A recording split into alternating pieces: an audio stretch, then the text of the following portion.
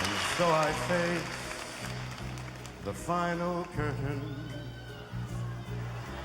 My friend, I'll make it clear.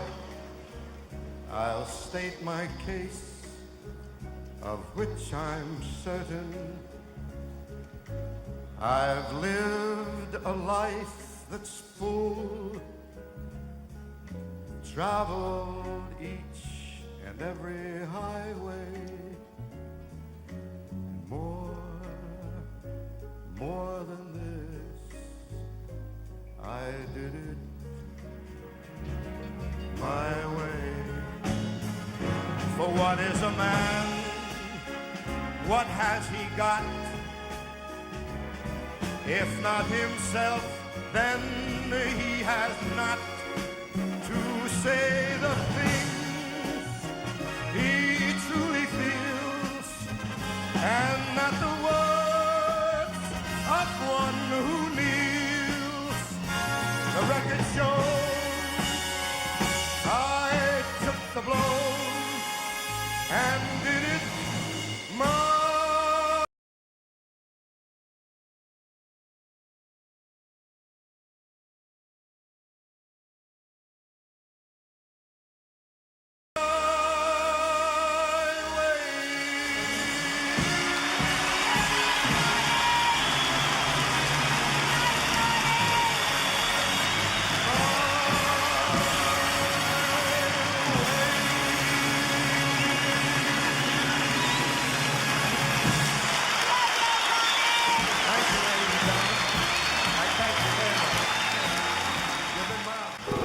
You've delivered urgent documents.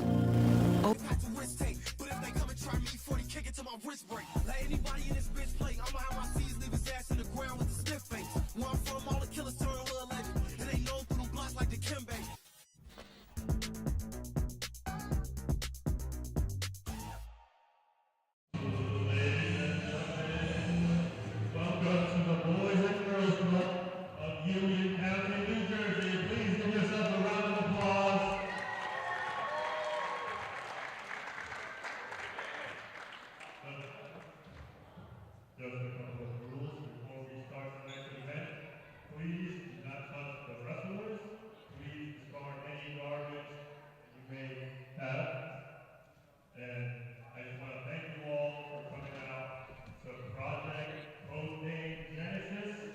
No clue. So give it up for yourself again.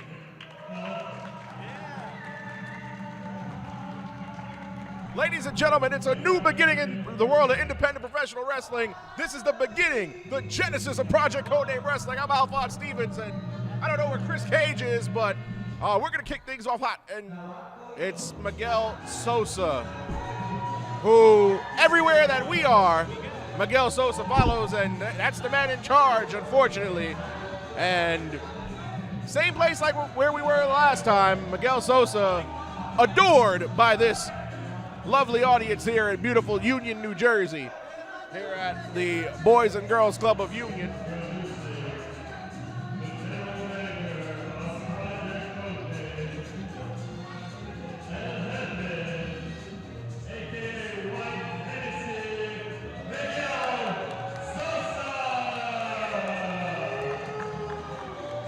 Miguel Sosa, of course, loved by the people, as you can hear his reaction.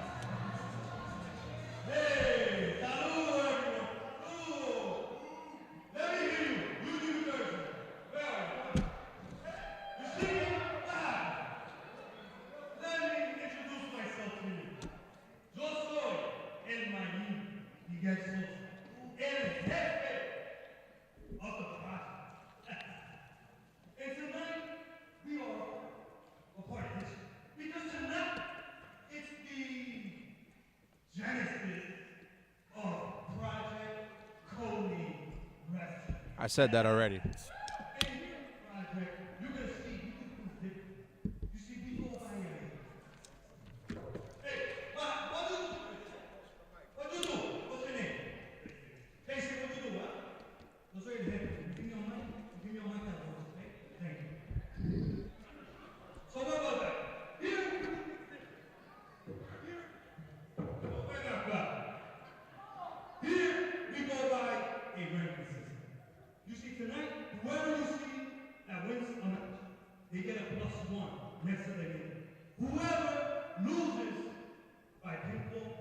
this shit, or they get knocked out, they get a -1.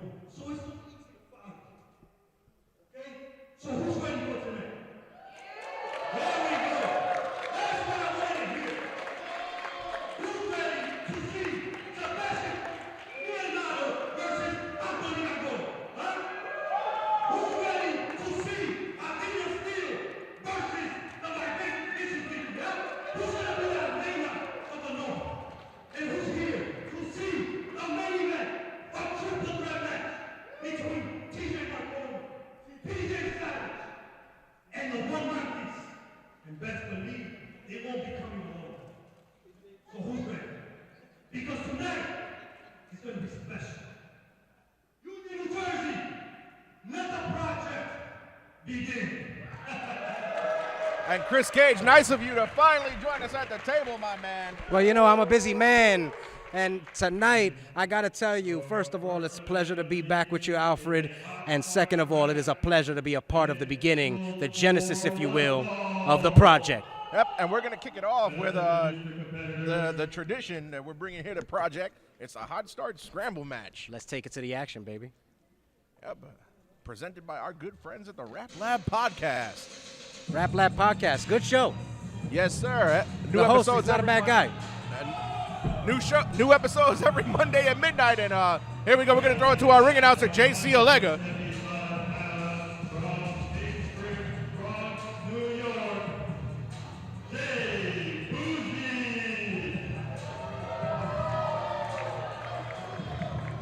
Well, the ring announcer may have gotten out of order, but that is Nikolai White. That is Nikolai White, the project being there goes starting Jay on. Bougie. There we go. We got Jay Bougie making his way to the ring right now. Apparently took exception to the fact that the ring announcer got his superstars mixed up here. Jay Bougie making him do it again.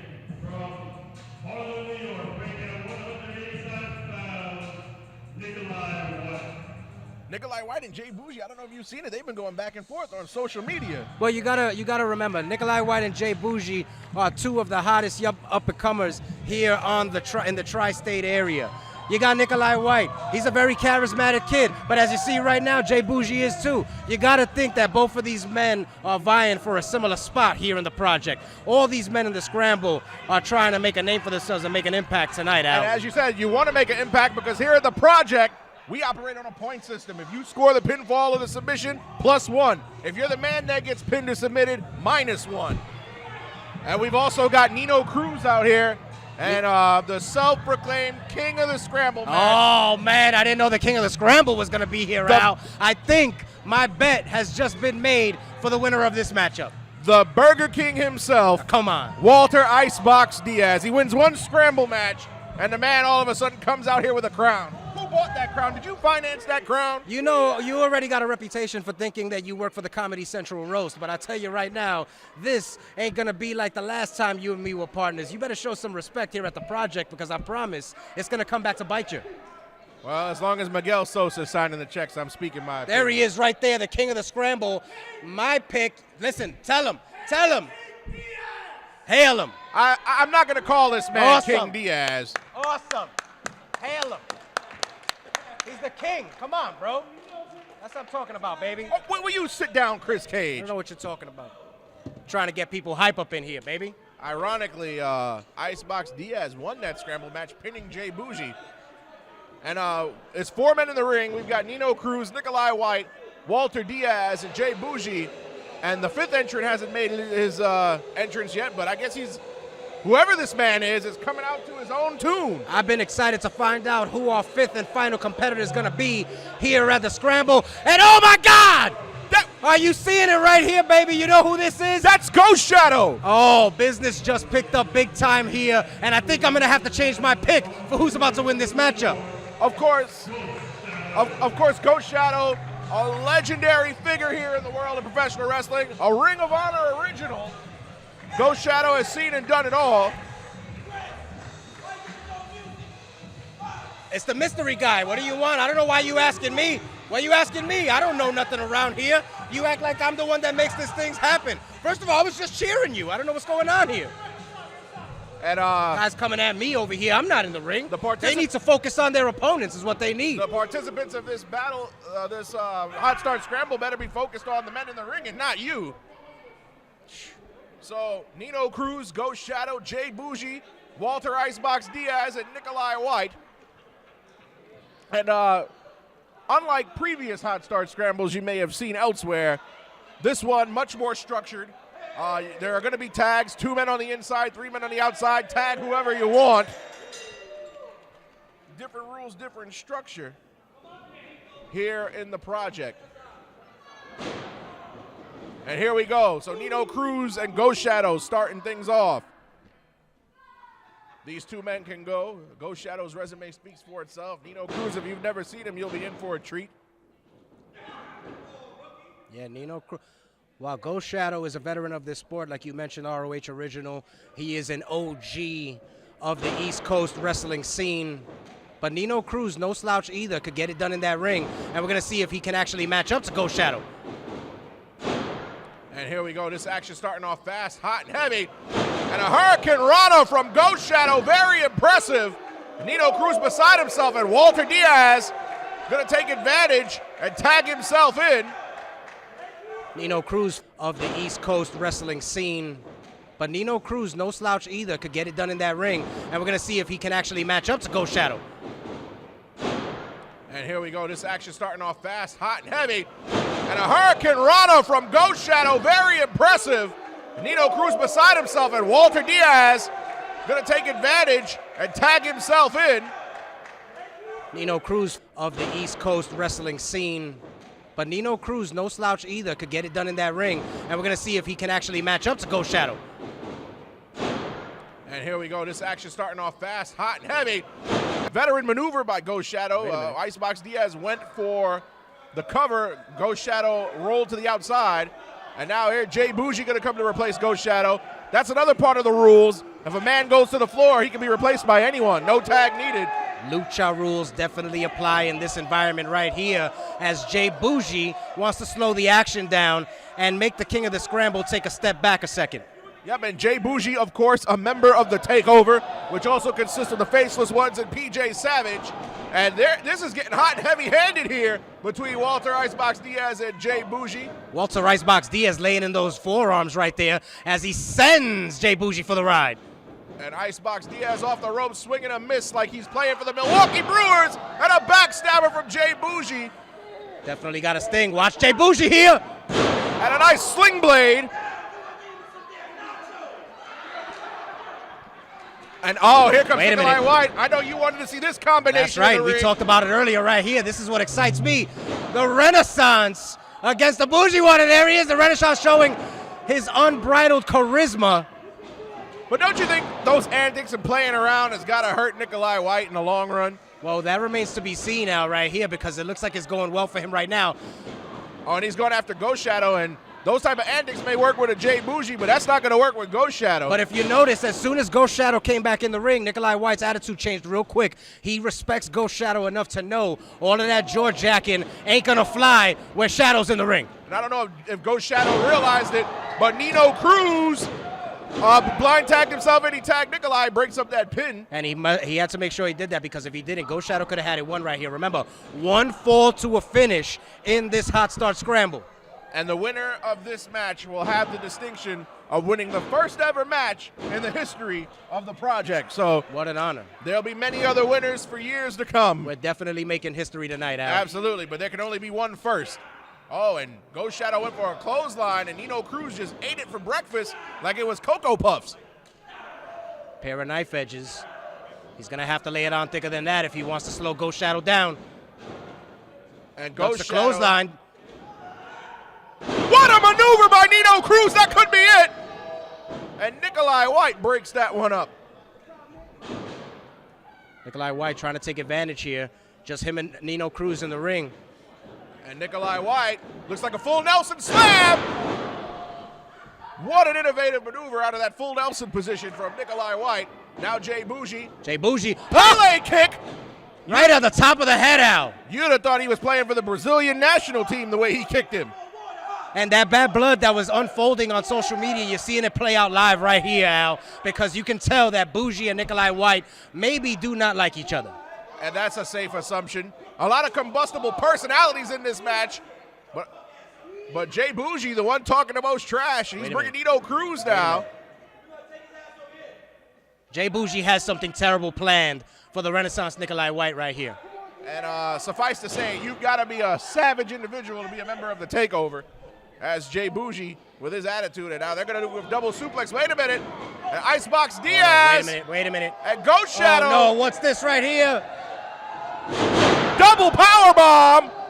And Nikolai White, he's still on the top. Wait a minute. They need to watch their back, both of them. Nikolai White. Double drop kick on the top rope. The action is hot and heavy in this match, and what a way to start off here at Project Codename Wrestling Genesis. Chris Cage, are you impressed by what you've seen so far? I am impressed by every person in this matchup. Every man came to play. Every man came ready to work and ready for business tonight. And it looks like the Renaissance is about to take to the skies. And Nikolai White over the top rope. What a maneuver. All 5 men on the floor on the outside. And Nikolai White in control of this match with a little jig to celebrate. Nikolai White showing us all the swag we can handle, sends the King of the Scramble back in the match, and this is his chance to take it home. Somebody tell Walter Diaz I'll take a Whopper with extra cheese. Nice shot. Both men traded forearms back and forth. Love to see it. And Nikolai White kicked to the breadbasket off the ropes. He goes with a springboard handstand. He got caught by Walter Diaz for a purple thunderbomb. That could be it. Beautiful counter by Icebox. Oh, he didn't go for the cover. I think that's a mistake. That is a mistake right there, as he got stomped, his skull right into the mat right there. By Jay Bougie. Jay Bougie could win it, but Nino Cruz is lurking. Oh, and a super kick. I think I saw a tooth fly. Nino Cruz has it right here. Nino Full Cruz, head of steam. European uppercut. And one for Nikolai White as well. Nino Cruz, the man in control of the ring. Oh, and Jay Bougie up and over. Nikolai White went shoulder first into the ring post. Oh! Innovative offense by Nino Cruz to use Jay Bougie as a weapon to attack Nikolai White. Very innovative. Senton off the middle rope, but Jay Bougie rolls to the outside. Smart move by Jay Bougie. Walter Diaz now stalking Nino Cruz. Kick to the stomach that's going to set him up for a DDT. It could be over right there, I'm telling you. He spiked him right on the top of his head. Wait a minute. Watch Ghost Shadow! Drop kick right to the dome. Ghost Shadow, ever the veteran, picking his spots, staying out of the action and waiting until it was the right time to come in and, like a surgeon, pull everybody apart. And once again, this match is sponsored by our good friends over at the Rap Lab Podcast. Wherever you get your podcasts and digital streaming form, talking about the newest hip-hop and R&B around. And now Nino Cruz, he's got a Death Valley driver right on the Ghost Shadow. Ghost Shadow reeling. Nino Cruz, though, slow to get to his feet. He's stumbling. Nino Cruz now off the ropes, but you can tell there's fatigue the way he moves. Oh! I think that was a low blow, but in a multi-man match, there's no DQ. Wait a minute. Nice roll-up by Ghost Shadow. And there we go. Ghost Shadow, the winner of the match. +1 for Ghost Shadow. -1 for Nino Cruz. Just like I predicted when the show started, Al, my pick, Ghost Shadow, the veteran, coming out here and making history by being the first ever winner here at Project Codename Wrestling. I know you got screwed, Icebox. No, he didn't get I screwed. don't know what you're talking about. Ready. I was just telling Al right You bought now. that crown off how of you got Amazon. That screwed. was $5. No, he didn't buy it off of He Amazon. bought We're that talking off about of that Amazon. 24-karat gold right there. Talking about. He bought that crown off of Amazon. Who's he fooling? It's made of polyester on the top. Oh, Mr. Denaro. It's good. Hey. It's good. Oh, just a quick question. Why are you in your gear? Gonna compete against Cervantes tonight. Have you not seen the card? I understand, but unfortunately, I was just told that you're not cleared to wrestle tonight. What are you talking about? I apologize. I just found this out tonight. I have someone else to replace you, so you have the night off. How's about this? I'm gonna go out there whether you like it or not. I'm gonna go have a fight just like I was scheduled to. All right? You can take that to the bank. I'm done talking to you. Okay. Okay. We'll see about that. Singles action. This is a matchup I've actually been waiting forward to, Al. Machine Gun Money, Dominic De Niro, and Devontae set to go one-on-one.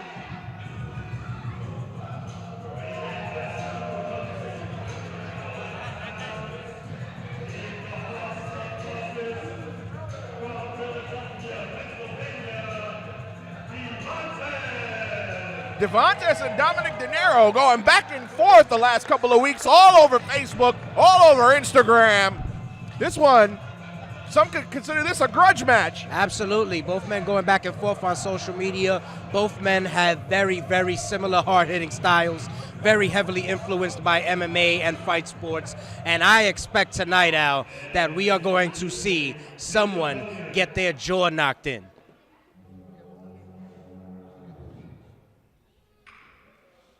Devontae and Dominic De Niro, this is a heated one. Let me tell you something. Devontae's a scary-looking individual. I guarantee you not many people would want to get caught up with Devontae in a dark alley. Yeah, I definitely would not want to run into either man in a, in a you dark wouldn't alley. make it. Here we go. Here comes Dominic De Niro.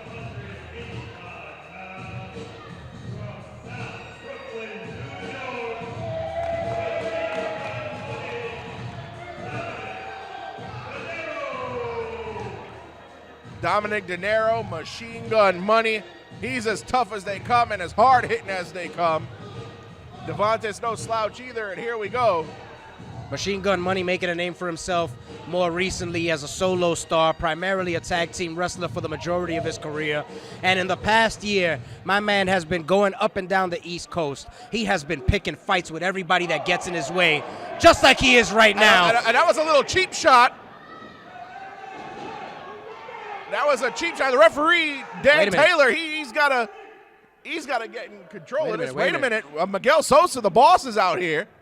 Hey, sorry, everyone. Look, as bad as I want to see this match, it's not going to happen. What do you mean not going to happen?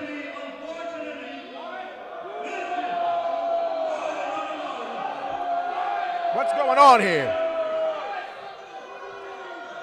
The people paid their money to see this match.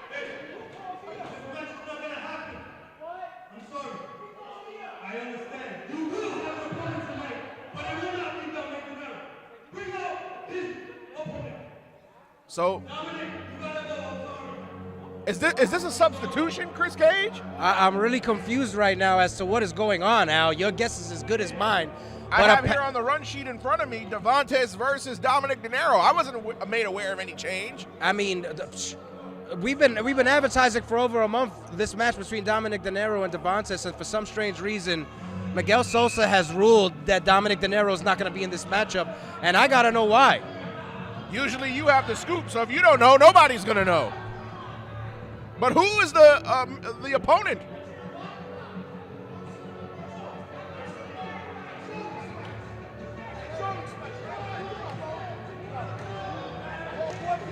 Who could? Wait a minute! That's Big Cuzzo!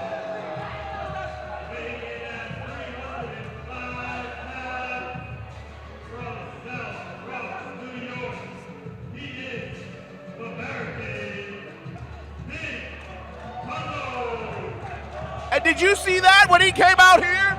Miguel Sosa draped that Dominican flag over the shoulders of Big Cuzzo. What the hell is that supposed to mean? What is that supposed to mean? That means the man sold out. Sold out. Why are you jumping to conclusions all of a sudden? The man just came out and he gave him a Dominican flag. He didn't just sign anything. He didn't just in give blood. him the What's matter flag. with you? He didn't just give him the flag. He draped it over him. How about you let me go back?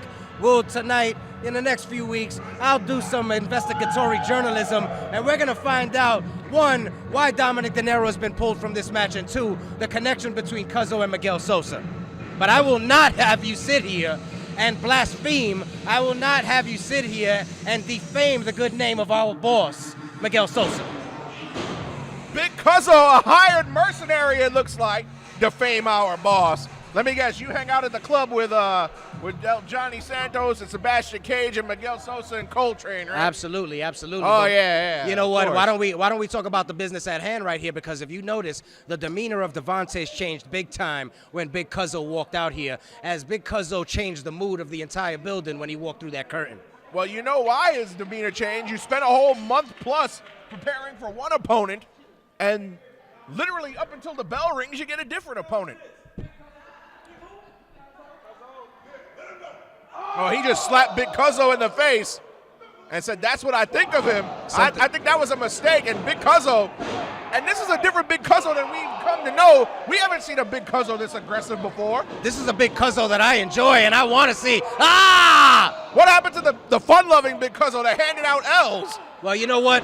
I remember having a conversation with Big Cuzzo a couple months back, and he explained to me that while having fun and games is all good in the hood, this man wants a different direction in his life. He wants some championship gold in his life, and maybe he wants to hold some singles championship gold.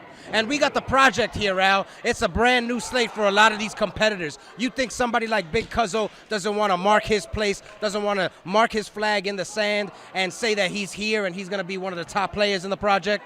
And Dominic De Niro grabbed a seat to the table next to us, and he looks pissed. And he's watching this one with fury in his eyes. We still don't know why he's been pulled from this match. But Big Cuzzo going to town on Devontae. Devontae was talking tough to Dominic De Niro, but he's not looking so tough right here, right now. Ooh, into the ring post. And the ring post, even though Big Cuzzo technically not using a weapon, the ring post is a weapon. Well, that's one thing you got to know how to do, baby. It's called ring awareness and being a ring general, and that is learning how to use your environment, that being the squared circle, to your advantage. And swinging a miss by Cuzzo.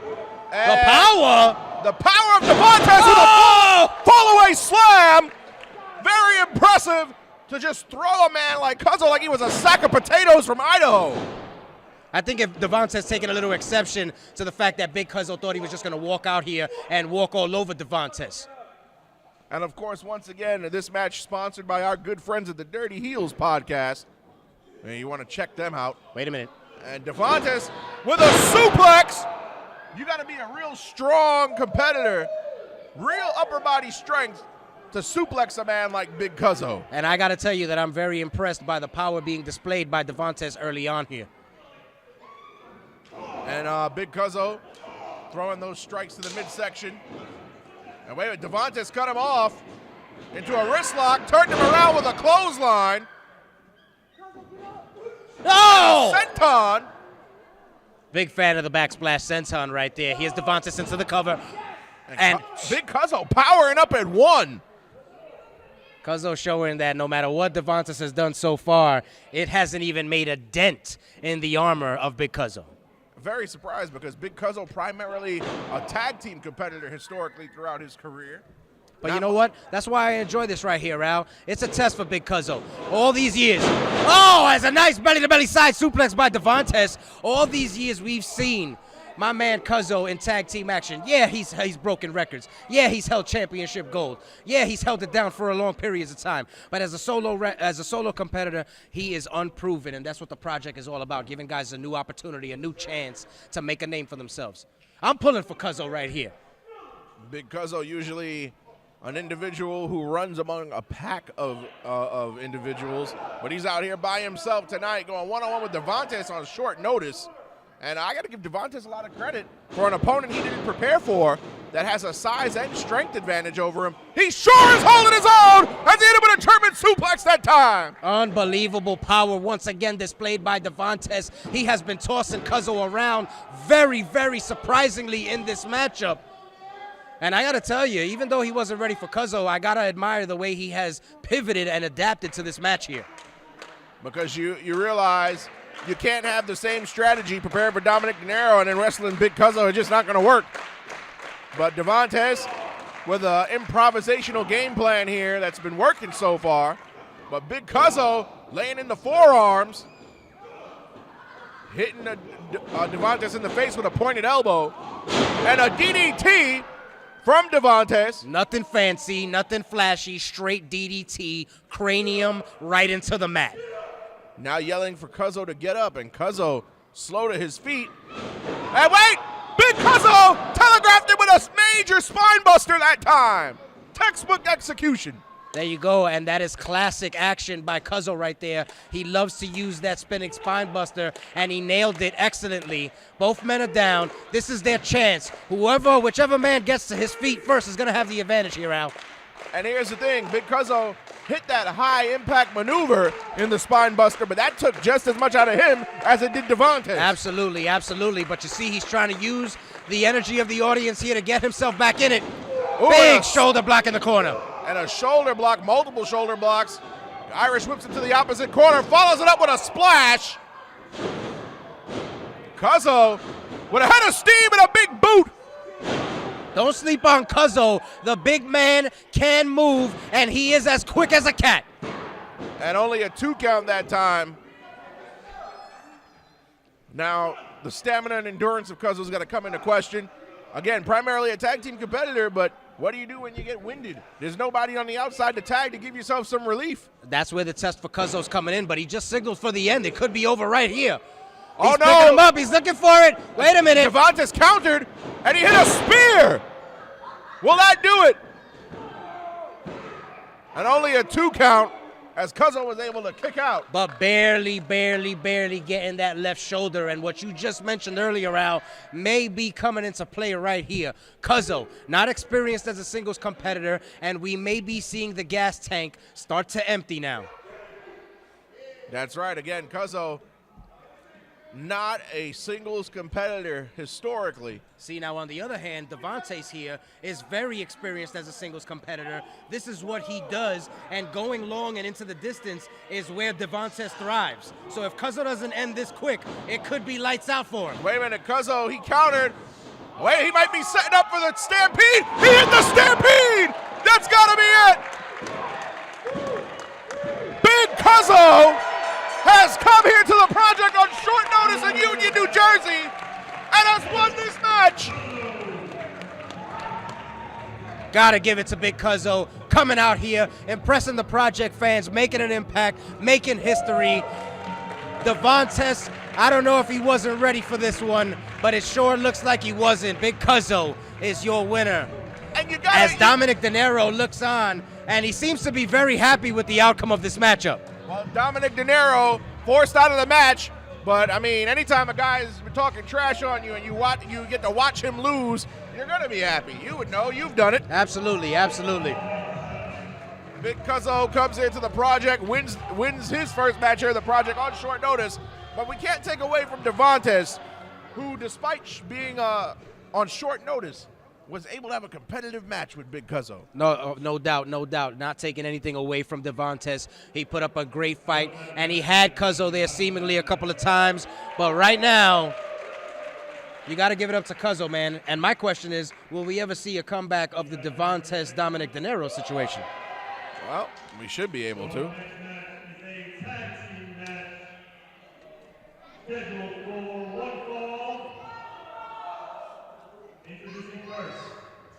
I know we're both looking forward to this match. Wait a minute. Do you hear that music? I hear it. The all too familiar tune that you and I both know. Wait a minute. It can't really be. It has to be. No, it can't. It's impossible. Wait a minute. I know who this is. It is the one and only Mr. James. And Montekia, the best wrestlers forever, Team BWF. That's right, Team BWF.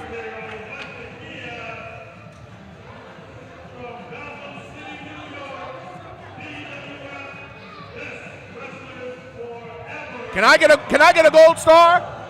I mean, I don't know. I've talked to Mr. James before, and he's very adamant on the fact that you have to earn those gold stars. So will you get a gold star? That remains to be seen tonight, Al.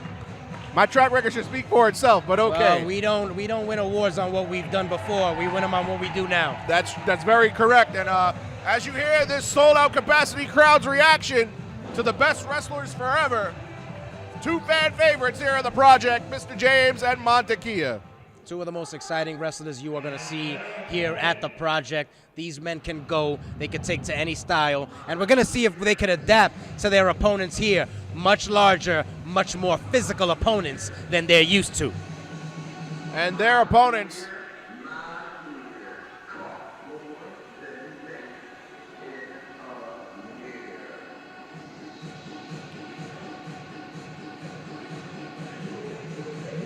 Can I tell you how excited I am right now? I know you all. I know. Yeah, baby. Wait a minute. There's money coming from the ceiling. There's money coming down the aisle, all right. Oh, but you mean DeKendre and Craig Steele? The Taboo Crew. That's Craig Steele and DeKendre Will. And they brought a lady to the ring with him. Oh, man. Oh, I'm sorry. Is Craig Steele and DeKendre Will here, too? The Taboo Crew making their way to the ring. You got to remember, Al, history is being made on multiple fronts here tonight, one of which is the reunion of the former WrestlePro World Tag Team Champions, the Taboo Crew. The Taboo Crew, of course, Craig Steele, DeKendre Will. I don't know the name of the young lady, but I don't think the name matters because she's a lot to look at, Chris Cage. It's going to be kind of difficult to do my job here. As the saying goes, business just picked up, Al. Picked up in a major way. Picked up like a PBL. There we go. The Taboo Crew being fully represented here tonight. Unfortunately, you will be missing the after party tonight. But am I invited? I don't know. You're going to have to talk to the big deal on that You know how many after parties you've gone to after doing a show with me and I'd never get in? You got to understand I'm on the VIP list. I'm a permanent, baby. I got a spot. I don't even got to ask. I'm just there.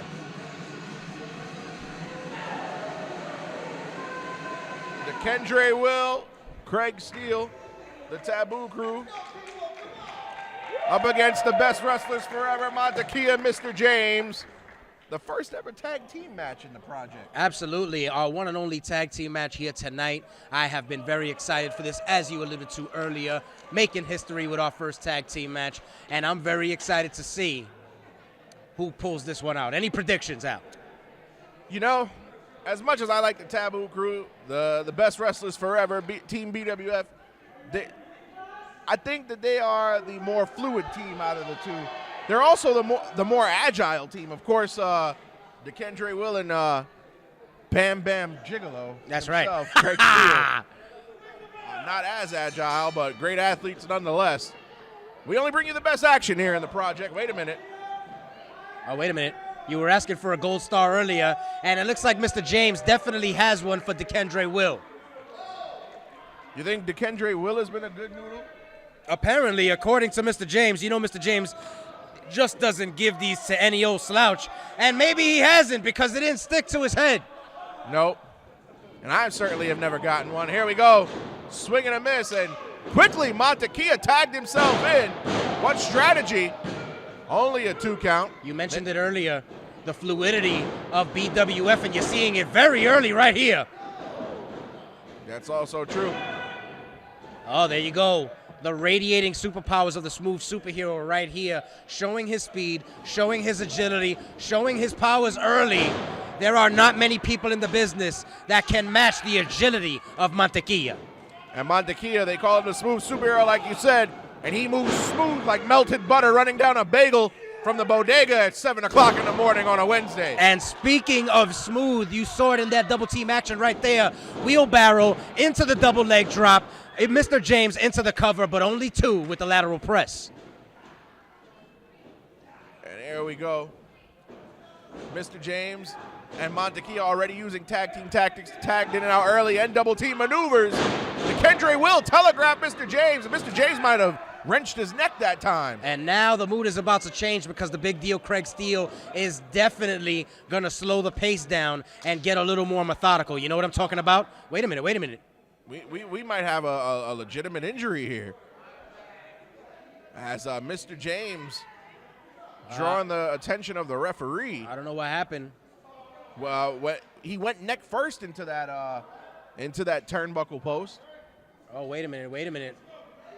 Mr. James, excuse me, letting the referee Jackson know that he still wants to continue the match. He's telling Montekia and reassuring him right now that he's good to go. Well, but have we just witnessed the breakdown of a handicap match here, Al? Well, I'll tell you this, from my experience as being an official, sometimes you got to protect the wrestlers from themselves. He may be hurt. Neck injuries are very serious. It's to the referee's discretion. Sometimes you can't listen to the athletes, but the match will continue nonetheless. And Montekia He's got to have more guts than brains if he thinks he could have got Craig Steele with a waist lock.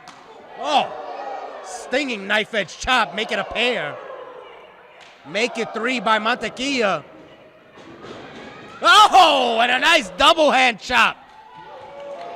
And Mantequilla feeding off of this crowd. And he went for the splash and got caught by Craig Steele. Look at the power of Craig Steele. Like a baby, just placing him right into the corner. And a knife edge chop of his own. More chops than a butcher shop so far in this match. Wait a minute. Speaking of the power.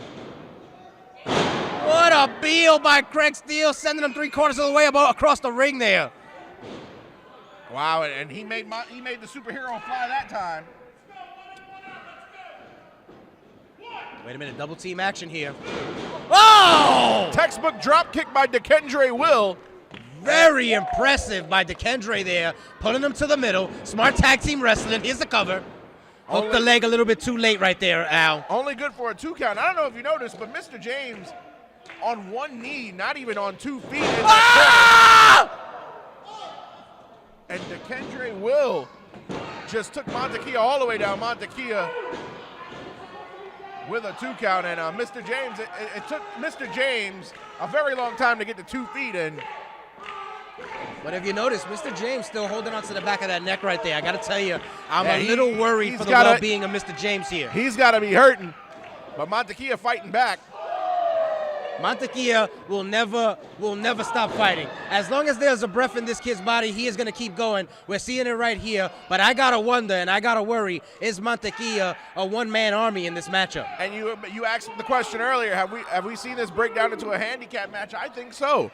It's been playing out like that so far, and the veterans, Craig Steele and DeKendre Will, are definitely taking advantage. Cutting that ring off as Craig Steele drops the big elbow. Good call by the referee, Jackson. Craig Steele went for that pin. Mantequilla's shoulder was up before the pinfall happened. Might have bought Mantequilla an extra second. Absolutely, absolutely. It might be the reason that he kicked out right there. As Mr. James doing everything he possibly can to rally these fans behind the smooth superhero here. There we go, and Mantequilla feeding off the energy of this capacity crowd here in Union, New Jersey at the Boys and Girls Club. Oh! What a tilt-the-world to the sidewalk slam, Al. Sorry to cut you off. Now Mantequilla relying on those luchador moves, but Craig Steele far too heavy with the weight advantage. And in the corner they go. DeKendre Will tagged in. DeKendre Will, physical specimen. That knife edge chop there. Then the overhand, switching it up, giving it variety here. Tag to Craig Steele. And we're seeing a lot of tag team cohesion here from the Taboo crew. Shooting money into the crowd and coming out here with attractive women. They better win this match. Mantequilla, who's been in this match for 90. Oh my God, look at the power. Look at the power of DeKendre. And he threw him right to Craig Steele. Oh my goodness! Such tag team cohesion. Only a 2 count. I gotta tell you something. For this being the reunion of the Taboo crew and both men not teaming for quite some time together, it's almost like they haven't missed a day. The fluidity. And we thought that Team BWF was a well-oiled unit. Quick tags, keeping each other fresh while they're wearing Mantequilla down. This cannot bode well for the smooth superhero as he gets set up for the belly to back. Chris Cage, primarily you've been a tag team competitor. If you were in Mantequilla's shoes, how would you handle this situation? Never mind, he got the tag into Mr. James. Mr. James still selling that neck, but he got enough in the legs to fly with the crossbody. Yeah, you don't need a neck to fly. Wait a minute, here we go. Mr. James now sending him off. Nice power slam! Mr. James, but that neck has to be a target the way he's been holding it. And I feel like he couldn't really capitalize off of all the steam he just built up. Mantequilla with a spin kick. Oh! What a maneuver from Mr. James! Mantequilla flying in front of us! And only a 2 count. Mr. James going all the way to the top. Chaos and action everywhere here. Bodies all over the place. Jamal Jackson working. And wait a minute. Here goes Mr. James up top. With a 450, but he missed. He didn't get any of that. Man, that could have been Mr. James's last ditch effort. Montequilla trying to hit the ropes. Oh, what a kick right to the side of the head. He stunned Craig Steele, and he'll go for the Oh, wait, no, not a hurricanrana. Into a powerbomb on the apron. The hardest part of the ring. Oh, my God. I think we've seen the last of Montequilla tonight. Oh, my God. Montequilla is going to have trouble getting up from that one. And Mr. James, hurt neck and all, is at the mercy of the Taboo crew here. Craig Steele setting him up. Pile driver, and that's got to affect the neck of Mr. James. It's got to be over. He's got to be dead It's out. academic from here. And the Taboo crew have won this match.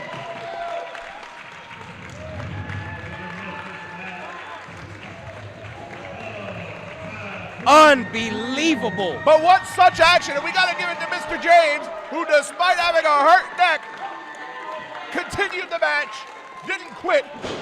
Listen, man, big ups to the fighting spirit of Mr. James, especially. Wait a minute, Chris Cage. You see the entryway? The faceless ones are out here.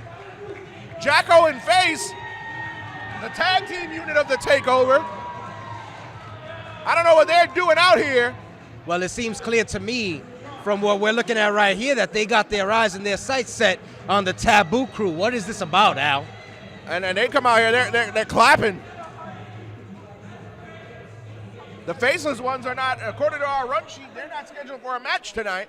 The faceless ones will definitely be out here later on in the corner of PJ Savage, but right now, making it very clear that they apparently want a piece of the Taboo crew. And judging by the trash that's being talked, I think the faceless ones, they may believe that the tag team division runs through them here in the project. Well, I mean, that remains to be seen. Right now, the first winners of the tag team division here at the project are the Taboo crew, and we're going to see if that plays into the future with the faceless ones.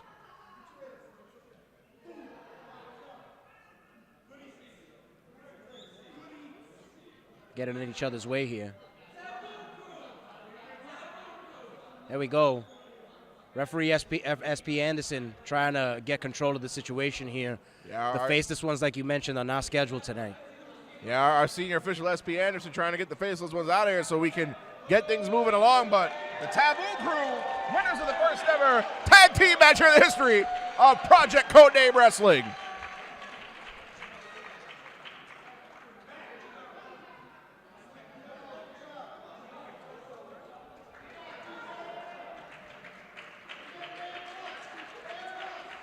And as the fans showing respect to Mr. James there, give it up for Mr. James. Absolutely. And his resilience and fighting spirit tonight, man. Yep. Try to get a medical update on him as we go along.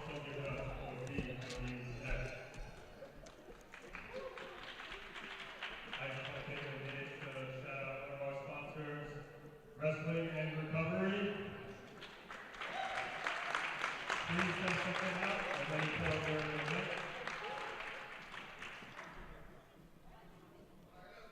Are you guys ready for your next match? So the next match is a singles event scheduled for one fall. Introducing first.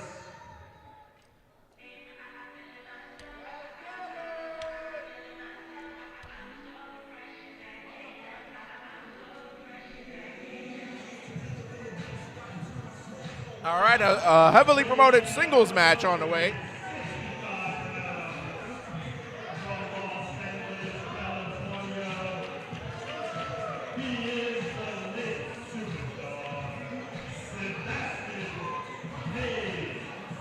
All right, so here we go, Chris Cage, Sebastian Cage, Anthony Gangone. This one's sponsored by our good friends at Wrestling and Recovery. And of course, Sebastian Cage, unfortunately, out here with Henny Blanco himself, El Jefe Miguel Sosa. It's just disgusting.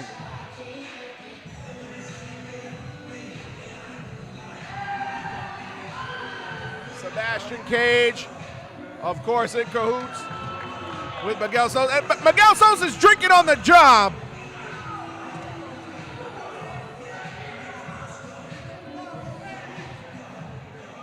And he's supposed to run the place.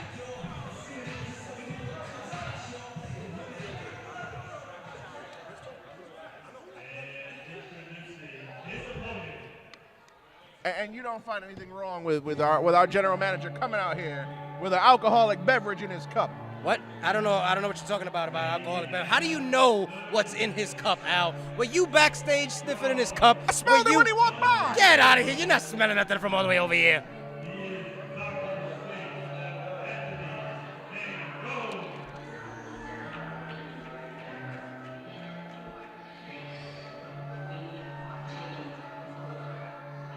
You really couldn't smell that when he walked by? I don't know what you're talking about. You don't know what Hennessy Cognac VSOP smells like? I didn't smell anything. And there comes Anthony Gangone.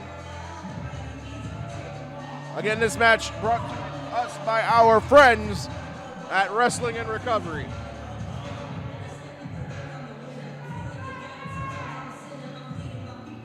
Let me tell you something now. You want to talk about highly anticipated matchups. You want to talk about a match that can possibly steal this here show. Well, it has just come on deck. Anthony Gangone, Sebastian Cage. Who is going to... there have been a lot of people leading up to this match that are calling this the possible show stealer of the night, baby. Well, it very well could be. Sebastian Cage, of course, flanked by his drinking buddy, his good friend Miguel Sosa, who's supposed to be impartial and the boss here. Up against one above all, Anthony Gangone, who's prepared for war here. Heavily anticipated matchup, heavily promoted matchup.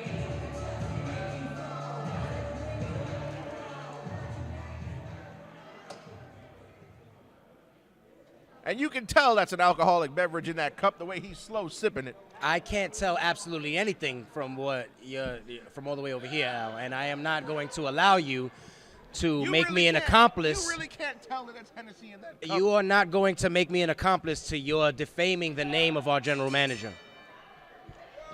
Somebody give that man a breathalyzer. But anyway, the bells sounded. Anthony Gangone, Sebastian Cage. You keep talking like that, you're going to be getting a pink slip. I'm the best announcer on this side of New Jersey, all right? That's right. Just so happen to be sitting next to the best color guy this side of the East Coast. That is correct. Here we go, Gangone, Cage. A match for the ages here. A match that a lot of people on the internet have fantasy booked over the years. Absolutely. And we're bringing it to you in the project. Absolutely. Whoa, swing and a miss. Nice Hurricane Rana by Sebastian Cage, the lit superstar. One of the greatest to ever do it out of the state of California. Both men going to be pretty evenly matched here. Whoa! And another Hurricane Rana. Sebastian Cage turning it up and lighting it up real early in this matchup right here. And you can see the cockiness from Sebastian Cage. The boss, General Manager Miguel Sosa, telling him to keep his eye on the ball right here. Oh! Anthony Gangone told him to stop, and I'm surprised Sebastian Cage actually held up.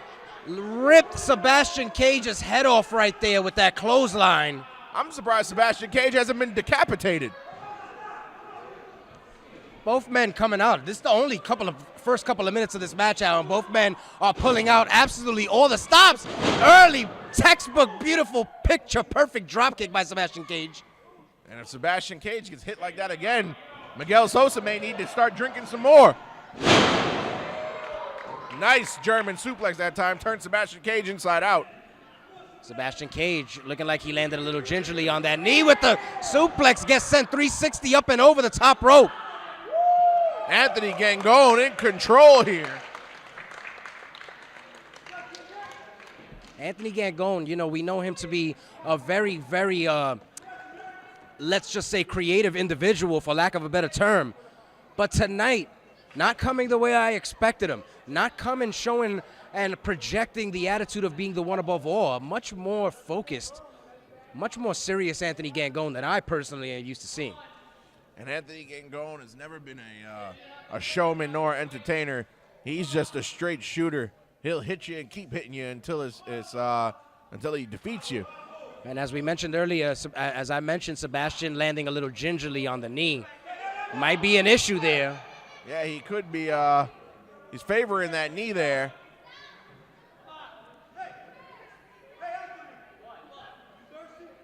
Wait a minute, and Miguel Sosa jaw-jacking with Anthony Gangone.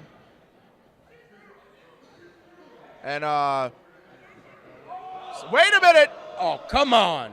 Come on, Miguel man. Sosa just splashed that drink into the face of Anthony Gangone. It had to be alcoholic beverage because it burned him. What? It could have been apple juice. You know, the citrus, you know. Apple juice. And oh, that you burns stop too, it. you know what I'm saying? Oh, and a tope suicida from Sebastian Cage.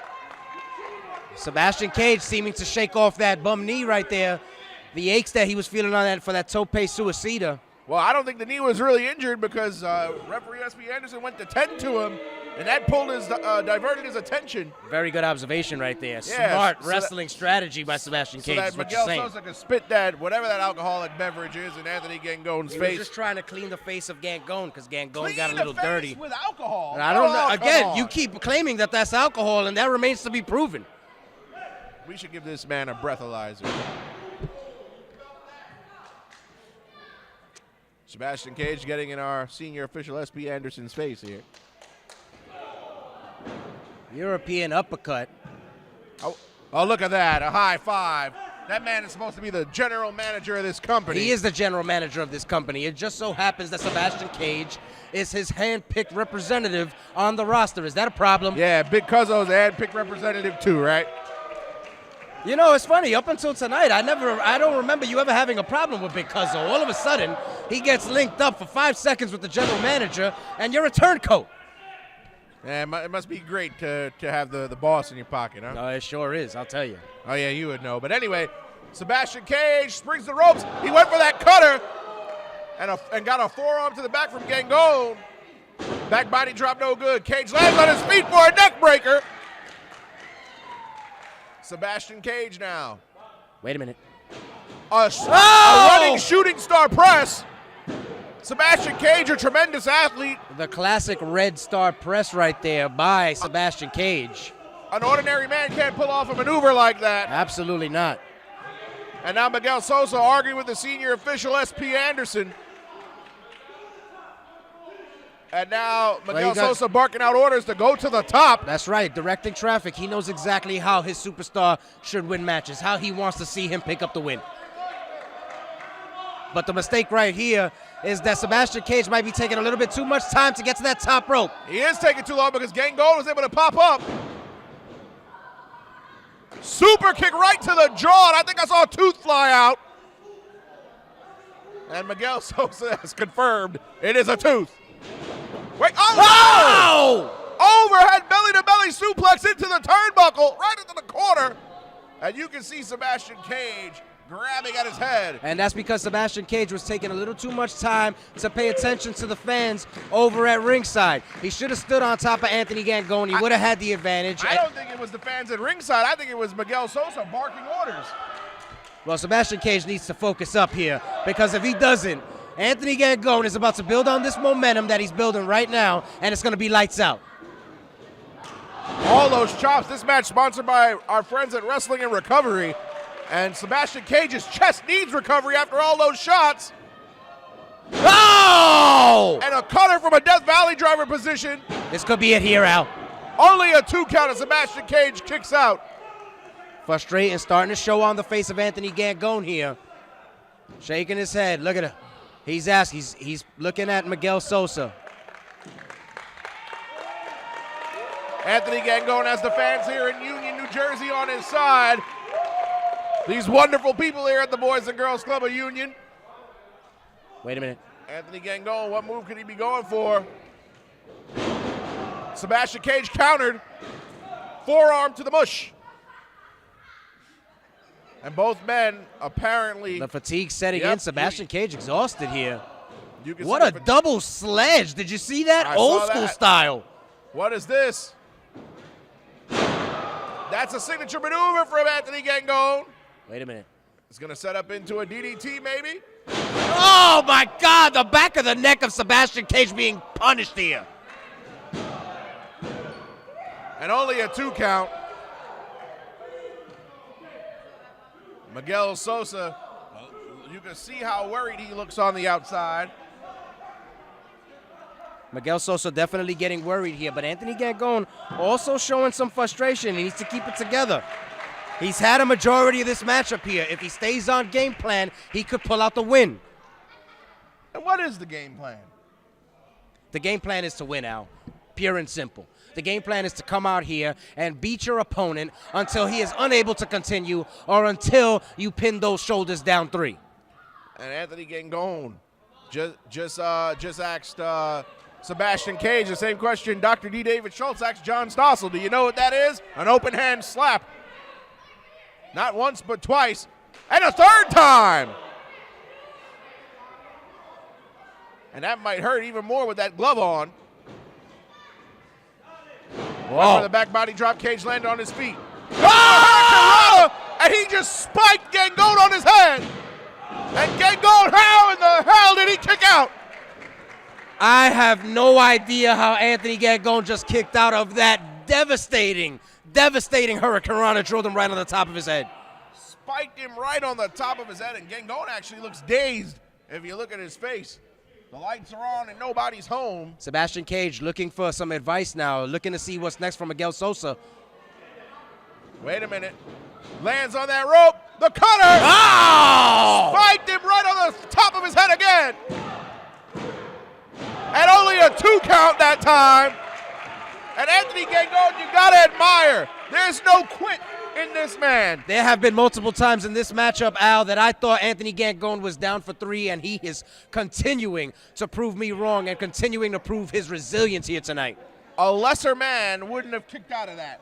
But as you notice, Sebastian Cage, slow to get back on Anthony Gangone. That could be to his detriment. And you know, one thing I've noticed from Sebastian Cage here tonight is that he has been very nonchalant in his attack. Hasn't been applying the pressure to Gangone, and that might cost him. And it looks like he might be going for a sliced bread. He didn't. Back on his feet. Pulls him down. And no, not going for the pin attempt. Uh-oh, he's saying it's over. Miguel Sosa That's barking Spanish orders. for it's over, in case you didn't know. Thank you for the translation. No problem. Sebastian Cage taking too long. This could come back to hurt him. Shooting star press. And you might as well change his name from Sebastian Cage to Rembrandt because he got all canvas on that one. I'm literally speechless right now because of the risk that Sebastian Cage has taken in this matchup. Multiple times, he has made my heart jump out of my chest. And wait a minute, Miguel Sosa, he's on the ring apron. He's got S.P. Anderson's attention. Wait a minute. Miguel Sosa went to go spit that drink in Anthony Gangone's face. He got Sebastian Cage instead. Oh, wait a minute. Wait a minute. We know what this is. That is it right here. So, wait a minute. Wait a minute. Gangone has to go for the cover. Please go for the cover right here. Wait a minute, Gangone. That's his signature move. Usually that's the end of the match. He's telling Miguel Sosa to look at him.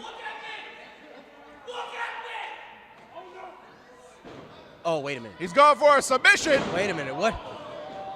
Sebastian Cage is already out. And Anthony Gangone making a statement. He didn't want to just pin Sebastian Cage. He wanted to put him to sleep. A message was definitely sent by Anthony Gangone here tonight, staring daggers into the eyes of Miguel Sosa. Anthony Gangone, no celebration, no smile. Just taking care of business. That's right. And the fans here at the project respect him for it. What a match, though, Chris Cage. Anthony Gangone comes in here. He sends a message to Miguel Sosa. He may just make the general manager's hit list. You know what? You absolutely might be right. A hit list by the general manager is something I do not want to be on. Something that I tell you Mr. Gangone does not want to be on. But right now, I don't think he's thinking about that because your winner, the one and only, Anthony Gangone. Somebody needs to check on Mr. Cage here. I want to know what he was drinking because whatever he spat in Cage's face. Sure did have a burning effect. I'm telling you that apple juice sometimes when you throw, you know, if it's not concentrated. What apple juice do you know that burns? Apple juice is sweet. Well, have you ever had apple?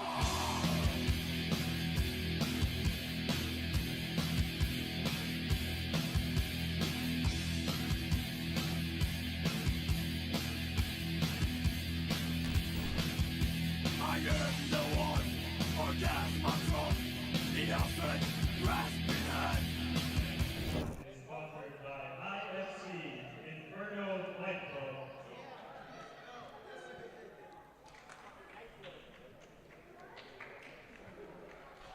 I want to just give a huge thank you to all of our sponsors tonight. Absolutely. All of Rap- our sponsors, the Rap Lab Podcast, the Dirty Heels Podcast, Wrestling and Recovery, the Inferno Fight Club, bringing us all the hot action here tonight at the project. A singles match is scheduled for one fall.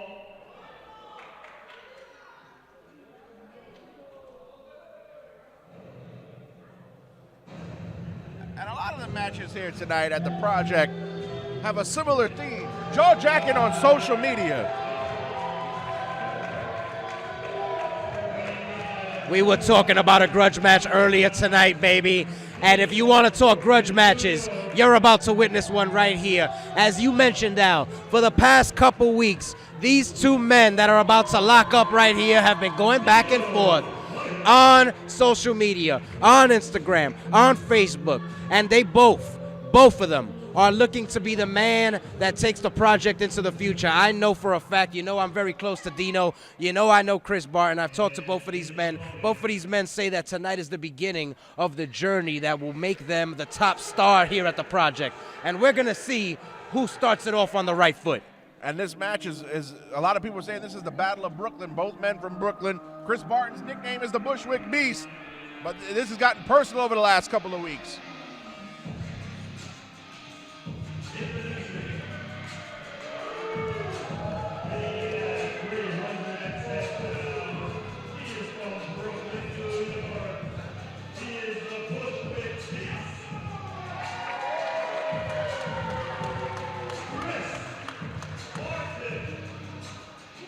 Chris Barton and Dino Might. These two, to my knowledge, have never wrestled before. Never. This is the first time matchup we're seeing here today. Something that I hope we see a lot at the project. First time clashes. I am very excited about it. I will let you know that this is one of my most anticipated fights of the night. And I got to give it to whichever man pulls this one out because he will be deemed the future of the project. That's right.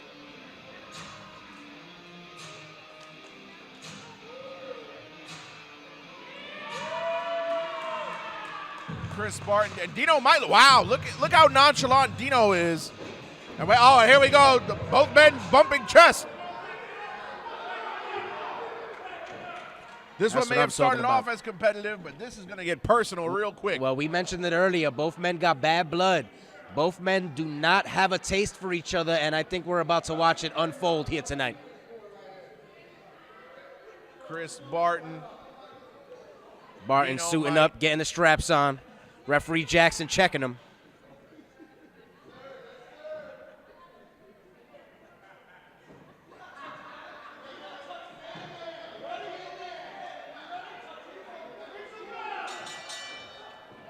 Oh, and this one starts with a slap to the face.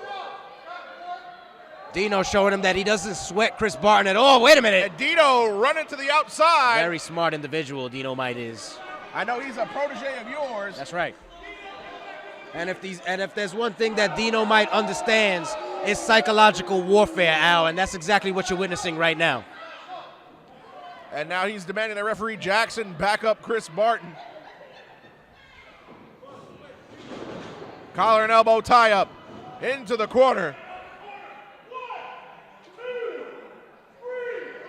Barton taking the full 4 seconds that it's legal and mind games being played. He just patted the face of Dino Might. That's right. Barton's going to come out he's going to try to play mind games with Dino too. Both men actually, while they may not like to admit it, have a similar approach inside that squared circle. That's true. Oh, wow, and another slap to the face by Dino Might. And Dino Might, every time he slaps Barton, he's running to the outside.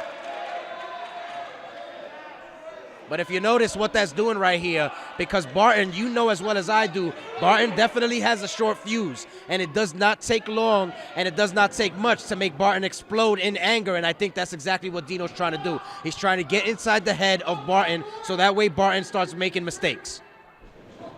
And here we go. Shoulder tackle by Chris Barton that sent Dynamite through the ropes and down to the floor on his back.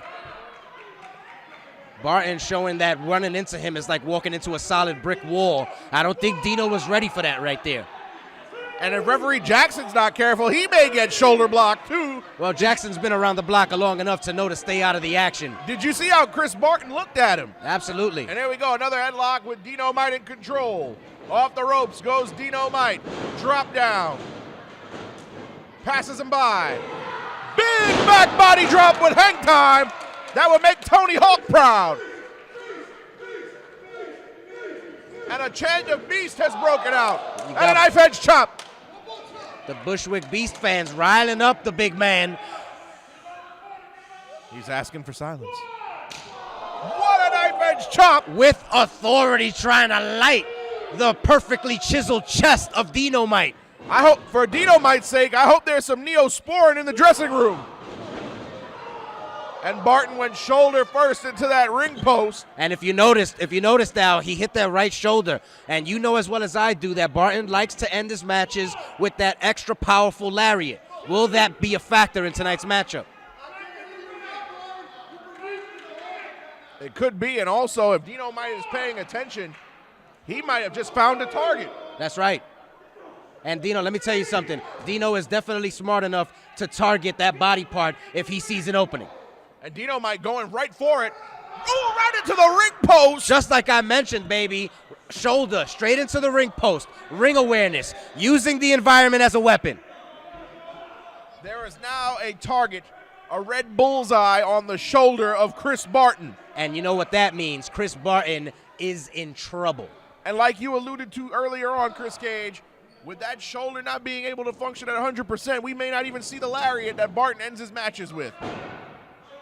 Dino going for the lateral press there. You're absolutely right, Al. And did you notice on that lateral press, he put extra pressure on that shoulder of Barton. Which is a very smart move, and it's what you got to do. Every time you can try and weaken that weapon of Chris Barton, that's what you got to do. And Dynamite looks like early in this matchup, he has already developed a sound strategy. And also, outside of the lariat, there's just so many other things that Chris Barton needs those shoulders for, to kick out of pinfall attempts, for power moves. All of that becomes irrelevant now. Wait a minute. Wait a minute. Side Saito suplex by Dynamite, and Chris Barton ain't no little boy. That takes strength. Feet on the ropes. And referee Jackson caught Dynamite with the foot on the ropes. Dynamite using the ring to his advantage again. You got to give it up. Dynamite, for such a man that has little amount of experience as he does, you got to give it up for the veteran savvy that Dynamite tends to show at moments. Oh, and there he goes. Dynamite working on that shoulder, stomping on it. A leg drop to the arm. Classic, old school, and I love it because Dynamite, look what he's doing right now. Trying to literally rip the arm out of the socket of Chris Barton. That's actually sound strategy, even though it may be dirty. Wow, and a double drop kick to the shoulder. Short drop kick, no wasted motion. He's not going across the ring. He's keeping the space. Wait a minute. Well, Barton showing that he's not going to stay down. Also got that fighting spirit. Well, Chris Barton right now is a one-armed man in an ass-kicking contest, and he ain't looking too good. Oh, and he went shoulder first into the turnbuckle pad. Dynamite telegraphed at that time, and Dynamite. Wait a minute. A back body drop with Chris Barton landing on the shoulder. Dino trying to hook the arm behind his back, almost in a hammerlock position for that. But it looks like Barton almost landed on his left shoulder there. And having one bum shoulder is already bad enough. Imagine two. Chris Cage, you've had your fair share of injuries that have happened mid-match.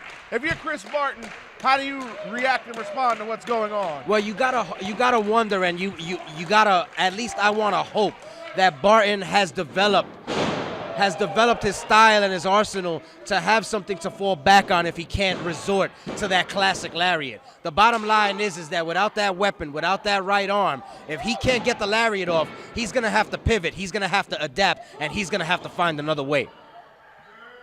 And not even just the lariat, but again, you lose that shoulder for a man who uses the moveset that Chris Barton does. That takes away a lot of his arsenal. Oh my goodness, and Dino looks like he's going for like an arm bar. Looks like almost like a Fujiwara arm bar. Referee Jackson asking if Barton wants to give it up, and you could tell he's definitely feeling the effects of all the work Dino's been putting on that arm. Wow, and Barton powered out of that one, only got a 2 count. If you notice, Barton could only hook the leg with his left arm right there, and he's trying to shake the feeling back into his right.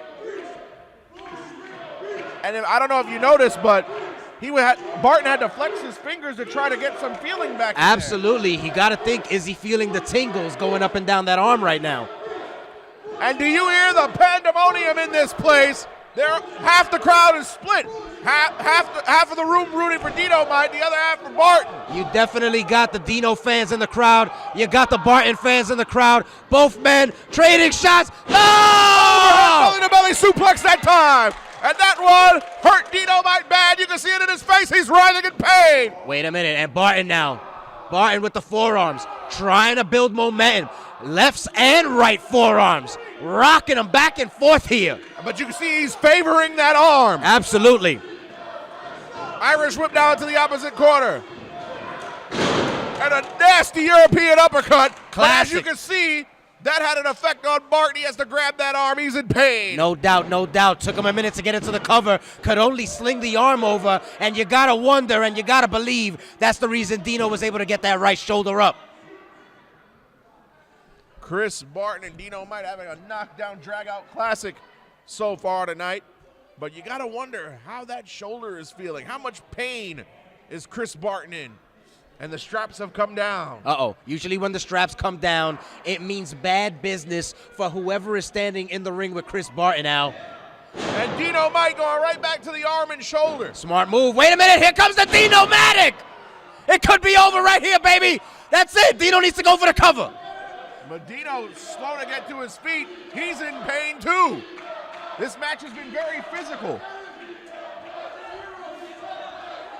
No, Dino not paying attention here. He's jaw-jacking to the crowd, giving Chris Barton some much-needed time to recover. I think that's a mistake. Oh, my God, he needs to get back in there, and he needs to pay attention to his opponent right now. He just hit the Dino-Matic. Signature offense here. Wait a minute. That's what it is. He's going for another one here. And he might have went to the well one too many times. Barton went for the lariat. He got kicked in the bad arm. He went for the lariat with the other arm. That could be it. And that's it. Chris Barton with a lariat. That would have made Stan Hansen happy.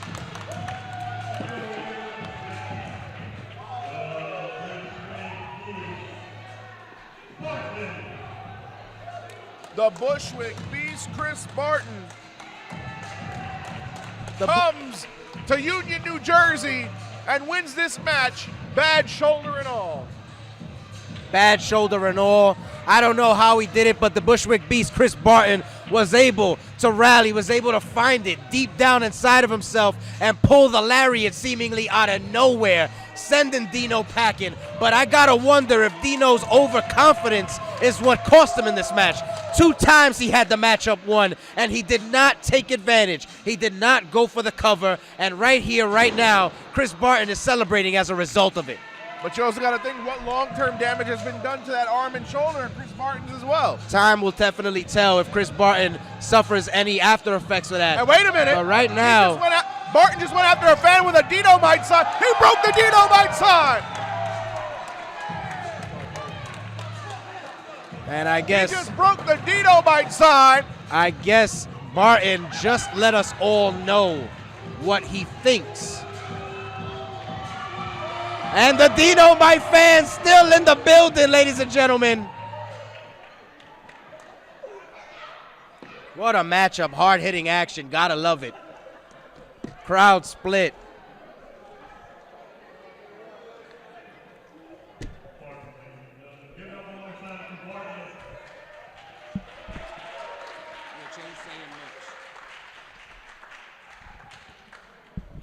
as we continue to move on here.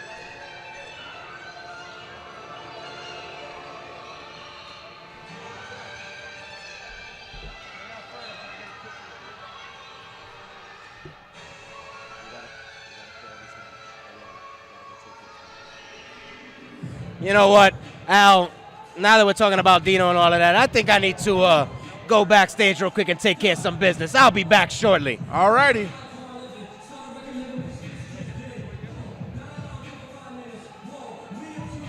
Now, wait a minute, this is Josh Glide as Chris Cage steps away.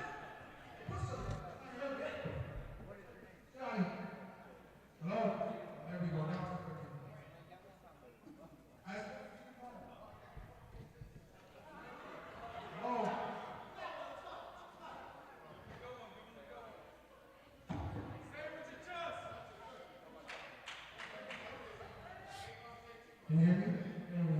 Much better, right? So, as most people know, or should know, I'm Josh Glide.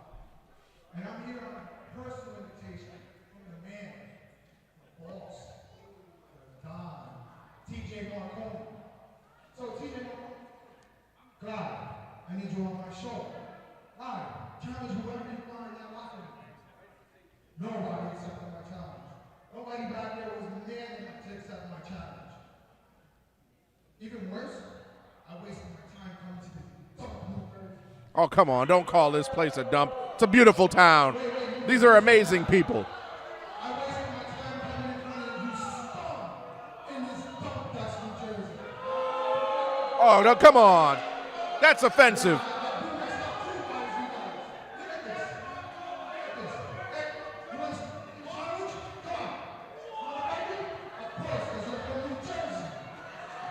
Josh Glide issuing an open challenge, but who's going to accept this challenge?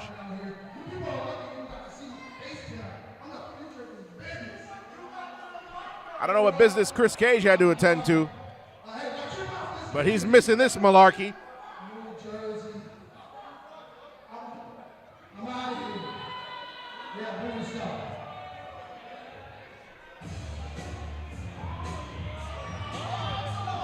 Wait, whose music is this?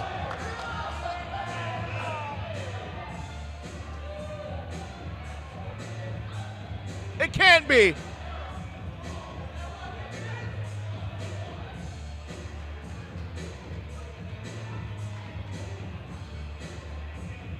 Oh, good Lord! It is the Bayonne Badass! Dan freaking Moff is here at Project Codename Wrestling! Dan Moff, and he's here to answer the challenge of Josh Glide! Oh my goodness!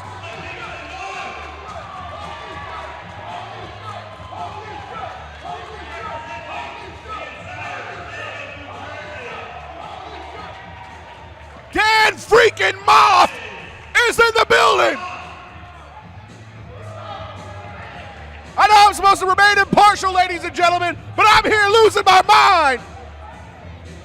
And the look on Josh Glide's face has drastically changed. He came in here smug.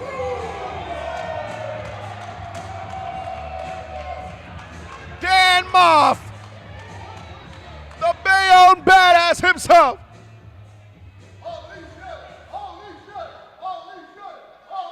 I didn't have this on the run sheet.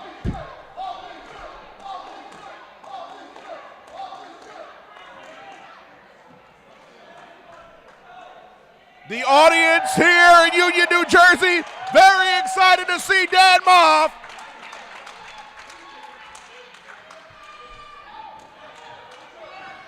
And Josh Glide is coming here with a chair. I don't think you want to swing a chair at Dan Moff. And Dan Moff, wait, he's got another chair. And a shot to the gut. SP Anderson didn't see anybody go in that other chair on the ring. And a chair shot to the back. And that only made Dan Moff angry.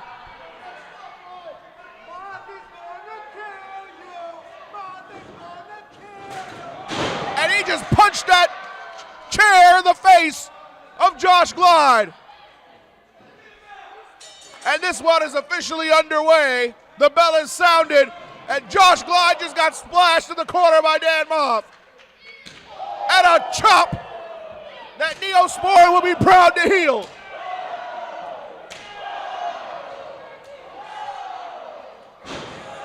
And Dan Moff going to town on Josh Glide. Relentless forearms and chops.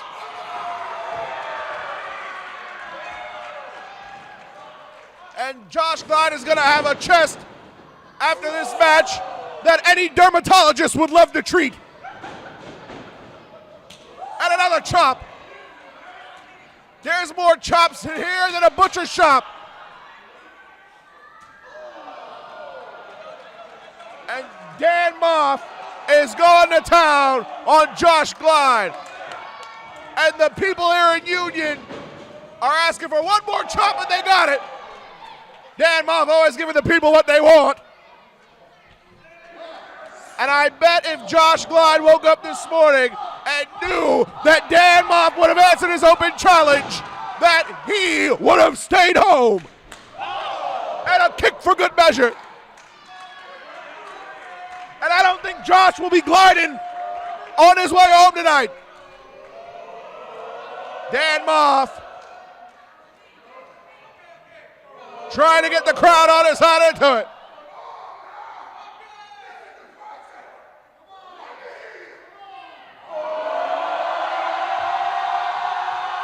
And Dan Moff, cannonball!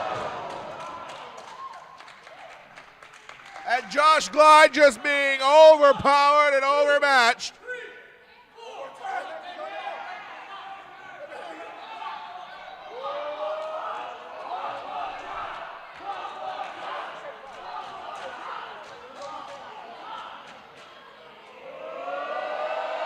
Dan Moff, another cannonball!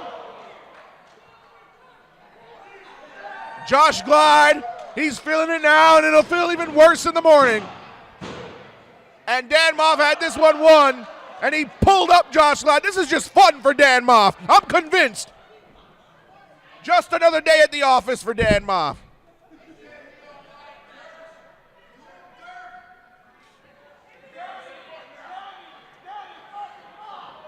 And Dan Moff with a senton. Josh Glide said he didn't like New Jersey. And now he's going up against the man who represents all of New Jersey. And another senton for good measure. Josh Glide, pick your words wisely and be careful what you wish for. And the people have said one more time. Josh Glide got the knees up. Dan Moff went to the well one too many times. And maybe he's out here having too much fun. This might be the opening that Josh Glide needed. Could he pull off the comeback of the century? And he telegraphed Dan Moff again. Off the middle rope. Into the cutter. Window open. Window closed. Josh Glide had his opportunity, and it looks like it's passed him by.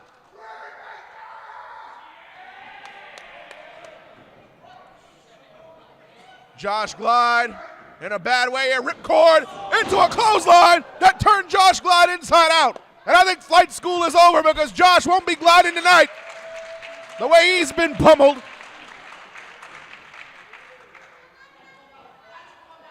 And Dan Moff with a spear. And Josh Glide almost flew out of the ring.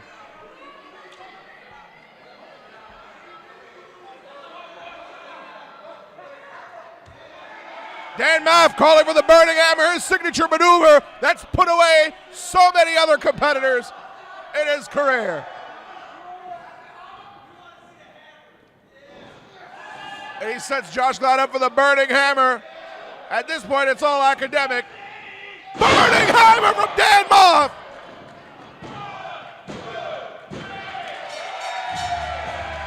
Ladies and gentlemen, your winner, the Bayonne Badass, Dan Moff.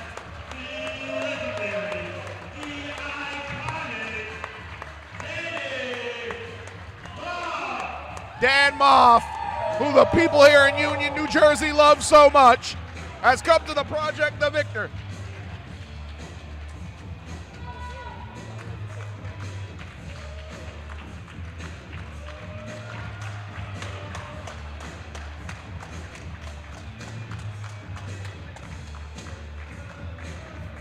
Josh Glide may need some medical attention. He may need a bed in a hospital somewhere. As much as he dislikes New Jersey, it'll probably be in New Jersey. And Moff's going to speak.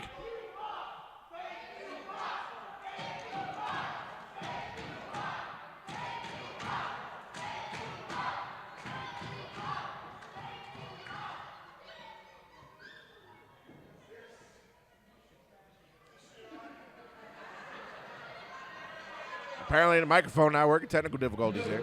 Here we go.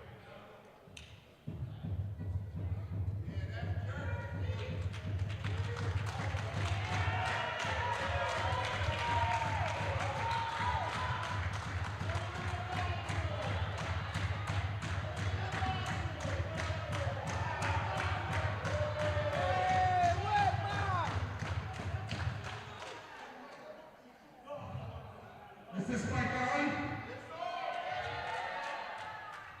All right. Yeah! Oh, yeah! That felt real good.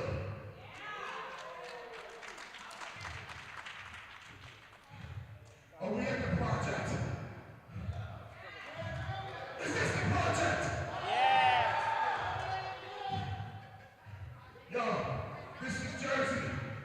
I know there's no else in this house. Is this the Pro Wrestling Project? Woo! Oh yeah, that's the kind of shit I'm talking about. That's the energy that y'all gotta bring. Because that is what New Jersey's missing. A real promotion. Hard head. The real deal. That is what the Codename Project is all about. You have a locker room full of hungry, young, black, Hispanic, and white boys and girls.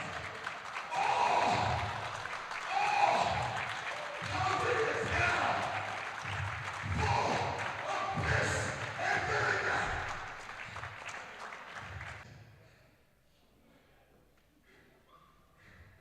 But I'm here, not because of the competition,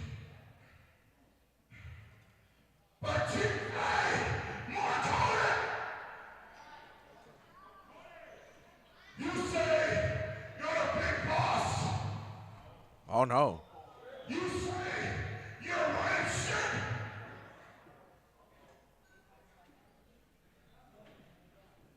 Well, I'm the king of the north. And if you got a bear, you answer this. You've been ducking my ass for years because you know. Is that a challenge? You know. You know. You know. I don't need to call you, brother. Where I come from, I don't sweat nobody named Marconi. You know why?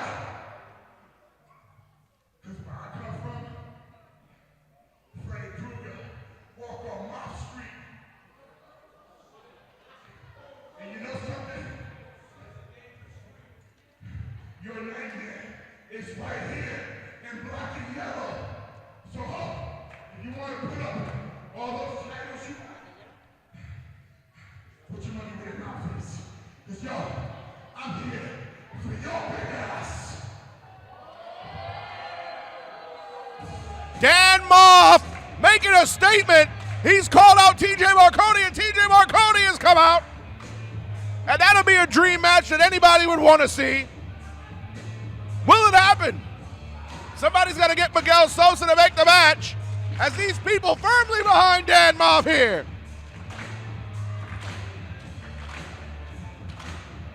Ladies and gentlemen, Dan Moff has come to the project and made a statement.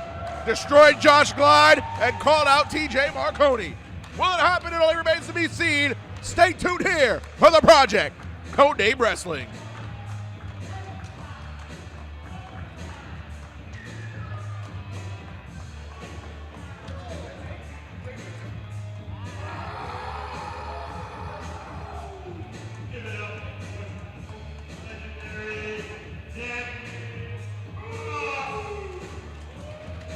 And Moth, what a surprise. Was not expecting to see him here, but you never know who could show up here.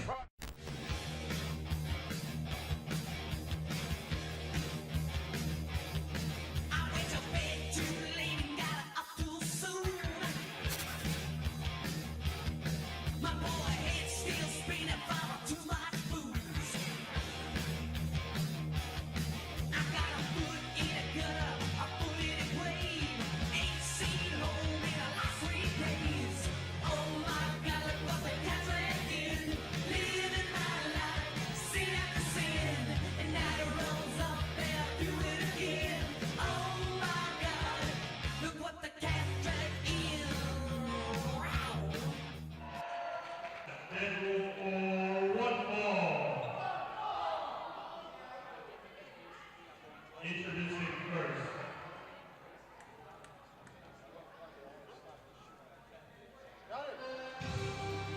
Women's action here in the project. The first ever women's match here in the project.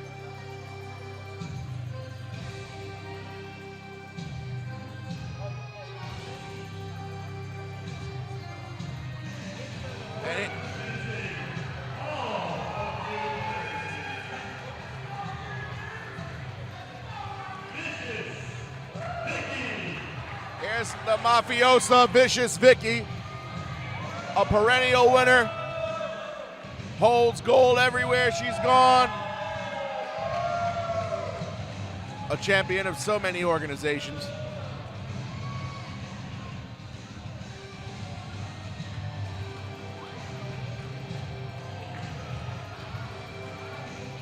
And referee Dan Taylor having some words with Vicky, backs off.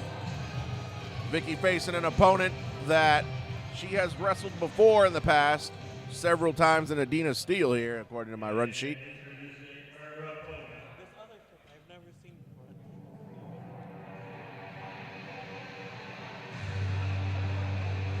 Chris Cage still conspicuous by his absence here at the desk.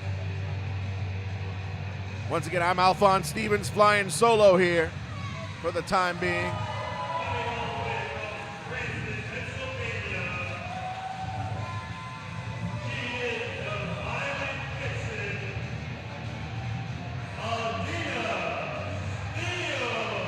Adina Steele, like I said before, no stranger to Vicious Vicky. This match should be hard hitting. These two have an unresolved issue to settle. But this should be a good one. Two of the best women's competitors on the East Coast set to do battle here at Project Codename Wrestling.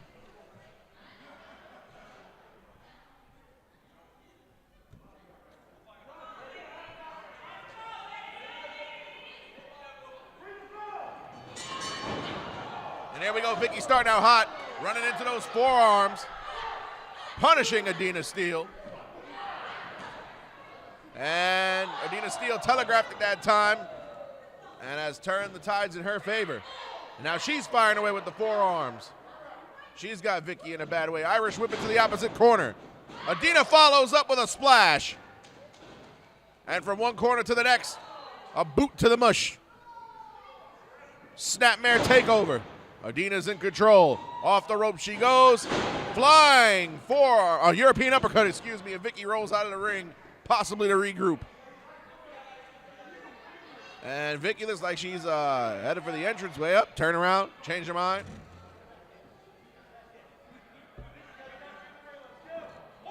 Referee Dan Taylor starting to count. Vicky taking her time. Adina Steele chasing now. Turns Vicky over and takes an elbow to the gut. Double chop. And Vicky with a forearm. And now the ladies exchanging forearms here on the outside. Irish whip, reverse.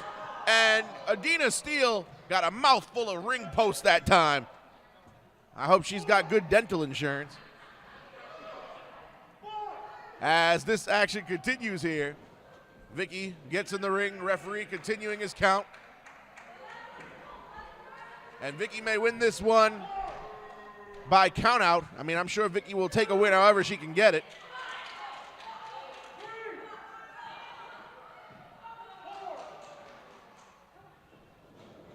here we go. Vicky stomping away. Didn't even give Adina Steele a chance to get on her feet as she rolled into the ring. Vicky with a mean streak that we've seen on display time and time again. Forearm to the throat. Irish whip it to the opposite corner, followed up by a clothesline. Snapmare takeover. Kick to the back for good measure. And a pinfall attempt at 1, 2, and only a 2 count that time.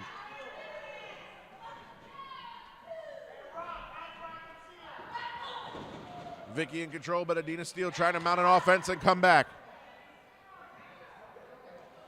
Adina Steele on that rope. There's Vicky. Irish whip reversed. Adina Steele now drops for the back body drop and got dropped right on her back. Vicky hooking the leg, only a 2 count.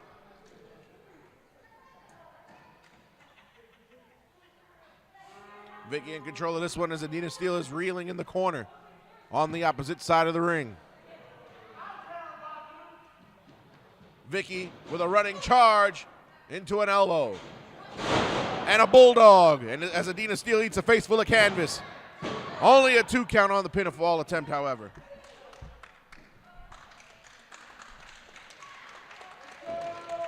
Vicky now mocking the crowd's adulation for Adina Steele. Say what you want about how you may feel about Vicky, but she is a perennial winner. Her success record and track record and resume in the sport of professional wrestling is proven as like nothing else. Suplex with a bridge, only a 2. Vicky didn't get the full bridge that time. No.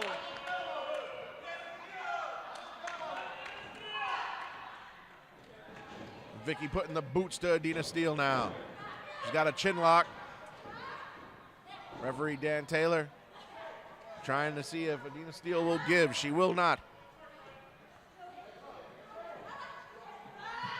Vicky wrenching that in.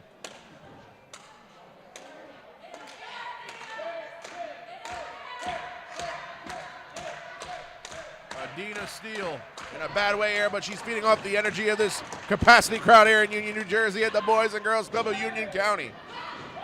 Clothesline. There's 1. There's 2. Adina Steele coming out like a house of fire now. Swing and a miss by Vicky. Knee to the mush. And a German suplex.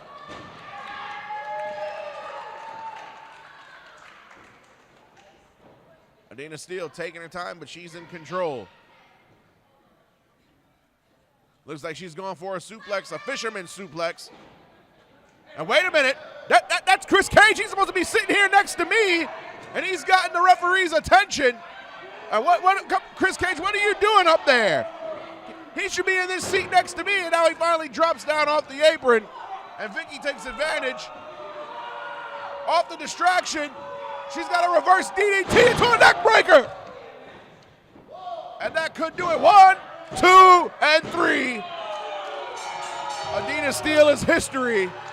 But my question is, what in the world does Chris Cage have to do with this match? And Chris Cage now applauding as Vicky wins this match. A handshake. And Vicious Vicky is leaving with Chris Cage. What's going on here? I got some questions. If he'll ever come back to the announce position. Chris Cage bowing at Vicky. Vicky, I don't understand this. What business does Chris Cage have with Vicky? Or does he have a beef with Adina Steele and Chris Cage hightailing it?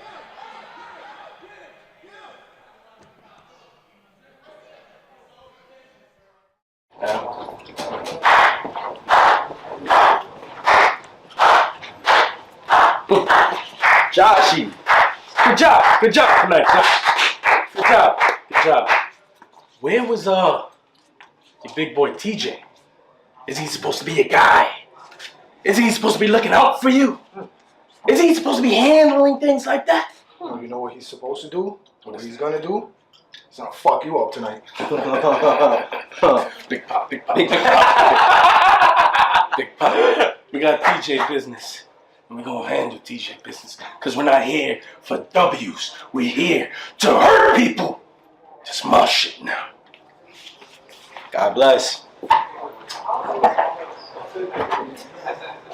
You from the land of Eden, but when you come to the gates of hell, stop believing in God and believe in the devil himself.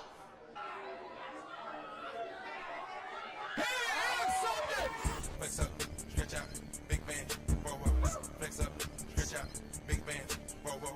Flex up, stretch out, big man, roll up. Flex up, stretch out, big man, roll up. I am the one.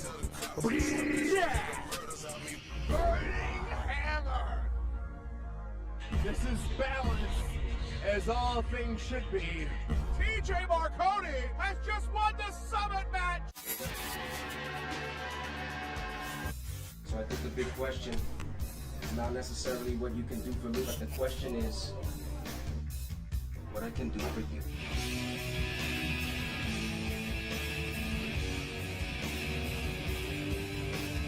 I don't know what it is you gotta do. I don't know who you have to speak to. But come Genesis, it's Mantis versus TJ Marconi versus PJ Savage. Run in your mouth when you talking that shit. This ain't no Beyblade, but I let it rip. What you gon' do with this dick to your lips? Fuck using hands, bitch, that llama go. Smack, smack, smack, smack, smack. Fuck using hands, bitch, that llama go.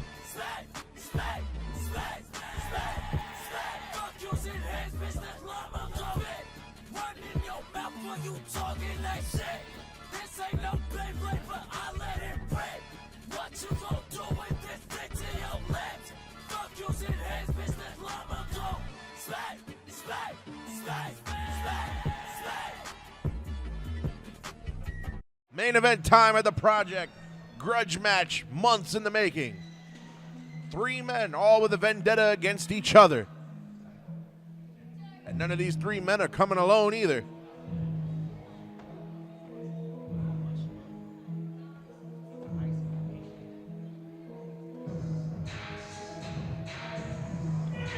And there he is, being led to the ring by Dr. Julius Smokes.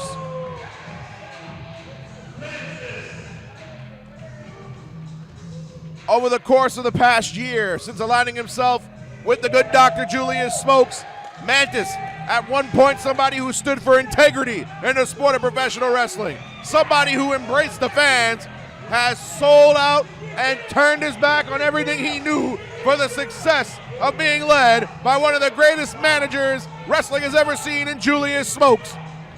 With Julius Smokes' proven success record in managing, I don't blame Mantis for turning his back on everything he knew. I don't blame him for submitting to Julius Smokes and taking the tutelage of the man who's taken people like Homicide to the promised land of world championships and money.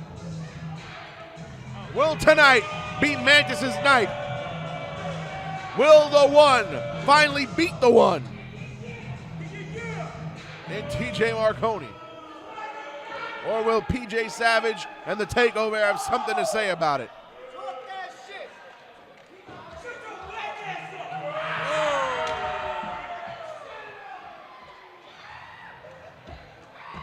Mantis has become meaner and tougher since being aligned with Julius Smokes.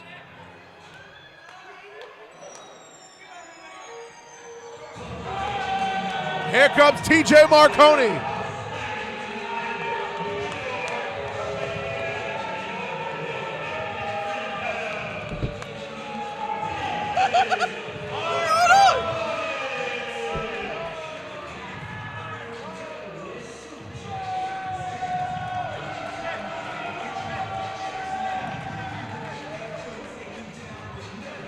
TJ Marconi, a man of the people.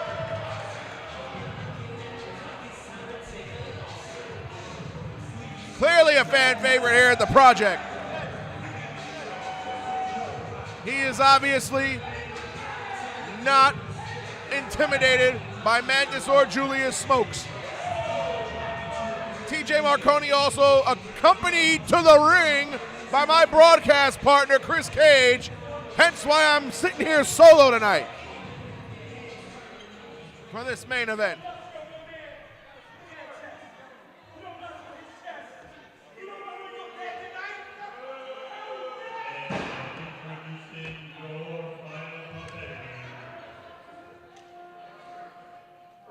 And here comes a man who threw himself into this mix not that long ago, being flanked by the Takeover. TJ Marconi has come out here with Chris Cage. Mantis has come out here with Julius Smokes. But PJ Savage has come out here with Jay Bougie and the Faceless Ones.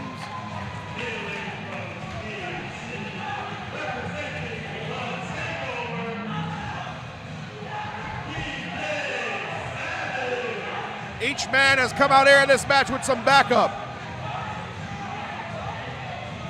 I don't know which one has the advantage.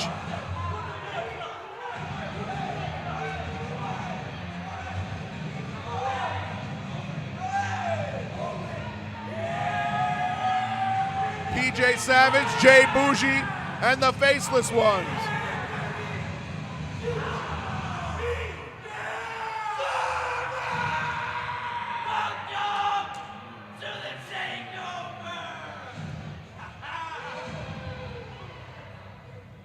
I don't think TJ Marconi's impressed by the takeover. I don't know if they will take over. Only time will tell. However, 4 men out here to support PJ Savage, or 3 men I should say, to make them 4 total. One of these days, somebody's got to film a documentary so we can get their thoughts on Jay Bougie. But that's beyond the point. Triple threat main event, Marconi, Mantis, and Savage.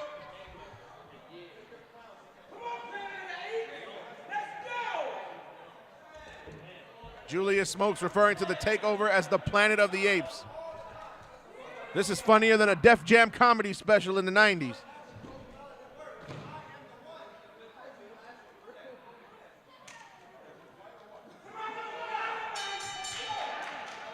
And the bell has sounded. The main event and the project underway. And Mantis has jumped to the outside.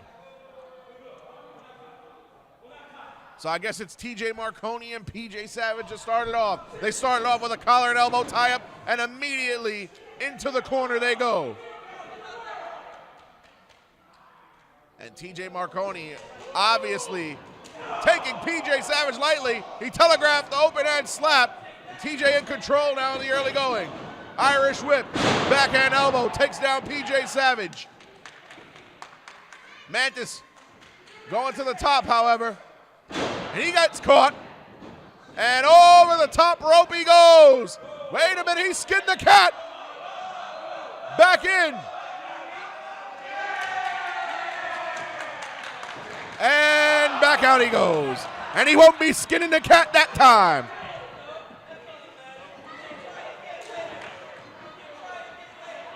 PJ Savage just ate a mouthful of boot from TJ Marconi. Julius Smokes on the outside giving counsel to Mantis as TJ Marconi works on PJ Savage in the corner. Irish whip to the opposite corner. Irish whip with authority that brought PJ Savage to his knees. And a big scoop slam.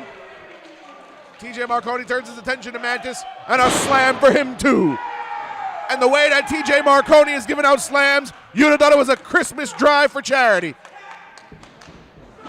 Irish whip again. Into a side slam. Mantis reeling. And TJ doesn't realize PJ Savage stalking his prey. And a knee to the mouth. And I don't think that did anything to TJ. As he takes a right hand.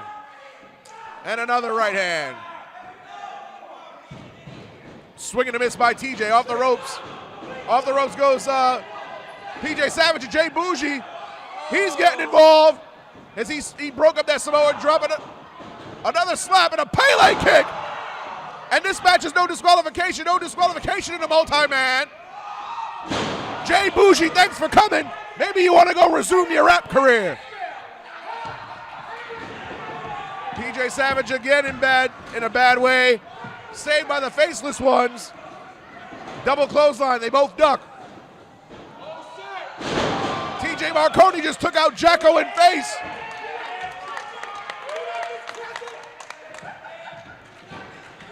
And a knee from Mantis to TJ.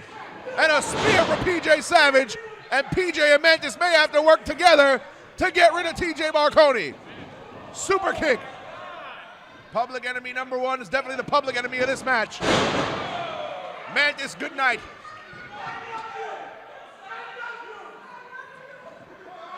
PJ Savage and TJ back in the ring. TJ Marconi. I think we've got 10 punches in store here. Jay Bougie again getting in the ring. And now here's Face.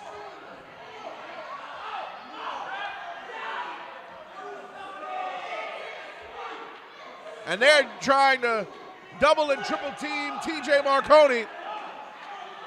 Even Mantis helping him out. Whatever's gonna happen, it's gonna be a huge impact. And wait a minute, a blockbuster and an assisted powerbomb. And now Jacko is up at the top. Jacko up at the top. 450 to TJ. And they've neutralized the biggest threat in the match, TJ Marconi. And now the Takeover have turned their attention to Mantis. Wait, and PJ Savage just said, I got them. I got him. He's calling off the Takeover. And Julius Smokes losing his mind at ringside.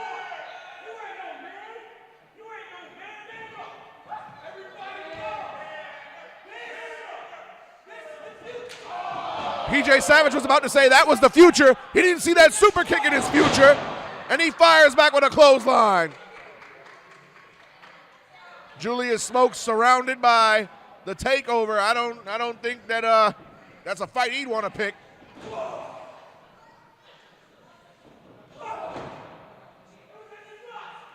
TJ Marconi may be out of this match for good after that gang assault. Here we go, off the ropes, PJ Savage. Sit out powerbomb from Mantis. He didn't pin him. He wanted to kick him. PJ caught him. Up for a powerbomb. And that powerbomb shook the Richter scale. And the faceless ones and Jay Bougie back in the ring. And they've turned their attention to Mantis again.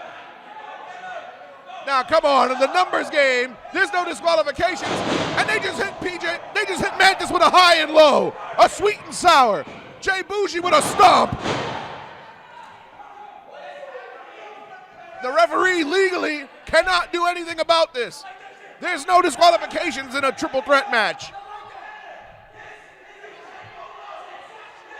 Takeover may be taken over, but that proves PJ Savage, he can't do it by himself. Evidently, since he needs that much help. The faceless ones, tag team combination maneuver. Chris Cage and Julius Smokes both beside themselves. This is not fair. This is a gang assault. Somebody got to put an end to this. But it's not against the rules. This is a gang assault. Julius Smokes motioning for somebody to come from the back. Mantis is helpless. TJ Marconi's been neutralized. PJ Savage saying, now we go home. Look. Waiting, and Mantis fighting back.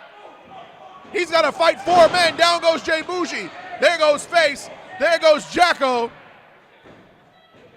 And PJ Savage. Wait a minute.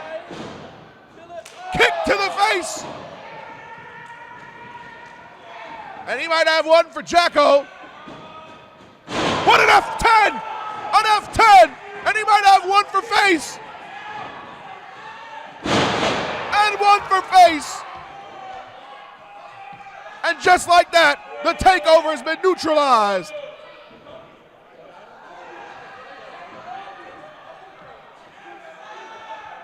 And just like DJ Khaled, that takeover didn't last too long. Double sharpshooter to the faceless ones. Oh no! Mantis with a double sharpshooter and Jay Bougie with a springboard cutter. That broke that one up. And again, the numbers game is catching up to everybody.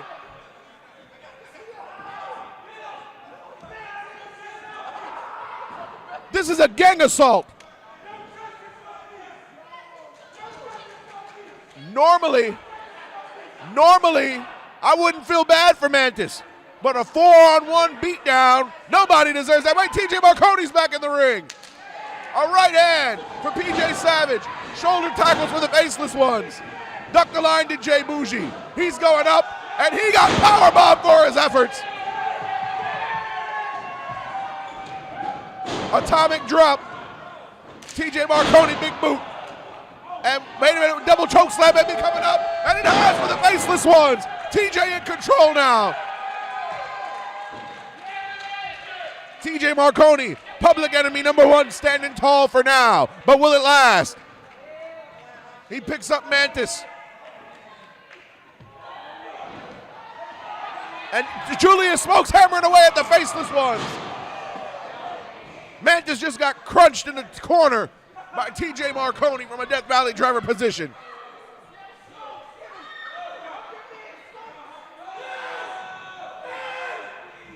And wait a minute. A running knee to the face from PJ Savage to TJ Marconi. And an elbow drop on the outside from Julius Smokes to Jay Bougie.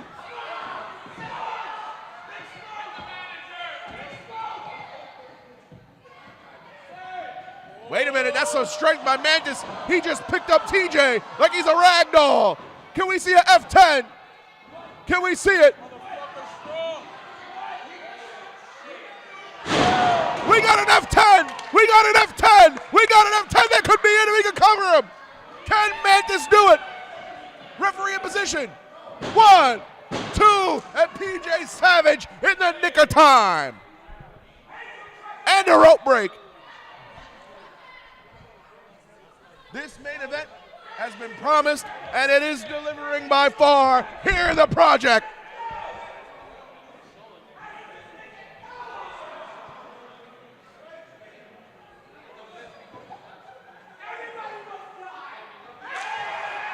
And now PJ Savage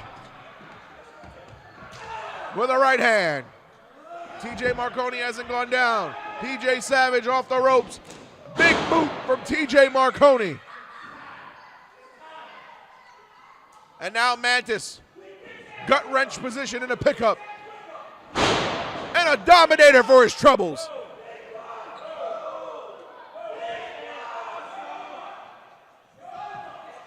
And Jay Bougie climbing up on the ring apron. And another beatdown by the takeover. And they're going right after TJ like they did earlier in the match. Meanwhile, PJ Savage turns his attention to Mantis. TJ still having to contend with Jacko Face and Jay Bougie. And Chris Cage has just come by. He's came and grabbed a chair. Meanwhile, PJ Savage is trying to use the sharpshooter on Mantis. Wait a minute, Chris Cage is in the ring. Chair shot, right over the head. He swung and connected like he was Aaron Judge in Yankee Stadium, my God. And now Julius Smokes getting in the ring. Julius Smokes, he just leveled Chris Cage. And he had a knuckle duster. Julius Smokes had a knuckle duster. He puts Mantis on top of PJ Savage. 1, 2, 3, it's over. Mantis has won this match. Thanks to Julius Smokes with the assist.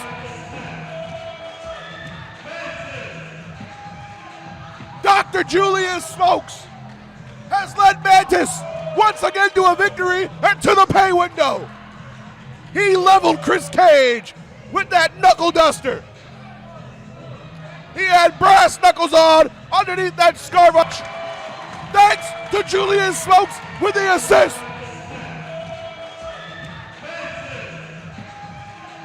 Dr. Julius Smokes has led Mantis once again to a victory and to the pay window.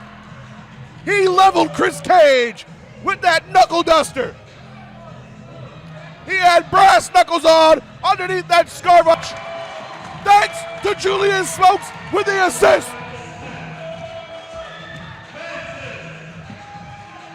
Dr. Julius Smokes has led Mantis once again to a victory and to the pay window. He leveled Chris Cage with that knuckle duster. He had brass knuckles on underneath that scarf. Thanks to Julius Smokes with the assist.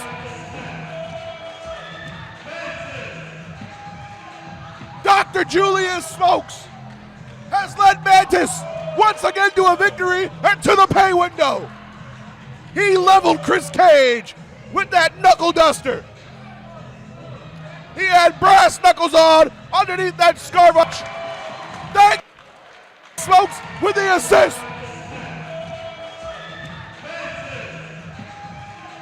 Dr. Julius Smokes has led Mantis once again to a victory and to the pay window.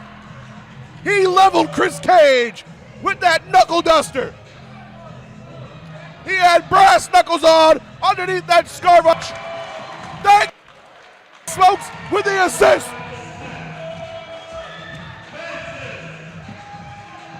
Dr. Julius Smokes has led Mantis once again to a victory and to the pay window.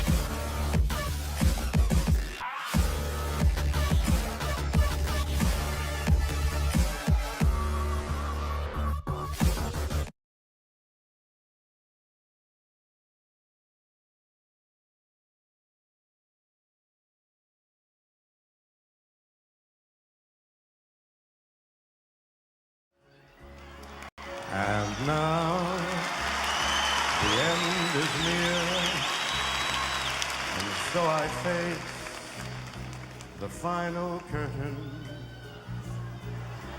My friend, I'll make it clear, I'll state my case, of which I'm certain.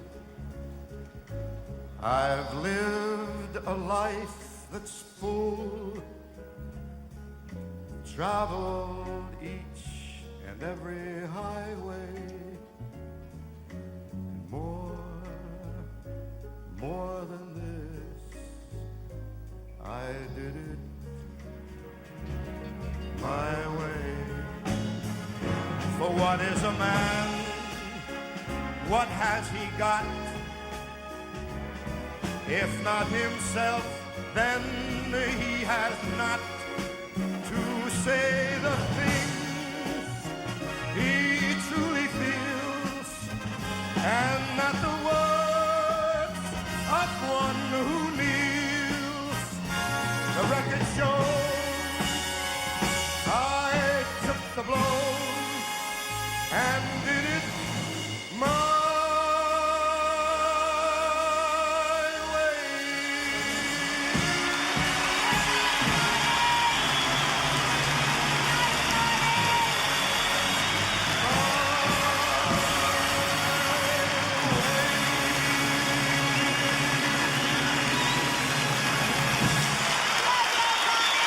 Thank you, ladies and gentlemen. I thank you very much.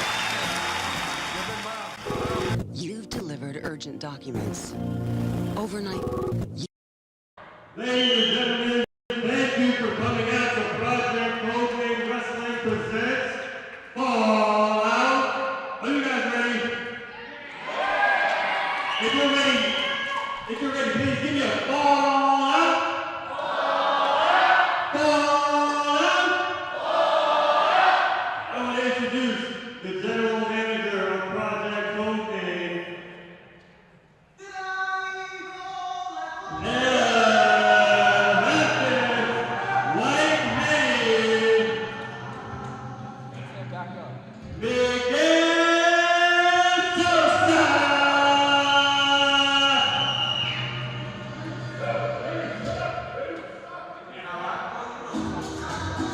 Ladies and gentlemen, welcome to Project Codename Wrestling presents Fallout. It's the voice of the project, Alphonse Stevens, alongside the absolute Chris Cage, who I know you can't see it on camera, but he's next to me dancing. How could you not dance to this amazing track, Al? Welcome to Project Codename Wrestling. I am the one and only absolute Chris Cage. As my partner mentioned, there he is, El Jefe himself. That's right, look, oh my God. What in the world is this? What an honor to be greeted. Don't worry about this guy. Yes, I tell the people the truth. The truth. We're starting out on the wrong foot already, Al. You need to watch your mouth when El Jefe is out here. It is a pleasure for me to be ringside with you once again, and I am excited for the fallout of Project Codename Genesis last month. I can't wait for tonight's action, baby. All I gotta ask you is, how's your jaw feeling? My jaw's feeling fine. We're not gonna talk about that tonight. If you wanna have a good night, we're gonna pay attention to the boss. Oh, come on, he's using Danny Ortega as a step stool. Danny Ortega, of course, on our production team.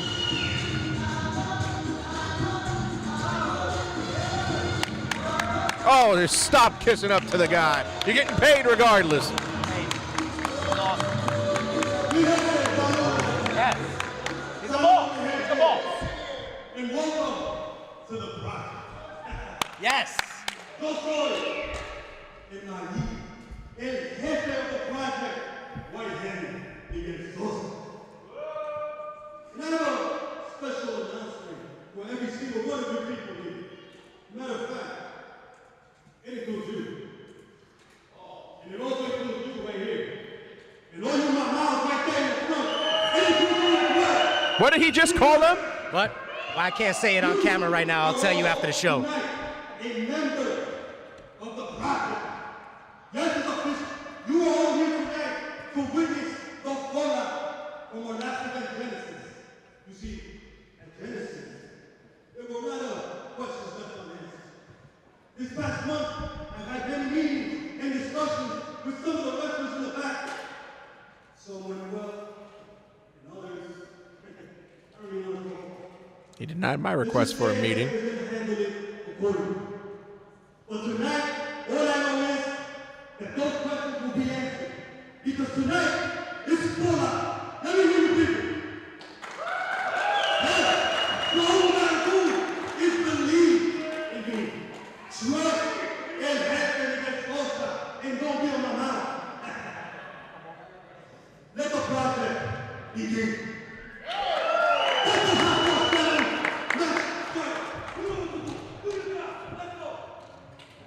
I just want to shout out the sponsor of this match, the Rap Lab Podcast. Please check out our live streaming platforms on YouTube, like, comment, and subscribe. Now let's get this hot match, the Hot Start Scramble next Friday. This match, the Hot Start Scramble match, brought to you by our good friends at the Rap Lab Podcast. To the end. Introducing first.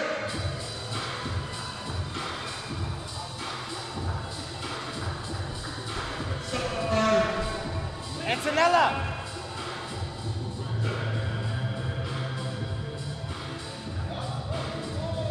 New face here in the project. Got a hammer for the Superstar Whiplash. Joe Bullrock, Dashing D1000, all new faces in the project. Of course, the Hot Start Scramble match, our tradition that opens every show. Brought to us by our friends at the Rap Lab Podcast.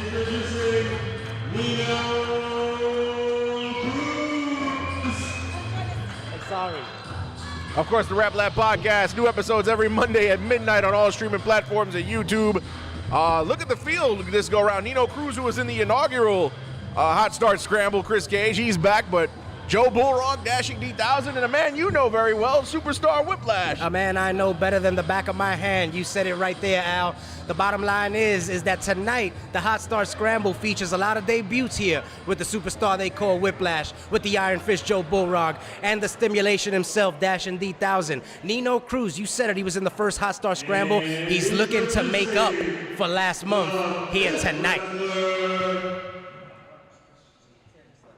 And it seems like every Hot Start Scramble, we have a mystery entrant. I wonder who's the mystery entrant this go around. I've got 5 men on the run sheet and only 4 here. The 5th man is a question mark. Who is the 5th wrestler? JC Alega, our ring announcer, doesn't know. Do you know who the 5th wrestler is? You always have the scoop. I can neither confirm nor deny my information that I have here tonight. Oh, well, there you go. All right, things getting started hot and heavy since we don't have the 5th man out here, so I guess this will be a 4-man scramble. And Superstar Whiplash and Joe Bullrog both go out of the ring. Dashing D1000, Nino Cruz are the 2 men left in the ring, and here they go with a lock-up, collar elbow tie-up. And for Nino Cruz ate the pinfall in the last Hot Start Scramble. Of course, that was won by Ghost Shadow. You said he's looking to redeem himself. How important would it be for Nino Cruz to come away with a win here? Well, you know, the Hot Star Scramble, we've seen it before in the past, Al. Very difficult to get that all-elusive 3 count in this first fall to a finish matchup. So can Nino Cruz bounce back from last month? I got it on good authority that he spoke to El Jefe to be a part of the Hot Star Scramble because he did want to redeem that loss from last month. Of course, Nino Cruz, the only repeat entrant. And look at Superstar Whiplash and Joe Bullrog, both with the same idea. Some people say that, you know, your guy Whiplash might be at a disadvantage because he's primarily been a tag team wrestler. Well, what I would say to those people is that they haven't been paying attention, because if they know, they would know from the year 2012 to 2015, the superstar they call Whiplash was a scramble match expert competing in Fighting Spirit Wrestling, competing against some of the top talent in the country, and he's been here before. He knows exactly how to get it done in this type of match, Al. Well, he's in there with a man who has one of the most deadliest hands I've ever seen in the sport of wrestling, if not fight, combat sports, period, in Joe Bullrog. Very nice power by Joe Bullrog. Don't forget the power game that Joe Bullrog likes to employ. We just saw it right there. And there we go, and both of these men telegraphing each other in the early on. Joe Bullrog in front Watch of us. out, the superstar! And a suicide dive that took out everybody and almost took us out. And Whiplash is the only man on his feet. Superstar Whiplash flying through the air like a shooting star, taking all 3 men out, and clearly in control of the action right here. You see he's enjoying it with a smile on his face as he sends Bullrog back in the hard way. And Superstar Whiplash in control now. Bullrog looks like the lights are on and nobody's home. Nice gut shot from the shoulder. And what is this, sunset flip? No, up and over the back of Bullrog. And now it's a sunset flip. Bullrog comes out on top. Looked like a pinning combination into a suplex. Nice offense from Joe Bullrog that time. Beautiful counter by Joe Bullrog. I don't think I've ever seen a counter quite like that. Joe Bullrog hasn't been in the ring in quite some time, and I'm not really seeing no ring rust here, Al. No, he has not, but he's still looking sharp. But Nino Cruz now, beautiful maneuver. That could be it. And Dashing D1000 with the last second with a kick to the back of the neck. Dashing D, known for those stiff kicks. I've seen them. I have felt them. Nice Northern Light suplex. Look at the bridge. And of course, Dashing D1000, also primarily a tag team competitor in his own right. That's right, tag team competitor, and I love it. Big right hand by the superstar, and a forearm right back. They're going to go back and forth, Al. And these 2 men, Whiplash and Dashing D1000, no strangers to each other. They've been in many ring wars with each other that you've even been a part of, partner. That's right. We have been in the ring with Dashing D1000 in tag team action. I know what this man is about. The superstar has him scouted, as you saw right there, as he hit the nipple. And now, wait a minute, we calls that the nipple buster, baby. And Whiplash kicking butt and taking names early on here in this scramble match. The pain etched on the face of Joe Bullrog. Nobody home in the corner for Whiplash. Nino Cruz now, who is the man who has the most to win with a win. And what was that? Looked like a blockbuster from the outside. I don't even know what to call that. Very but impressive nice. Nonetheless. But here's the cover right here. And Whiplash had the wherewithal to kick out. Now he's going after Bullrog. Only a 2 count. And he tried to pin every man in the match. Still came up short. Just like I mentioned out earlier, Al, Nino Cruz is here to win. Wait a minute. What's going on? What do you mean, wait a minute? We got a match going on. It's looking like I think I'm going to have to be stepping away for a second, Al. Step away? I have a very important text here. I got to step away to take care of something. We're in the middle of a broadcast. Right, There's a match in the ring. You'll live. Well, Chris Cage, my broadcast colleague, got a text message. He's got to step away from this match, but Joe Bullrock in the meantime with a nice exploder suplex on Nino Cruz. Only a 2 count. And filling in for Chris Cage, we've got my good friend Raymond Sanchez from the Respect the Craft podcast. I don't know where Chris Cage is going. I'm not sure, but I was brought in to bring some respect to this commentary booth. So. Well, ladies and gentlemen, of course, if you watch the Respect the Craft podcast, you'll know Ray very well. But in the meantime, we've got Joe Bullrock. He looked like he went for an O'Connor roll on Whiplash. There we go. Caught him right there with that drop kick. Oof. Drop kick right to the midsection. That one had to sting. Dashing D1000 now back up to his feet. Swing and a miss telegraphed. Looks like a suplex coming from Dashing D. Oh, wow, what a maneuver. Very innovative offense that time. And Joe Bullrock, his eyes are glazed over like a Krispy Kreme. Caught him with that brainbuster to the patella. That's definitely going to disorient him there. What is this? Double knees to the head of Whiplash, and that'll give him whiplash. He'll feel that in his neck in the morning. Dashing D1000 coming out like a house of fire. He's got Nino Cruz down there going up top to the higher end district. Still wondering who that 5th man is, however. I don't know who the 5th man is. I don't even know if the 5th man will make an appearance here. We've got a innovative brainbuster off the top there. And every man is dead. Wait a minute. That music. Wait, it can't be. No. That's where Chris Cage went. That's where Chris Cage went. Don't tell me that TJ Marconi is the 5th man. The Don himself has entered this. Wow. He's in the hot start scramble. TJ Marconi has never competed in a hot start scramble. And Chris Cage, did he know this all along? He must have known something. He's always working with El Jefe. If I'm not mistaken, he had a challenge to answer from Dan Moff and didn't answer it yet, and now he's here in a hot start scramble. Well, he did say he'll do whatever he wants, and I guess this is it. A spot filled here. The mystery man is public enemy number 1, TJ Marconi. And Ray, I don't know if you realize it, but all the other 4 men are now looking like they're about to create an alliance. They're surrounding TJ. This is what happens when you're public enemy number 1. You always have a target on your back. But Chris Cage now trying to equalize here. Oh. Joe Bullrock just ate a fist. And Dashing D1000 just ate a clothesline. Nino Cruz just got his head taken off. And this is an interesting dynamic because Whiplash and Chris Cage are like family. I guess business comes first, however. Well, money's thicker than blood, huh? Guess so. But here we go, has them both guzzled. Could it go for a chokeslam here? Oh, no. And now the entire field attacking TJ Marconi here, and they brought him down to 1 knee. Whoever scores the pinfall or submission gets the point here. Whiplash not playing nice with others. Oh, clothesline there. Ate a clothesline for his troubles. Joe Bullrock ate a big boot. The boot party's back there. Oh, guzzle him into the corner. A major meal. A Bradley-sized meal for Dashing D. Nino Cruz off the second rope. That ain't smart. Fall away slam. Oh, no, he's going to Death Valley Driver position. Oh, TKO. Joe Bullrock on the top, though. And he gets caught. The strength of the Don there with that sidewalk slam. TJ Marconi extremely dominant here. There we go. Oh, has him up. And a big choke slam. Look at the head time. Look at the head time. And TJ Marconi has come here to Union County and has won the hot start scramble match. There you go. The point for the Don there. But the question remains, will he answer the challenge of Dan Moff? We're still waiting for it. I'm hoping he answers tonight. But again, he'll do whatever he wants.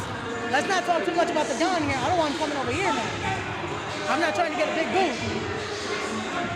I mean, it's all good and well to answer the the open contract of the Hot Start Scramble, but again, Dan Moff is still waiting. And now TJ asking for a microphone here. Again, this is the boss man. He gets to do whatever he wants. We kind of have to let it happen here. Here we go. Maybe he's going to answer it right now. Let's hear what he's got to say.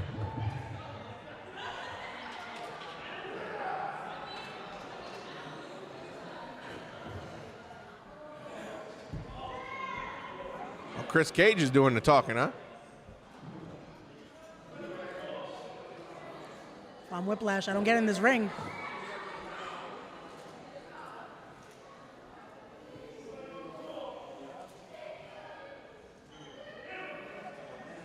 Whiplash is asking what's going on here. These two are like brothers. They travel down the roads many a times for many years.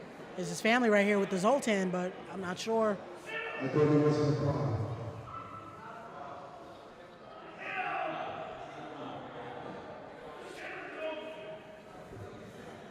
You, the big man, fan.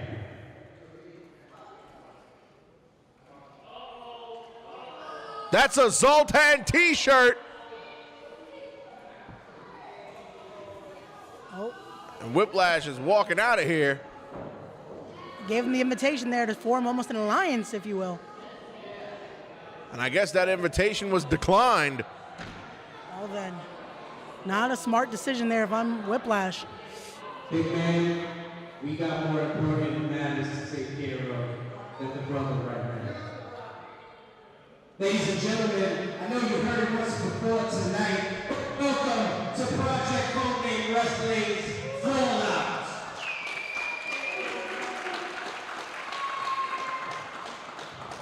My name is the Absolute Chris Cage, and I am the spokesman for the big man standing before you right here. The most powerful man in all of Northeast Wrestling, the most dominant champion that this hemisphere has had in the past 4 years. I give you public enemy number 1, T.J. Marconi. Well, there's no denying his track record. Definitely not. He's standing tall. There's a reason why he's the Don. You got to give it to him there. Apparently not everybody in the audience is a fan.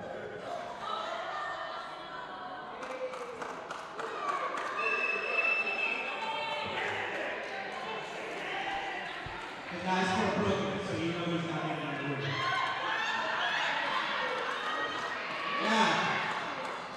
Now that we got that out of the way, down to business. Last month, March 5th, Genesis, our debut show. The big man came here to prove why he's the number 1 man in this business. But we got a little interruption in that situation.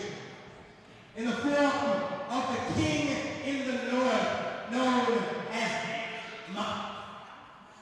Now, Danny Ma, you came in and interrupted some business I had last month with a little crew known as the Takeover.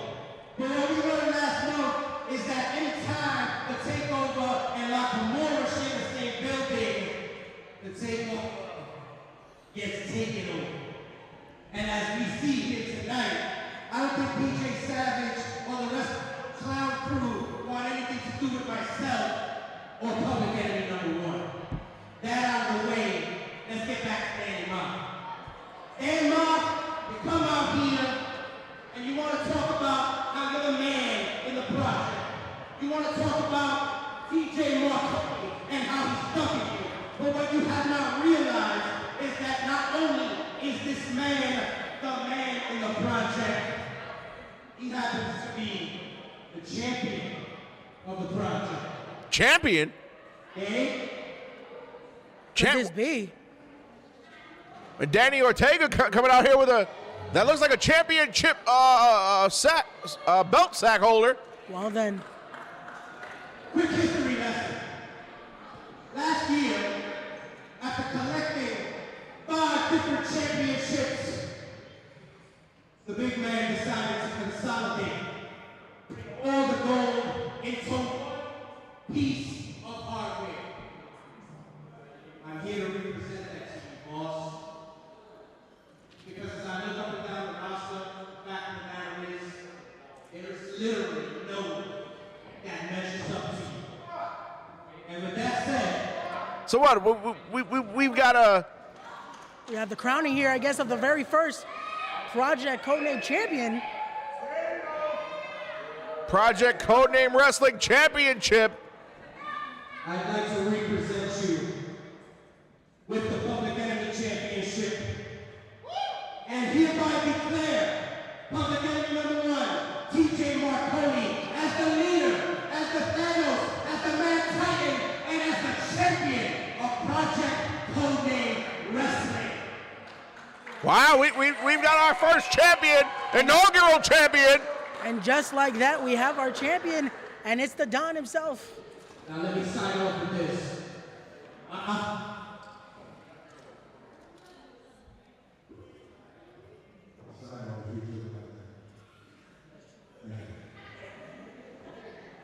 Danny Boy,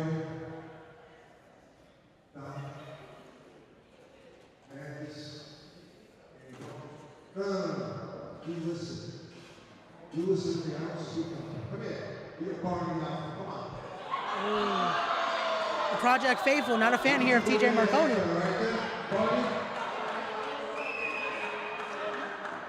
that your problem next to you? You should keep some manners.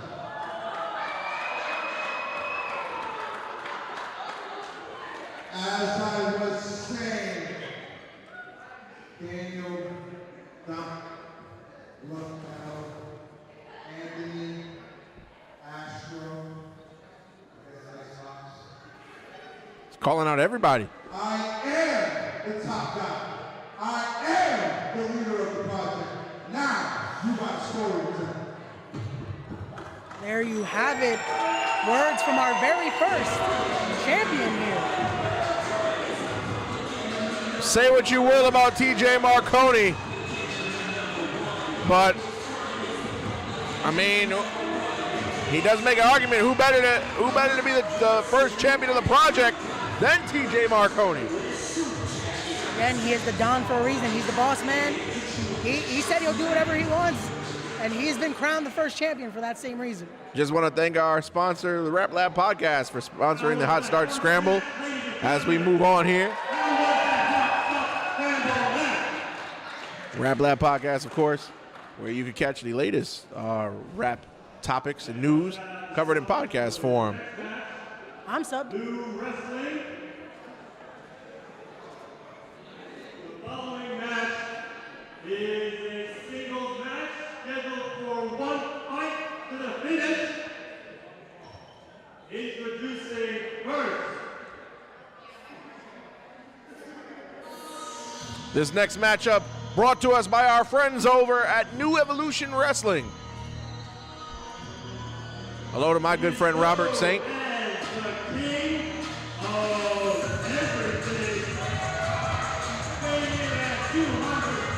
you go. It's time to give us some respect here to royalty.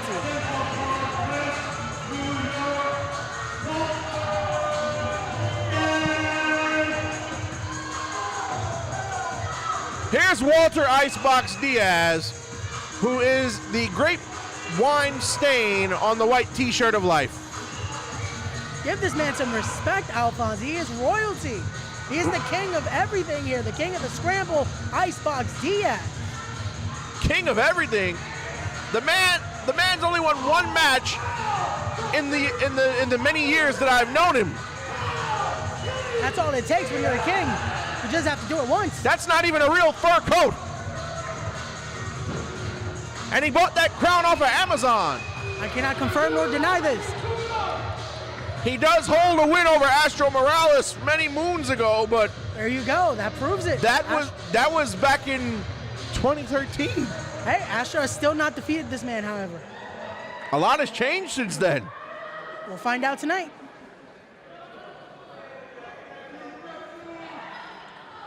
And introducing his opponent.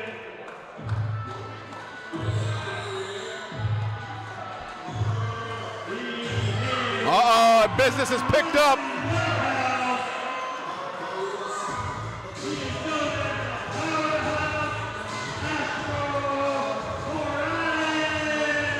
Look at this man here, the Puerto Rican powerhouse. Astro Morales, a real tough man, my guy. There we go, showing that respect. There we go. That's what you want to see right there from a competitor. Absolutely, Astro Morales, he's not a slouch. The people here in the project love him, and I think they're going to love him even more after he takes care of Icebox Diaz. Icebox Diaz, if there was an award for the most annoying wrestler, he would win. Oh, come on. Again, you have to give the respect to the royalty there. Again, I get it. He has to prove himself to you. Is that it? It's not that. You can't call yourself the king and you've done nothing but lose. He's not royalty. It's a farce. It's a joke. And he hasn't been given a real reality check yet. Do you realize that this is his first singles contest in almost a year? Well, then he's going to prove it here why he is royalty. Astro Morales in tremendous shape. There we go. We have referee SP Anderson here taking control of the situation. SP Anderson, of course, our senior official here at the project. A lot of social media back and forth between these two. Lots of storied history here. Astro seemed like a little bit of a hacker. He's been hacking into Icebox's promos.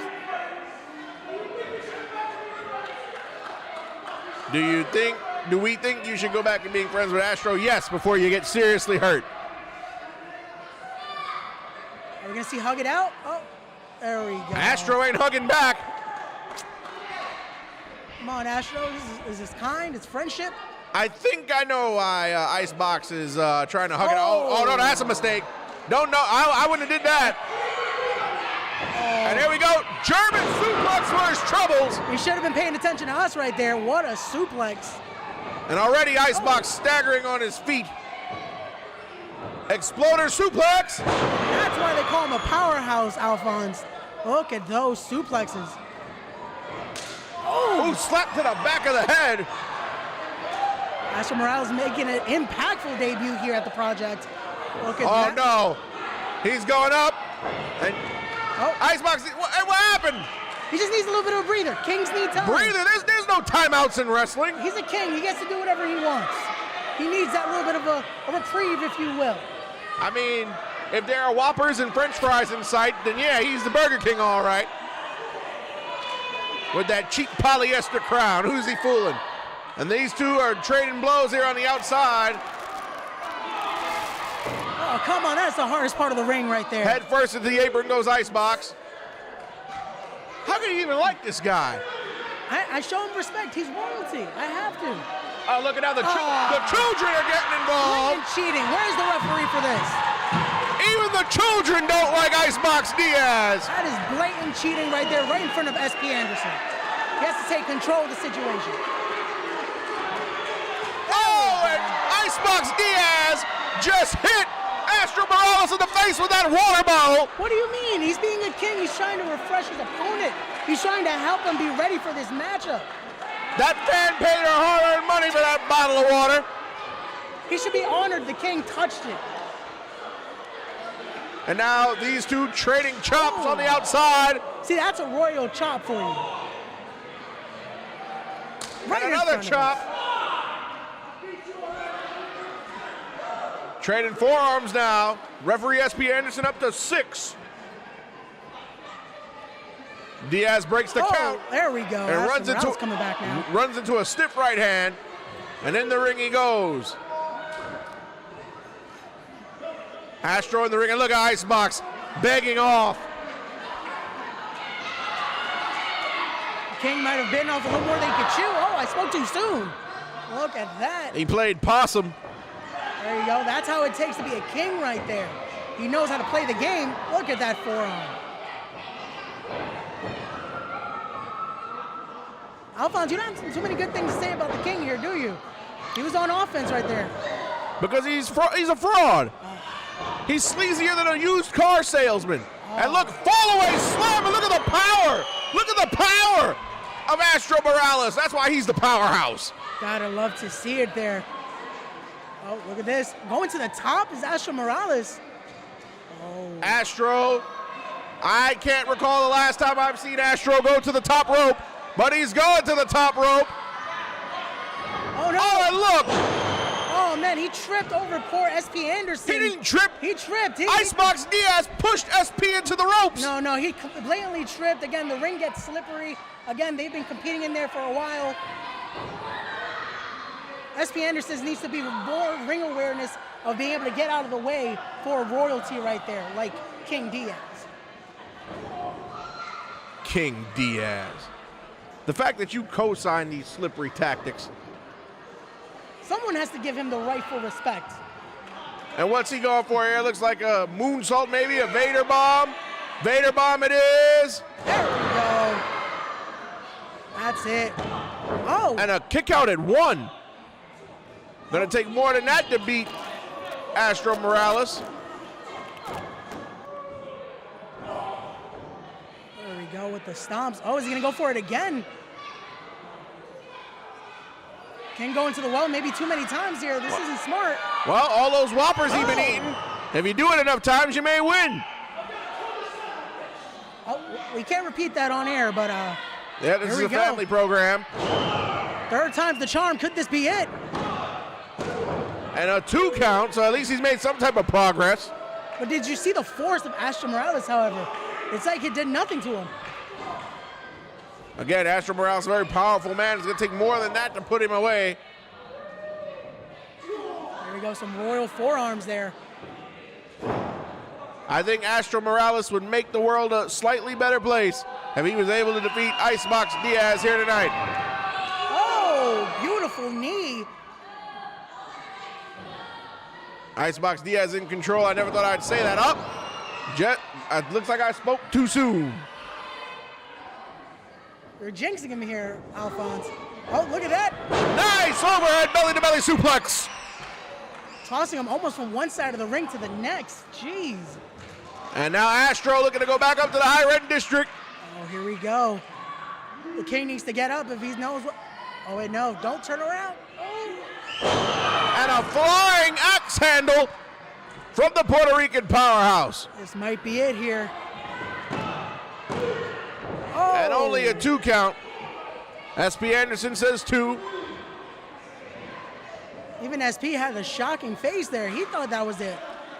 Somebody needs to send Icebox Diaz back to Central Park West with his fake chinchilla. Oh, and a kick to the side of the head. There we go. Oh. Purple Thunderbomb! That's his signature maneuver. Oh. And Astro kicked out. SP Anderson counting a little too slow there. That should have been it. Too slow. He's been counting the same the whole match. That was a purple Thunderbomb. That's it.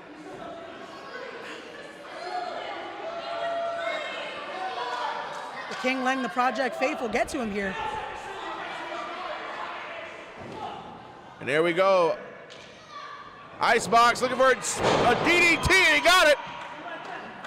Elevated DDT there. How can he pick up a man like Astro? And look, instead he goes for the cover, he's taunting the audience. He's showing what true royalty looks like. This capacity crowd here in beautiful Union, New Jersey, at the Boys and Girls Club of Union County here for Project Codename Wrestling Fallout. And look, Astro's back to his feet. He didn't stay on him. And a heck of a clothesline. What a clothesline there. This might be it. Wait, he's looking for something else. You never want to give a guy like Astro Morales a window, and that's exactly what Icebox did. He gave him a window. And a spear. Oh, he's not done. No, Astro's not done. Oh, picks him up here. Whoa, whoa, whoa, whoa, whoa, whoa. Oh, what a driver there. That has to be it. That's got to be it. And it is it. And do you hear the pure pandemonium from this capacity crowd?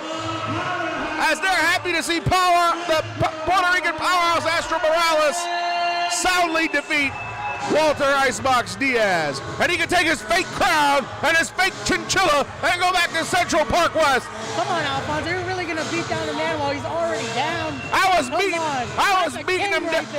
beating him down before he got pinned. Oh, come on. This is not how you treat royalty right there. But sadly, again, Astro with a dominant debut, 1-0 here at the Project. Icebox Diaz I'm not even. I don't have anything I can say about this guy. And let me guess. It wasn't your fault, right? It wasn't in the game plan, right? Same old shtick, right? I'm still the king. King of what? He is the king. He is. Can the I king get a Whopper with extra cheese if you're the king? How about that? Again, stop disrespecting the king right there. One of these days, he's gonna come after you, Alphonse. He ain't coming nowhere. Here we go, throwing back to JC. Oh, the king's trying to attack the peasant there. This isn't good. Not the grandmother in the crowd. No, he's got a chair. King, we do not do this. Yeah, that's your king, all right. Hey, maybe she had it coming. Who knows? Oh, will you stop it, Ray? She had it coming. She's a paying customer. If you disrespect the king, anything's possible. That's right. Give her a round of applause. That's right. How was that last match? Can I hear applause? All right. Now, issuing his open challenge, introducing the life-changing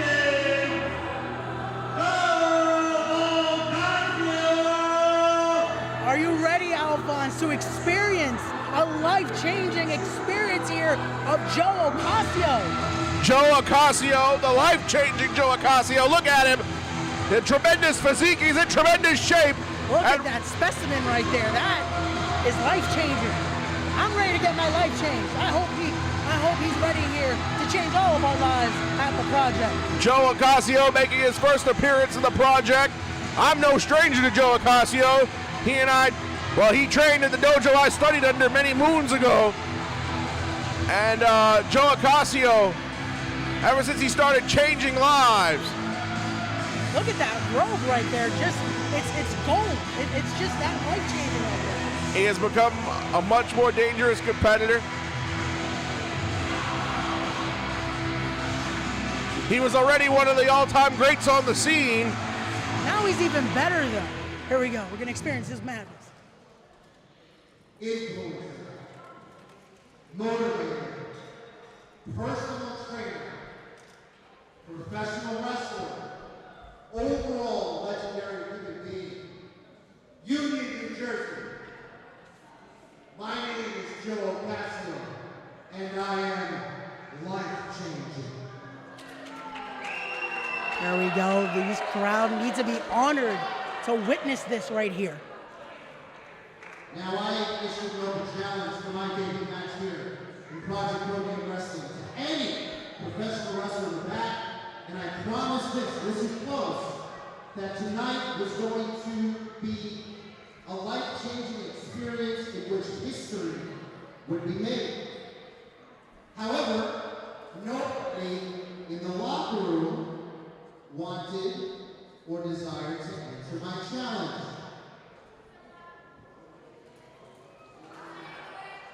So I thought to myself, somebody deserves a life-changing experience. Somebody deserves history to be made. And maybe the person that I'm supposed to make history with is sitting out in this audience. What is he talking about? Oh my, he's going to pick someone from the audience. So, what an experience here. Is there anybody in this audience who would like to compete with me tonight and change their life? He's asking if a fan would wrestle him.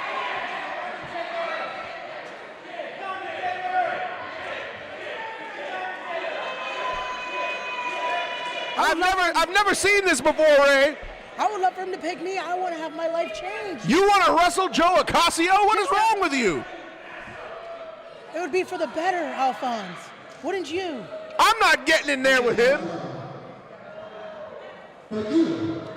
Wait, he's picked somebody, it looks like.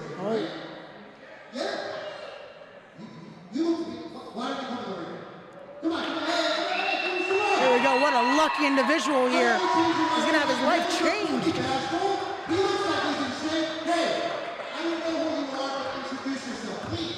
I want to change your life. Come to the ring. Well, that Well, that fella in the third row, I mean, he looks familiar. I can't put a finger on it where I've seen him before, but He's a loyal member of the Project fan base here, Alphonse. That's where you've seen him. He pays his ticket just like every other fan here. he looks awfully familiar. You go in and then you come good. Nice. So far, so good. All right. Why don't we start by this? Why don't we introduce yourself? What is your name? Yankee. Oh, awesome. And then, where you from? What do you do? New York.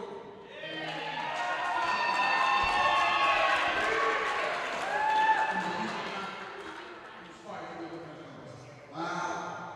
Inspiring professional wrestler. That makes this pretty good. Well, I guess, Yankee, the last thing that we have to ask is, are you ready for the life-changing experience, making history against the life-changing telecast of this debut match? Yankee, an aspiring wrestler. I am so grateful. This is going to be great. Yankee. This is amazing here for Yankee. All right. Ready to ring the bell? Okay. SP Anderson called for the belt. Oh, wait a minute. This guy's not even a trained wrestler. Why use such a tactic? This is a life-changing experience here. Oh, what a knee! No. And just like that, his life has been changed. Joe Ocasio literally picked somebody out of the crowd, challenged him to a match, took advantage of the young man. He took advantage. He offered his services like every other fan here. Again, it could have been anyone, even that grandma that we were talking about earlier. And now he's calling for a microphone. This is disgusting. This poor young man. Sure. You put that music now. Yankee, my friend, sorry about the face. I won National Ring Director Super. Now I promise that history will be made tonight at Project Codename Wrestling. It was. I, the life-changing Joe Pastor, now hold the fastest victory in Project Codename Wrestling history. Well, that is true. That is the quickest victory. Wait, Yankee just popped back up. With the fastest loss in Project Codename Wrestling history. Hey, I know you're mad, and I know this doesn't seem good, but I promise you it will be life-changing. What if I told you this is the last time you'll ever make history that was negative? What if I promise you that from this day forward, every single action, every single decision that you make will lead you to success? Now he's trying to brainwash the young man after he hoodwinked him. Stay with me, and I'll show you how to change your life like I changed mine. The choice is yours. If I'm Yankee, I shake his hand. I join a movement like the life-changing Joe Ocasio here. After he just embarrassed you in front of these hundreds of people. He enlightened him. What do you mean? That was an enlightening knee. He needed that. And look, he wants to hit him, but he can't. He shook his hand. He shook his hand. He accepted the offer. Yankee wants his life changed. There you go. Wise choice here by Yankee. There you go. Joe Ocasio, again, honoring us with his presence. So he's taking this aspiring young man who aspires to be a wrestler, Yankee, and he's taking him under his wing. This is to change his life, he says. I can see it now. Yankee's going to be a big star here in the project if he follows those tutelages of Joe Ocasio. Again, he's life-changing for a reason. Well, I guess it is life-changing. You're an aspiring wrestler. You come to a show as a fan, and you leave with Joe Ocasio.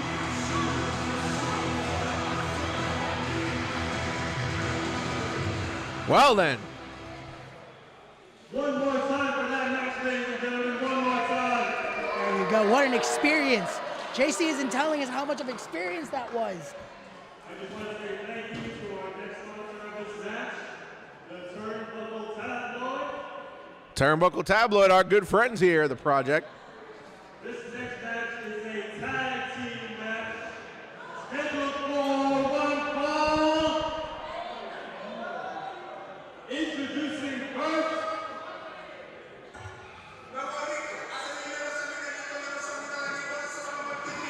team action here in the tag team division of the Project. There we go. I'm psyched. Tag team wrestling is on fire here at the Project, and this team knows it better than anyone. Oh, good Lord. Here we go. It's El Jefe.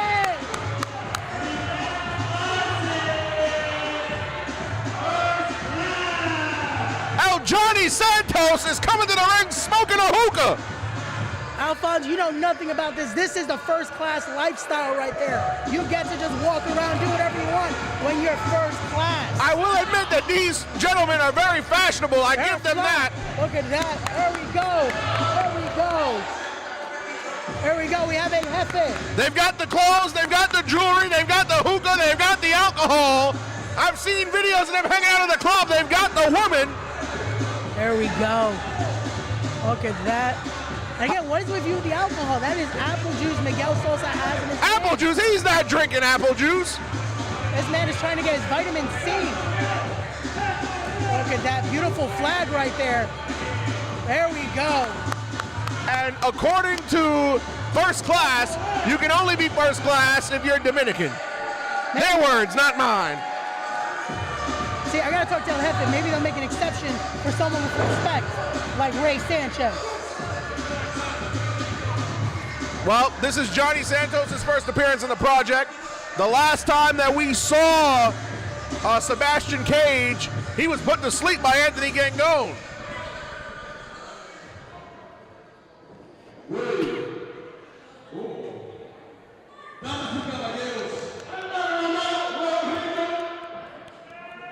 Ladies and gentlemen,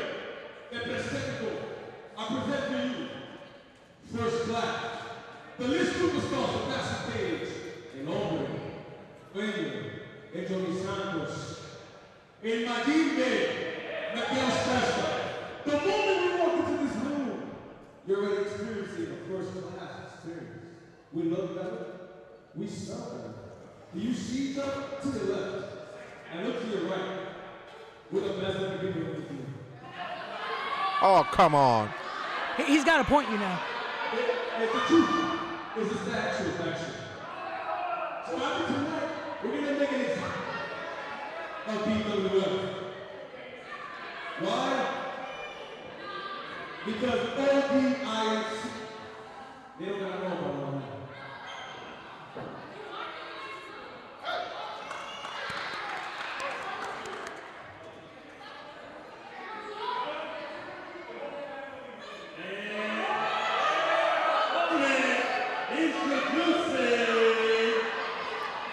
Well, their opponents, ladies and gentlemen, the best wrestlers forever, Montekia and Mr. James. And Ray, have you been a good noodle lately? I have. I definitely have. Again, I'm showing that respect.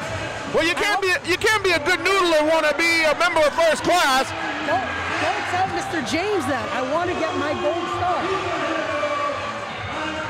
Now, as I said when I appeared on the Respect the Craft podcast, our guy Montekia here.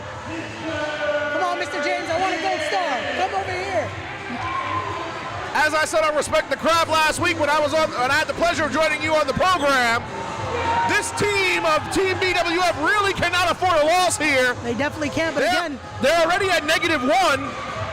They lost to the Taboo Crew at Genesis, so they desperately need to win this matchup. They definitely do, but again, we have to mention that last show, Mr. James suffered an injury early on that definitely had to play an element going into that matchup. Hopefully here, they're able to go in 100% and possibly even up the score here at 1 apiece. So here we go, Team BWF, first class. And to my knowledge, this is the first time meeting between the two teams. I believe so as well. Here we go. With that game planning there with El Jefe. He knows how to give him the best strategy to get a victory and here. I guess referee S.P. Anderson has been a good noodle. He just got a star. He's been counting slow all night. He definitely doesn't deserve a gold star. You know how long I've been trying to get a star? For years now.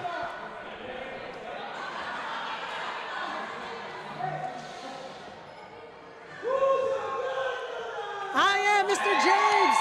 I am. You can't be a good noodle and want to be in first class, Ray. It's not how it works. Could you stop telling him this, Alpha? I gotta tell him the truth. You don't fit the criteria. How don't know. Have you ever gotten a gold star? Maybe you have to change your outlook. You have to give them respect. You want a gold star, you want to be in first class, you want your life changed by Joe Ocasio, you want a lot of things, Ray.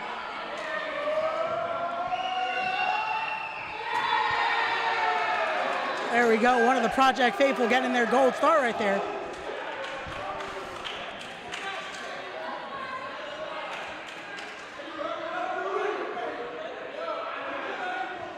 So Mr. James going to start things off with El Johnny Santos. The bell has rung. Of course, Mr. James, everybody's favorite school teacher. El Johnny Santos is not a good noodle. What do you mean? Again, that's what it means to be first class. Oh. Oh. He just ate the star. And spat it at him.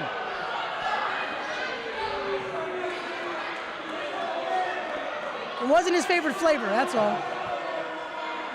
Oh, a smack to the face. I don't think you want to do that. I guess the fun has stopped now. What aggression there by Mr. James. Johnny Santos regrouping here.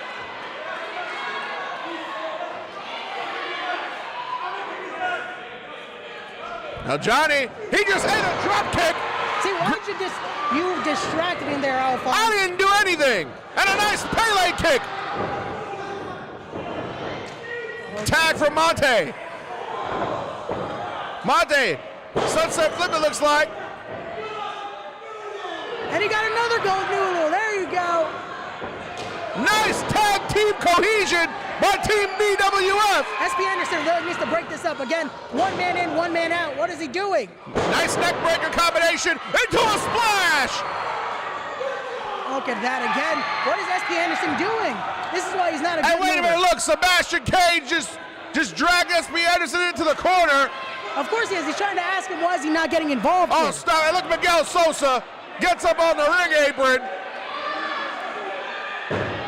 He's distracting Montequia while smoking the hookah. What's this fascination with the hookah? He was trying to offer Montequia some. Again, superheroes might want to smoke a hookah. Offer him some hookah. You don't smoke hookah during a wrestling match. He's trying to relax. It's very stressful to be in that ring. Do you smoke hookah while on commentary? No. You don't smoke hookah in a wrestling match. I'm tired of these guys. Nice suplex by El Johnny. And the thing is, El Johnny Santos and Sebastian Cage are a tremendous tag team. They don't need to associate themselves with filth like Miguel Sosa. How could you say that about El Jefe? Again, this is why you're looking for trouble, Alphonse. I'm not looking for trouble. I'm just calling it like it is. But again, you are technically right, though. Sebastian Cage and Johnny Santos, a well-oiled machine here as a tag team. Look at that, Sebastian Cage working the leg, trying to stop the high-flying offense of the superhero Montequia. And a tag, Johnny Santos coming in now, working the midsection of Montequia. Picking him up, putting him in the corner.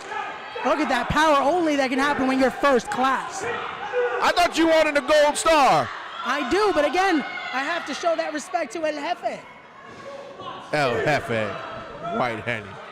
And now look, he's in the ropes, being choked by that bottom rope, or that middle rope, I should say. Look, referee's back is diverted, and they're choking Montequia. He was just helping him out. He got stuck there. He was trying to pull him out of the rope. Miguel Sosa's the boss of this place. How is he physically interfering in matches?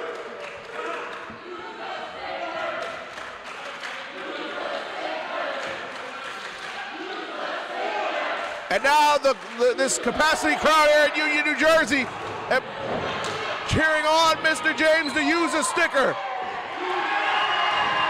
As a foreign object, he better not use those stickers. That's not a foreign object. Nice that enziguri missed by Montequia, but he slid through the legs of El Johnny. Roll all the way, there there's a tag to Mr. James, and a springboard crossbody. Through the skies there is Mr. James. Look at this. Clothesline takes down Sebastian Cage. Like and there's one for here. Johnny Santos and one for Cage.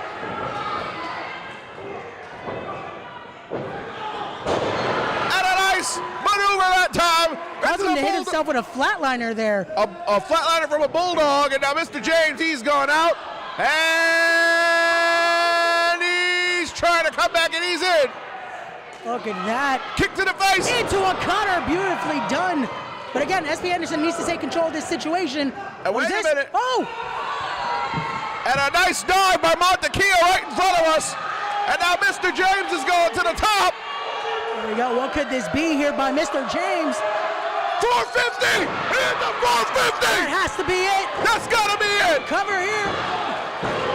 And only a 2 count. Somehow Johnny kicked out. But what a beautiful 450 splash. You got to give him credit there. You absolutely got to give him credit. But again, this is what happens when you're first class. You're able to kick out of maneuvers just like that. El Johnny Santos on a first class ticket to school. And Miguel Sosa, he just spit that drink in the face of Montequia. Giving him some apple juice. He's trying to refresh him. That's not apple juice, that's Hennessy. What do you mean? I can smell the citrus. That is apple juice. Apple juice never burned anybody. Have you ever been spat in the face with apple juice? Never. We're gonna have to ask first class to let you know how that feels. And now look, the double team comes. And that is the only time Mr. James is gonna feel a first class flight right there. Oh! And Mr. James somehow kicked out, much to his credit. And the dismay of Miguel Sosa. I saw that. Don't clap for that man. That's El Jefe. Again, I have to show respect. He was just trying to make sure Montequia was okay. Oh, look, and they've got Mr. James's stickers. They're going to give him a star. There we go. There we go. Mr. James has been a good noodle. Oh, how your tune has changed. El Johnny Santos just has to learn where to put the good noodle star, but there you go. And Mr. James trying to fight back in this 2-on-1. Well, with Miguel Sosa on the outside, a 3-on-1 and a high knee. But he was met with an insecurity. This is a perfect 2-on-2 tag matchup here. Montequia now, he gets caught in a suplex. Wait, with Mr. James, double underhook. Oh, beautifully backstabber. That butterfly, beautifully done there. Here we go, Sebastian Cage now. First class into the satellite. And a toe-to-world DDT by the lit one. Here comes Montequia now. What a destroyer! A destroyer there. And Johnny Santos needing a little bit of a breather out here. Well, Bray, there's one thing that we have to admit here. Nobody does tag team wrestling better than the Project. I have to agree with you there. Finally, we can agree on something. This is where tag team wrestling lives. You have to join the Project, ladies and gentlemen. This match has gone back and forth, back and forth, back and forth. But I feel like the first team that makes a mistake is going to be the team to lose the matchup. Definitely, and look at that. Johnny Santos refilling his energy there with the hookah. The power of the hookah is going to get him through it here. I've never seen anybody smoke hookah during a wrestling match. But here we go, back to in-ring action. Sebastian Cage off the ropes, swing and a miss, roll up. And he picked him up, and he's going to put him down. Oh my goodness! What a driver! Wait a minute! Miguel Sosa just grabbed S.P. Anderson and pulled him out of the ring. His shoe was untied. No, that was trying to help him. He didn't want him to trip like earlier. He was trying to help him tie his shoe. That is all. Jefe is trying to help everyone out here. That was a 3, and you know it, Ray. No, that was 2.5. Sebastian Cage is on dream. Look at the low blow. He just low blowed Mr. James. Oh, this is cheap. Don't tell me. No, don't tell me. Oh, that's some malarkey. And there you go. That is what it means to be first class. That's a load of crap, and you know it. We've just witnessed a miscarriage of justice. Miguel Sosa pulled S.P. Anderson out of the ring in the middle of a 3 count. Mr. James had this match won, and Miguel Sosa, as the boss of his company, threw his weight around so his boys could get a cheap W. What do you mean cheap W? The team of BWF was a great tag team, great opponents, but on this night, they could not pull it off. Show respect to first class, show respect to El Jefe, and again, the only travesty here is Mr. James hasn't brought us our gold star.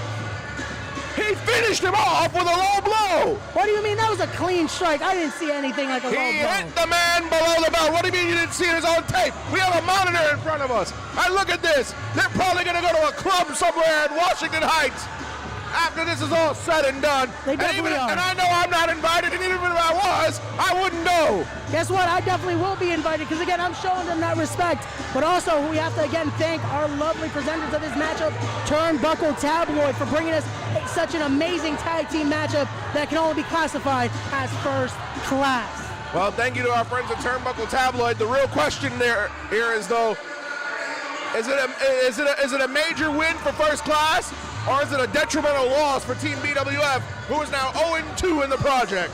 I have to say a little bit of both because first class finally on the board. They're finally now 1-0 here as a tag team, and it's only going to go up for first class. They're going to be winning those eventual championship belts in that future here at the project. Wow, what a night so far, huh, Ray?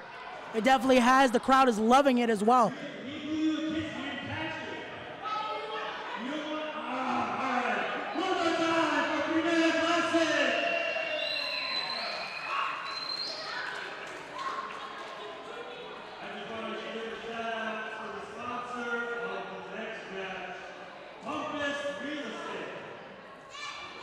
Our good friends at Compass Real Estate sponsoring this next matchup.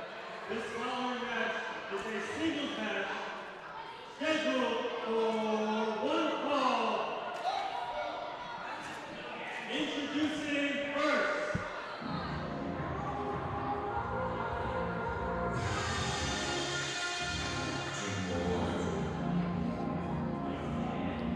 And we're getting ready to see a man who you recently had on Respect the Craft.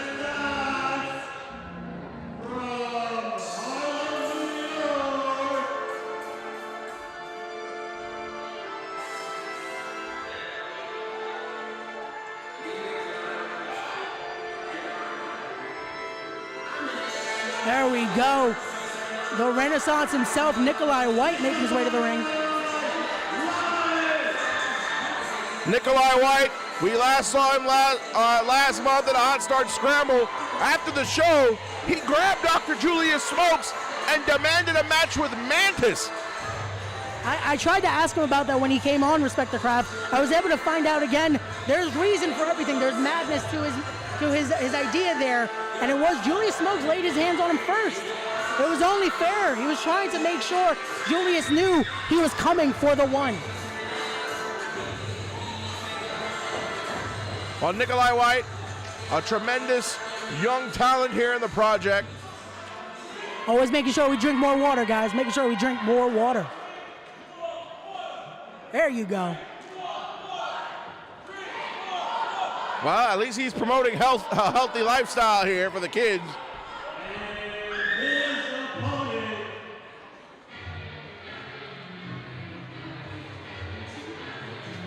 Oh, and there it is, the all too familiar tune of the Vulture Squad.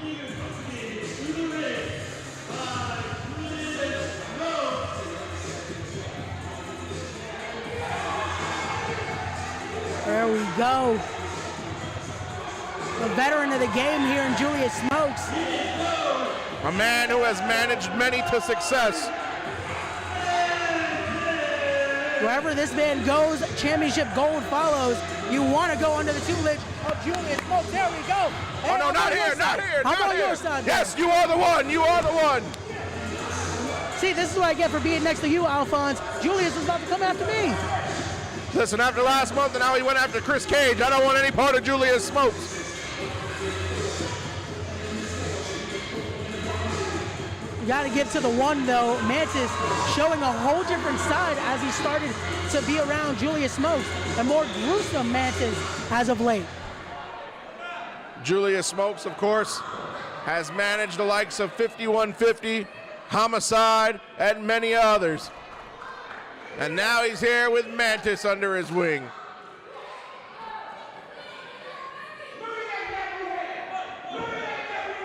There we go, Julius Smokes trying to play some mind games there. This is, again, why he's led so many to championship gold. Now, this is not the first meeting between Mantis and Nikolai White. No. They met 2 years ago in in the Bronx in a contest that I officiated. This is the second time these two have met. Here we go, 2 years in the making. You know that history is definitely driving them here in this matchup. Former friends, they were as close as brothers at one point, and now are facing off here. I can't wait to see what they're gonna do. In that matchup 2 years ago, Mantis came out on top. This should be a match of the night candidate, a show stealer, if you will, according to a lot of the boys in the back, when surveyed about what match they thought would impress. Here's they start with a collar and elbow tie-up and a test of strength. There we go, Nikolai White trying to out-showman here. Mantis, look at that, playing to the crowd. And here we go. And now Mantis in control. It has to add something there, having Julius Smokes in the corner there. Nikolai White has to pay attention to both men, because this is necessarily a handicap match if you think about it. Absolutely. When you're not just wrestling Mantis, you're wrestling the mind games, the Jedi mind tricks of Dr. Julius Smokes. Also, if you see, Julius Smokes has fight gloves on. He's ready to throw down if he has to. Well, we saw him in the main event of our first event, Genesis, how he got involved. And I don't think Chris Cage's jaw has ever been the same.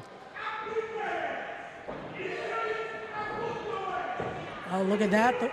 Julius Smokes talking to the faithful here. As a nice headlock takeover by Mantis. And Mantis, as you alluded to earlier, Mantis, ever since he's aligned himself with Julius Smokes, is a meaner, much more focused competitor. Can you blame him, though? He's trying to win. He's trying to get those points, as he already has 1-0 here at the Project. Meanwhile, Nikolai White, he doesn't have any negative points or any positive points, as he was not involved in the pinfall of that hot start scramble last month. Here we go, nice pinning combination. Mantis gets out of it with a bridge. Oh, here we go now. Oh, wise tactic there by Mantis, going to the ropes. Oh, roll through. Pass by, leapfrog in the roll. Off the back goes Mantis. Axe handle, a kick and a miss. Swing and a miss, another swing and a miss. You thought you were watching a Yankee game with all these swings and misses. Hey, watch it there. I have some respect for my Yankees. Not after the way they lost last night.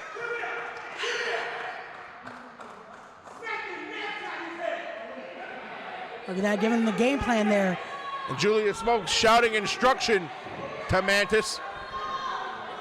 Again, you got to give it to him. Mantis having him in his corner, it adds something to it. It adds almost another side of rage out of Mantis here. And here we go. Mantis with a monkey flip-like maneuver. Both men's shoulders are down. That should be a double count. Oh. SP Anderson's on it, the senior official in the project. I think he heard you there. Oh, look at wow. that. Again, they know each other so well. Look at this. A wheelbarrow. Looked like he was going for a bulldog, was Nikolai White. He went over the head of Mantis. Here we go. Oh. Head scissors! Oh my goodness, what a maneuver! There we go, Mantis needing a little bit of a breather. It's okay. This is what happens when you have a one. Everyone's coming at you. You need to take those breathers.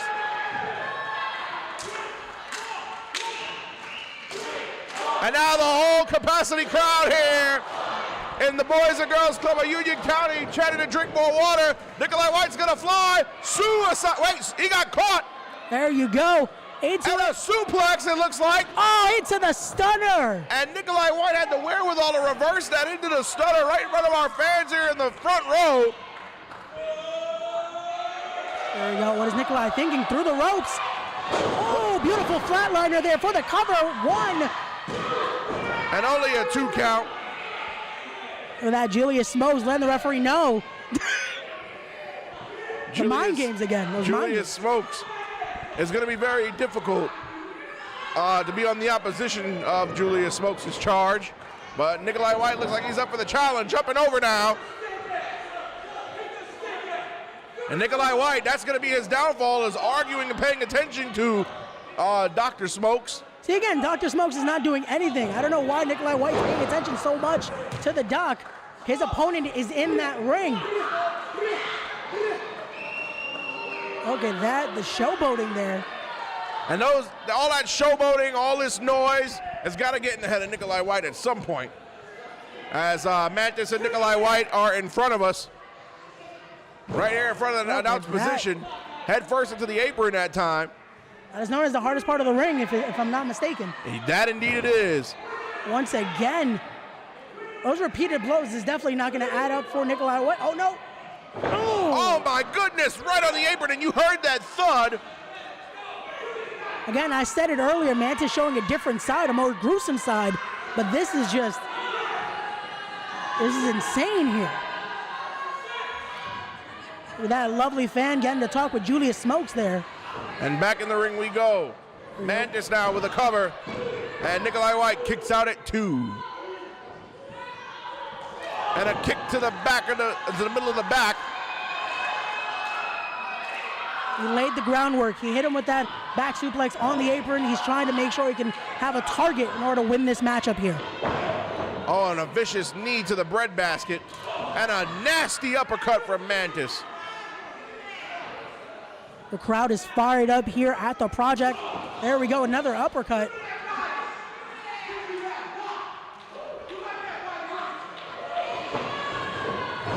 And Nikolai White looks like he's losing steam here. He might need to drink some water. He has to listen to his own advice here. Oh, you were just rooting for him.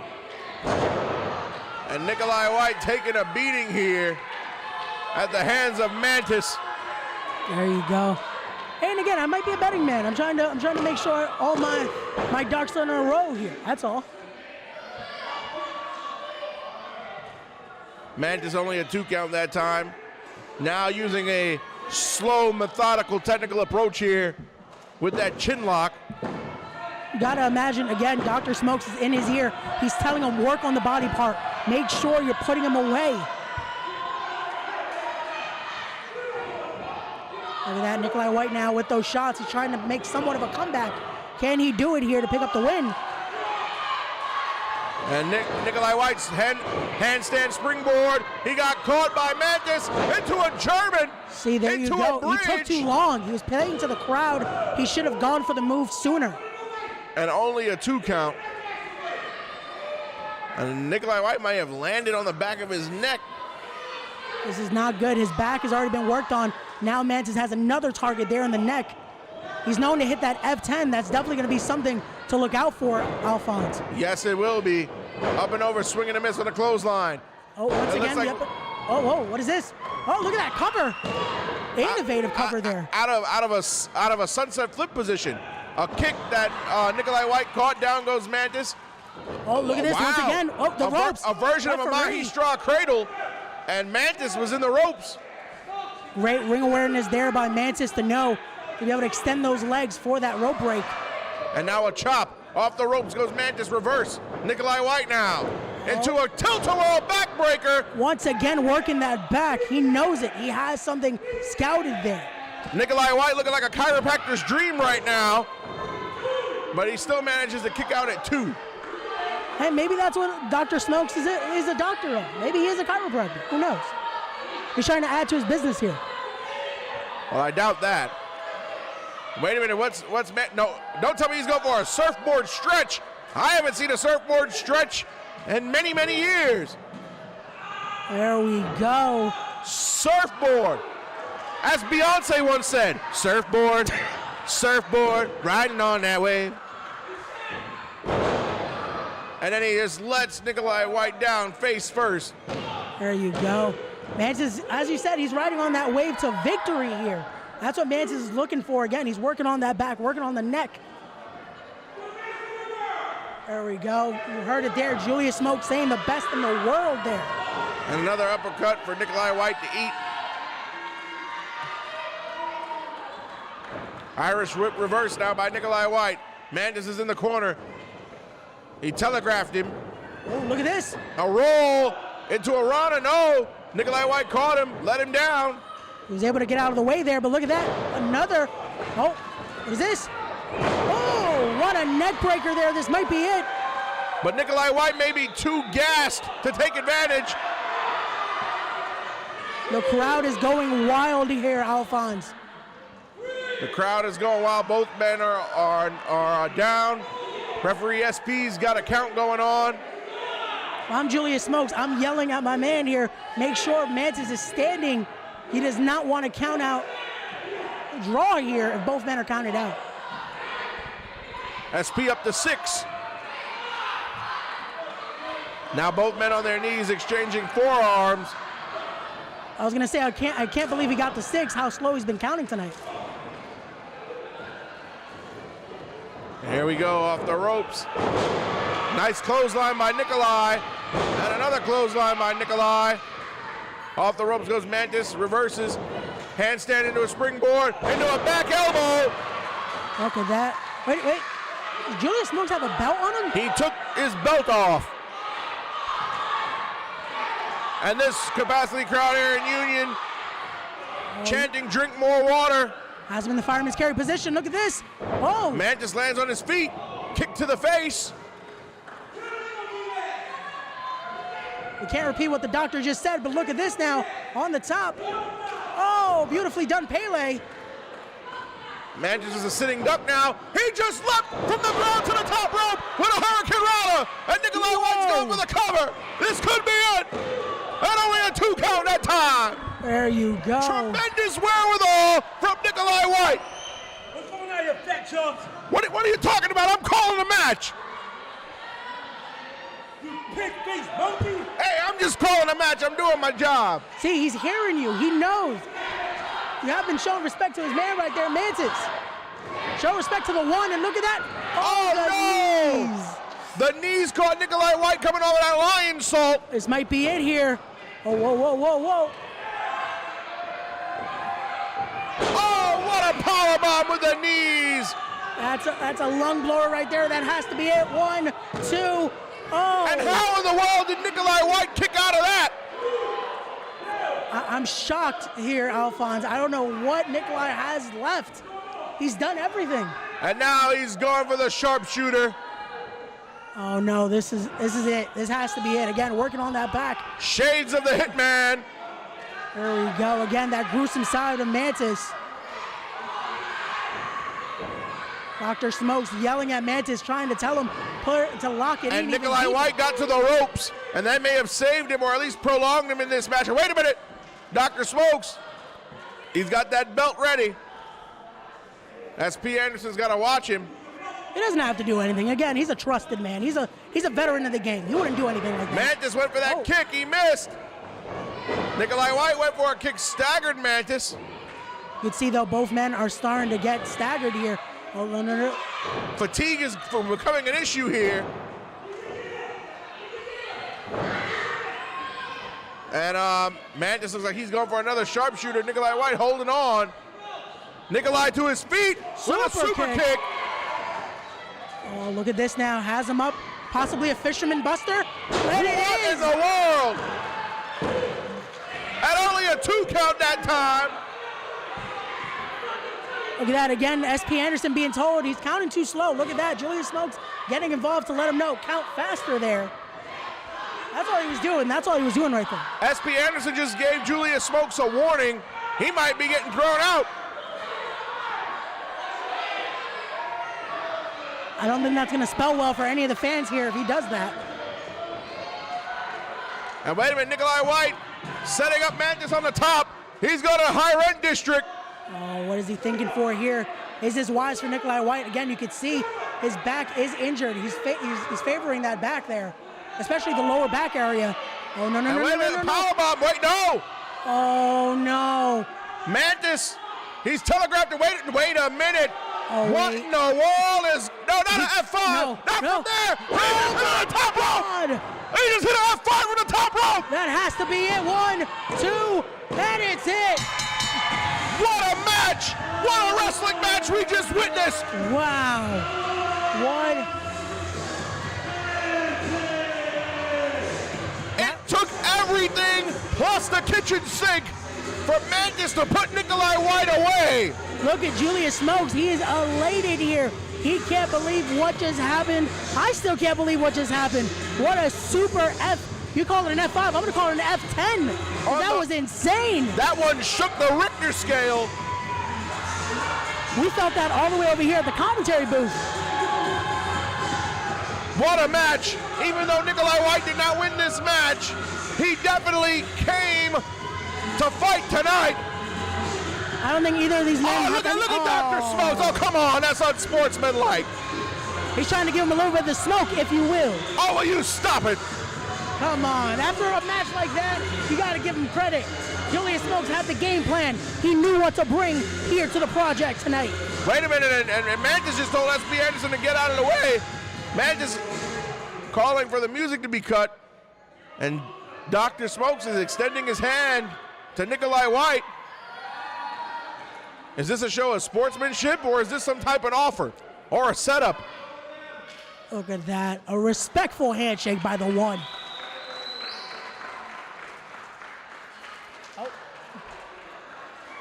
Now, come, wait a minute. Dr. Smokes just spit in his hand and then shook the hand of Nikolai White. I mean, that might be a backhanded sign of respect. Again, that's how you show respect right there. That is a man's handshake. That is what the doctor brings. He spat in his hand. That's giving him that respect from a veteran. I don't think Nikolai White's complaining. He just got the respect of a veteran like Julius Smokes and his opponent, which again, they have nothing to be ashamed of. What an insane contest there. Well, this one brought to us by our friends at Compass Real Estate. Nikolai White, tremendous showing. He has nothing to be ashamed of, even in a losing effort. Definitely not. Again, thank you to our friends at Compass for, again, bringing us this insane contest here.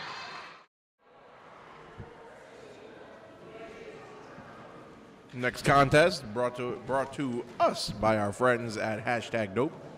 Just want to give a shout out to our boy Coltrane. Some amazing visuals that Coltrane puts together. I can't believe. Yes, he does.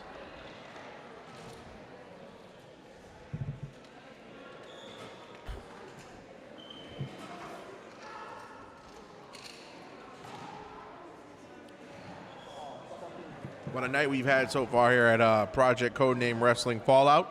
Definitely, and the crowd hasn't stopped being hot. It's been insane.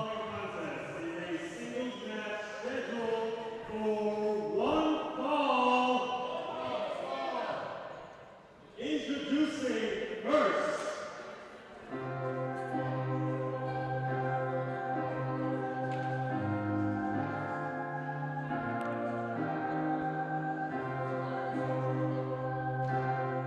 He's known as the Dr.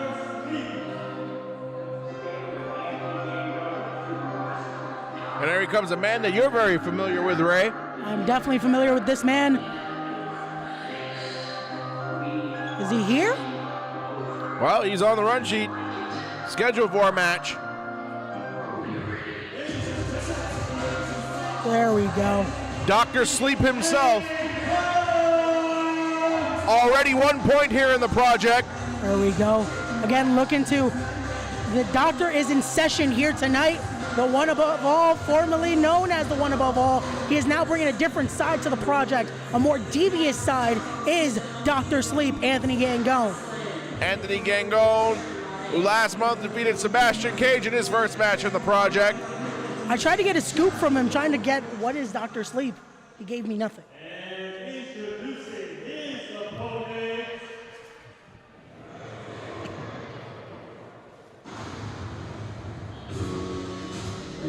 And here he comes, Dino Might. There we go.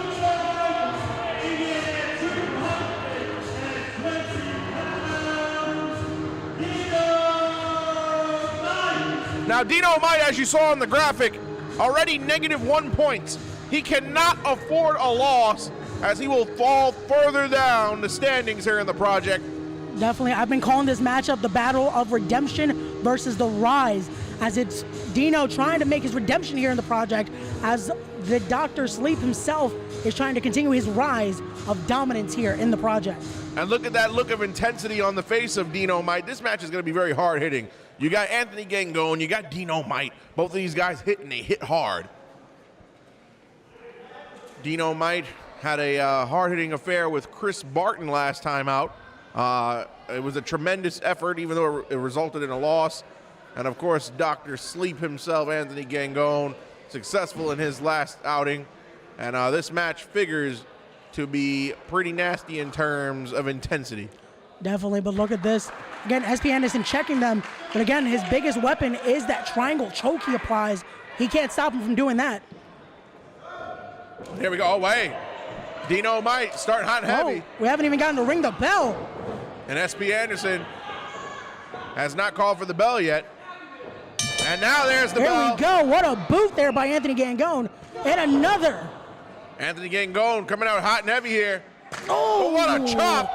I felt that. We're all the way over here, Alphonse. Oh, what a lariat by Dino Might. Dino Might, look at that look on his face. He is determined to get a win here. Like I said, going to -2 this early on in the project might be very difficult to come back from. Definitely. Look at that again, those strong style strikes here. This matchup almost resembling Kawada versus Kenta Kobashi.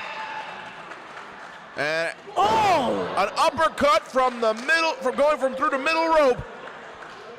Look at that. Dino Might, a student of the Absolute School. We still can't confirm who his trainer is, but he's been known to be Absolute.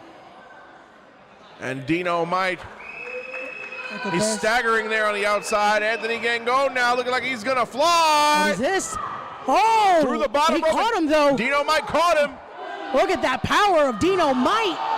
Right onto the floor. We don't have mats on the floor here in the project. That is explosive right there. I know he's known as Dino, but that was Dino Might. I see what you did there.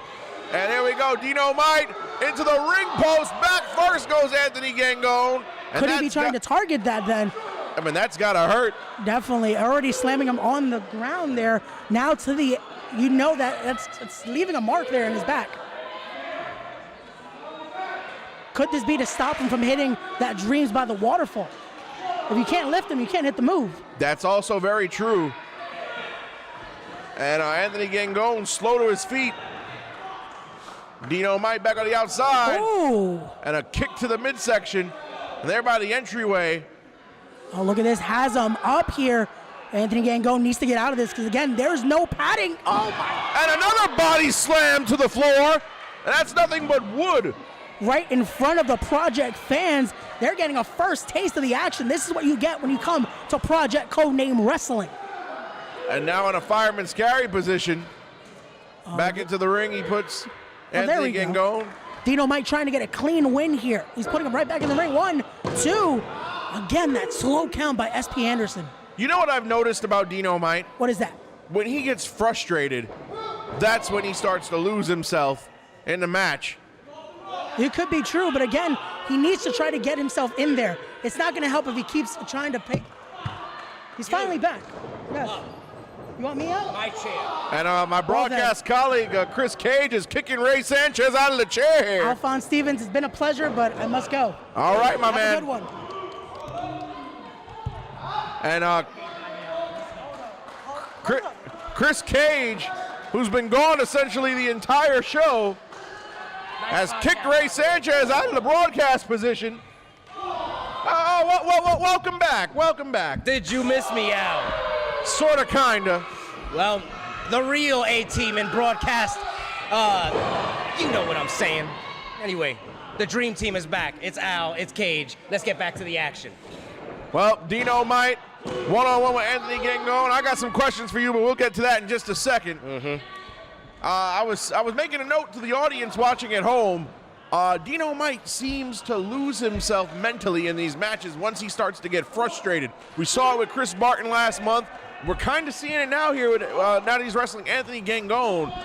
Dino Might, when he gets frustrated, he just tends to start making mistakes out of that frustration. Well, you know something, Dino, he's a young man. He's got a lot of vitriol inside. You know, he's got a lot of juice bubbling up under the surface. And yeah, I'll give you that. He probably lets his temper and his anger get the better of him sometimes. But that's what this is all about. It's a learning curve, baby. And it's a learning process. And the boy learns every time he steps in that ring. And under my, you know, I've had a couple of conversations with the man. You understand what I'm talking about? We've seen.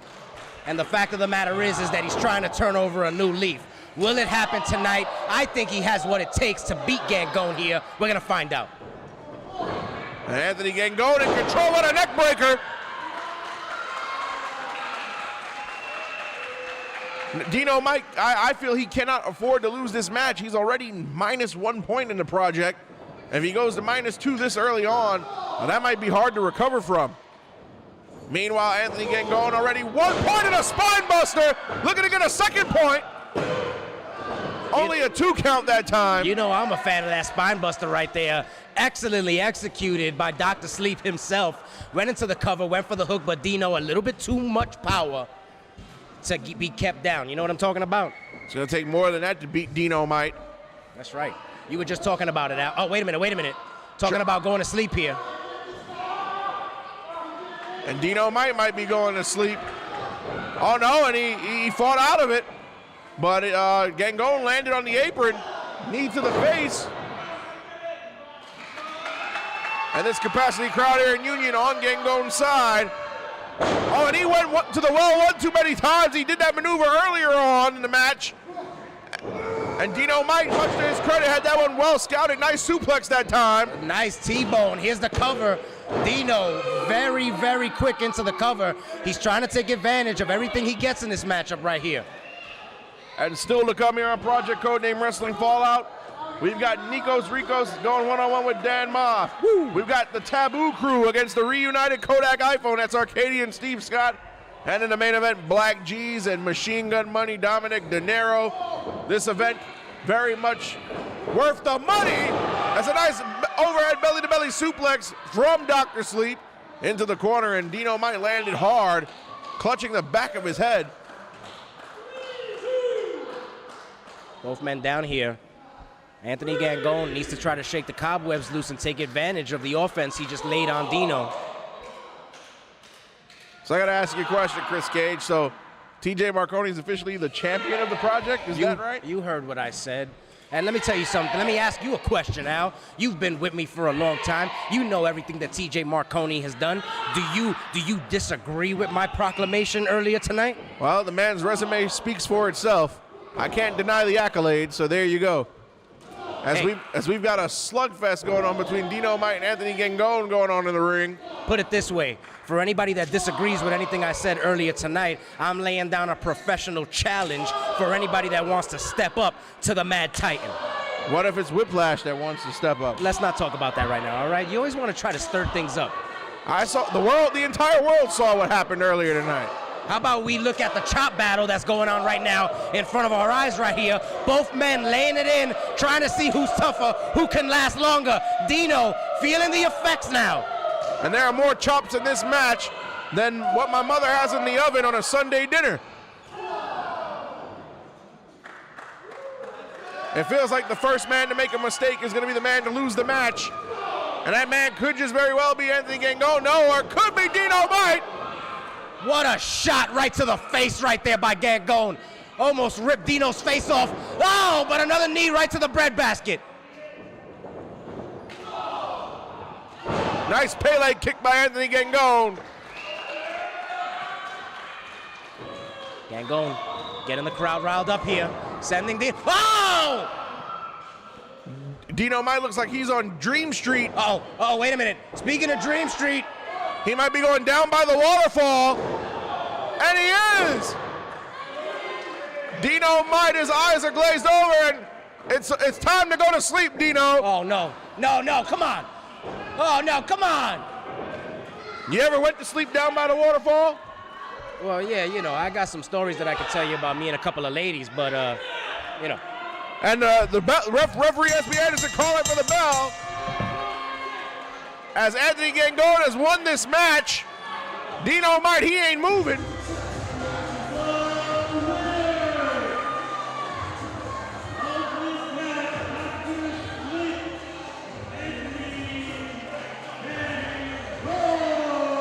And what a match. Dino Might once again coming up short, a tremendous effort, but just not enough to defeat his opposition. Well, you know, we talked about it before. Dino's been having a little trouble getting focused and getting his mind right when coming into the ring here at the project. Another loss for Dino. Dino Might doesn't even look like he knows where he is.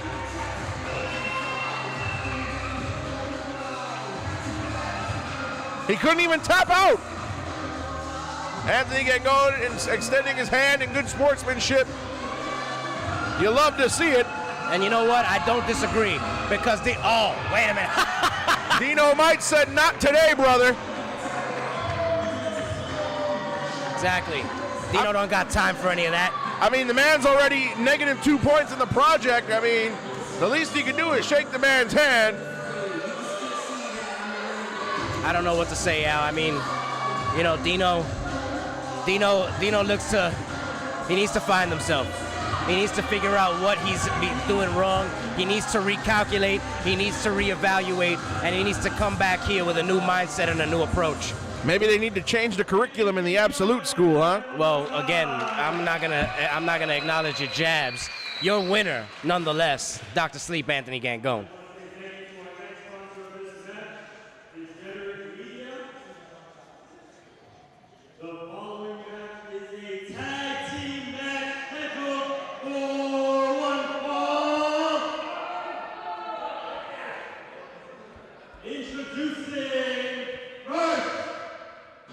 This match brought to us by our good friends at Degenerate Media and the executive producer, Dirty Danny Walsh.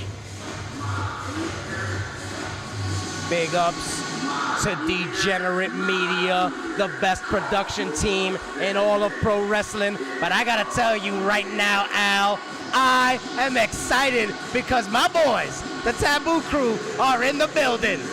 Let's get this party started. And the Taboo Crew, there you see it on the graphic. They've already got 1 point here in the project.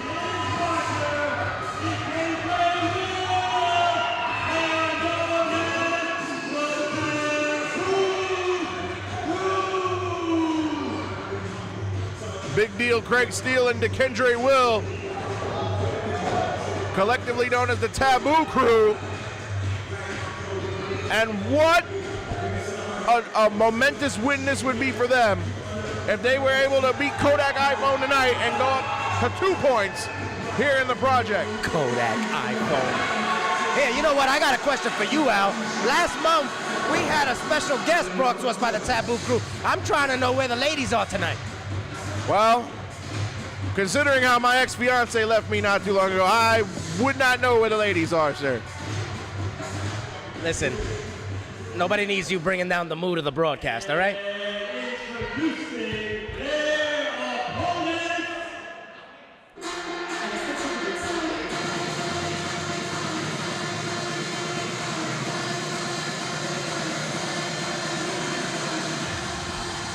All right, here they come, baby.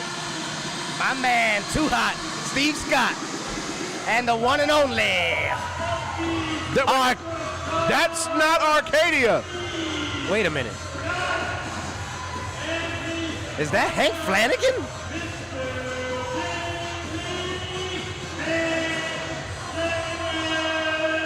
That is indeed Hank Flanagan. I haven't seen Hank Flanagan in about 2 years. Hey, you're the broadcast journalist around here. You gotta have some insight on this, Al. What the hell happened to Arcadia? Well, and what the hell is Hank Flanagan doing here? I don't know what happened to Arcadia, but Hank Flanagan doesn't even look like he's happy to be here. It doesn't look like he and Steve Scott are getting along. There we go. My boys right here, the Kendre Will, my man Craig Steele, the Taboo Crew.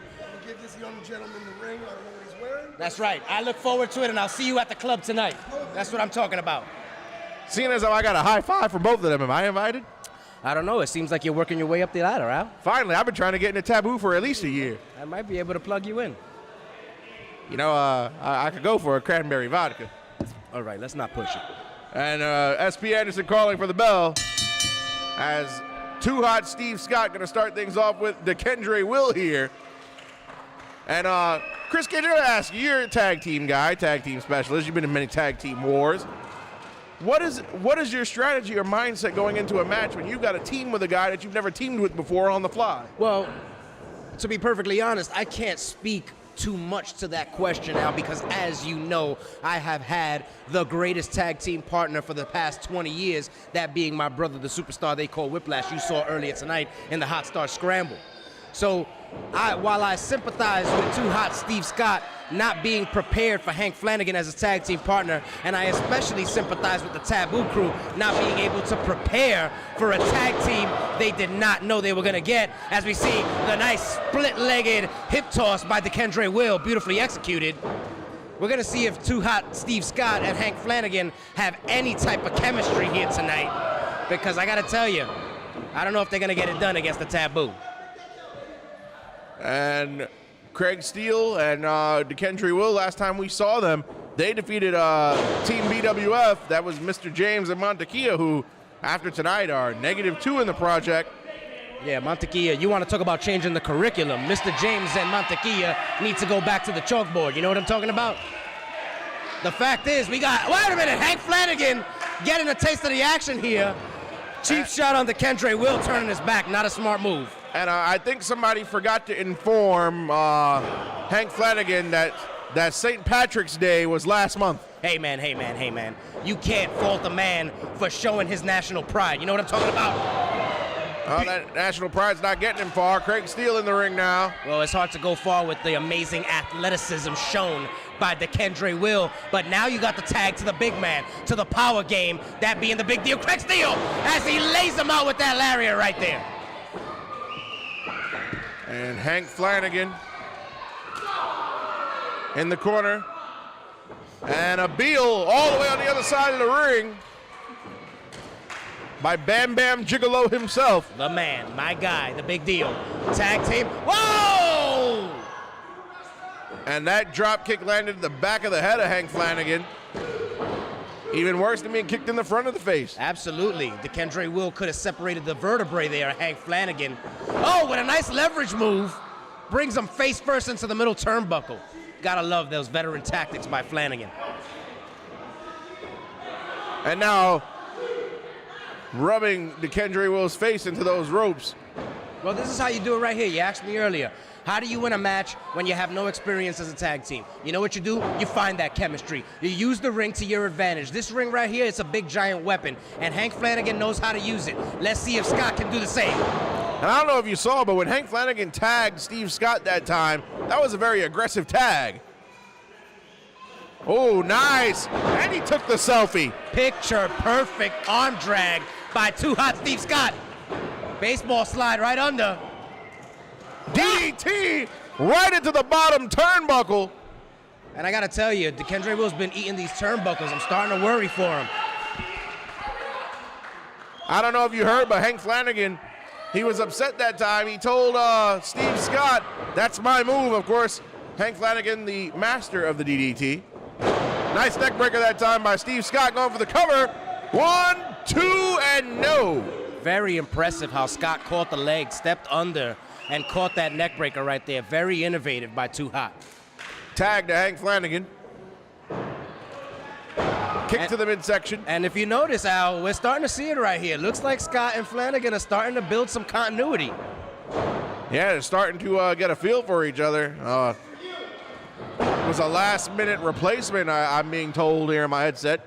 Hank Flanagan for Arcadia. Hey, well, you know what? You got to look at it from this perspective. Both Too Hot and Hank, they're making their debuts tonight here in the project. So tag team partners or not, they're looking for a win. They're looking to put a 1 in that column, in that point column, and that's how you get it done. You get it done by getting the 3 count or getting the tap out here at the project. And Steve Scott in control now, DeKendry Will. And a nice suplex. Going for the cover is Steve Scott. And only a 2. Both of these men's veteran of the game. They know what they got to do, and this is Tag Team 101 right here. You see Flanagan and Scott have been trying to keep each other fresh, quick tags, and most importantly, they're trying to cut off the ring and keep DeKendry Will away from Craig Steele. And DeKendry Will now second rope.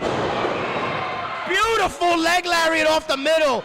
This is DeKendry Will's chance right here to get to his partner. He needs to make the tag, and he needs to make it quick.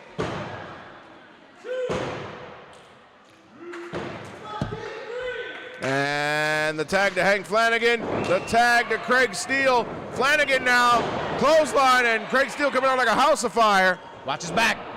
Hank Flanagan now doing what he does best, attacking from behind. Off the ropes, swinging a miss. Off the ropes, tilt-a-whirl backbreaker. Trademark Craig Steele right there. Here's the cover. Craig Steele didn't get all the weight across the chest there. A little nonchalant on that cover. That could have been the difference from the 3 count right there. Look at the power of DeKendry Will. So impressive. Not to be outdone, Oh! What beautiful tag team combination from the Taboo crew, where I will be attempting to go to get a cranberry vodka after the show tonight. You like cranberry vodka, Chris Cage? It's not that bad. I'm more of a whiskey sour man myself. As I've been told. Kick to the chest now by DeKendre Will. Wait a minute. Oh, Flanagan putting the brakes on, suckering Will in, getting the hot shot, hanging him up on the top rope. Here comes Steve Scott. Steve Scott, multiple clotheslines. Going after Craig Steele with a drop kick. Smart move. Trying to neutralize the man on the outside. DeKendre Will with a reversal. Up and over goes DeKendre Will. Craig Steele in with no tag. He eats an elbow. Steve Scott on the outside now. Super kick to DeKendre Will. Charging in as Craig Steele gets met with a gut shot. Oh! Uranagi on the ring apron to DeKendre Will. Steve Scott going to the high rent district now. He's going up to the top rope. Uh-oh. Nice drop kick that time. Steve Scott might take this match by himself. Oh! Suicide dive into the front row. Quickly throwing DeKendre Will into the ring. Urgent cover, very smart. Here's the hook. I can't help but to notice the disappointment on Hank Flanagan's face when DeKendre Will kicked out. You know, I could imagine after all the great tag team action we've seen between the two of them and this amazing offense we're seeing from Too Hot Steve Scott right here, I think Hank thought it was over too. And Hank just tagged himself in. And he's telling Steve Scott to get out. Wait a minute. Package. Only a 2 count, and Steve Scott didn't even attempt to try to break up that pinfall. He needs to keep his eye on the ball because he almost cost his team right there. You see what I'm talking about? All this jaw jacking, he needs to stay on DeKendre Will. This is not a man you want to give a second to recover. I agree. Steve Scott on the top rope. And wait a minute. Hank Flanagan just got pushed by DeKendre Will into Steve Scott. Steve Scott on the floor now. It looks like that continuity just went out the window. Oh, no. Spike power driver. And I think we're going to go to the funeral of Hank Flanagan, and it's over.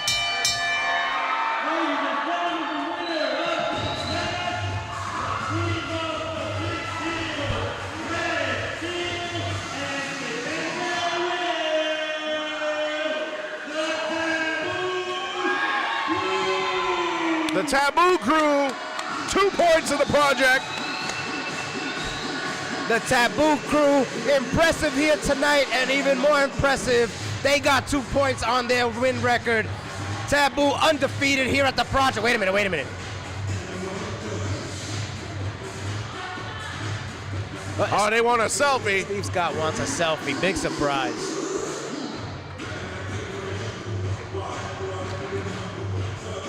There you go, sportsmanship.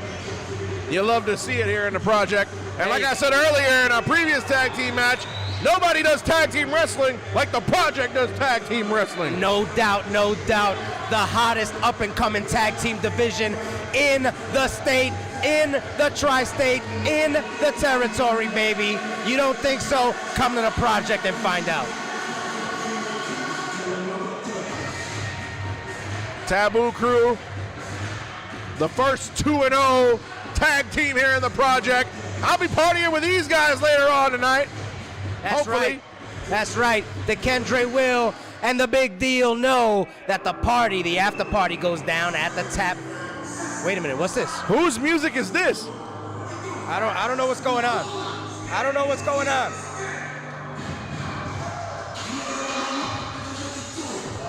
Wait, what? Who the hell? Oh, wait a minute. Wait, I know who that is. That's CDE. Or CMD. CMD, baby. That's Deshaun Pratt and Boom Harden. Oh my God, straight from Super Crazy Wrestling right here.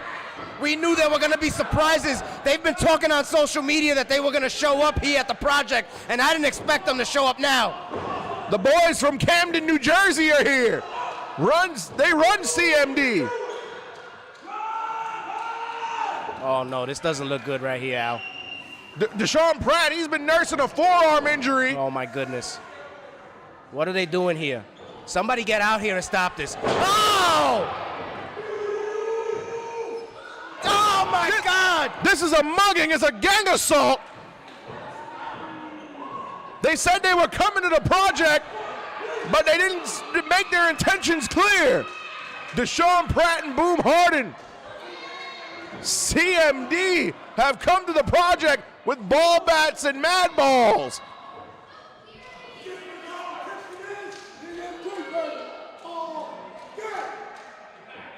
Hey, you just mentioned it a few minutes ago, Al. The tag team division here at the project cannot be competed against, and it looks like we were just introduced to the newest addition of the tag team scene here at the project, and I gotta tell you, I'm kind of impressed. CMD, and I was just saying how the Taboo Crew are at the top of the food chain so far in the tag team division. What a way to make a mark than to take out the undefeated team in the project. My God, Deshaun Pratt's he's gonna start a riot here. Somebody needs to get out here and stop this. They need to get these guys out of here. SP Anderson, the senior official, trying to get some order, but he's only a one-man army tonight. CMD in the project. Somebody's got to check on DeKendre Will.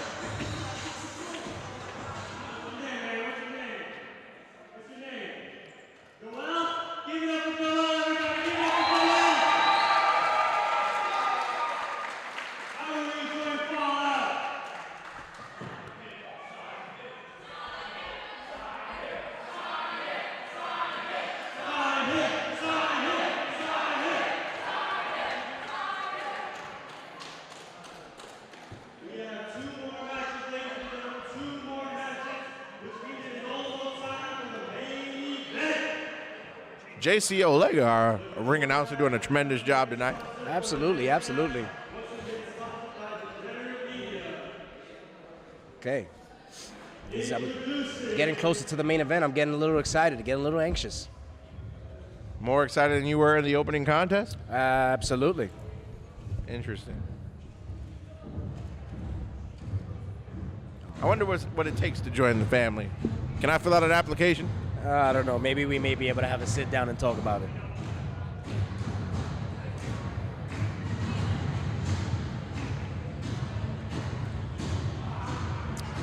Uh-oh. Here he comes, the Spartan Pitbull.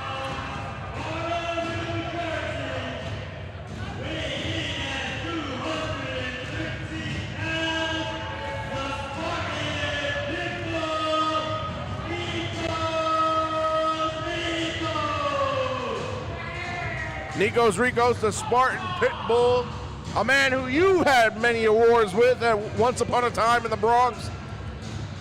Absolutely. No stranger to Nikos Ricos.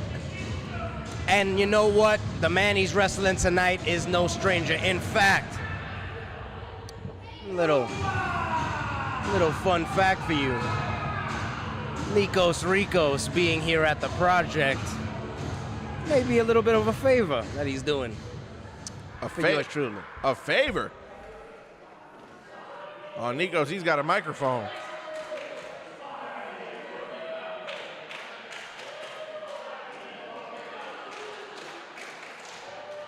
You got something to say?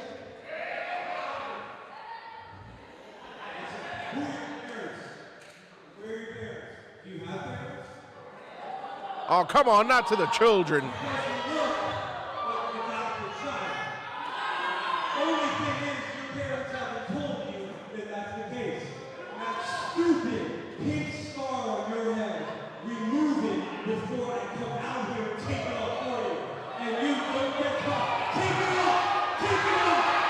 Take it off! And that child is following, or he was about to follow the instructions of Nikos Ricos. And the rest of the Project Faithful came to his defense.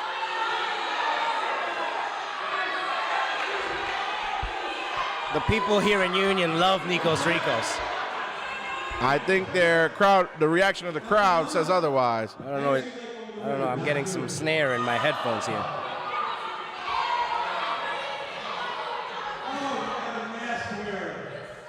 You know you're a wrestling event, right, stupid?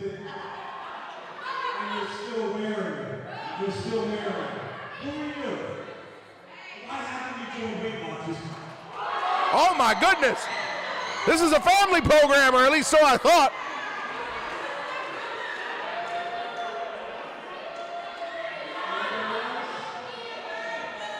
Anybody else? Anybody else want to open their mouth? Anybody want to keep it going with you? I dare you. For any young man, 2 women, 3 children to get in this ring and try it. Go back, stop it with the game. Try it. Oh, he's got a big man between here. The music.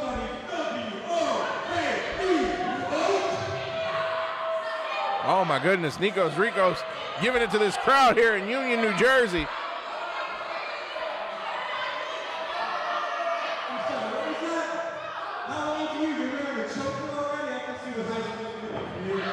Oh my goodness.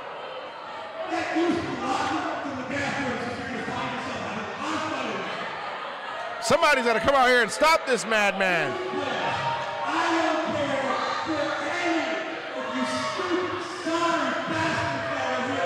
He can't call the audience that.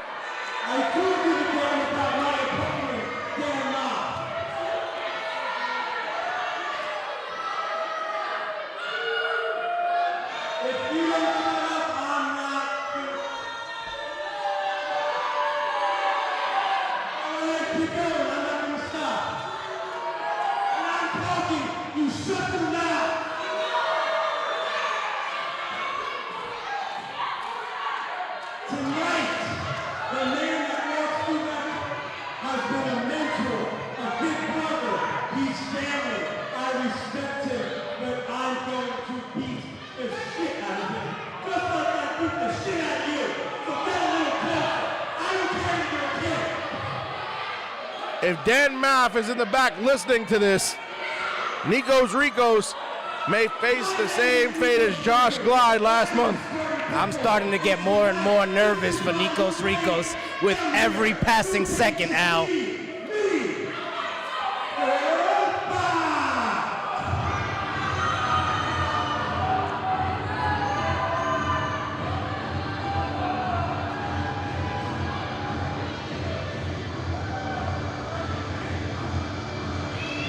Dan Maff is not a man I would want to agitate or upset. I gotta tell you, I'm without words here because the anticipation is killing me. You can cut it with a knife here, and I don't know what's about to happen. And I gotta tell you, I'm excited and I'm also a little bit scared. And this was a favor that you did? Well, I mean,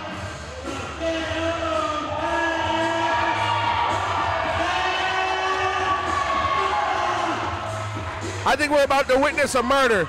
Last month at Genesis was the Passion of Josh Glide. I don't know what to call this one.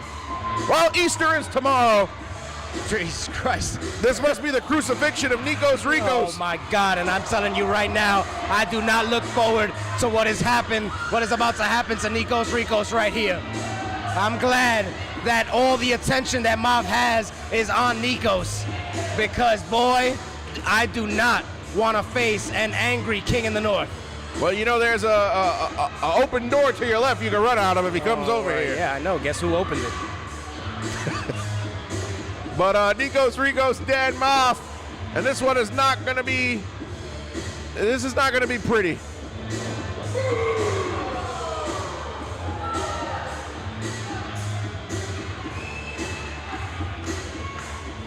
Nikos Ricos has pulled up a chair ringside. I don't know. Nikos Ricos was running his mouth for quite a little second now and doesn't seem that anxious. Very hesitant to get in the ring. I'd be hesitant to get in the ring with Dan Maff too. No doubt, no doubt. Nikos Ricos finally. But you know what? Taking his time. Because as you know, he knows Dan Maff very well. This could be all psychological warfare right here. Nikos Ricos in no rush to get this match underway. He knows exactly what he's doing. He's taking his time. He's making Maff wait, letting all that juice simmer down. You know what I'm talking about? Trying to get the adrenaline in Dan Maff to wear off. Referee S.P. Anderson pleading with Nikos to make his way into the ring here. Nikos in no rush. Nikos Ricos, well, I must comment, is in tremendous shape. always in tip-top physical condition, no doubt about it. But look across that ring, Al, at that silverback gorilla known as Danny Moff. You're nervous for Nikos Ricos. I'm very scared.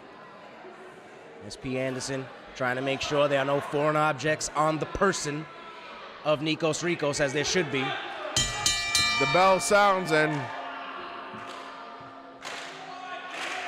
I don't even think a foreign object could help Nikos Ricos in this situation.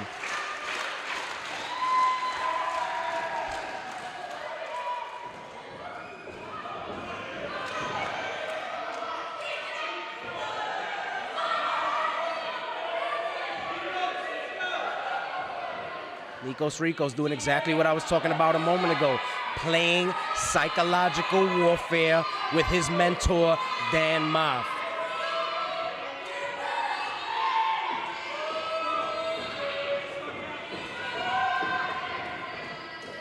Nikos Ricos taking his time. I can't blame him.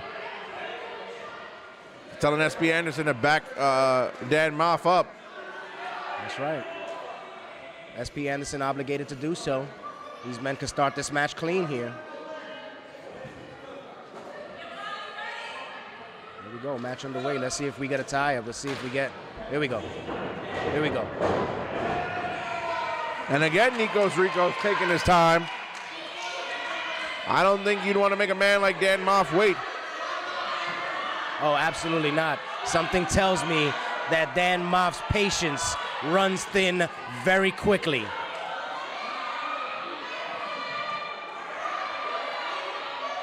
Nikos Ricos just taking his time. Looks like he's hesitant to get in the ring with Dan Moff. There we go. Very calculated. Very cerebral in his approach. Look at the look on the face of Dan Moff. Laser focused, tunnel vision, ready, hungry. It's like a bull that sees red in Barcelona. Absolutely.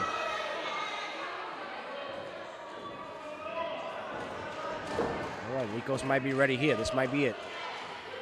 There we go. Collar and elbow tie up. Wow, and we know who wins the test of strength on that one.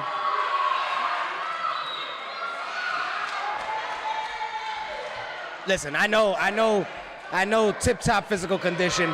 Nikos Ricos chiseled out of granite. I get that, but come on. Realistically, do you want to test your strength? Do you want to test your might against someone like Dan Moff? The answer is no. Absolutely not.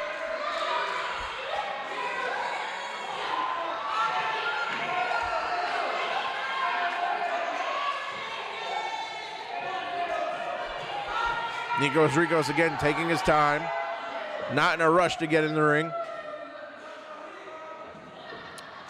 Do you think Nikos Ricos is scared, maybe? I think Nikos Ricos is a smart man, is what I think. And I think that what we're seeing right here may not necessarily be fear coming into play as much as it is strategy.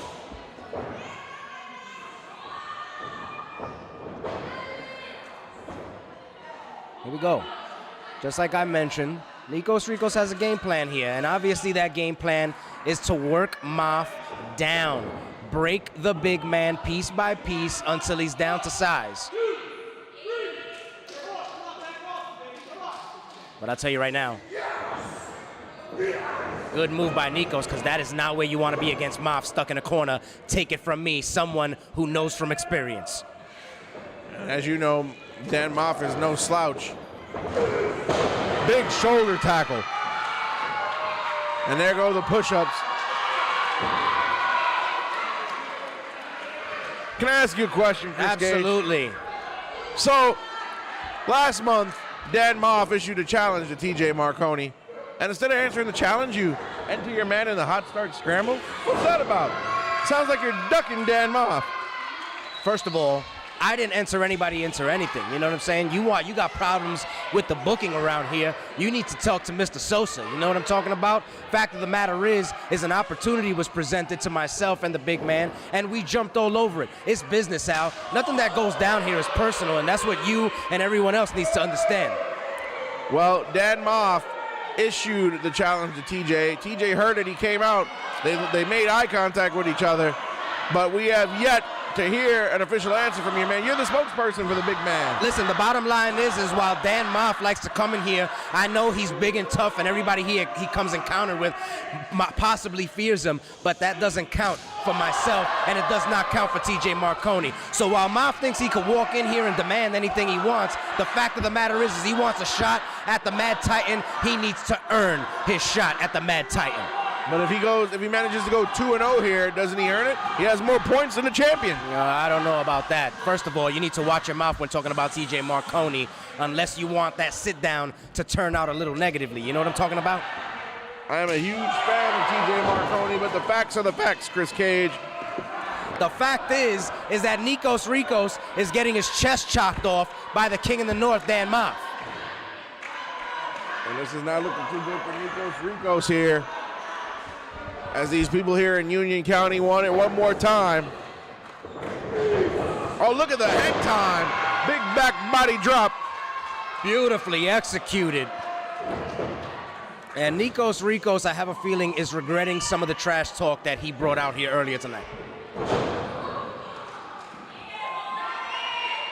As he once again seems to need a timeout on the outside. Listen. Wait. Dan Moff just looked at you and asked if this is your idea. We don't want to go down that road right now. You know what I'm talking about?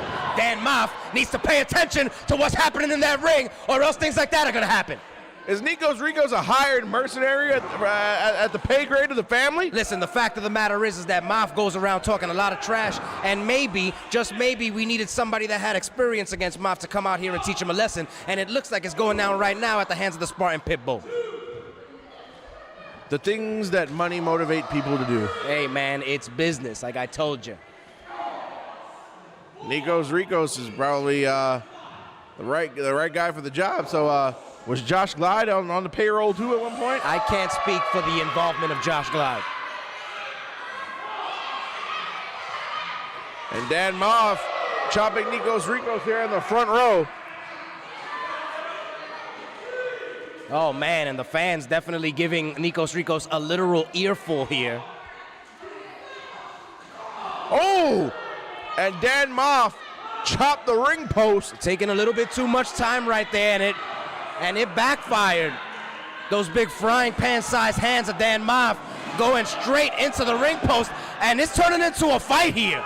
And the fans in that side of the ring are getting their money's worth. That's right. Don't sleep on Nikos Ricos right here. The man can get gritty if he has to.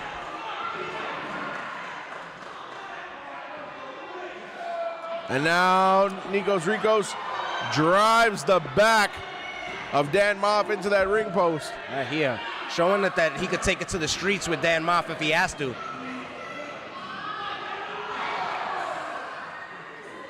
Did you see that, Al? I think the ring moved 2 inches when Moff went crashing into that ring post. The ring definitely did shake.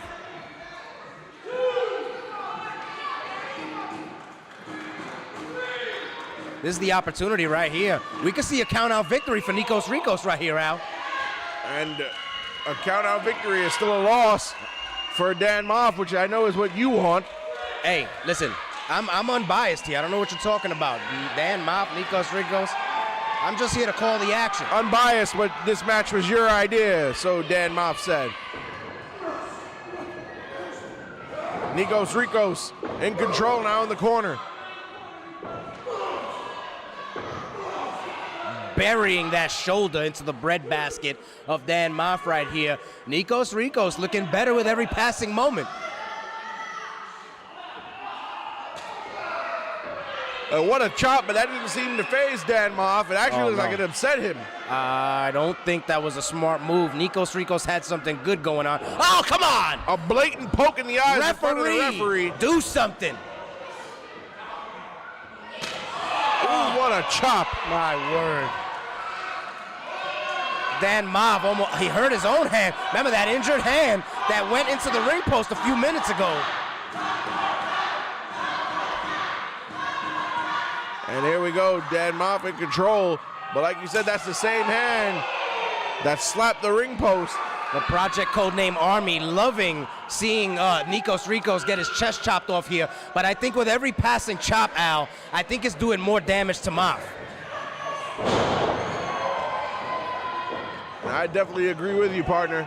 And what a lariat from Nikos Ricos. Takes the big man down. How impressive was that? Here is the cover, the hook of the leg. Oh, my goodness. So if Nikos Ricos wins this match, does he get to have dinner with you and the boss and TJ? You know, you be wanting to know a little bit too much of the private business that goes on behind closed doors with the family. You know what I'm talking about? Well, apparently guys who have been your family for years don't even get invited to those dinners anymore. Oh, man. Cheap shots all night long from you. Is that just what it is? Are those Zoltan t-shirts even still for sale? Absolutely. Go to lefthandontopshop.com right now to get your official Zoltan merch. The superstar they call Whiplash and the absolute Chris Cage. That is lefthandontopshop.com. As the chops ring throughout the Boys and Girls Club here. Moff, injured hand and all, laying it in. And another lariat from Nikos Ricos, and he's got to dig deep if he's going to win this match. I got to say, it's been a long time since I've seen Moff in this kind of trouble, and I'm kind of enjoying it. Giant stomps. You see this out right here? Burying them into the chest, into the heart of the King in the North. And what a win it would be for Nikos Ricos to have his debut match in the Project and get a W. And let me ask you a question. Nikos Ricos gets the W here tonight. What does that do for the pecking order? How does that knock Moff down off of his pedestal in thinking that he's the man around here? Well, it would knock him down, theoretically. But then again, you don't need to be undefeated in order to have gold around here, as evidenced by your representative.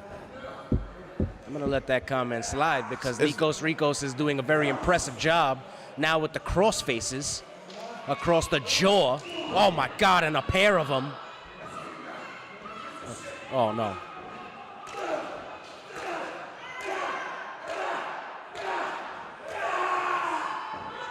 Nikos Ricos putting a beating on Dan Moff, or at least he seems to be doing so. Yeah, like you said, he seems to be, because you got to be careful when it comes to Moff, as we're seeing right now. I know this from experience. The more you beat on Moff, it does something to him. It fuels him almost. And I think we're seeing it right here against Nikos. Well, wait a minute. The punishment just may be too much for him. There we go. You see the pain on the face right there.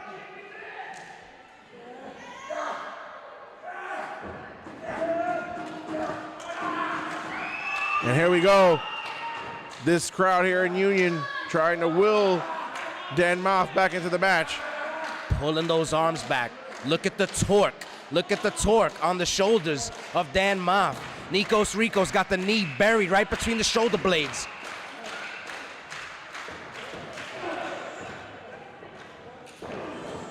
Big forearm shot. Moff answers back, but he got that injured hand. And here we go. Nikos Ricos textbook DDT that time. Nothing like a classic old DDT. Lays him down. Here's the cover. Here's the hook. Both legs hooked.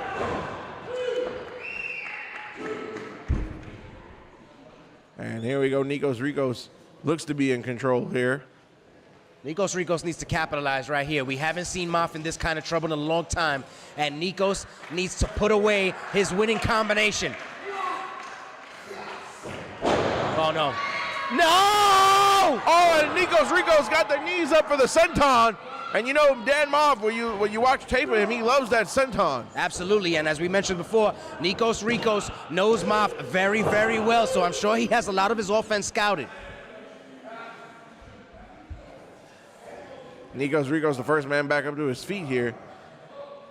Nikos with the advantage. Nikos Ricos to the second rope.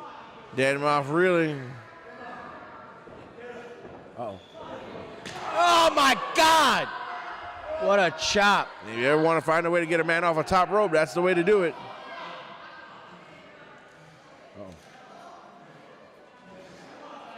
Moff has some bad intentions in his mind here for Nikos Ricos.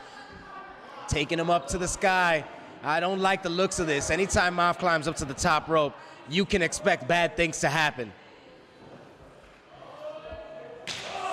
Oh! And you heard the sound of that from here all the way across the river to the deepest part of Brooklyn. Oh, no. Oh, no, my goodness. Oh, my goodness. Moff determined to get up there and punish Nikos Ricos for all the trash he was talking. But I think he took a little bit too much time. Nikos with a headbutt to the chest sends the big man down. And there we go. Nikos Ricos looking to capitalize off that top rope. Into a cutter. And I don't think Dan Moff got all of that one, but he got just enough to drive Nico face first down into the mat. He drove his face into the mat, and if you saw on the way down, Moff's forearm and upper bicep going straight into the jaw of Nikos Ricos as he came down to the mat. SP Anderson throwing in the 10 count. Both men in trouble. This has been actually a war, more than I expected. Nikos Ricos has taken it to Dan Moff in this matchup. And has taken it to him, and yes, indeed. Here we go. Big right hand to the top of the head. Nikos literally challenging Dan Moff to get to his feet. If that's not guts, I don't know what is. Nikos Ricos now. And here we go. Both men. Ooh, did you see that? Dan Moff went to go raise the arm for a punch or a forearm, and he couldn't get the arm all the way up. I'm telling you, Nikos Ricos' strategy has come into play heavy in the closing moments of this matchup right here. Dan Moff has almost lost. Oh! He's almost lost use to that hand, but as I said that, he laid in one final stinging chop as he sends Nikos for the ride here. Big left arm clothesline, make it 2. And that's why God gave you 2 arms.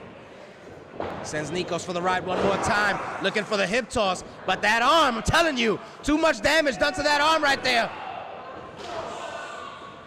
Oh, what a headbutt. Oh man, both men groggy here.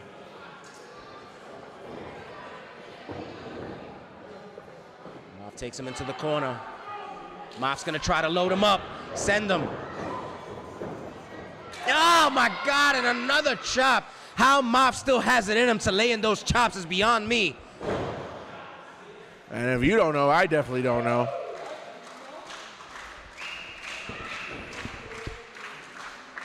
The crowd here in Union County, New Jersey, willing on and cheering on Dan Moff. Uh-oh. I think I might know what this is. We've seen this before from Moff. Bad position for Nikos Ricos. He could be looking for the cannonball here.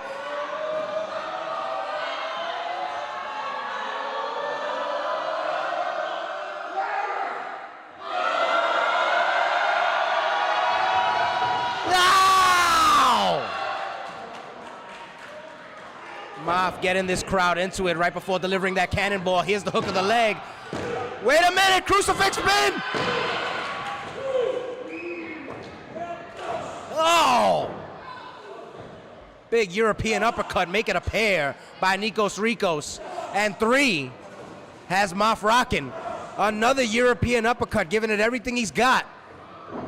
Full head of steam now. He comes back. Oh, big running European uppercut. Moff is in trouble right here. Nikos has the advantage. It could be. Wait a minute. Oh! Moff just following him.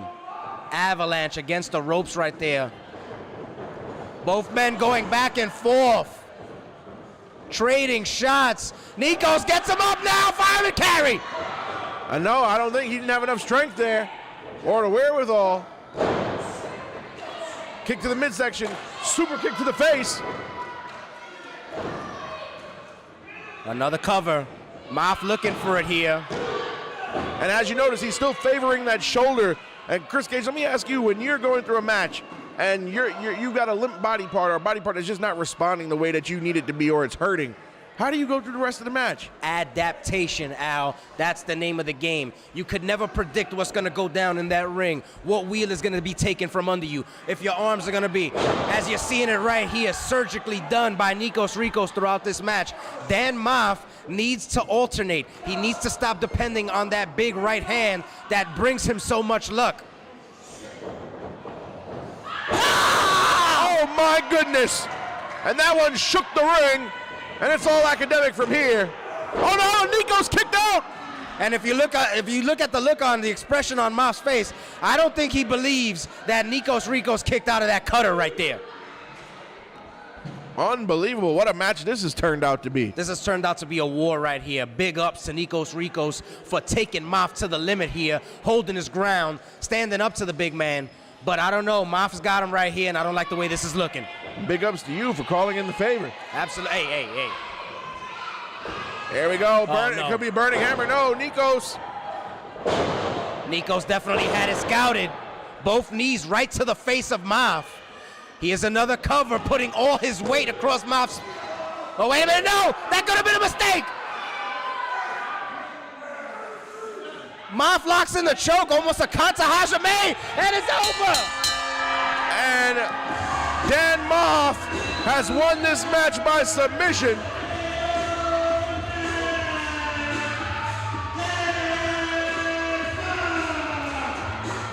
Another point for the Bayonne Badass. He now has 2 points.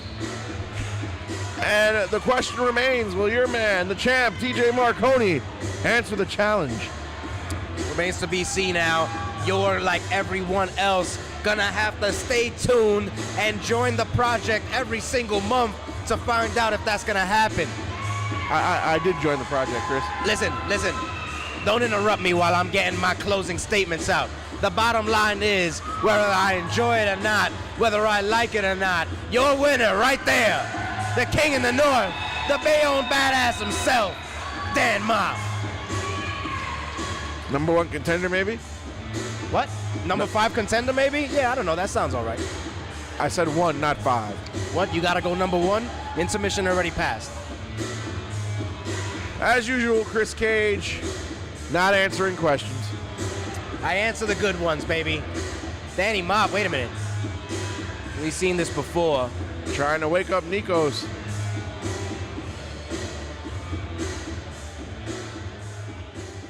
Nikos is out.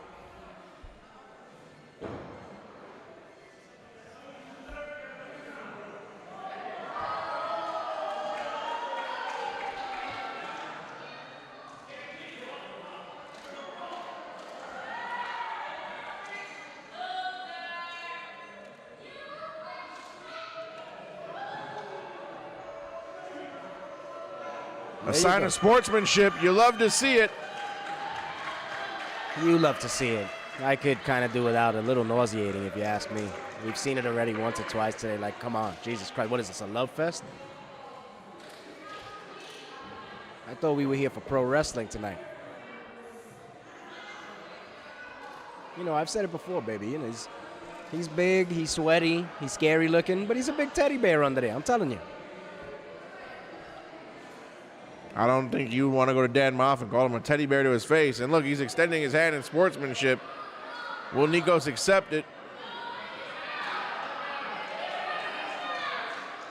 I'm actually surprised that we're getting this from Moff right here after the war we just saw.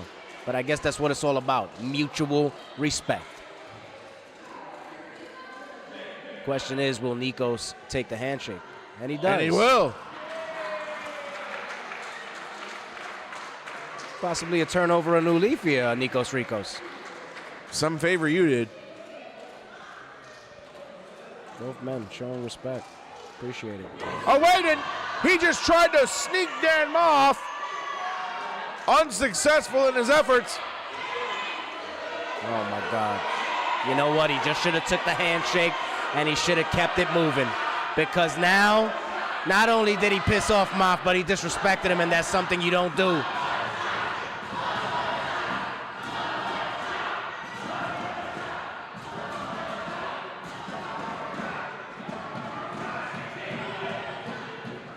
And will Dan Moff let Nikos Ricos off the hook here easy? Oh, no, he won't! What the hell? What are we seeing here? Well, there's not going to be any children in Nikos Ricos' future.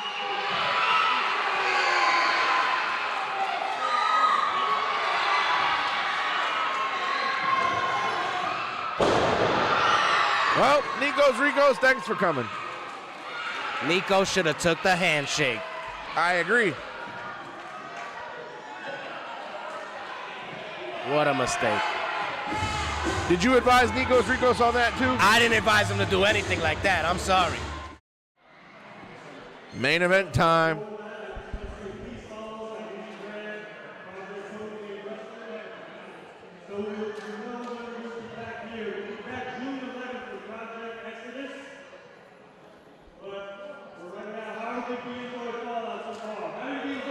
Exodus back in this same building, June 11th, Ray Sanchez. Definitely. We'll be back.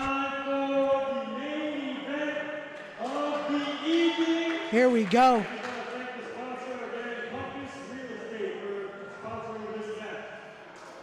Thank you to our good friends at Compass.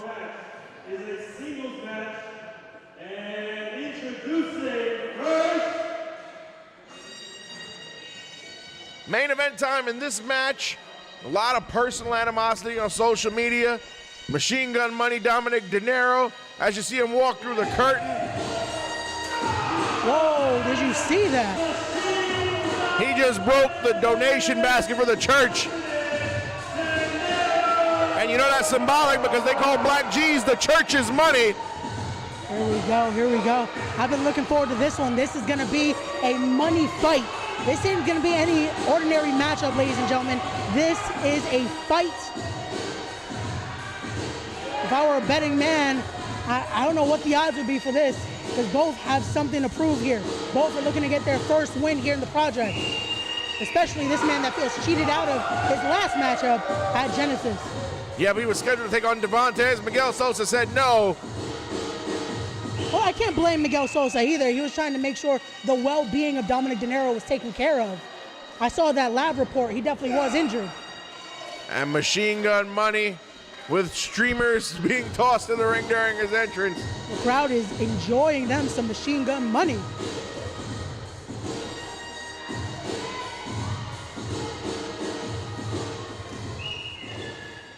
And introducing his opponent from Philly is the definition of money, Dinero de Iglesia.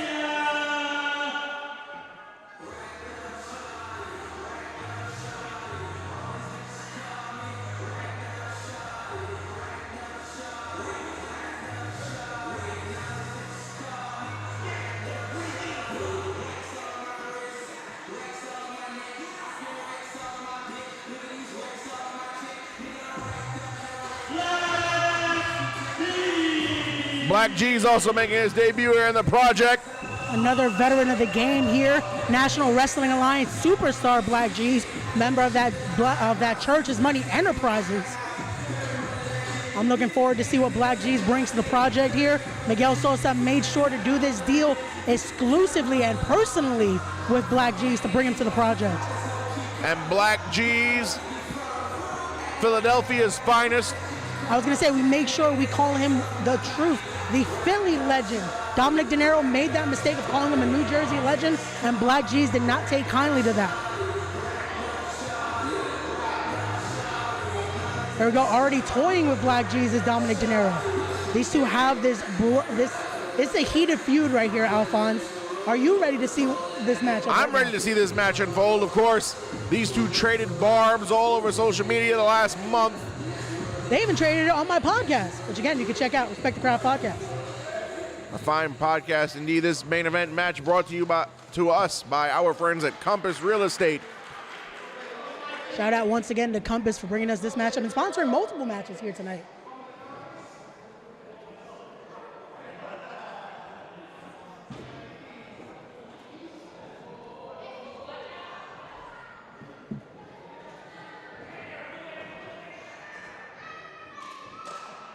There we go, referee SP Anderson checking Black G's. He wants to make sure this is a good, clean fight here. And the bell has sounded. You can hear the silence. The crowd knows what they're about to see. Again, this is no ordinary matchup here. This is about to be a fight, Alphonse. And there we go, Dominic De Niro sizing up Black G's.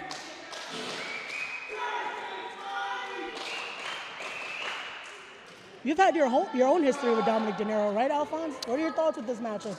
Do you think he's ready for a fight like this with Black G's? Dominic De Niro is a tough guy. Born and bred on the streets of Brooklyn, New York. I've trained in the same dojo as him. I've come up with him. I know exactly how hard he can hit. At the same time, Black G's, there's a reason that he's running around with Austin Idol and Tyrus in the National Wrestling Alliance. No, definitely. But again, he calls himself a prize fighter for a reason as well. He's looking to be at the top here at Project Codename Wrestling. There we go. Look at that aggression here by Black G's. Again, like I said, this isn't going to be an ordinary matchup. This is a fight, a money fight, if you will.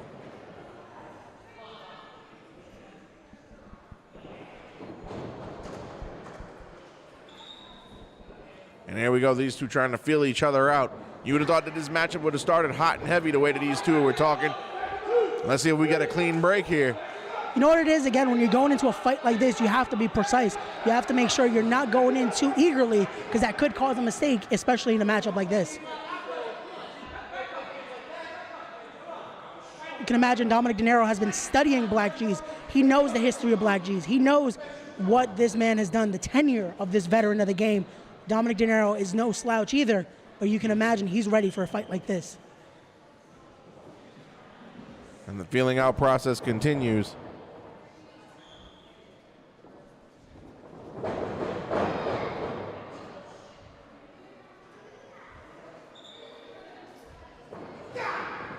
You also have to think both of these men know, again, how important wins and losses here are at Project Codename Wrestling.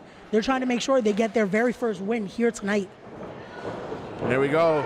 There we go. Shoulder takedown. The first knockdown of the matchup here. First offensive maneuver. Oh, look at that roll through. Oh. Leapfrog. Oh, he had it scouted there. De Niro went for a leapfrog, and G's caught him with a drop kick. That's the veteran know-how. Snapmare. Oh, look at that, toying with him now. He's trying to get in the head of Machine Gun Money. Machine Gun Money has been known to be a little bit of a hothead, if you will, so he's definitely trying to get into his head, win in the psychology of this matchup here. His entire career.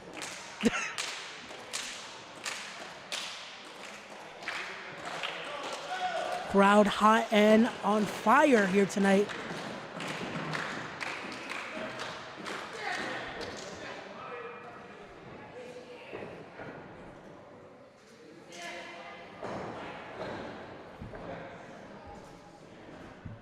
There we go. Off the ropes goes G's. No, he held on to the headlock.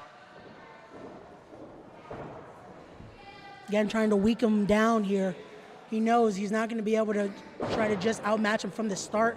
He has to weaken him down, try to make him lose that oxygen there. Oh, look at that by Dominic De Niro. And it didn't pay off. He just ate a right hand to the jaw, followed by a chop. Ooh, that one sounded like a gunshot.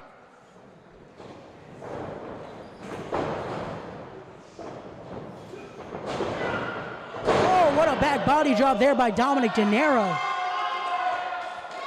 Again, the aggression by both of these men has been well scouted here. They're being precise with their strikes to make sure, again, they're not losing the advantage. And Dominic De Niro, wow, the strength of De Niro. Again, I got to give it to him, too, to Dominic De Niro. Not only has he been aggressive in this matchup, aggressive on social media, but he doesn't even care to make fun of El Jefe himself. He's going after the boss man. I wouldn't do that if I was him. Well, El Jefe is the target of many people right now, but discus punch block. Well, he moved out of the way, did Black G's. Wait! Oh. Cross, it looked like a crossface. It ended up being a bridge. Into another drop kick there. Nice drop kick that time, and Black G's had to take a second on the outside. Alphonse, did you see the impact of that drop kick? It almost moved the ring. Yep, the ring definitely did shake. Again, even the ring knows how big this fight is. And oh, we're on the outside right now. Oh! And Black G's just ate a face full of chair.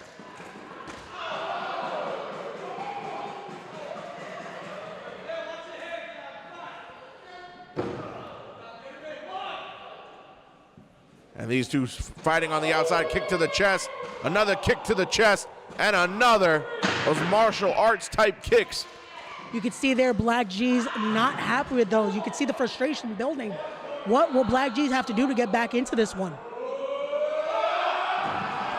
Well, in order for Black G's to get back into it, he's gotta get on the offensive. He gotta start on the defensive. It's like a game of basketball. Good defense leads to better offense. Dominic De Niro in control now. I can imagine Black G's hope this was basketball, though, to take a breather, because Dominic De Niro is not stopping laying on that offense here. Look at this, now has the chin lock applied. Again, very calculated has been both Dominic De Niro and Black G's here. And Dominic De Niro in firm control. SP Anderson checking to make sure if Black G's will like to submit.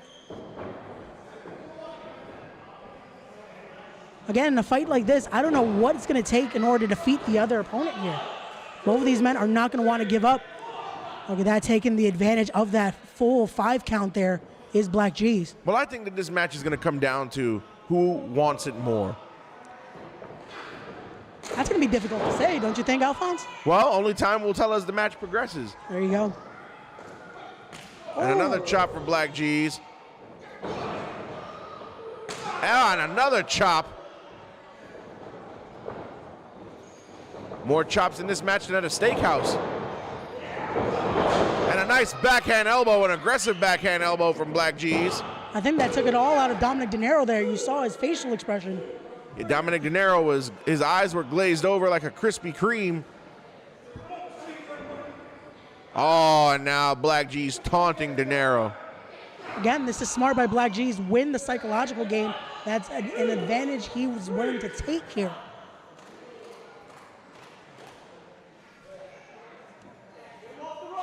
Now pulling at the hair of Dominic De Niro is Black G's. Here in this main event. We'll be back in this very same building on Saturday, June 11th. Yes, we will. Exodus being brought to you by Project Codename Wrestling. Nice counter by Machine Gun Money. Sorry to cut you off, Ray. No, no problem, no problem. Again, the action is on fire here. We can't stop calling it.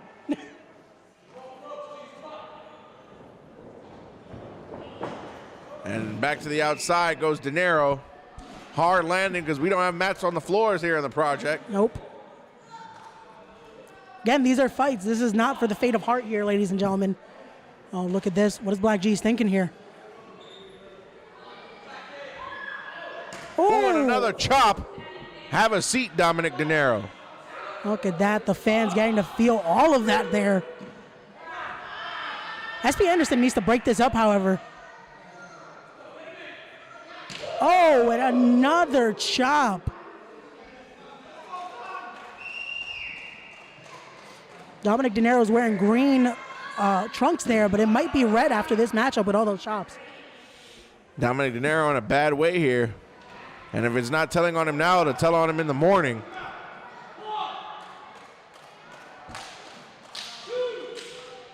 And it looks like Black G's will settle for a countout victory here.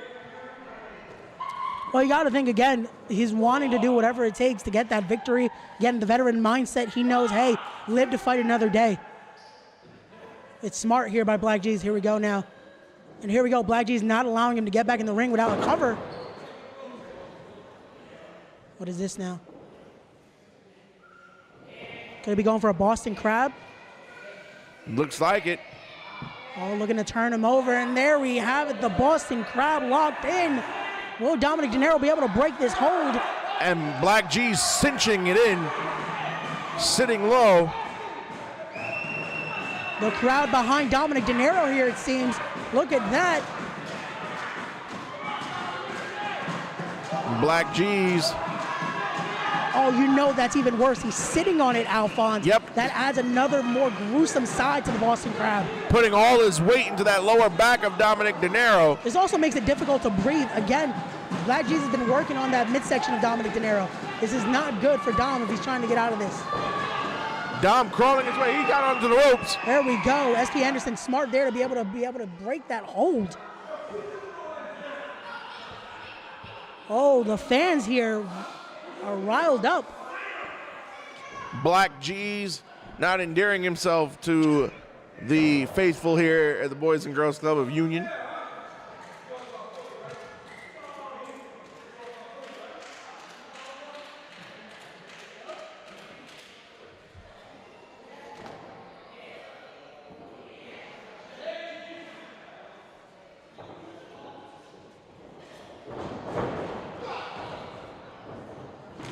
Again, a roaring chop there by Black G's. And Black G's snapmare takeover. Wrestling his pace, slow and methodical.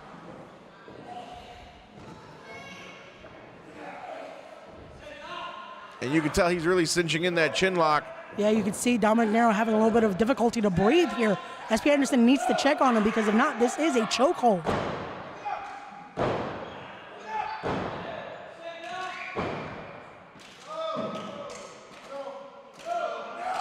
Here we go, the Project Codename Faithful getting behind Dominic De Niro here. Will they give him the strength to break this hold? And you can hear from this crowd, they're willing on Dominic De Niro. Nice counter from De Niro. Back elbow. There we go.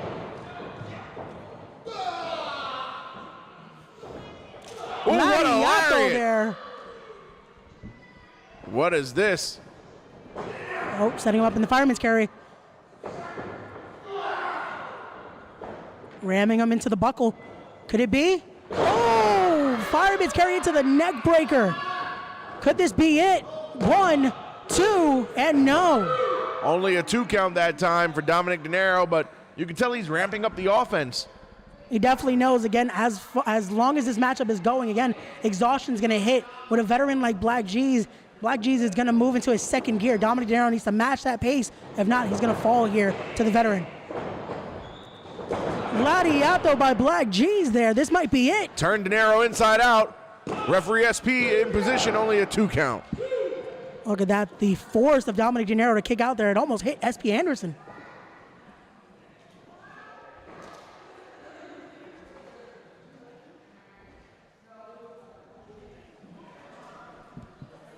Here we go. Black G's look like he's setting up for a suplex. Oh, Dominic De Niro wise enough to put the leg there to break it there. Oh, well, can Black G's get his... Oh, European uppercut there. And here we go, Black G's. De Niro telegraphed it. Nice And uppercut. There we go. Oh. Oh, here we go. These are the strikes we know of Dominic De Niro. Prize fighter type jabs. Side Saito suplex. This might be it, ladies and gentlemen. Cover here. 1, 2. Oh, so close.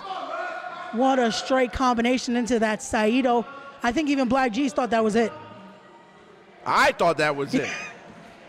Finally, we can agree on something, Alphonse. For the first time tonight. But Dominic De Niro here, slow to get up. G's back to his feet first, which is not good considering he's the one that's been taking the offense. Again, I'm telling you, a veteran like Black G's, he's going into that second gear now. He knows what it takes to win major matchups like this. Oh no, this is not good territory here. They're on the top rope position. Oh, those strikes to the midsection again, that injured midsection. Oh, look, he's biting.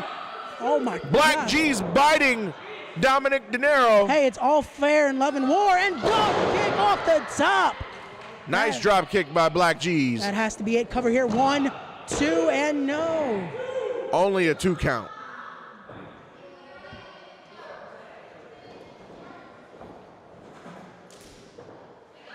And it looks like he's going for an exploder suplex, and he did. Nice T-bone. De Niro looks glazed over in the eyes. Only good for a 2 count.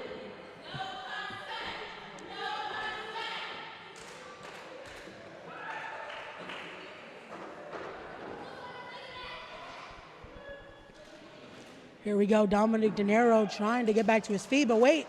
Here's Chris Cage. Chris Cage, who I thought was quote-unquote done for the night. That's what I thought here. Back at ringside. Is he coming to kick me out of my seat again? I don't know. Oh, what a punt kick! That has to be it there. That is the knockout kick for... Wait, what did he throw into that ring? That looks like some type of chain. Right. Oh, Dominic De Niro grabbed it. I don't think that was meant for him. Right in front of SP Anderson. Wait, Dominic De Niro not wisely throwing it. The church's money has it in his hand. SP Anderson trying to grab it. He saw it blatantly get thrown. SP Anderson took that chain away.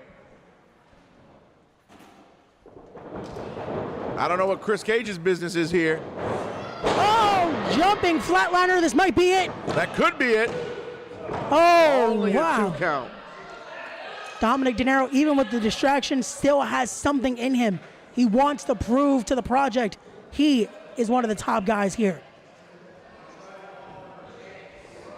Chris Cage been involved in a lot of antics tonight. Can't say I didn't see anything coming for him tonight. Black G's rolls out of the way after missing that top rope maneuver. O'Connor roll. Oh, cover here. Could this be it? 1, 2, oh. Only a 2 count. Once again, going for the, oh, he caught him there with the leg lariat. This might be it. And Black G's got caught with the knee to the temple. The crowd is going wild here in this main event matchup. Here we go, has him up. Oh, and brings him down. This might be it. 1, 2, there you have it. Dominic De Niro gains a point in the main event. What a matchup. Dominic De Niro getting the major victory here against Black G's in this money fight. What a fight here, Alphonse Stevens. Well, Dominic De Niro, a hard-fought victory. He didn't use the chain when it was slid to it by Chris Cage. But my question is, what business does Chris Cage have with Dominic De Niro? These two have never interacted in a project. I'm not sure. I don't even know if that was intentional. Did he mean to throw it to Dominic De Niro, or was he trying to throw it to the church's money? I think that was for De Niro. Well, you see him clapping here, so it looks like Chris Cage is happy. Could he be trying to add him to La Camorra? Well, this would not be a very good time to join La Camorra with Dan Moff staring down La Camorra. This is true. This is true. But there you go. Dominic De Niro standing tall. But ladies and gentlemen, for Chris Cage, for Ray Sanchez, I'm Alphonse Stevens. This has been Project Codename Wrestling Fallout, and we'll be back in this building on Saturday, June 11th for Project Codename Exodus. Have a good night, everyone.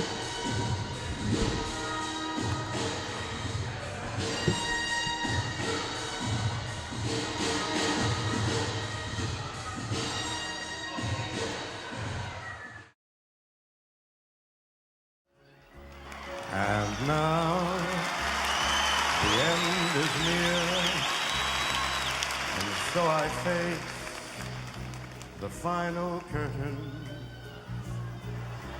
My friend, I'll make it clear, I'll state my case, of which I'm certain. I've lived a life that's full, traveled each and every highway, and more than this, I did it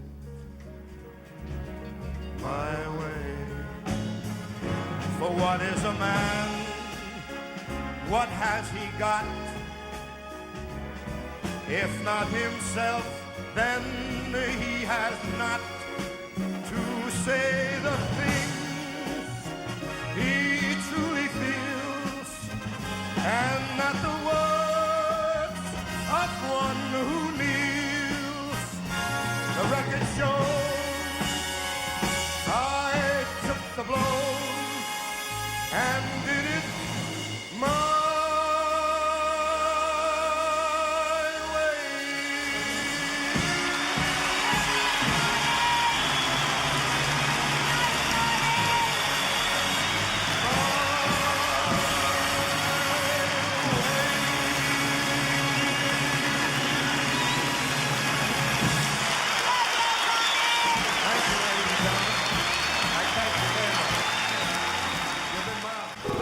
You've delivered urgent documents. Overnight. Ladies and gentlemen, how do you feel tonight? Oh, we do so much better than that. We do so much better than that. How do you feel tonight? I'd like to thank you for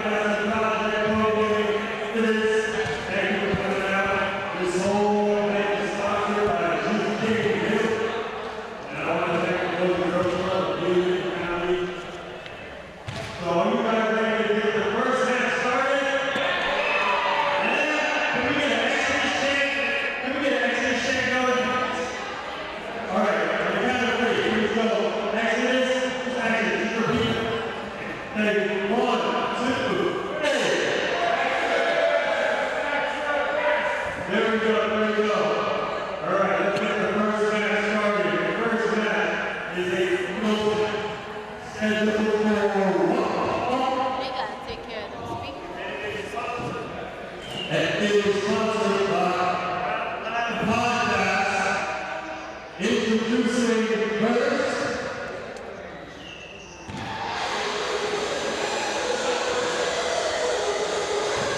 Ladies and gentlemen, welcome to Project Codename Wrestling presents Exodus. Master himself, Ray Sanchez. I like that. Thank you, Alphonse, for a proper introduction. Finally give me some respect here. Well, you're very much welcome. But we're going to kick things off hot and heavy. This match brought to us by our good friends at the Rap Lab Podcast, which drops on Apple Podcasts and Spotify every Monday at midnight. This match, of course, is going to be a match that has a background on social media. Ghost Shadow, who's undefeated in the project, being called out by the debuting Prince Ahmed. There we go. Very cryptic promo it was for that challenge. And here we go, the OG himself, Ghost Shadow. And introducing his opponent.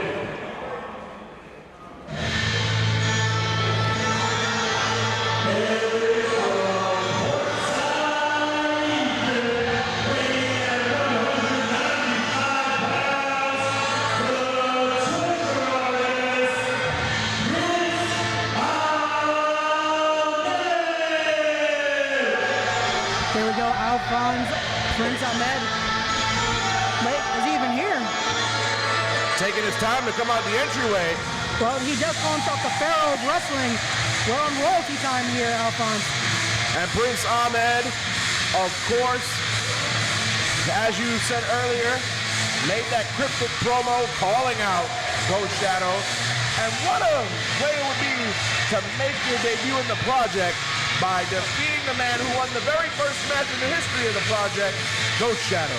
Definitely Ghost Shadow making a surprise appearance at our very first show, Genesis, winning that inaugural Hot Start Scramble. Here we go, can Ghost Shadow go 2-0 in the project? Or will we find out why Prince Ahmed is called the Torture Artist?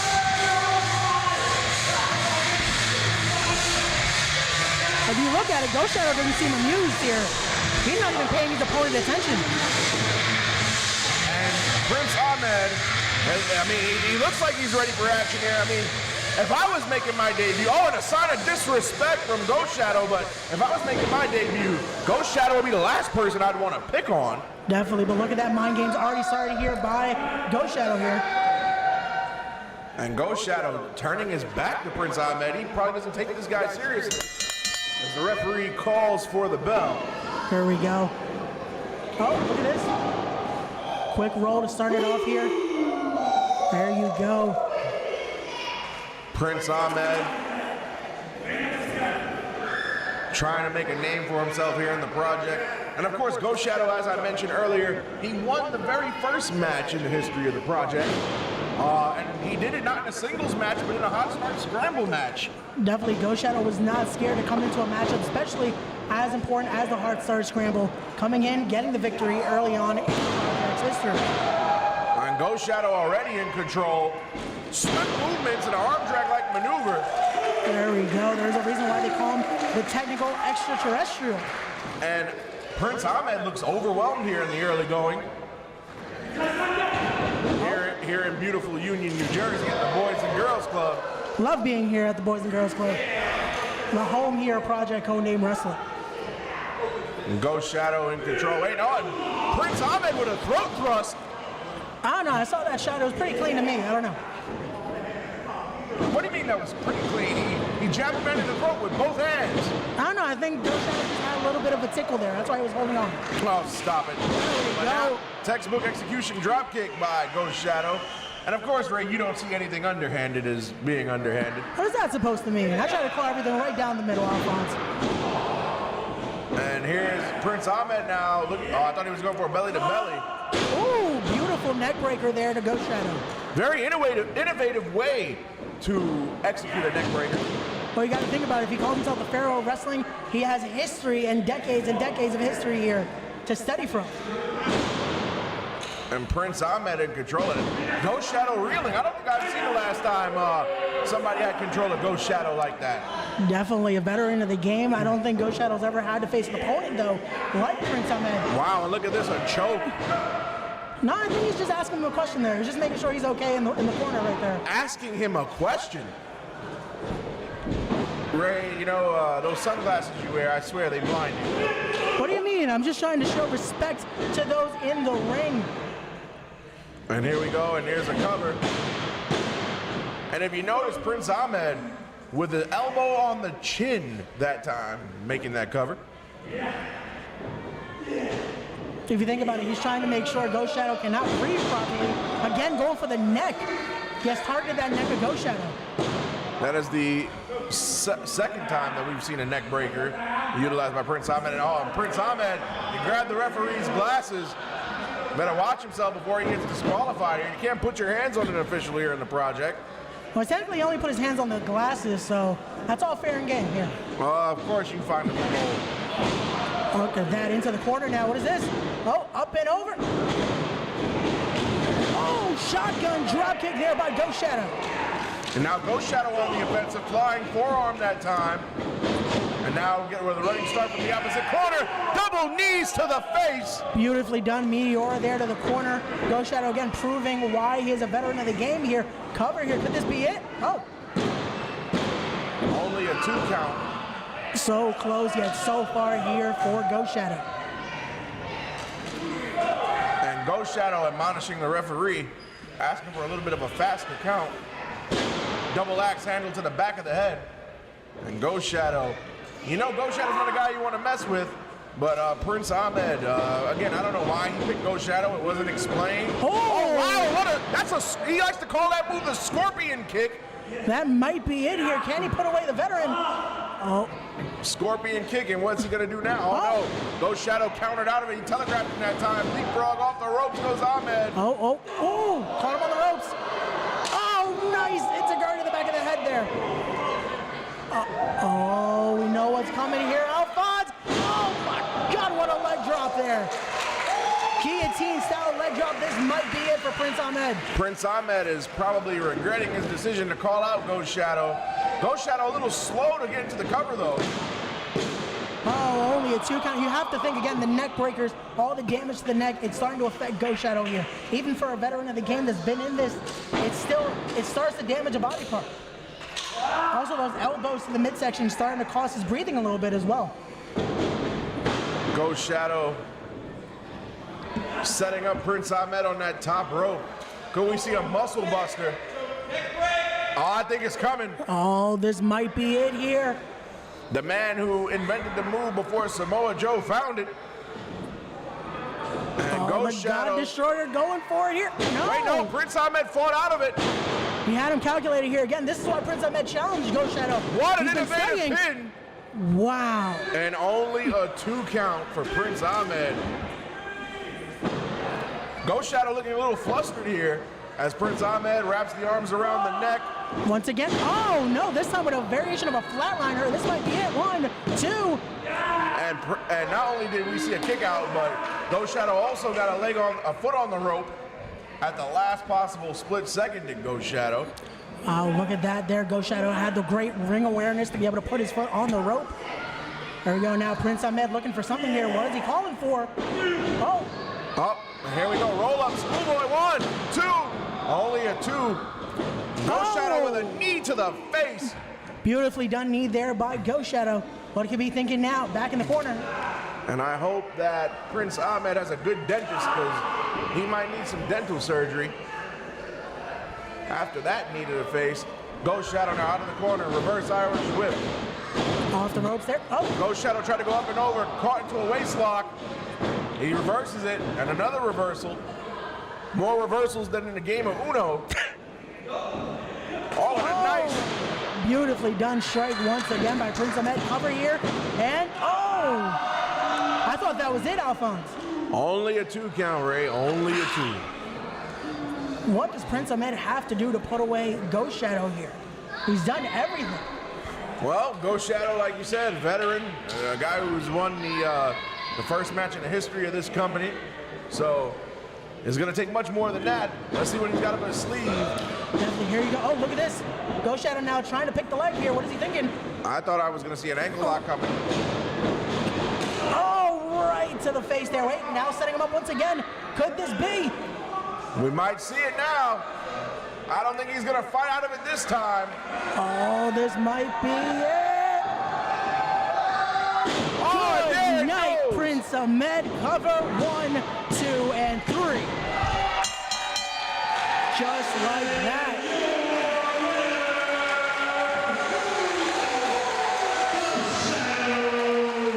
Prince Ahmed bit off more than he could chew, and I think he's going to regret calling out Ghost Shadow.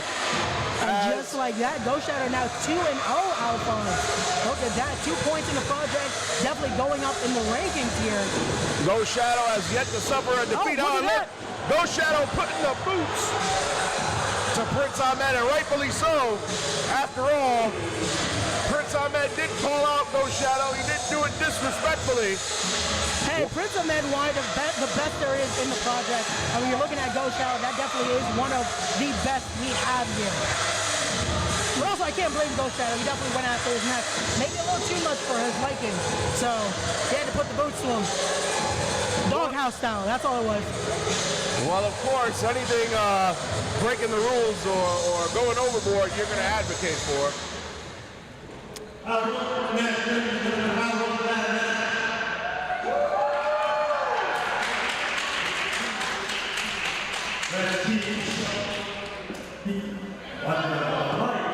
Let's keep the show rolling. Let's keep the show rolling. The next is a triple threat match scheduled for 1 fall. And thank you again to the sponsors, and we're going to get started. All right. Introducing first.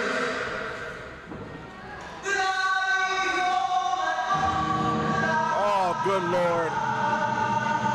He is Pro Wrestling's Big Bobby, weighing in at over 300 pounds.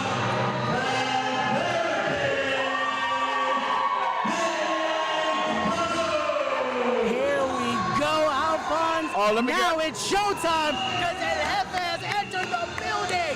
Let me guess, you're going to start your kissing up, right? What do you mean kissing up? I'm just showing respect to our Jefe and then the barricade himself, Big Cuzzo. Here we go. El Jefe Miguel Sosa has entered the building.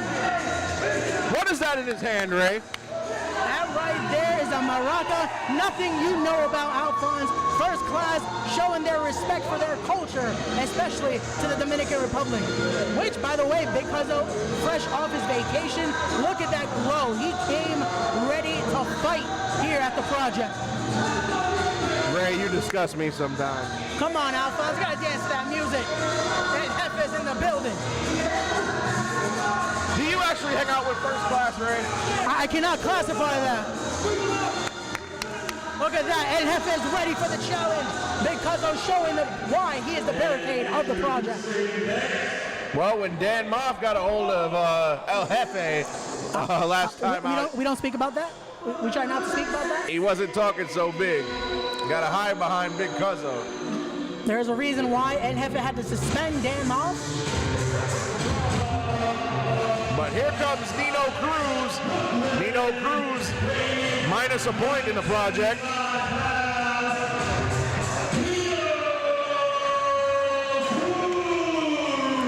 There we go. Oh, look at that. Already going straight for El Jefe. What disrespect there.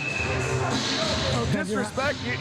El Jefe, Miguel Sosa, White Henny, whatever you want to call him, he's a disrespectful individual. What do you mean he's a disrespectful individual? He is the boss of this place, Alphonse. Show this man respect, especially when he has the barricade right next to him.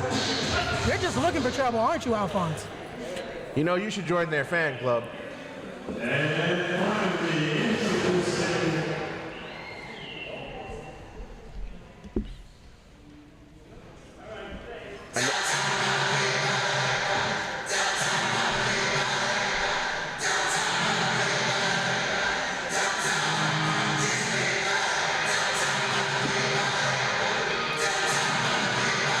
For those at the project, hopefully you remember this theme.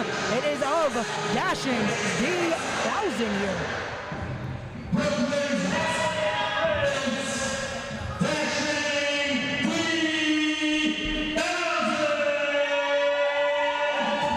Dashing D1000 also has a negative point. He's saying he's here to stimulate the project. Now, we got an interesting dynamic because Nino Cruz is -1. Dashing D-1000, -1. And then you have Big Cuzzo who's +1. Now, a pinfall here or a submission would be greatly devastating to either Dashing D-1000 or Nino Cruz. Definitely, they're both looking for redemption here. Big Cuzzo looking to just continue his domination here at Project Codename Wrestling. The last thing that anybody wants to do is go -2 in the project. Definitely, we also have to bring up, remember, the last 2 losses for Nino Cruz and Dashing D were both part of Hot Star Scrambles, as Nino Cruz lost to the debuting Ghost Shadow and Dashing D losing to current quote-unquote champion TJ Marconi. And now, is Big Cuzzo gonna wrestle with that jewelry on? Why not? That's the first class style right there. Oh, look at that disrespect. The bell hasn't even rung. What do you mean disrespect? The 2 smaller men are ganging up on the bigger man. Okay, this is what Miguel Sosa said earlier in the week on the podcast. He talked about this. He knew this would end up becoming a handicap match. Look at that disrespect there for Big Cuzzo. And Miguel Sosa in a panic. Oh, here we go. Well, that alliance lasted long. Nino Cruz, Dashing D-1000. Dashing D-1000 went for Hurricane Rana. Looks like he might get caught into the power bomb. Okay, there's Miguel Sosa now planning with Big Cuzzo here. He's telling him the winning game plan. Wow, and Nino Cruz with the knee to the mush. I got Cuzzo on hard. And here we go. Nino Cruz trying to fly. He went for a suicide dive. Oh my goodness! Back first, right into the ring post. Look at the dominance there of the barricade. Nino Cruz is knocked into next week, Alphonse. It probably is beyond next weekend. Big Cuzzo now with Dashing D-1000. There we go. Dashing D says he wants to be about it. I don't know if he's going to be able to stimulate Big Cuzzo here. Dashing D laughing. I don't think that's a man you want to laugh at. Oh, he just slapped the taste out of his mouth. What disrespect there by Dashing D. He's still laughing. I don't think he's going to laugh about that. That's a first-class chop right there, Alphonse. Oh, gee, everything's first class when these guys do it, right? Again, you know nothing about that lifestyle. Learn a little bit from El Jefe, learn from the barricade, and learn about that toss across the ring. The hang time in the air that Dashing D-1000 got when he got thrown was tremendous. Look at that. Nino Cruz trying to get back to his feet here. Oh, no. Now it's a turn for Nino Cruz. Look at that. What power from the barricade of first class. Look at that. The Project Faithful acknowledging the barricade here. Big Cuzzo is a changed man ever since aligning with Miguel Sosa. This is what first class does, is brings the best out of people. Look at that beautiful roll into the bicycle kick. What a bicycle kick. And I don't think we're going to see Dashing D-1000 the rest of this match. Oh, no. Face first right into the turnbuckle post, but Nino Cruz had a bicycle kick for him, too. Beautiful recoil there from Big Cuzzo. Cover here, this might be it. And, oh. I don't know how Nino Cruz kicked out of that. Nino Cruz should stay down. Miguel Sosa yelling at the referee, talking about a slow count. That definitely was a slow count. Again, no one kicks out of that big boot, that bicycle kick. Wait a minute, Dashing D-1000 just blew some type of sparkle or sprinkle in the face. What disrespect Miguel there. Sosa. You don't touch the boss like that. You don't touch El Jefe. Oh, wait, was that a low shot? No, it was not. That looked like a low shot there. Who puts down Big Cuzzo like that? And wait a minute, a roll up now. No, he's got the leg trap. Oh, look at the, wait, what is this? Because super kick. Again, 2-on-1. That's the only way they're going to put down the barricade. Of course, he's the bigger man. Oh, there we go. And, well, the alliance, once again, short-lived. Nino Cruz with a TKO. That alliance is lasting shorter than my last relationship, Alphonse. Wow, that must be very short. Back to action. Nino Cruz with a knee to the back of the head. Dashing D-1000, he might be done. And no. Big Cuzzo says. Oh no, look at this. Looking to guzzle him up here. What could he be thinking? Might be looking for a choke slam. No, Nino Cruz got out of it for a chop. And another chop. I don't think those chops are effective. Oh. Oh, that big boot there. First class style. Oh. Springboard drop kick by Dashing D. Look at the face of concern here, Miguel Sosa. He wants his barricade to get back into this here. Come on, Miguel Sosa, give him the plan here. Miguel Sosa looks like he's panicking. He does that a lot, especially when Dan Maff is in the building. Could you stop bringing up Dan Maff? On Dashing D looked like he went for either a double knees or a monkey flip. Neither successful. Oh my God, what a power bomb there. And Dashing D came down from the heavens. 1, 2, oh, come on, that was 3, ref. Nino Cruz saved the match. Look at that. Miguel Sosa telling the referee that was 3. We all saw it. Alphonse, you saw that. That was a 3 count. Well, it was a broken up pin in a multi-man match. What can I say? Enziguri is going to take more than that to get Cuzzo off his feet. Beautifully done. Enziguri there, but here we go now. Nino Cruz. Oh, no. He's going for the Stampede. Hit him with the Stampede. The first class Stampede. 1, 2, and oh, look at that. Miguel Sosa was trying to tie his shoe there. He was able to stop. He wanted to make sure Dashing D could not fall there. He saw his shoe untied. He was trying to help him out. He grabbed the man and stopped him from entering the ring. What do you mean tied his shoe? He was trying to stop him from falling, Alphonse. You didn't see him, his shoes untied. I can clearly see it here from the announcer's desk. What match are you watching? The same one that Big Cuzzo just added another point to his score. 2-0. Big Cuzzo can't leave without the jewelry. Oh, of course not. That is first class jewelry there. Something that you'll never afford in your lifetime, Alphonse. Only when you're first class you can buy luxury like that. Look at that, carrying El Jefe. That's respect right there.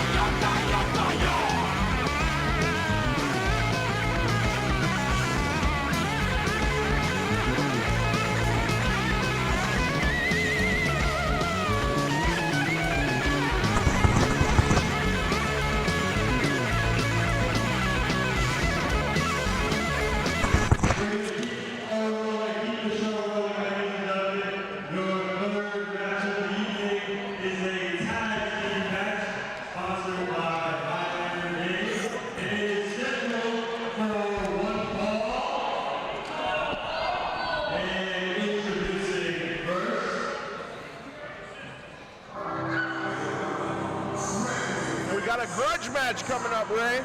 Here we go. It is time now for the official in-ring debut of CMD. You mean the Street Dogs? Well, I have to agree with you, sadly, Alphonse. They threatened me with a bat when I tried to get a word with them after the last show. So, this match originally scheduled to be CMD. These two men, Boom Harden and Deshaun Pratt, against the Taboo Crew. However, Craig Steele is not here tonight. He'll be replaced by Too Hot Steve Scott. The reason Craig Steele isn't here, a couple days ago, CMD decided to go to the Taboo Gentlemen's Club, and they took baseball bats to the knee of Craig Steele. I don't know what you're talking about, Alphonse. It definitely wasn't CMD that did the assault. We're just speculating here, Alphonse. We can't say it was CMD. Why would CMD not want to face the best in Project? Currently 2-0. They're 2 points in. They're the leading team in Project Codename Wrestling is the Crew. Are you kidding? Did you not see the surveillance footage or the police I don't know report? what footage you're talking about, Alphonse. I usually review everything too. 2 men that match the description. Their t-shirt said CMD for crying out loud. No. I don't think it was CMD on there.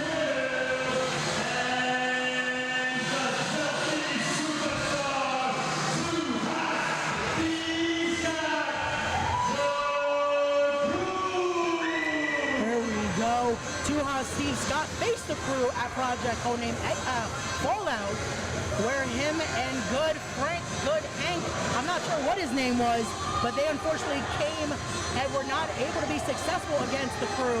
Good Hank Flanagan, that's who you were. Is that his name? I don't know. Too Hot Steve Scott said a few names. I think his name was Tank at one point. I'm not sure. But here we go. Look at this.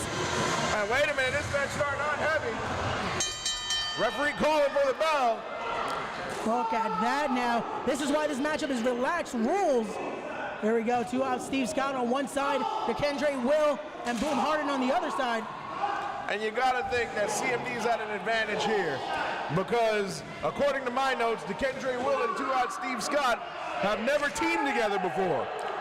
Well, you have to think about it. Both men have been a part of tag teams. They should be able to get back into fruition here. They got this. Yeah, but it takes chemistry, Ray. You know that. I definitely do. And that's what CMD has. You have a veteran of the game in Deshaun Pratt. You have the young Newtown Dragon, Boom Harden. They got this. Look at this. Getting the Project Faithful involved as they're showing their dominance here against, I guess, the team we could call the crew, Kodak Crew. But look at this. Double suicide dives right in front, in the rows in front of us here. Wow, look at that. This is why you want to come to Project Codename Wrestling, ladies and gentlemen. Tag team action is living at the Project. Talk about getting the most for your dollar. There you go. Look at that kick to the back there to Deshaun Pratt. DeKendre Will in there with Boom Harden. And here we go. Reversal Irish whip. Up and over goes Boom Harden. Boom Harden off the ropes now. Spinning roundhouse kick, and DeKendre Will with a split and an uppercut. Beautiful European uppercut there by DeKendre Will off the ropes here. Innovative offense. Oh, look at that, saying some words there. Oh, it's a Guri by Deshaun Pratt, the Prince of Camden there.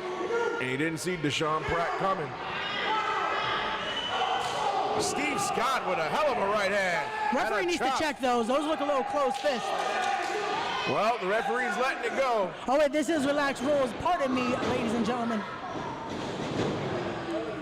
And up and over goes Deshaun Pratt and a boot for Boom Harden. Here we go now. Look at this. Oh, beautiful super kick there. Oh, shot to the midsection now.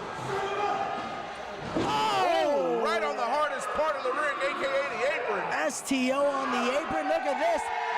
Too Hot Steve Scott now getting the people with him here. Off the top, missile drop kick.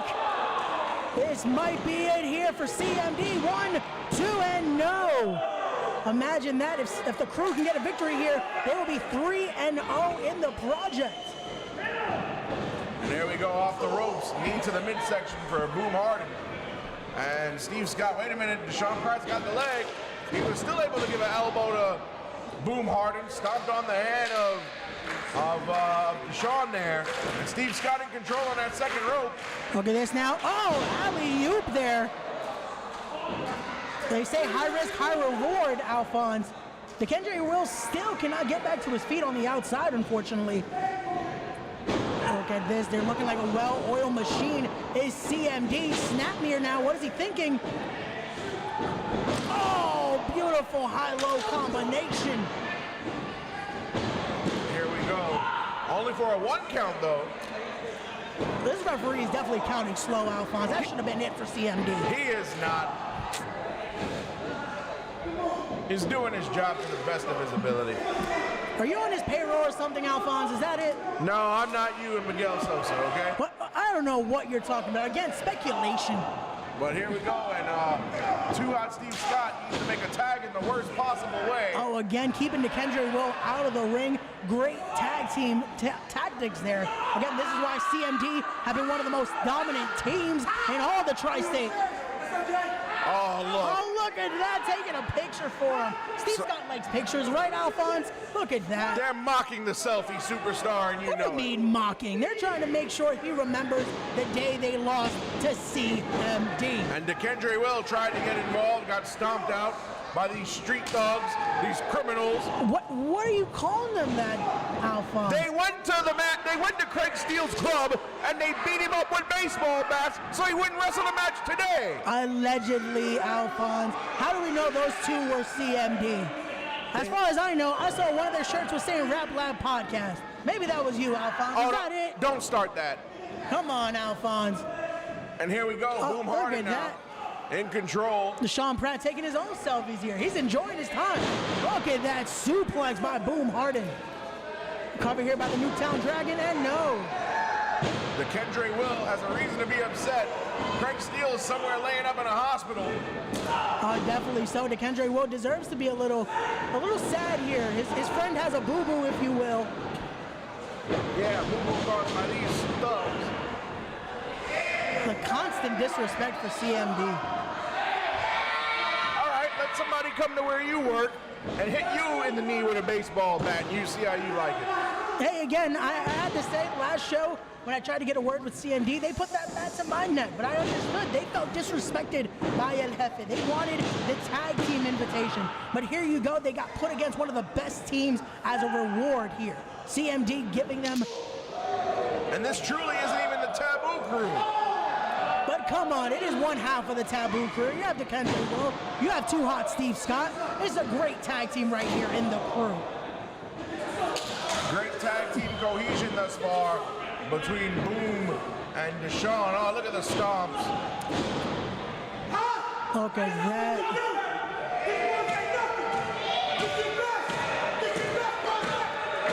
See, there you go. This is what they do, all right. They're reminding the Project Faithful this is the best tag team we have. We have the crew 2-0 here at the Project. This is what they do, gang warfare, right? Look at this. Oh, no. Miscommunication there. And look at this. Oh, shot to the midsection. Deshaun Pratt accidentally hitting Boom. Oh, look at this. Oh, tornado. Oh, tornado DDT and a flatliner combination. Look at this. The Project Faithful are on fire here. The Kendra Will wants in there like a caged animal. There we go. The freshman finally coming in. Could it be? There we go. And the Kendra Will going up to the high rent district, the top row. He missed Boom, but got Deshaun. Look at that. Boom Harden not know what just happened. Look at that. Clothesline after clothesline. What a combination here. Oh, like a house of fire, Alphonse. This is why the crew is currently 2-0 in the Project. Looking to make it 3-0 after tonight. Up, the Kendra Will. Looks like he's got a gorilla press going on. Oh, could this be? Look at the height. Oh, and tossing him into Deshaun Pratt. Look at this now. Oh, beautiful done. Moonsault there. 1, 2, and no. And only for a 2. Look at this now. Quick tag to Steve Scott here. Can they be going for a double team? Oh, Could shot be. to the midsection. DDT into the bottom turnbuckle. I get it's relaxed rules, but come on. That could injure poor Deshaun Pratt. Oh, no.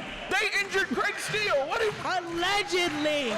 We cannot confirm that was CMD. What are you talking about? Oh, wait a minute. Boom Harden. He landed bad on that leg. Oh, no. Look at that again. Why are they trying to injure CMD? Oh, yeah. Just like how CMD injured Craig Steele, right? Again, I don't know what you're talking about. Are you talking about their last match when CMD entered the ring at Project Codename? Wait a minute. Wait a minute. While the ref's back is turned, Deshaun Pratt, he's got a chair. And DeKendra Will. Oh, look at that shot to the midsection. Shot. And Steve Scott. Shot to the back. Steve Scott was checking on Boom Harden. I think all Deshaun wanted to do was make sure he had a seat. That was all. Wait a minute. That was a ruse. He's back on his feet like nothing happened. Oh, look at that. He's magically healed. This is why he's the Newtown Dragon. What do you mean magically healed? Michinoku driver. It's a double stomp. That is it. CMD, could they have it? 1, 2, and 3.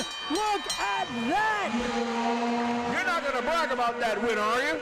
What do you mean? They just beat the top tag team in the Project.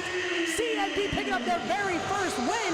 And unfortunately for the crew, they are now 2-1. You do realize they had to fake an injury and use a chair to win the match. Fake an injury? When you're in that ring, anything can happen. Poor Boom Harden got an injury in there. He caught a bit of a cramp, if you will. Wait a minute. Oh, look at that strike. With a cane. That's for trying to injure him earlier in the match. Look at this Boom Harden now. You know what it is? Because Steve Scott's wearing purple. He just wanted him to match. That's all. Oh, look, these thugs. these miscreants, these criminals, no. Not the phone. They're gonna break the phone of Steve Scott. Oh. Good night to the phone. No more selfies. You know what it is? CMD trying to make sure Steve Scott gets an iPhone next time. Look at that antique Kodak style phone. That's all it is. CMD trying to make sure he ups the ante, you know? That's all. So these guys, they cheat to win, they fake injuries, they damage property, and you're okay with that. Again, I don't know what you're talking about cheating. Nothing was cheating there. Again, Boom Harden caught a little bit of a cramp. That's all that happened. He feigned a knee injury. Again, it happens in there. They were going insane. It was relaxed rules. Deshaun Pratt used the chair. Wait a minute. Steve Scott's calling for a mic.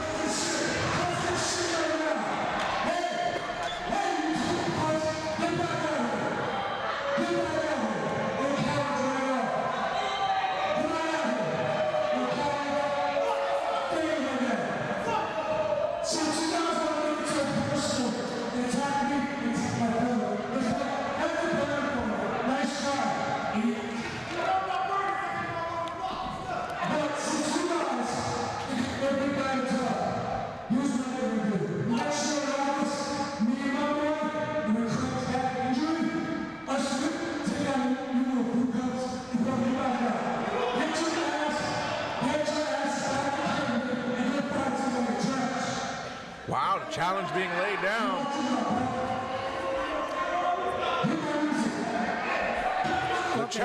The challenge has been laid down. But when Craig Steele is healthy again. Steve Scott wants some more there. Look at that. Well, I don't know how smart that is, challenging Street Dogs to another fight. The disrespect again to CMD. They just won here, Alphonse. They're now 1-0 in the project. What a debut. Look at that. Look at Steve Scott throwing Dashing D1000 ring jacket all across the ring there. Come on, Steve Scott. I thought we were supposed to be better than that. What happened to your selfies? Go take a selfie with the fans. They broke his phone. Oh, whoops. You know what? CMD should come out here and break your mic, Ray. How about that? Come on. Why would they do that? I'm not the one that's calling them thugs. I should let them know your thoughts on them, Alphonse. I don't know if CMD's really going to like that. You're the most biased man I've ever worked with. I thought Chris Cage was bad. Wow. I thought we had something, Alphonse. I thought we were getting good. We were cool here.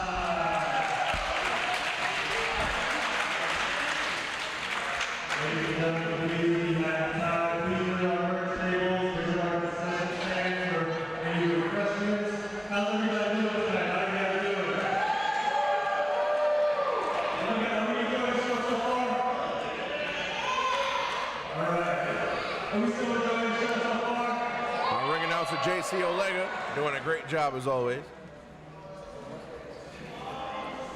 Don't forget, we want to thank Highlander Sports again for sponsoring that last great matchup there where CMD picked up the win.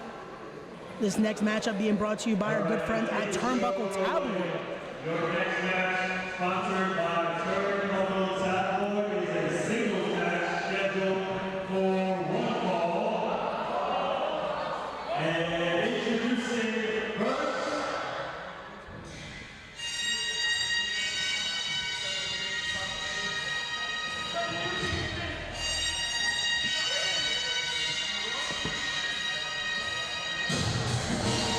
and there he comes.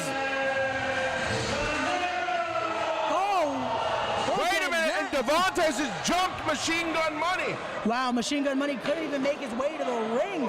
I was about to say Dominic De Niro coming at a high right now as he was victorious in his last match, but look at this. Oh my God, Devontae is just attacking Dominic De Niro on the outside. And it's interesting to note that these two were scheduled to compete against each other in the very first project show, Genesis. Look at that, Devontae's letting the people know. Look at that there. Yes, Alphonse, you mentioned it again. At Genesis, these two were supposed to square off. Unfortunately, Miguel Sosa found that Dominic De Niro was not fit to compete, unfortunately due to an injury. So now we finally get this matchup here at Project Codename Exodus. Look at that Dominic De Niro with those strikes right to the chest there. And there we go. And Devontae's right. He caught De Niro powerbomb on the apron. That pop-up there, that elevation from Devontae to Dominic De Niro. Referee trying to get in control of this matchup. Ladies and gentlemen, we want to remind you this matchup sponsored by Turnbuckle Tabloid is not no DQ. And this match has not officially started yet. The referee has not called for the bell as of yet. Devontae's wanted to start the match here. Look at this. I got a word from Devontae's earlier this week. He said Dominic De Niro was faking an injury, so he wants to injure him here tonight. Now wait, De Niro just popped back up like a house of fire. Look at that. Plain Possum maybe was Dominic De Niro. This is what he wants out of Devontae's. He wants the best at Project Codename Wrestling. And Devontae's, look at that. When Dominic De Niro was pulled from that match Genesis, he had to deal with Big Cuzzo. Devontae's 0-1 in the project. Dominic De Niro defeated Black G's at our last event. Definitely 1-0 to 0-1. Both of these men have a lot to prove here. Dominic De Niro wants to prove to the project that his win over Black G's was not a fluke. He wants to continue his dominance here. Devontae is looking for redemption against Dominic De Niro. A win for Devontae's means that both men go to 0 points. Here we go, what a leapfrog by the Hoss of Hosses. And a pounce! He pounced him out of the ring! What power there from the Hoss of all Hosses. I don't know if Dominic De Niro, what just hit him there, it was like a freight train, if you will, Alphonse. He pounced De Niro out of the ring. I don't think Dominic De Niro's ever been hit that hard. It's like he got hit by a Mack truck. You said it, you said it. Oh, he's talking to you. I hope he's not angry at me. Again, I just tried to get the word from him this week on Respect the Crowd, which you can check that out, guys. But again, this matchup brought to you by our great friends at Turnbuckle Tabloid. And I don't know if they were thinking about this being this much of a fight, Alphonse. Look at that, Devontae's making sure everyone knows he's gonna hurt Dominic De Niro here. Oh no, no, no, look at that launch! He just launched him across the ring. Alphonse, is it me or have we seen another side here of Devontae's, a more aggressive side of the Hoss of all Hosses? We didn't see this out of Devontae's when he wrestled Big Cuzzo, but it was personal between he and De Niro. It definitely is. Again, he felt cheated out of his first match here. He was ready for Dominic De Niro, and he was almost swindled, if you will. But again, El Jefe just looking for the best for the talent here. He wanted to make sure Dominic De Niro did not wrestle injured that night. I saw the medical report. Devontae's still jaw-jacking at you. I don't know what I did. Again, I'm just the commentator here. Well, maybe if I slip him a $20 bill, he'll come smack you. What kind of... What? But here we go, Devontae's. What a spine buster! Okay, that snap on the spine buster reminded me almost of AA Arn Anderson there. There we go, but it wasn't enough to put down Machine Gun Money. Again, Machine Gun Money was victorious in his last matchup in the money match that we called it, Alphonse. Yep. Oh, look at that, Devontae's again. He needs to stop worrying about the Project Faithful here and worry about his opponent. Devontae's now in control. Hopefully he didn't hear me there, because this is an angry man right now. And oh, what a chop! Look at that. It sounded like a machine gun shot there. That one hurt. Oh, no, no, no, no. My God, look at that German suplex. We're all the way across the ring. A release German suplex at that. Dominic De Niro in a bad way. Here we go. Cover here. 1, 2, and no. Only a 2 count. All that, and Dominic De Niro still has the energy to kick out. Machine Gun Money. What will Devontae's have to do here to stop Machine Gun Money? Uh-oh. And Devontae's in control here.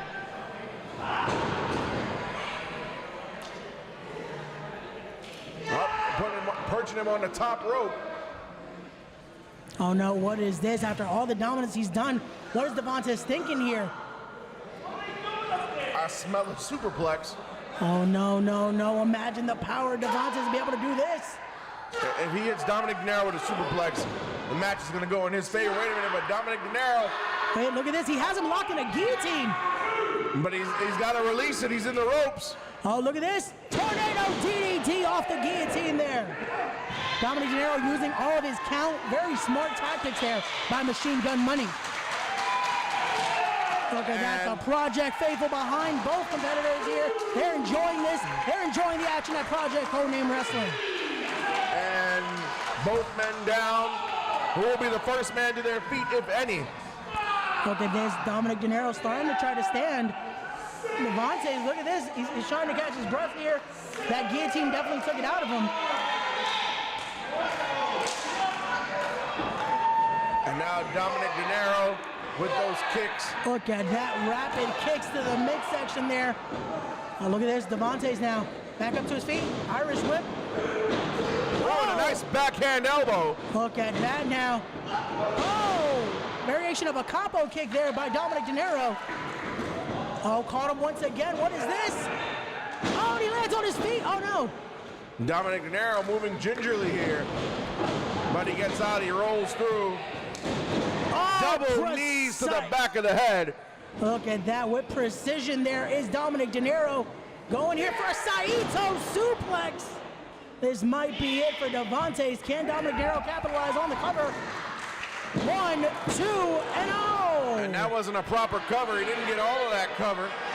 You got to give it to Dominic De Niro, though. Again, the exhaustion is starting to hit after all of the momentum and all the moves that Devontae has hit on him. The dominance here of the Hoss of all Hosses. Oh, this might be it here. Could he be looking for it? Oh, almost hit the TKO. Now Dominic De Niro has him in a fireman's carry. What is this? Oh! Oh my goodness, and the head of Devontae snapped right off the knee. No. Went for that fireman's carry neck breaker. He was able to connect with all of it, but it wasn't enough. Wow. Look at the Project Faithful. They thought that was 3. Look at that. I'm with them, Alphonse. I thought that was it. And here we go. It's getting down to the wire here. Once again, pop up. Oh. Devontae. Oh. Wow. Like a front forward facing power bomb. Devontae, as you can see, even the exhaustion's hitting him. He couldn't get all of it there, but was it enough to put him away? No. Maybe if he was able to get the full force of that powerbomb, Alphonse, he could have put him away there. And that is indeed correct. Again, I'm hoping Devontae did not hear my comments, though. I wish he would. I should tell him what you've been saying about him. Maybe you might straighten your act up. What is that supposed to mean, Alphonse? I'm calling this down the middle. What are you talking about, Alphonse? Look at this now. What is Devontae thinking? Look at that spear! What a spear! That's his signature move, or one of them. Now looking for it here. He could possibly go for that TKO. This might be it. He hits it! Dominic De Niro looks like the lights are on, but nobody's home. 1, 2, and... Wait a minute, the foot under the rope. Wow. Great job here by the official. Able to see that the foot was under the rope there. That's great officiating by this referee. The foot was underneath the rope. That is a rope break. I was a little afraid there. Devontae gave me a look. Again, I'm not the official. Don't get mad at me.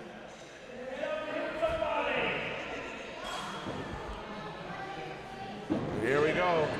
Off the rope goes De Niro. Oh, and he fired back with a straight right hand. Oh, and a chop block. Look at this, breaking him down like a tree. Look at that rolling elbow there. Literally a rolling elbow drop, Alphonse. You don't see many of those, but look at this. What is Dominic De Niro going for here? Has his arms wrapped up. Oh no, look at this choke. This might be it, ladies and gentlemen. Using the old man's arm.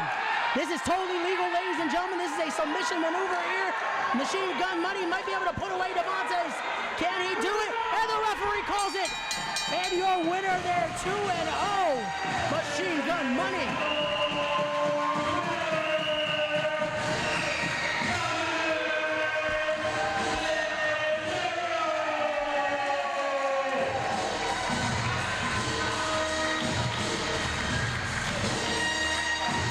Look at that. Alphonse, these two went to war. This was a grudge match, and it's by pure definition here. Thank you to our friends at Turnbuckle Tabloid for helping us put this together here. We finally got to see it. I don't know if this is what Devontae wanted, but Dominic De Niro now 2-0 in the project. How embarrassing is that, though? The man got choked out with his own arm. Again, I hope Devontae knows this is Alphonse Stevens' comments. This is not mine. Great match by Devontae and Dominic De Niro here. Look at that, the project loving their winner here. A true warrior is Machine Gun Money. Dominic De Niro truly living by that moniker of fight or die. Dominic De Niro victorious here at Project Codename Wrestling out here right in Union.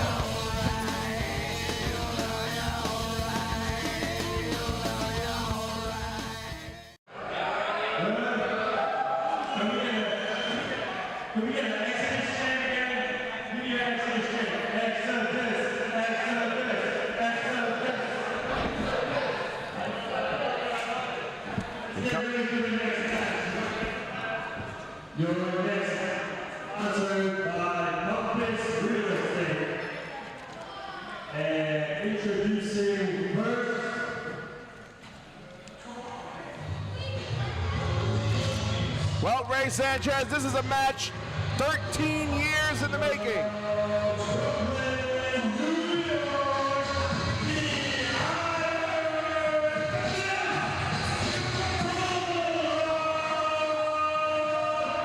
Joe Bulldog, the Iron Fist, going up against a man he's known for 13 years in Astro Morales.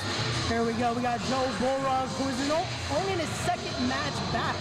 He took a break for 6 years from the professional wrestling ring, and he hasn't missed a step, Alphonse. This is what happens when you are the Iron Fist. Did you see those strikes in the last Hot Star Scramble? Not to mention, do you hear what song is playing? I'm Gonna Knock You Out by LL Cool J. You know what that means, Alphonse. If I'm the Puerto Rican Nightmare Astro, I hope I found a pillow. Well, Joe Bulldog, known as the Iron Fist, some of the most lethal hands you'll ever see in professional wrestling. But to say that Mama said knock you out, oh, I don't know about that. Not with Astro Morales, the Puerto Rican powerhouse. Wait, are you doubting the Iron Fist, Alphonse? You don't think he can knock out Astro Morales? Astro Morales has been on a tear as of late.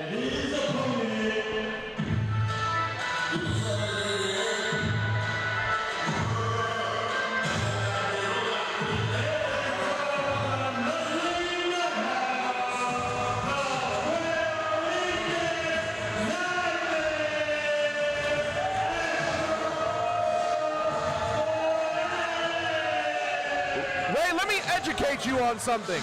Did you hear where Astro Morales is from? He's from the Nutley Nut House. Do you know what they do in the Nutley Nut House? What do they do, Alphonse? They throw people in dumpsters, including people's mothers. Wow. Well, Astro did say when I got a last word from him at Project Codename Fallout, he was going to take care of the trash in the project. However, Miguel Sosa says there is no trash in Project Codename Wrestling, so Astro needs to put himself in check, if you will. Well, they put down Brandon's in the Nutley Nut House. And the bell has sounded. Astro Morales one-on-one with Joe Bullrog. A match 13 years in the making. Both of these men have known each other that long, but this is not about friendship. This is not about mutual respect. This is about moving up in the ranks of the project. Definitely is. Again, Astro Morales already 1-0 in the project. Joe Bullrog trying to get his first victory here. And again, you have to talk about this, Alphonse. Since the last event, Astro Morales is no longer the Puerto Rican powerhouse. He wants to be referred to as a nightmare for all of his opponents here in Project Codename Wrestling. Well, that must be an intimidation factor, but I don't know if you can intimidate Joe Bullrog. I don't think so. Look at that. He's smiling in there. He's laughing about what Astro just did to him. Oh, look at that, playing the mind games. Look at that. And I'm guessing you approve of the smugness of Joe Bullrog, don't you? Why wouldn't I? Again, this is what Iron Fist do. Iron Fist Joe Bullrog, like you mentioned, he did take 6 years off. But when he came back, you wouldn't have thought he took 6 years off because he's not showing signs of ring rust. But wait a minute. Look at that. This is what Joe Bullrog does. He scouted his opponent here. Again, you talked about it, 13 years in the making. These two know each other almost like the back of their hand, Alphonse. But wait a minute, did you see the look of surprise on Joe Bullrog's face when he hit Astro with that chop and nothing happened? Look at that. I don't think it's done anything to Joe Bullrog. Oh wait, I might have spoken too soon. Well, that did something to Joe Bullrog. Look at that. Something went flying from the ringside area, Alphonse. Astro Morales looks annoyed. Look at that, those back elbows. I think he definitely is annoyed, Alphonse. Look at that flatliner now. Innovative offense here from Astro Morales. Your man Joe Bullrog ain't looking too good. Again, you're counting him out too early. He's trying to scout his opponent. This is all psychology, Alphonse. And Bullrog looking the worse for wear, but only a 2 count, says referee SP Anderson. What do you mean? Again, he's gonna come out. You're not even gonna see the knockout shot, Alphonse. Well, if this match was being scored on points, Astro would be up by a landslide. What are you talking about? Look at that reversal there. Look at that strike. And Joe Bullrog now with a chop. Did you hear that, Alphonse? That's why they call him Iron Fist. You got more chops than in my mother's frying pan on a Sunday afternoon. But an exploder suplex that sent Joe Bullrog halfway across the ring. Look at that. He's shaking no, though. It didn't do anything. He's fine. He's breathing. He's good. You sure he's good? Like I said, when it comes to a guy who's from the Nutley Nut House, those are people you don't play with. There you go. But again, thank you to our sponsor here, Compass Real Estate, for putting together this. And nobody. Oh, and Astro Morales coming up short there. There the Iron Fist, and now a knee. What happened now, Alphonse? Standing moonsault, Joe Bullrog. Wow, kick out with authority. Kick out with authority and only a 2 count. Look at that again, but look at that, Alphonse. What happened now? What are your comments toward Joe Bullrog now? Well, Joe Bullrog in control. He was able to take Astro off his feet. I'll give him that, Ray. I'll give him that. Unlike you, I can call this match down in the middle.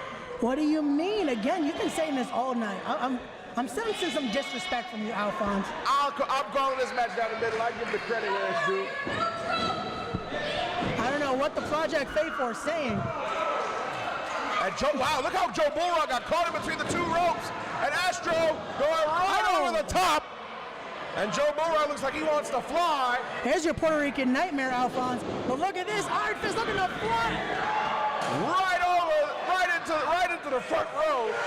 There you go. That's worth price of admission alone, Alphonse. This is why people come to Project Codename Wrestling. And Joe Bullrog showing that A, he is not afraid of Astro Morales, and B, that he can fly. He can do more than just punch. Look at that, a family affair here. And wait a minute. Oh! Well, so much for being Iron Fist. why would Astro Morales do that? He might have just broken Joe Burrow's hand. He didn't do anything but move out of the way. What do you mean? He definitely pushed him into that pole right there. He moved out of the way, Ray. No, Take those sunglasses off and call the match. Again, I'm respecting our talent. They're shining bright here at the project. I'm looking to respect their craft. No, the craft master has spoken. These two fighting on the outside now. Joe Bullrock back in the ring. Look at that. Astro Morales needs a breather here. That's why he's throwing Iron Fist back into the ring. Why doesn't he try to win fair and square in that center of the ring there, Alphonse? No comment on that? The match ain't done yet. And there we go. He picks him up. Overhead, belly to belly. Astro in control look at now. that. Joe Burrow back up. See? This is what Joe Burrow does in that ring. Look at that back elbow. Back elbow that caught Astro. Astro thrown into the second turnbuckle. Nice back body drop. Finally, something good you say about Iron Fist. Joe Bullrock looking to get the win here. According to most people I've spoken to, they expect Astro to come away with the victory. Who are you speaking to, Alphonse? Who are these biased people? The intense people from the Nutley Nut House. That's who I'm speaking to. You have some sort of alliance with these people, don't you?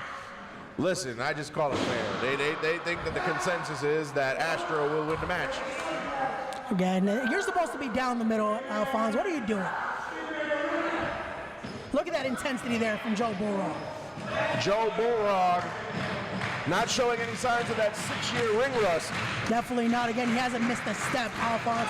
Look at this now. He has him. He's going to put Astro away. He's going to put him to sleep there. Oh, no. And Astro now in control. No. See, look at that. Educated feet as well. They call him Iron Fist, but he can do everything in that ring. A ripcord into an Irish whip. Swing and a miss the clothesline. Bullrock with a pass by. Another one. And a cutter. Beautiful cutter there. The Iron Fist does it all, Alphonse. You see that? Educated feet, educated fist. You sure are a cheerleader today, aren't you? Actually, no. Ladies and gentlemen, if you break the rules, Ray Sanchez will root for you. But both men off their feet in a kip up. Look at that. A kip up by Iron Fist Joe Bullrock. See, his disrespect is, your disrespect is fueling him, Alphonse.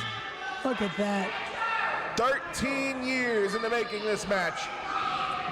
Look at this now. Off the Springboard. ropes. Oh no. Wait, he got caught into a German. How did the Puerto Rican Nightmare be able to do that?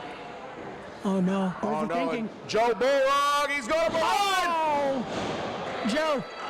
It's over. No. It's all academic Not from like here. this. Nobody Joe. kicks out of that.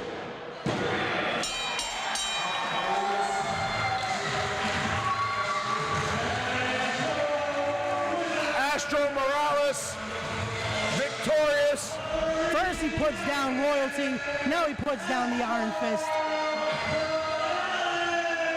If only there was a dumpster in this place.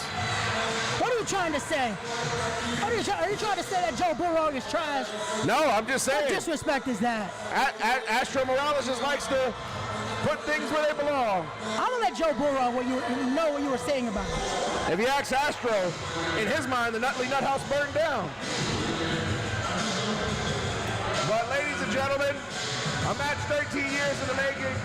Astro Morales victorious here in Union at Project Codename Wrestling Exodus. Look at that, the Project Faithful are very happy here. They're enjoying this. They're loving seeing the Puerto Rican powerhouse get the victory here. Wait a minute. I don't think he's done with Joe Bullrock. Come on, Joe, hit him with that strike now. What do you mean hit him with a strike? The match is over. Oh, and a handshake and a hug, they embrace. What a sign of respect. You love to see it. Okay, I can't blame him there. I got to go with that. I love a good sense of respect. Two men who have known each other. Wait. Hey, look at this. There we go. And Jefe sent out his barricade. There we go. I love it. What are you cheering and clapping about? Because it's the barricade, Alphonse. He jumped in from behind. What do you mean? Look at that. You were saying Astro had this in the bag. He should be fresh as a daisy. Astro Morales just wrestled a match and got stuck from behind by this big dummy.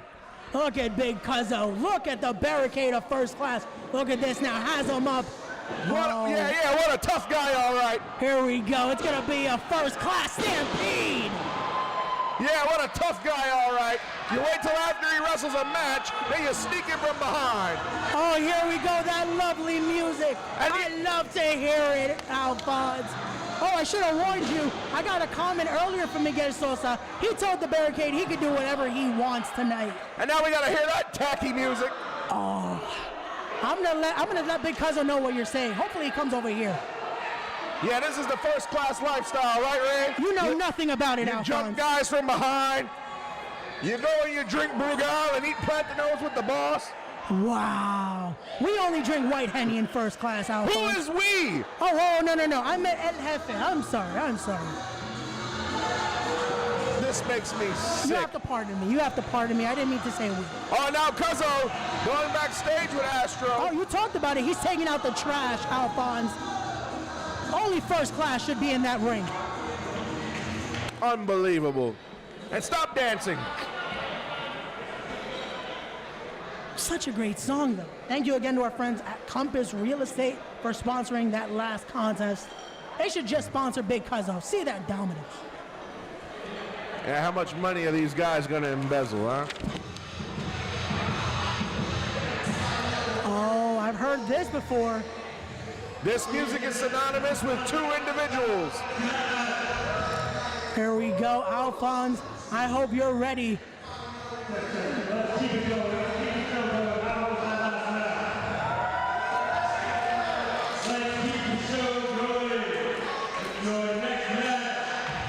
And here they come.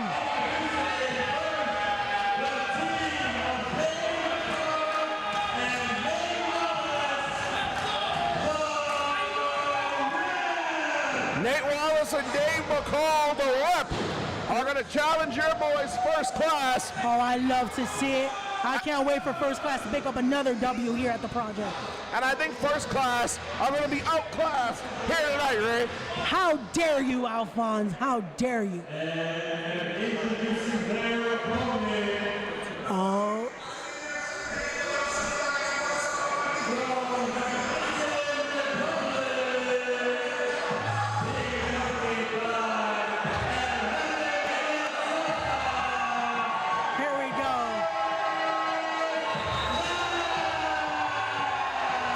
Tune I get to dance to, Alphonse. I'm loving it here. It's the First Class. Do you have to dance every time they come out here? Here we go. El Jefe, Sebastian Cage, the Barricade, and El Johnny Santos. Here we go. You know what? I'm going to stand up for them.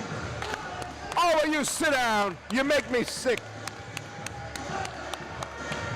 El Johnny Santos and Sebastian Cage with Big Cuzzo and Miguel Sosa. Miguel Sosa, whose specialty is hiding behind people and drinking on the job. Well, at least they haven't brought hookah out there with them this week. I was meaning to speak about that. I heard someone, not going to mention names, got their hookah taken away because of a certain stooge in the desk. You know, there is a tobacco ordinance in this place. But nonetheless, Sebastian Cage, El Johnny Santos set to go head there with a Rep. But I think that the difference will be the Big Stooge and the Little Stooge, a.k.a. Big Cuzzo and Miguel Sosa. Wow, the disrespect again for El Jefe. Look at this. First Class, a dominant duo here in Sebastian Cage and El Hombre, Johnny Santos. El Hombre? Yes, he is El Hombre.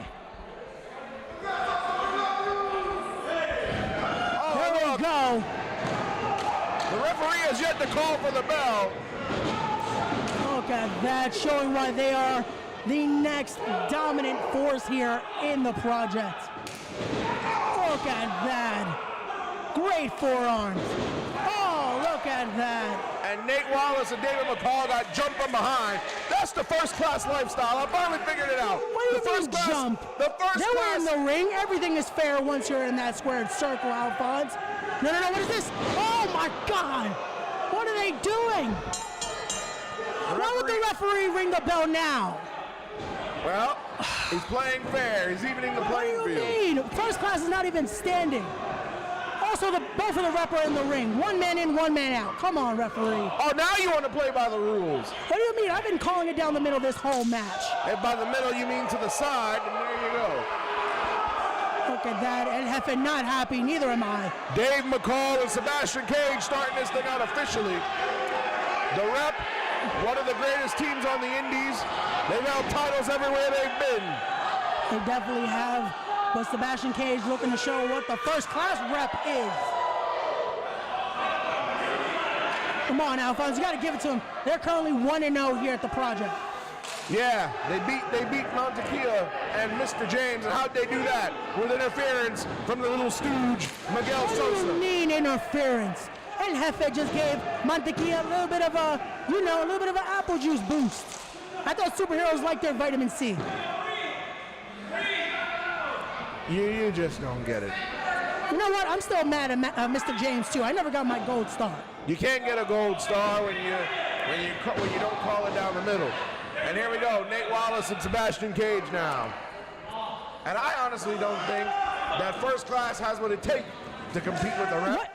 Wait, you're telling me that I'm not calling it down the middle? Look at that, he's grabbing the dreadlocks of Nate Wallace. Is that fair? He's trying not to trip. Did you see that? The ring is slippery. Sebastian Cage was about to injure himself there and take a bad fall.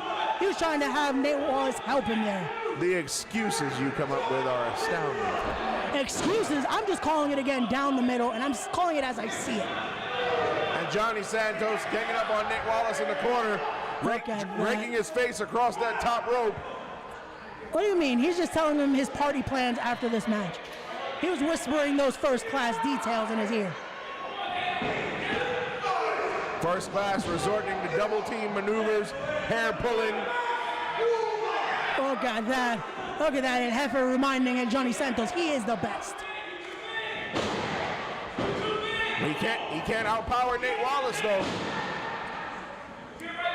See, this is why they need the hookah. Johnny needs to power up a little bit. Oh, you mean that's why they need Big Cuzzo, the barricade? Big Cuzzo is just there to watch the great tag team action here. Up and over from Santos, but it results in a power slam. El Jefe, come on, get the game plan into fruition here. Tag now to Dave McCall. Oh, come on, referee. 1 in, 1 out. What is that? Nice senton from over the shoulders of his tag team partner.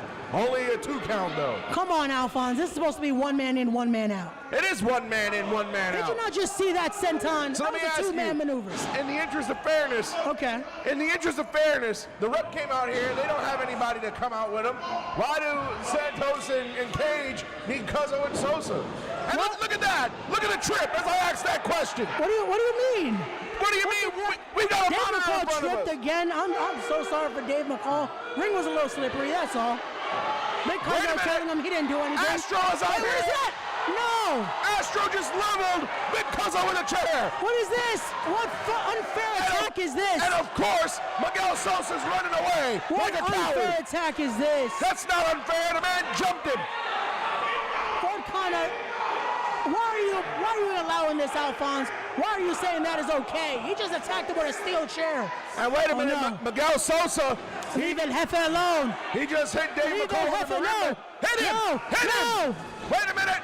Sebastian Cage! There you go! First class flight from Sebastian Cage. You don't put your hands on El Jefe. I wish he would have nailed him. What? I'm going to let Miguel Sosa know that. Maybe he'll suspend you next time. Yeah, you tell him. Double team maneuver now. Nice slingshot from the apron. Look at that. See, Sebastian Cage didn't even touch him. That's what tag team maneuvers are. He's being fair. That's the first class way. And Nate Wallace not doing his team any favors. Look at this now. Beautiful senton there by Sebastian Cage. Look at this. Referee, do your job. Count the 3. And still just a 2 count. Come on, that was a 3 count. This referee is... And now look at the choke. Johnny Santos in the corner. What do you mean the choke? He's holding him there, helping his partner get a proper maneuver done. And look at the choke. Sebastian Cage diverting the ref's attention. See, Alphonse, that's why you were choking, because you're saying Miguel lies. Sosa's hanging off on Dave McCall's foot. I don't know what you're talking about. He's checking his nice kicks there. He's checking out his great kicks. shoes right there. That's what you get when you have a first-class contract. Oh, my goodness. Oh, Ray, we got to send you away for a month. Look at that. Nice snapmare takeover by Johnny Santos. Finally, you say something nice about first class. See, Alphonse, you're seeing it. You're seeing how great first class is in that ring. Textbook drop kick by Johnny Santos. Sebastian Cage with the cover, but only for 2. Arguing with the referee is not going to get you a win. See, I got to give it to the rep, though. Again, they are proven to be one of the best, and this is...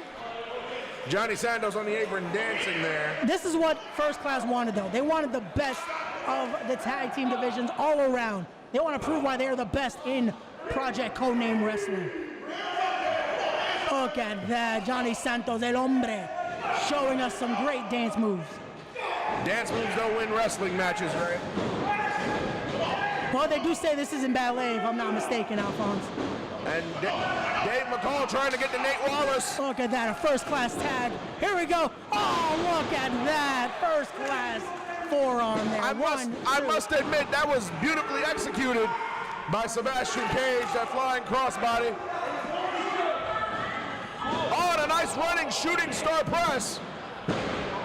Only a 2 count. Oh, come on, referee, that was a 3. No, it wasn't. It was 1, 2, and kick out. If anybody knows officiating, it's me. Tag now to Johnny Santos.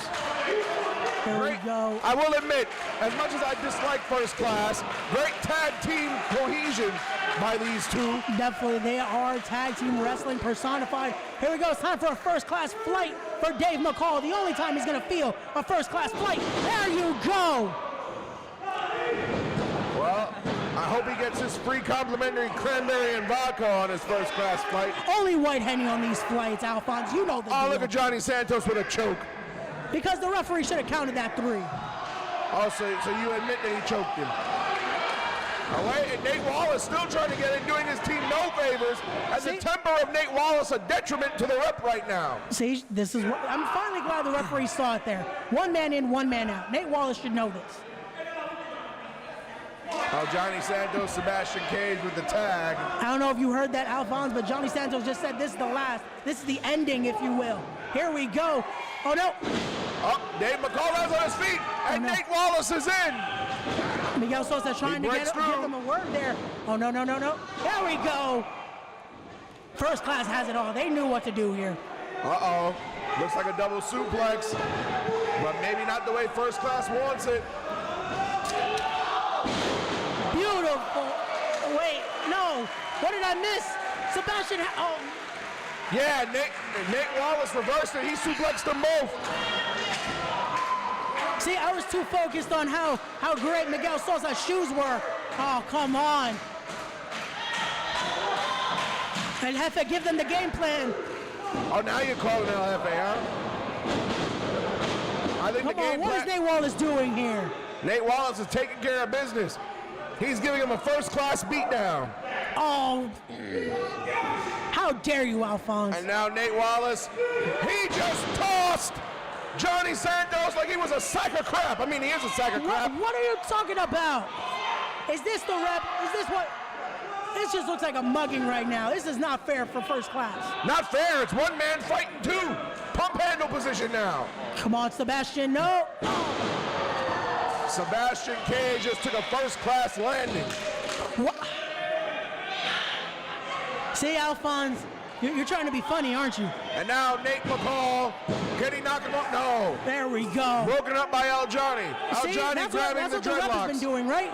They've been breaking up the pins. There you go. And down went El Johnny. Someone get that man a hookah. Oh, look at this. Miguel Sosa pulling El Johnny out of the ring. Oh, no. We're supposed to party later. How's he going to party if he's knocked out? Party's about to be canceled. There we go. Sebastian Cage has it. This is why he's the lit superstar. Yo, look at that! The hang time! Talk about a first-class flight! What is the rep doing? They almost killed a man. Alphonse, please tell me you're not defending what they just did. Sebastian Cage is on Dream Street. They almost killed the lit superstar. What kind of rep is this? Wait a minute, Nate McCall face to face with Miguel Sosa. Oh no, Miguel's about to run, but he does best, and there's nowhere to run. No, don't touch El Jefe. What is this? Run, Miguel, run! Miguel Sosa running to the back, but wait a minute, it's 2-on-1. Look at this, Sebastian Cage reeling him in. There we go, first class. Dave McCall by himself. The tag. Johnny Santos is in. I don't think Nate McCall knows it. Dave McCall. Dave McCall, I'm sorry. Wait a minute. Roll up. Look, wait, look. No. And first class steals another one. There you go. He held the tights. What do you mean he held the tights? What are you talking about? That was a clean finish right there. First class picking up another victory. 2-0. Are you serious? One man held the tights and the other man was sitting on his chest. 2 points for the victory for first class. What are you talking about? How in the world? Look at your screen. Look at that. First class, it's time to party, baby. It's time to dance. Do you need some chapstick, Ray Sanchez? What are you trying to say? All that ass kissing you've been doing all night. What disrespect is that? Even the Project Faithful know first class just gotta win. That was a robbery, and you know. See, if Nate Wallace wasn't too busy trying to chase El Jefe, he would have been there for his partner. Thank you again to our sponsors, Hip Hop Advocates, for sponsoring that great tag team match that was won by first class. You're blind, Ray.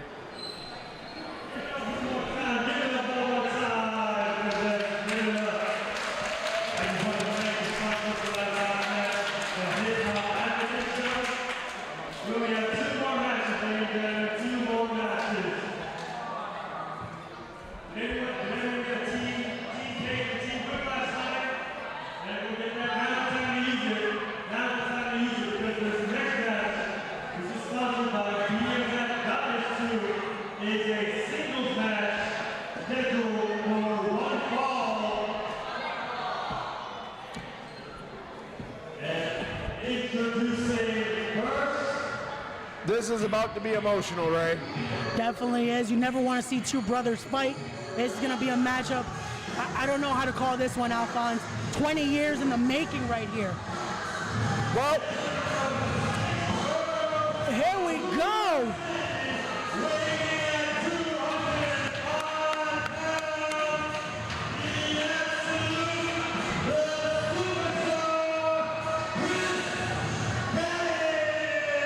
I'll tell you this, Ray. Nobody wins when the family feuds. Definitely not, but the Project Faithful are in for a treat because this is about to be an insane contest. But here we go. Here we go. We have the Absolute. He's talking to me, but there you go. That's your former broadcast partner right there, Alphonse. He's back in the ring, making his return here. This is Chris Cage's first match in over a year, and it's against somebody who he knows very well, that knows him very well. His former tag team partner, brother, family member. Here we go.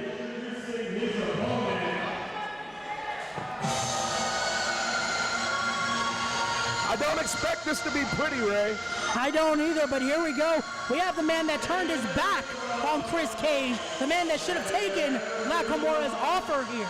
Turned his back? Chris Cage turned his back on him. What do you mean? He tried to bring him in to the fold of Nakamura. He was trying to secure the bag for the Zoltan. The superstar whiplash, as we saw it fall out in the hot start scramble that TJ Marconi entered.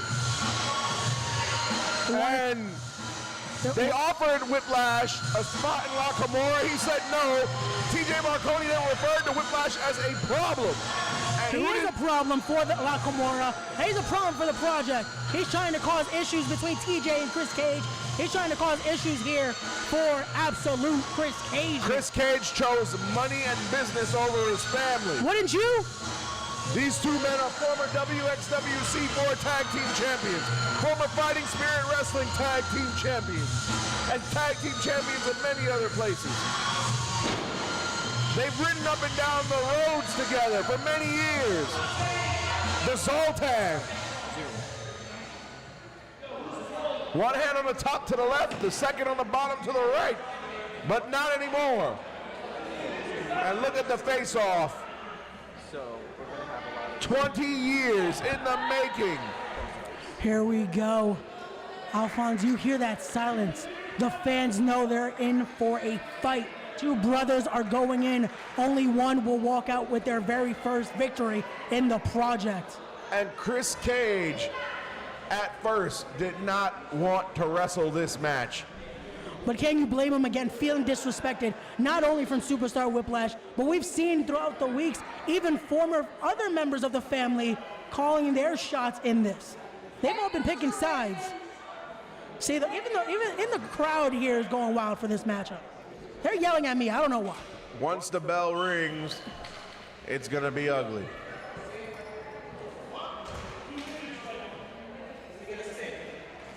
Oh, Cage wants a microphone. Here we go, Chris Cage now looking to show us some absolute combo here.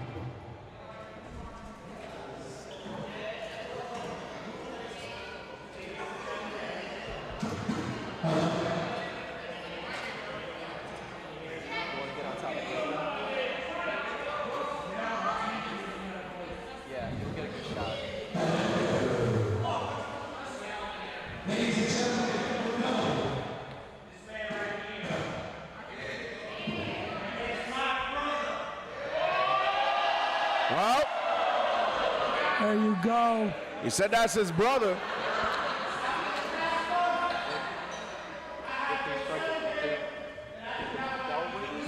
Or they throw a strike, then you go down.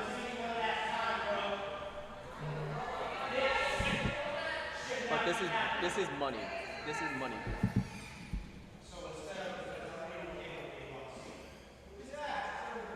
Crowd here silent.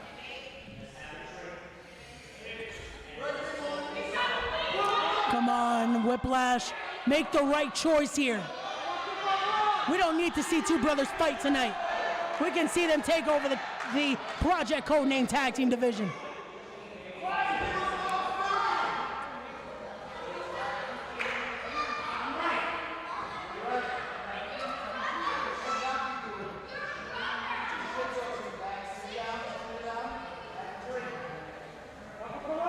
There we go. They're finally agreeing on something. So Alphonse. wait, this is not happening? Here we go. We don't need to see two brothers fight. Wait a minute. Did he really just do that? Alphonse, you're not telling me he was disrespected?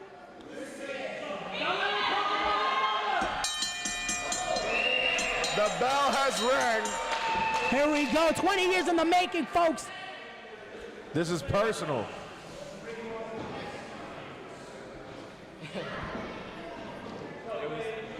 In the words of Beetlejuice, it's showtime. And there we go. This one, like I said, is not gonna be pretty. You know, I've gotten in plenty of fights with my brother, but none of them are probably gonna be as vicious as this one is. And look at this. Look at the anger between these two. Will they ever be the same after this, Alphonse? I don't think so. Look at Chris Cage cowering.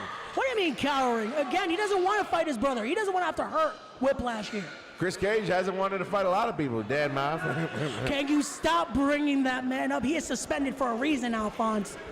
You know, maybe Dan Moff, while he's on suspension, should do commentary with me. I think we'd have some fun. Oh, you're just trying to get me out of this booth to just be able to be biased all look night, at aren't this. you, Alphonse? Chris Cage. Look at that. He knows his rules. He got till 5. Grabbing the ear of Whiplash. You know what, Alphonse? I've been neutral this whole time. You know what? I have to side with Chris Cage here. I see it now. Neutral. You've been one-sided all night. But I mean, in their war, Alphonse, I didn't want to see two brothers fight. I've been trying to break this up here. Chris Cage chose business and money and the clout from being the sidekick of Public Enemy #1. Did you just say the sidekick of our project champion? Hey, listen, I just call it down. He is El Capo. He is the capo of Public Enemy #1. Look at that. And now the action picking up here, hot and heavy. Look at that. And it comes as a standstill. Both of these men know each other. As we've said, it's well documented, the history between these two. Oh, look at that. And there's a finger for his brother. What disrespect. Alphonse, how can you agree with this? I expect a lot of telegraphs and a lot of reversals. Look at that beautiful cover there. There we go. Oh, no. Chris Cage right now on the receiving end of a whiplash. Nice springboard hurricane run that time. Oh, no. Oh. Look at this. Chris Cage just need a second there. He just needs a second. And Whiplash either went for a snapmare or a cutter, and Chris Cage wriggled out and rolled out of the ring. This is difficult, Alphonse. He doesn't want to fight his own brother. Well, maybe he shouldn't have turned his back on his brother. It's okay, Chris. It's okay. We get it.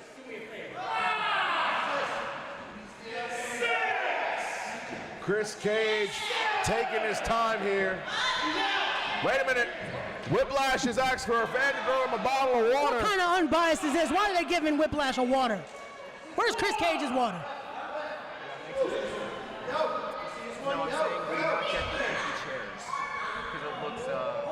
And wait a minute. He just rolled that bottle of water to Chris Cage. I guess he does care about his brother after all. That's fair. He needs some water as well. This matchup, thanks to our sponsors, BMF Goddess Tube. On YouTube. There you go. And wait a minute, grabbing him by the ears and picking him up. Wait a minute. Oh, look. Chris Cage dragging Whiplash out. Now they're going to fight here on the outside. Oh, yeah, he just gave him a hug, that's all. He was giving him a little bit of a hug. That was not a hug. What do you mean? That was a hug. Chris Cage showing love to his brother right there. Chris Cage, what's he going to do? Look at that.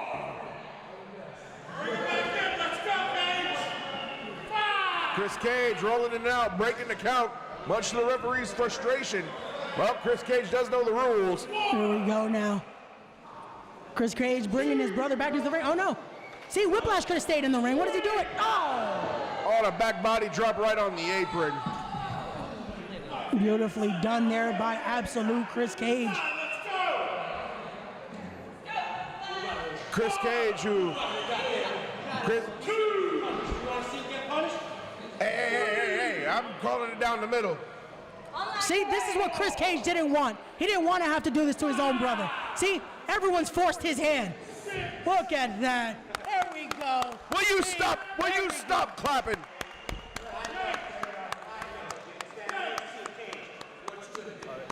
We might as well give you some pom-poms. Right, and Whiplash! Oh, no! Oh, Whiplash, he flew! Suicide dive right in front of us here! What was that? And Whiplash almost wiped himself out as well as Chris Cage. Someone check on these two. Again, is this what the project wanted? Is this what all of the faithful wanted here? And like I said, nobody wins when the family feuds. 2, 3. Look at that. Wow, look at this now. Both men struggling to get back to their feet. You know, Ray, I gotta be honest with you. I never thought I'd see the day that these two would ever come to blows. I definitely was hoping this would never be something we see, Alphonse. These two men, again, as close as brother, have held gold everywhere they've been. They've traveled down the roads, Alphonse. Here we go. Oh, big right hand. Beautiful shot there, but now... Oh, and another. Wait, did you see they hit him in the back of the temple there? It's legal. Whiplash now.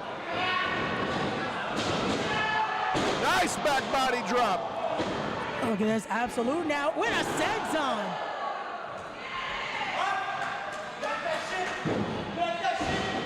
And now, here we go. Oh, wait, countered. Chris Cage over here, jaw-jacking over at me. What do you mean? He was just letting us know if we enjoyed what we were seeing in that ring. Wait, nipple buster! He calls that the nipple buster, Alphonse. Well, he got busted that time. Both men are down. Referee's got to start counting. I can't believe Whiplash was able to hit a move like that on Chris Cage. A move both of these men know very well.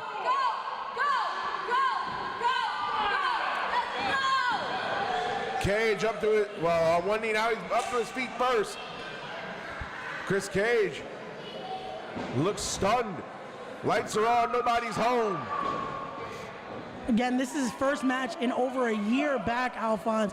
Wouldn't you be a little stunned again if you're facing your own brother in your first match? And here we go. Off the ropes goes Cage. He goes over Whiplash. Spine buster! This is it. Cover here. 1, 2. A signature move of Chris Cage. So if Chris Cage loses this match, do you think that he's going to get some punishment from his master? I mean, from his friend What TJ did you Marconi? just say? Did you really just say that, Alphonse? Did you disrespect the Project champion? Well, listen. First of all, the Project has no official champion. That's a self-proclaimed belt. Don't you disrespect Public Enemy #1 like that. And again, look at this disrespect in the ring. Come on, we have families here. Why are you giving him the finger like that? There's a family in the ring. You know what, Alphonse? Finally, I can agree with you for something. Here we go, Cage and Whiplash. Oh, what a chop. But to answer your so rude question, I don't know if TJ Marconi is going to be too content if the Capo cannot pull off a win here tonight. He told Chris Cage, handle the issue here. You know, when I first started broadcasting with Chris Cage, I had a lot of respect for the man. Of course, I was an official, he was a competitor. We both became broadcasters, and he was generally fun to work with. But as things developed, I don't know what happened. He got in cahoots with TJ, he got power hungry, and he just changed. Or maybe this is who he was all along. What do you mean? Again, he made the right call. He had to do what was best for not only him, but his family. He said this time and time again. He was trying to do what was best even for Superstar Whiplash. He was trying to bring him into Nakamura. He had plans that he's not going to disclose to people like you that are disrespecting him and TJ Marconi. Wait a minute. We are now being given the honor of the presence of TJ Marconi. Look at this. TJ has come out here with a chair, and he's going to have a seat. He's got a better seat than me. And he made eye contact with Whiplash. I would have wished for TJ Marconi to come over here. Then I would finally have an unbiased partner here. And Whiplash missed the swanton. Too busy focused on TJ. As he should be. Why is TJ even out here? He's going to be in that main event scramble later on tonight. Yes, he is, Alphonse, but look at this. Off the top here is Chris Cage. With a big elbow right in the heart. Done. He connected with all that, Alphonse. That is it. Count to 100, referee. This is it. What? Only a 2 count. Alphonse, did you see that? Yeah, he kicked out. How, Alphonse? That was an elbow right to the heart. That should have been it. What do you mean, how did he kick out? He put a shoulder up. Chris Cage looking frustrated. He's saying it's over. Don't tell us that. Well, it might be over because TJ might get involved. What do you mean? TJ Marconi just wants the first row view. He wants to be able to enjoy the action just like the Project Faithful are here. We've got monitors in the back. But maybe he wants the real-time view, Alphonse. You ever thought of that? Oh, and a kick and a miss. Oh, once again, he was going for it. Oh. And a stunner! A stunner! Whiplash with the stunner!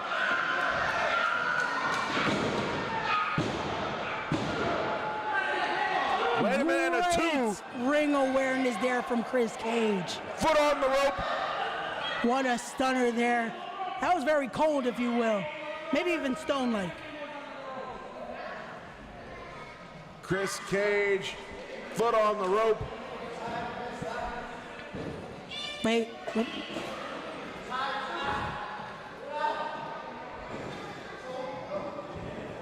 And Chris Cage, Whiplash, they've both beaten the heck out of each other so far.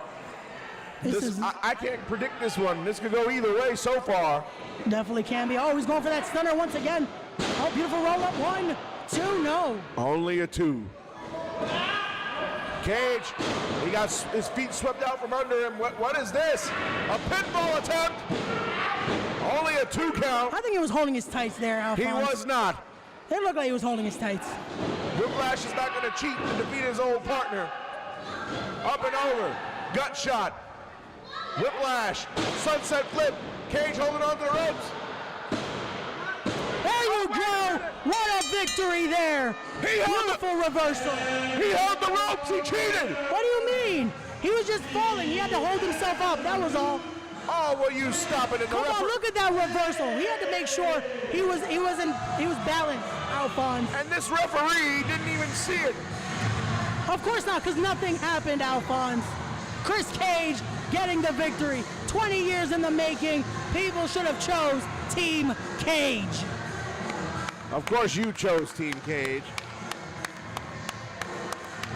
And TJ has gotten up out of his seat, TJ Marconi. Maybe he's going to offer Whiplash one more chance at his destiny here. Choose La Kimura, Whiplash. Make the right choice. And Chris Cage is here laughing. Of course he is, because he just got the most important W of his career. He's proven that he could beat his own brother. Well, Chris Cage, for now, has the last laugh.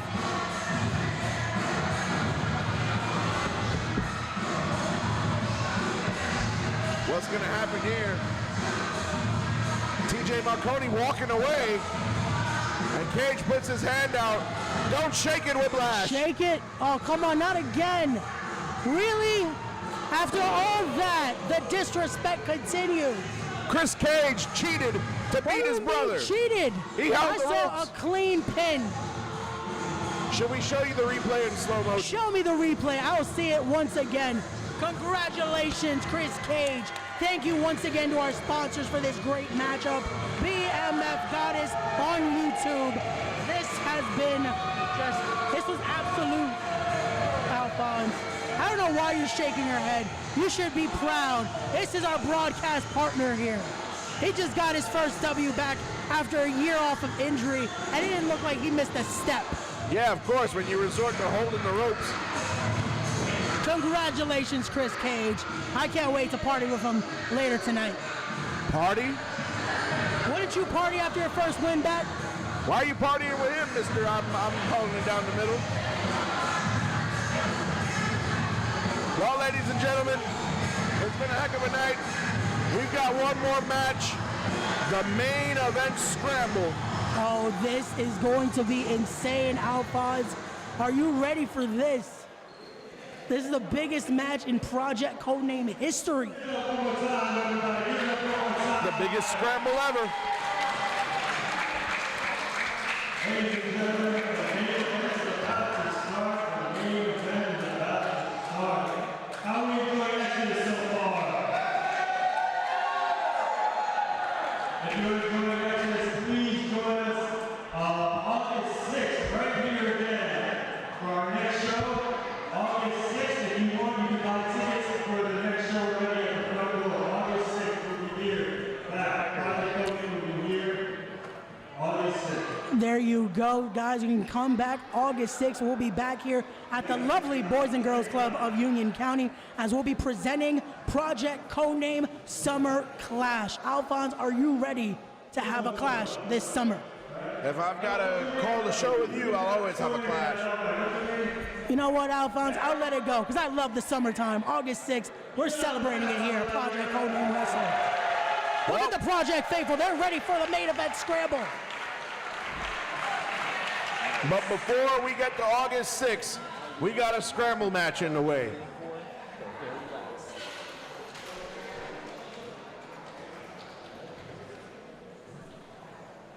All right, ladies and gentlemen, the main event is about to start. Your main event is brought to you by Chokeslam Wrestling News, and it is an all-star scramble match. Here we go. Once again, we want to thank our official sponsor of Project Codename Exodus, Juice King Middletown. Thank you so much to the great people at Juice King for bringing us this great event. 6 competitors here in this matchup.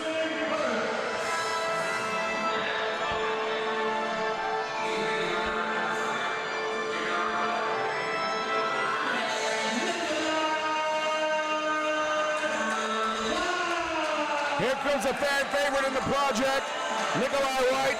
He has -1 points, but nonetheless is a fan favorite. High energy, always drinking water. Definitely, here we go. The Renaissance looking for redemption here in the main event scramble.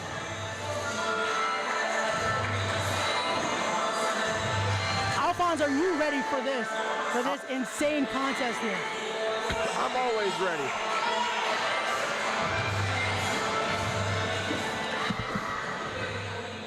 And introducing next.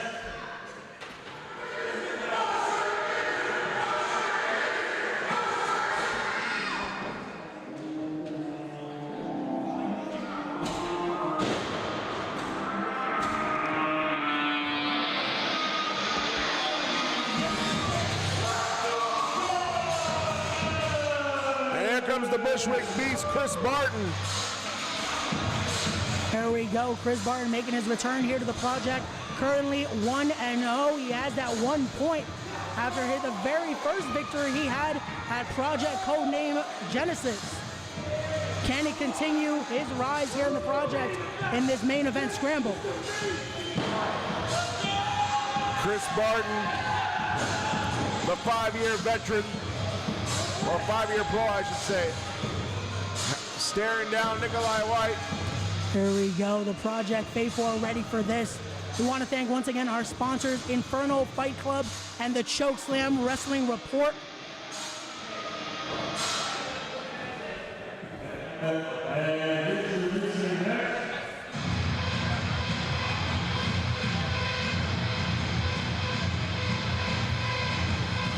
Oh, good Lord, it's Dr. Redacted. Oh man, I've heard some very bad things about this guy. What the? Did he just throw a steel chair in the ring? He did. He's crazy. So he tweeted some scary things toward me. I hope he doesn't come to our desk, Alphonse. Oh wait! Oh! Chris Barton just slapped him. He just slapped the good doctor. I don't think you want to piss off Dr. Redacted there.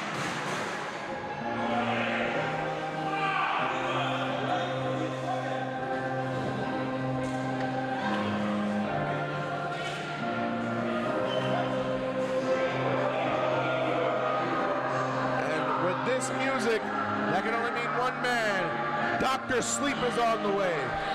Anthony Gangone. Here we go. Anthony Gangone currently with 2 points in the project after putting both Sebastian Cage and Dino Mike to sleep.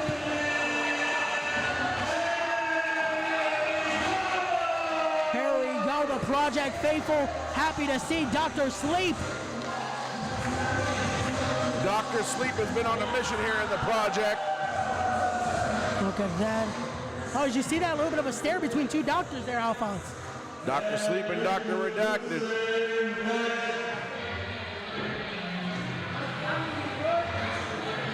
Here we go now. And this music, the music of the Vulture Squad. And there you see Julius Smokes. He's got a super soaker. What is he doing? What is he spraying on the Project Faithful, Alphonse? I have no clue, but Mantis has got 2 points here. I hope he sprays that on you. He should spray it on you. What do you mean? I truly respect the Vulture Squad. I respect Mantis. I respect the veteran of Julius Smokes. Oh, look at that. Look at that physique on Mantis there. Look at that. And Mantis is the one. No,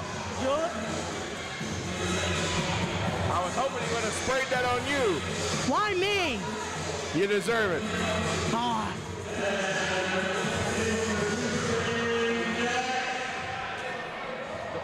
The ring is getting crowded here.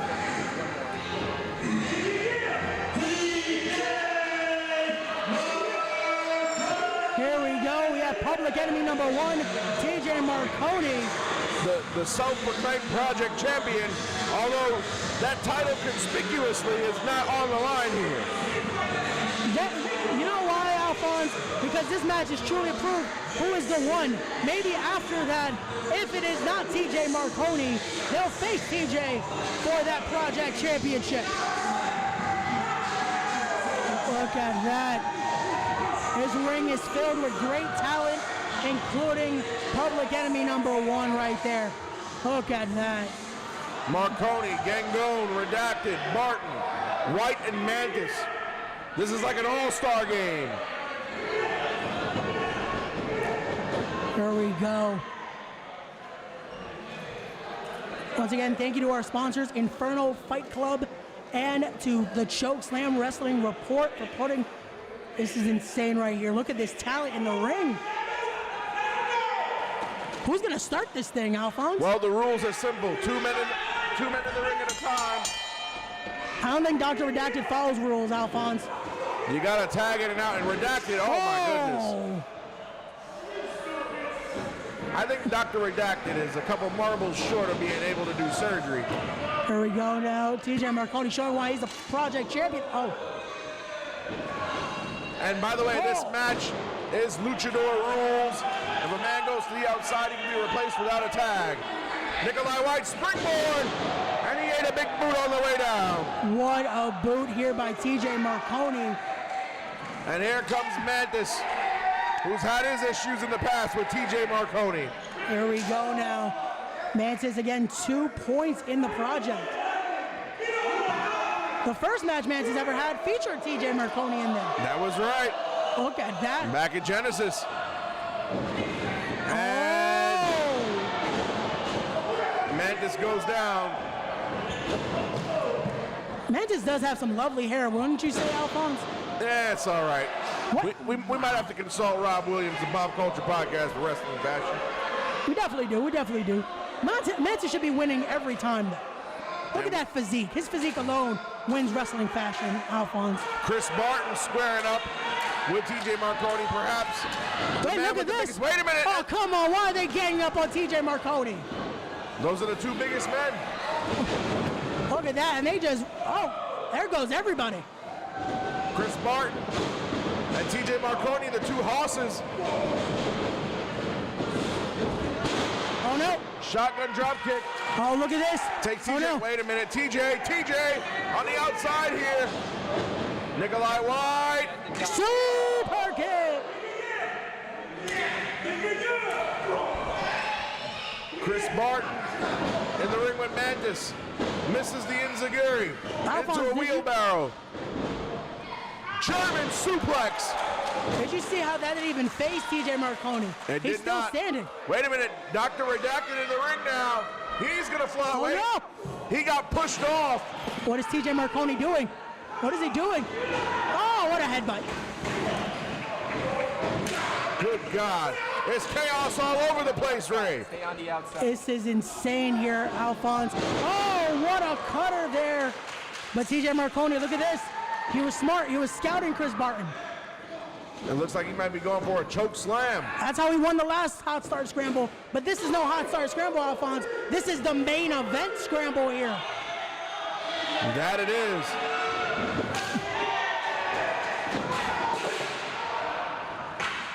Oh, what a chop from TJ to Chris Martin. There you go. The 2 biggest men in the match.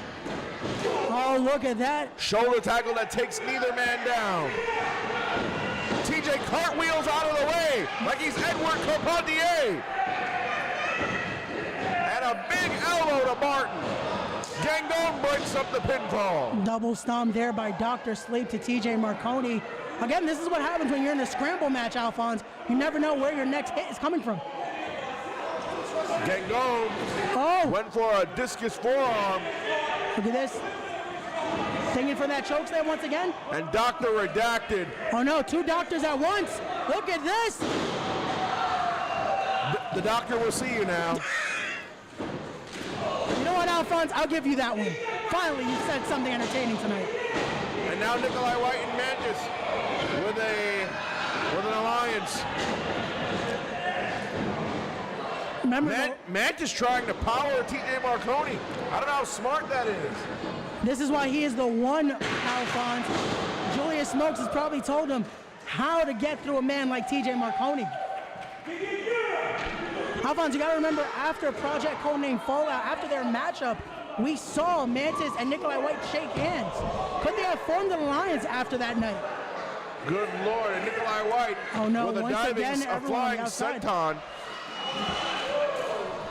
They're out here in front of us, Ray. Look at Dr. Redacted once again. Oh, Dr. Sleep with some shots in the midsection. Well, that alliance between Nikolai and Mantis lasted long. Tilt-a-whirl backbreaker into a gut buster. There we go. Julius Smoke saying that's it. Oh! Only a 2 count. We almost saw the third victory there for Mantis. And Julius Smokes admonishing referee SP Anderson, our senior official here. Here we go. He was going for that F10, Alphonse. That's what put away Nikolai White the last show.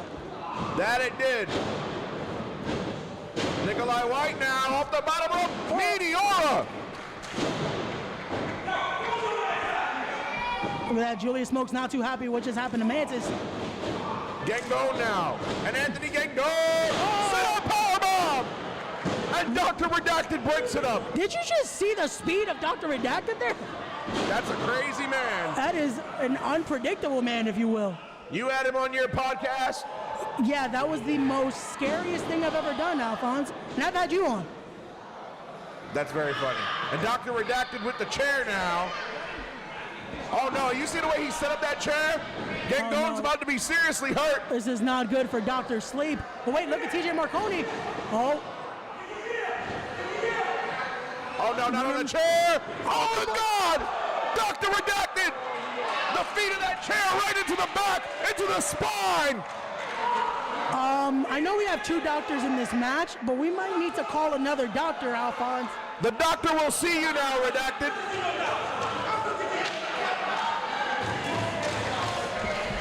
And this match is just pure chaos. Pure chaos. They're fighting out here in front of us.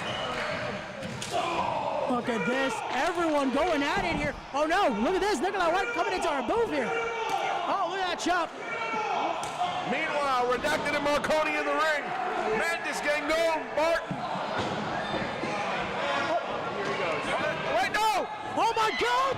Dr. Redacted just got powerbombed onto the floor onto these guys. Alphonse, how could I forget, however, we don't have 2 doctors, we have 3. Julius Smoke still around the ring. Julius Smoke's the only man that hasn't had anything happen to him that's been around ringside. Alphonse, you might have just spoken too soon. Look at Public Enemy number 1. Oh. This is pure chaos out here, Ray. Alphonse, I love to see it. What is Julius Smoke saying, Alphonse? I can't repeat it, but TJ Marconi chasing Julius Smokes with that chair. Public Enemy number 1, a little bit of a madman right now, if you will. Maybe this is why they call him the Mad Titan, Alfred. Alphonse. It could be. TJ Marconi in control, the only man on his feet. Well, Redacted is swinging and missing wildly. You don't know where he is. Would you, after that powerbomb, Alphonse? Did you see the flight? Now look, the field ganging up on Marconi. This may be their only chance. Wait, what is Dr. Redacted doing? I have no clue. What is happening over here? Wait, they're fighting in the concession area. No. Oh no, what is this? What are they doing? People have got merch over there. Don't hurt the merch.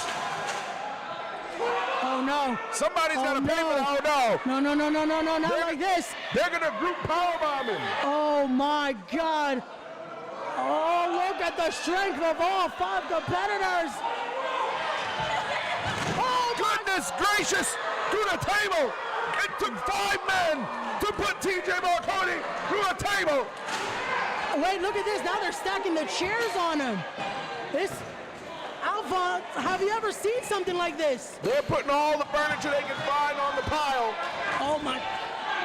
Alpha, think they just took Public Enemy #1 out of this match. Dr. Redacted is laying on top of that pile of furniture. Wow. Alphonse, I'm speechless right now. I don't know what to say. And there is no disqualification or countouts in a multi-man match here in a project. Look at this. Let's go back to the ring, Alphonse, as we have Chris Barton and Mantis squaring off here. Both of these men yet to taste defeat here at the project. Oh, he has him up. Could this be F10? It could be F10, but Nikolai White's on the top rope waiting. Frog splash. This might be it. 1, 2. Only a 2 count. Wow. And wait a minute, Mantis might be looking for the sharpshooter. Look at this. This might be it. The one might be able to get the victory here. Nikolai White is screaming in pain. But wait, Dr. Redacted has it. Sleep paralysis. Actually, that's Anthony Gango. Mantis might be going to sleep. Wait, Julius Smokes. Julius Smokes just hit Anthony Gango with that water gun. Down goes Dr. Sleep. Oh, Dr. Redacted now striking Julius. Dr. Redacted with a right hand for Dr. Smokes. Too many doctors in the ring. Anthony Gangone almost going to put him away there with sleep paralysis. Anthony Gangone, spinebuster from Chris Bart. Wait. Oh, wait. Life-changing Joe Ocasio just walked out here. Wait, I think I know what Chris Barton is going for here. Is it? Monster Driver! That could be it. Wait a minute, Joe Ocasio! There we go! This is the life-changing experience, Alphonse! This is what he was talking about! Joe Ocasio! There we go! Chris Barton's life has been changed. He just took out Chris Barton. I thought Ocasio was with Yankee, training for the Spartan race. We can now confirm Yankee has completed the Spartan race, and Joe Ocasio's here for the pickings of Chris Barton. What? No, he's choking him with the cape. Oh, come on. There you go. He's changing his life, Alphonse. Look at this. He's changed the life of Yankee, who's running Spartan races. Now Chris Barton's about to have his life changed. This is what Joe Ocasio does. I wish you would come over here and change your life, Alphonse. You need a life changing. I asked for one at the last show. I didn't get it. And Joe Ocasio, wait a minute, Julius Smokes. He's got another type of weapon. What did he just bring to the ring? I don't know what the hell that is.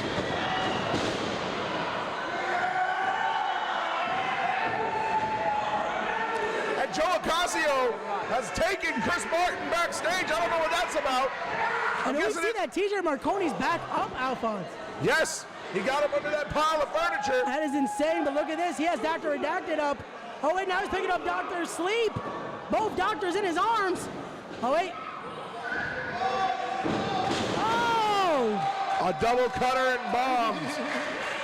And Dr. Smokes is enjoying this. Can you blame him? But look at this pop-up. Oh!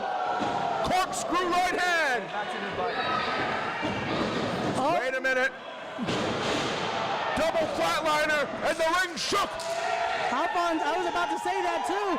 The ring moving after what Public Enemy just did. Wait a minute, that's Miguel Sosa. What is Miguel Sosa doing? Miguel Sosa, he's motioning, and TJ grabbed the chair, went to the back. I don't know what's going on. If I'm not mistaken, I think he just said Moff is here. You better run. Wait, Alphonse, did you know about this? I had no clue. Oh, look at that, into the flatliner. Dr. Sleep now, what is this? Anthony Gango. Oh, look at that. What a maneuver to Nikolai White. Gango, he's trying to put Dr. Redacted to sleep there here. There we go, sleep paralysis, but Mantis has the sharpshooter. Nikolai White's in the sharpshooter. Wait, and Gango, he took out Mantis. Smart move.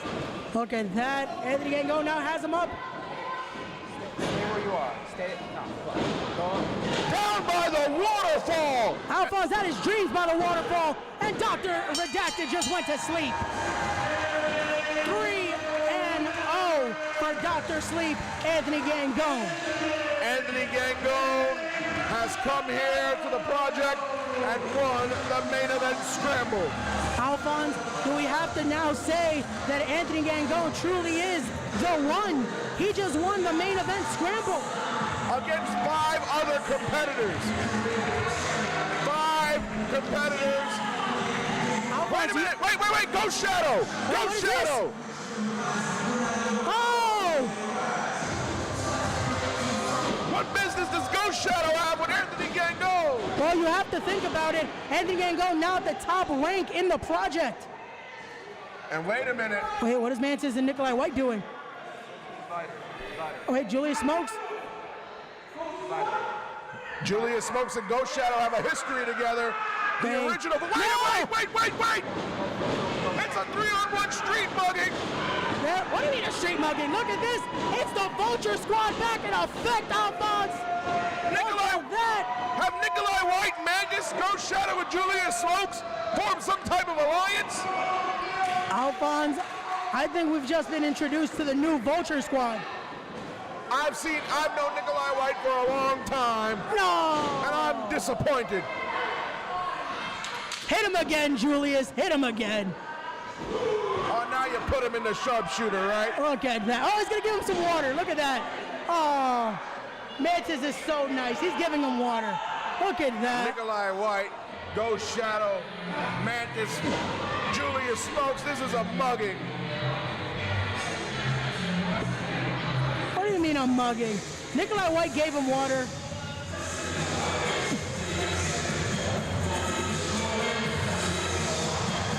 I wonder how this came about. Oh, look, this is disgusting. Despicable. Disgraceful. Disgraceful. Look at that. We have now found, we might have just been introduced to the next top faction here in Project Codename Wrestling. Who's going to stop the one Mantis, the Destroyer God Ghost Shadow, and the Renaissance Nikolai White with Dr. Julius Smokes?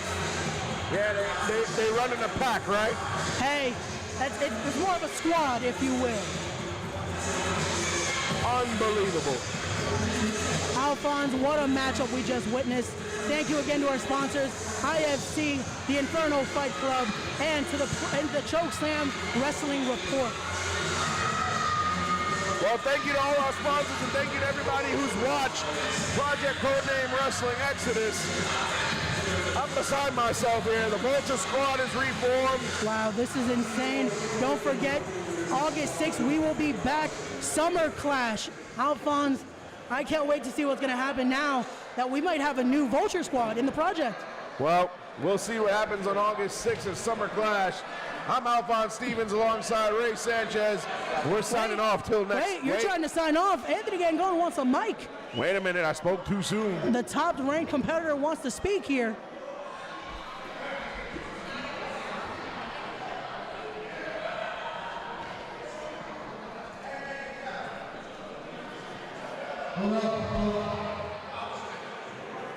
First of all, thank you all for coming.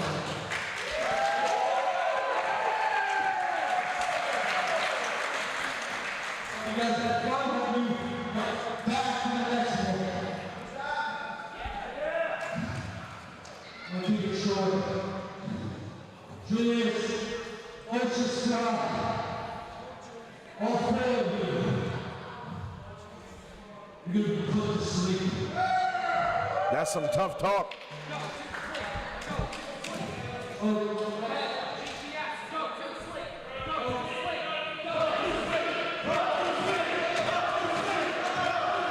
Look at that.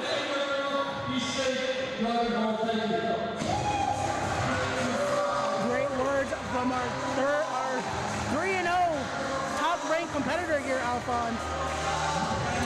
Well, you heard Dr. Sleep, and we'll see you August 6th. For Ray Sanchez, I'm Alphonse Stevens. We'll see you next time at the project.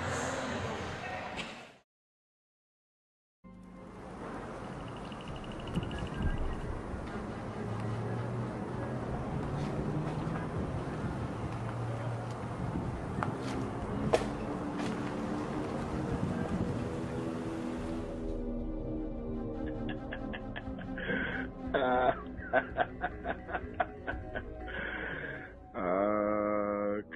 Cage.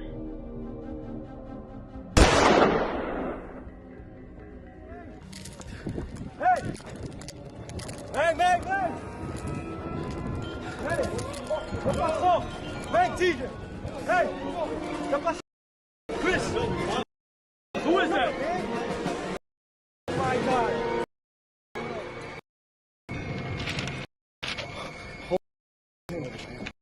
Gosh. Yeah. Chris. Come on. You have wheel.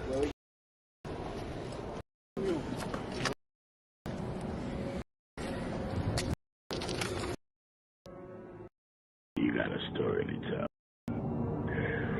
And you're next. And Marconi. You pendejo. Coming for everything.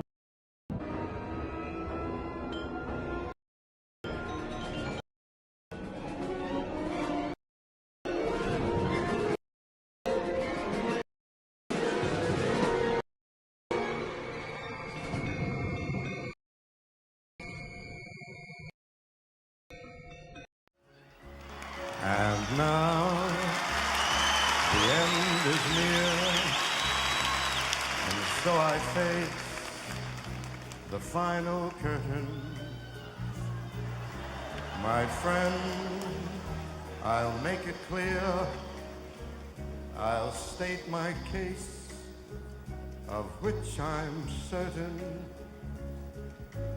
I've lived a life that's full, traveled each and every highway, and more than this, I did it my way. For what is a man? What has he got? If not himself, then he has not to say the things he truly feels, and not the words of one who kneels. The record shows I took the blows and did it my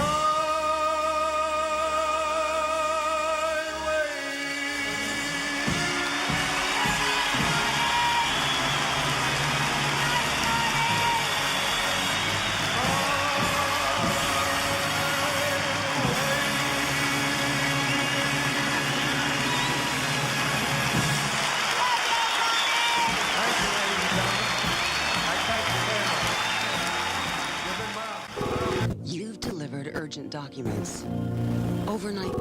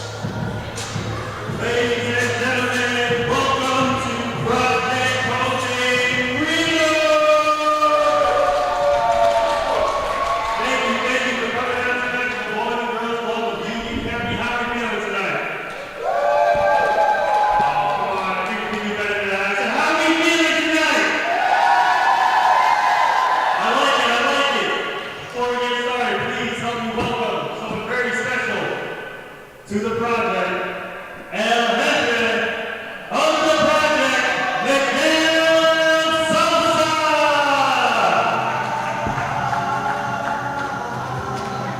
Oh, what a way to start the show, Alphonse, with that lovely sound.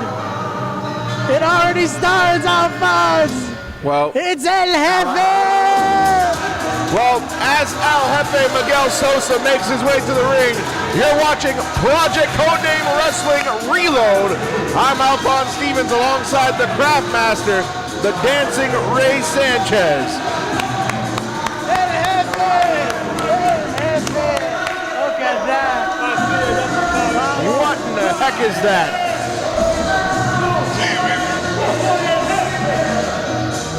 See, that's something you'll never understand, Alphonse. You gotta have that first class lifestyle. And Jefe's in the building. What a way to start the show. You know, he's not gonna make you a member of the group, just so you know. How do you know I'm not already one, Alphonse? I'm in public discourse. We're always talking.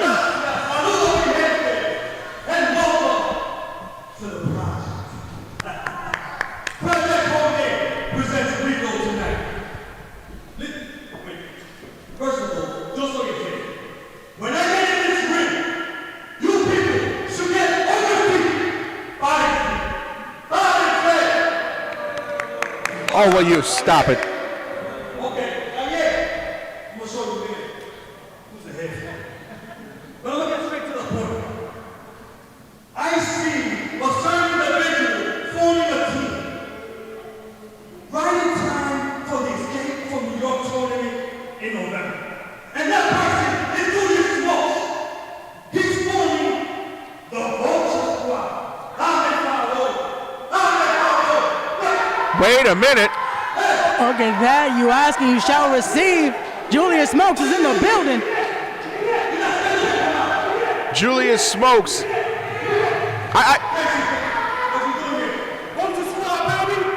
Vulture Squad beefing with First Class? Oh. This is gonna get interesting. This is gang warfare right here, Alphonse.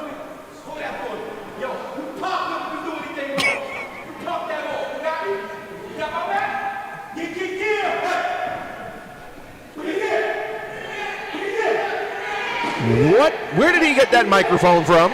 I don't know. Someone needs to turn it off, though. He's disrespecting El Jefe. He was giving us a lovely speech to start off the show. The Vulture Squad, he get gear. We're planning on getting flying. Don't get me to get ass tonight. Hey, just so you do you not know that First Class is undefeated in the Casa, in the Plaza? He's not lying. You cockroach son of a bitch. Whoa! You monkey ass. Hey, yo. Dale, Jefe, dale.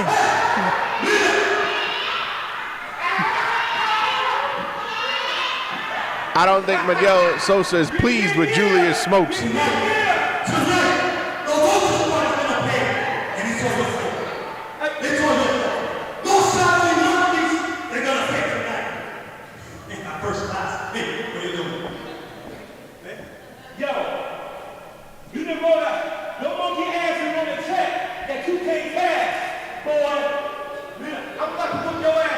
Oh no, don't tell me he's gonna take his belt off. Run, Jefe! Jefe! Jefe, get out of there! What kind of disrespect is it? Oh my God, he almost assaulted it, Jefe! Get out of there, Jefe! So tonight, Mantis and Ghost Shadow against First Class, Sebastian Cage and Johnny Santos. That's gonna be a match well worth the price of admission, but that's gonna be, I can't wait for that. What a way to start off the show, but Alphonse, we were so preoccupied by in the ring. What is that to my left? It looks like a camp or a compound of some sort. And I was just gonna ask, what's that smell? Is that you? Is that me? Do you not see what's on our left? Why is there garbage here?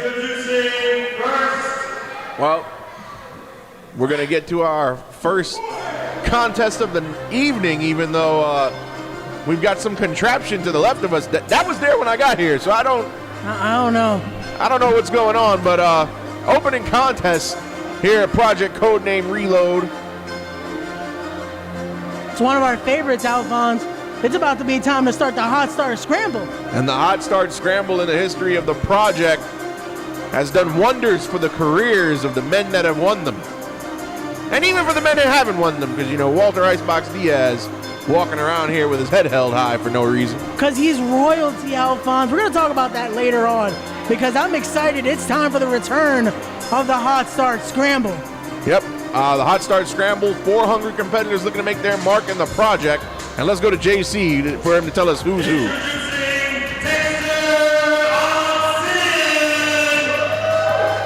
Dexter Obsidian, if you're familiar with Warriors of Wrestling, our good friends in Staten Island, and you know the name Dexter Obsidian.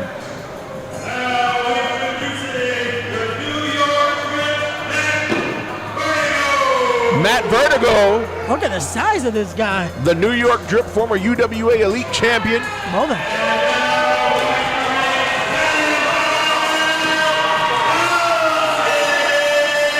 Samael Fawzi coming out to quite an ovation here at this capacity crowd in Union County, New Jersey. There we go. Who's going to round out the scramble here? These participants were not announced to the public or not announced to us either prior to. I still wasn't sure. I don't know how you know it was a 4-way. Well, on the poster it had 4 vacant photos. Someone was paying attention. I'm glad. Well, with all the butt kissing you do with Miguel Sosa, somebody has to research it. We're starting early, huh? Dashing D1000, the only man in this match who has been in a Hot Start Scramble prior. All the other 3 men making their project debuts. Again, wins and losses matter here in the project. They definitely do. Dashing trying to get in the standings here. But all of these men trying to get in the standings. And Dashing D1000 right in the face of Matt Vertigo.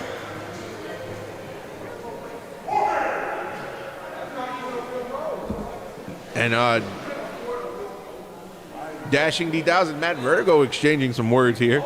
I guess he's not a fan of his roses. Well, I don't think Matt Vertigo was ever a Prince fan to begin with. All right, referee in the middle of the ring. He's called for the bell, and it is rung. And here we go, and Dashing D1000 immediately goes to the floor. Very wise. He's trying to make sure he's relaxed. He's trying to get in there.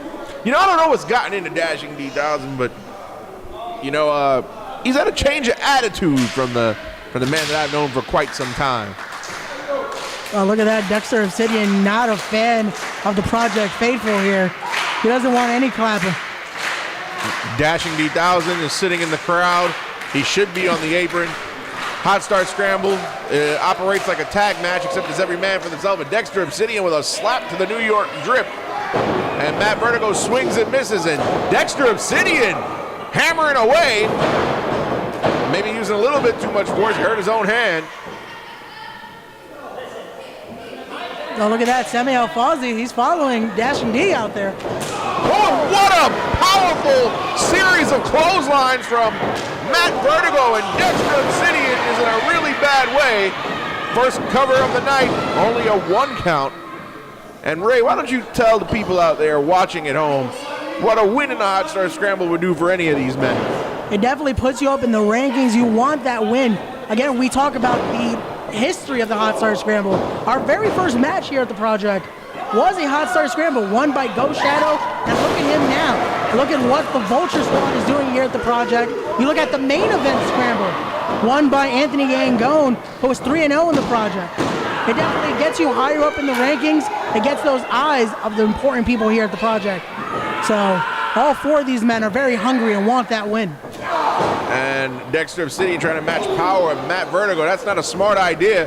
Vertigo now clotheslines Dexter over the top rope there in front of us. And now Dashing D1000's in the ring, and he just dumped Matt Vertigo out. I like this new attitude of Dashing D. Well, of course you do. Wait, what is that?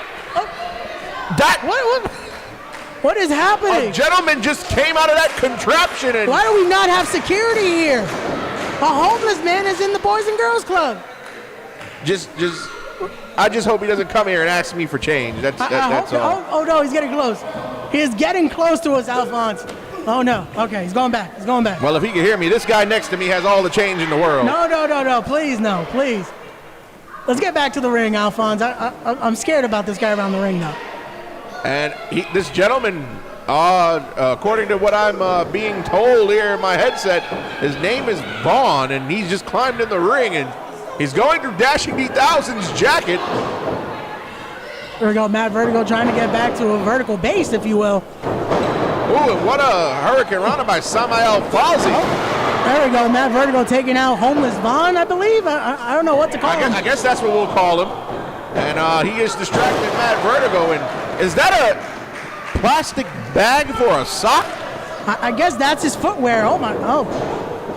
There we go now, Dexter Obsidian with the advantage here. Oh! What a kick to the back, and now a standing senton to Samael Fawzi, and oh my God, that smell! Good Lord! And you know, Ray, I apologize. I should have. Oh man, the smell is unbearable here. It really here. is very bad. Samael Fawzi, I apologize to the viewers out there. It's hard to stay focused right now. But Samael Fawzi on the receiving end of a Snapdragon suplex by Dexter Obsidian, and Matt Vertigo with a bicycle kick. I guess this is what the New York Drip is all about, but here we go. Dashing D about to be about it here.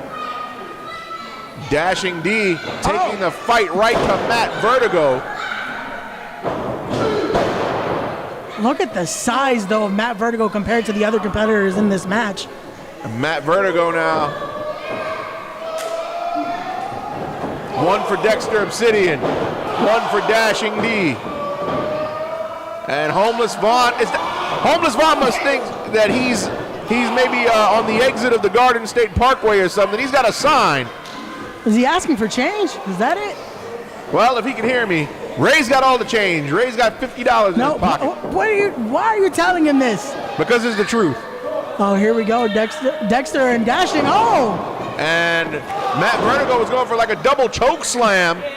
And Dashing D and Dexter Obsidian, temporary alliance here. There we go. Double suplex. Of course you love to see it. That's stimulation right there, Alphonse. And what you gotta love to see it. What exactly is stimulation?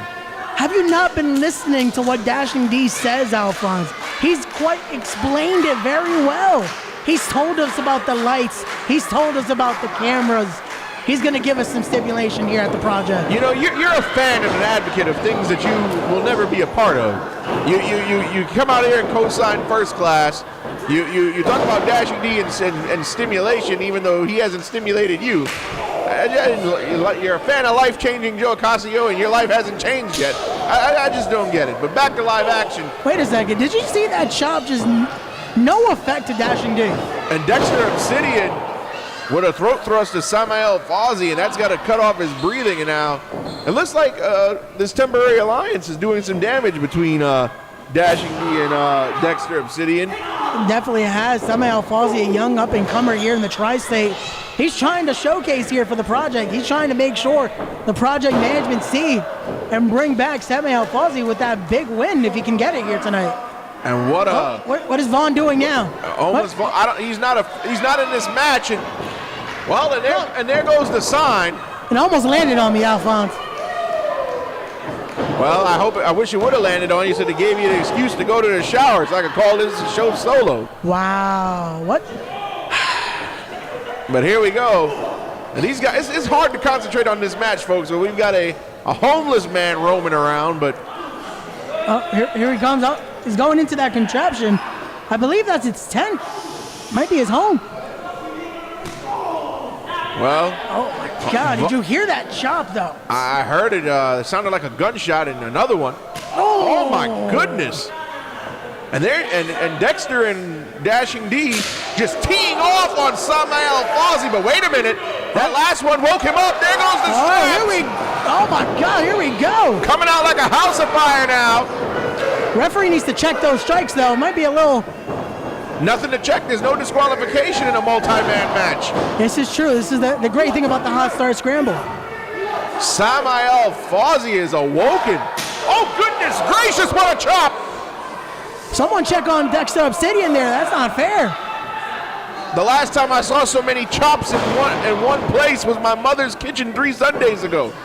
The pernil was great. Still waiting for an invitation. Northern Light suplex with a bridge.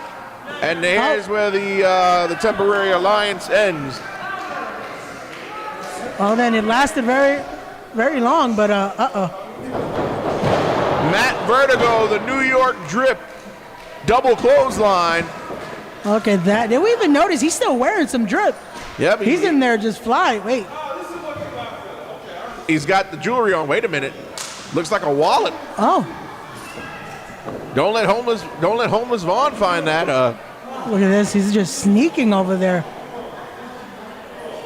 Well, there's a quick check up the road. I think that's where he'll be headed. And wait. Oh, Dashing D stopping him, but. And wait a minute, here we go now. Wait a minute, Dashing D is offering Vaughn money. Oh! Samuel Fozzy over the top rope. What a heck of a dive. Look at that, wait. Samuel Fozzy coming to the project to impress. Here we go, Dashing D about to stimulate these two competitors. And wait, I don't know if you saw, but Dashing D gave Vaughn some money. Of course he did. Dashing D's a great guy. He's trying to help the stimulation. Oh my God! And Matt Vertigo with a moonsault. I don't think he got much of anything, and that had to hurt. Oh they my say it's goodness. high risk, high reward. I hope Matt Vertigo's okay, because wow. Oh, and Matt Vertigo, he might be hurt really bad.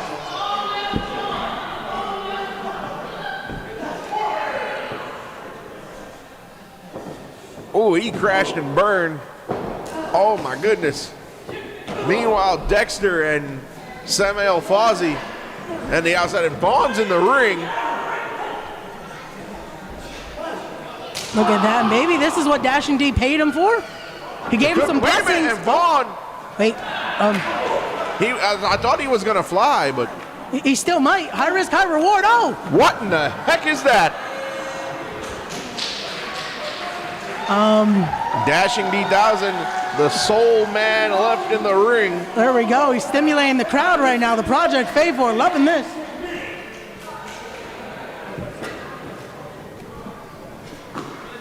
Here we go. Dashing D threw Dexter into the ring. There we go. That alliance is fully ended here, I guess. We're down to one-on-one action in the ring. Dude, I guess all things must come to an end, good, bad, or worse.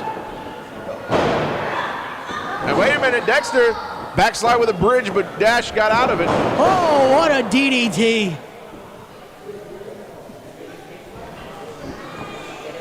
Samuel Fozzy and Dexter on the outside.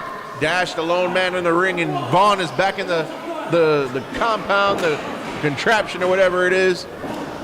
So it's I don't know what to call it. There's trash around us. Really stinks. And Samuel Fozzy, oh my God. A brain chop, I guess you would call it. I'm not sure what that was. But Dashing D now. Dashing D, look at the strength. Oh! That's his move. That might be it. 1, 2, and 3. And it is. Dashing D1000 wins this match. That's what you call stimulation right there.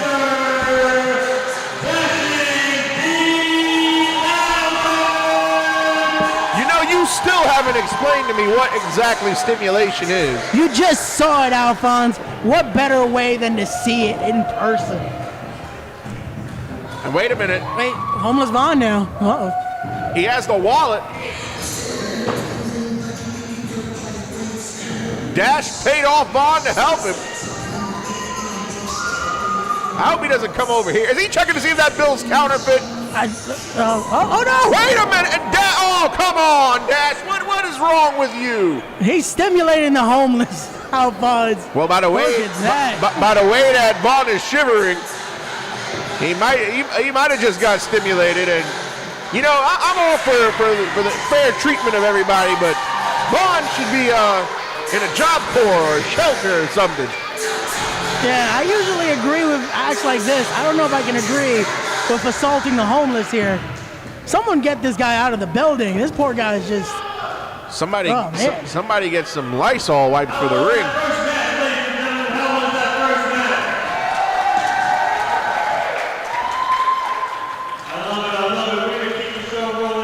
Your next match is a tag team match scheduled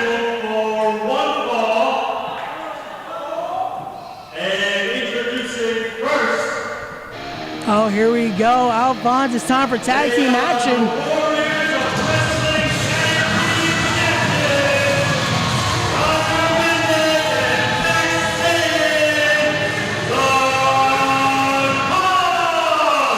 So here we go, tag team action, and the Warriors of Wrestling Tag Team Champions, Max Bain and Roger Mendez, are here in the Will you stop clapping? Why can't I clap for champions? They're holding gold for a reason. They don't even work here. But I'm very familiar with these two. I've gone to study and scout Roger Mendez and Max Bain. I was there when they won these tag team championships. This is going to be great to see them here at the project. You know, Ray, the more and more I work with you, the more and more I shake my head at the things you say.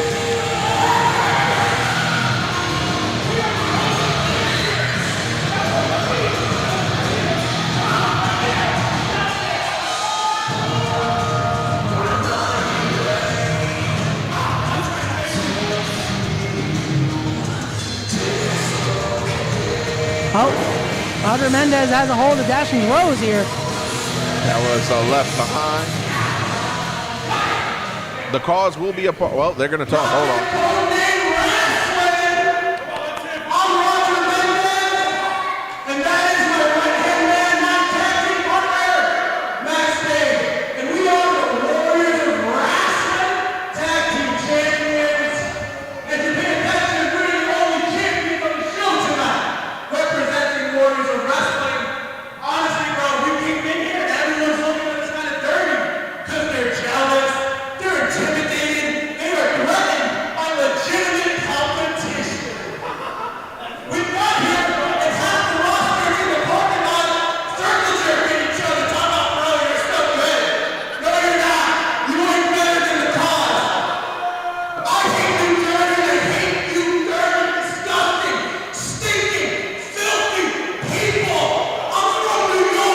Oh, come on.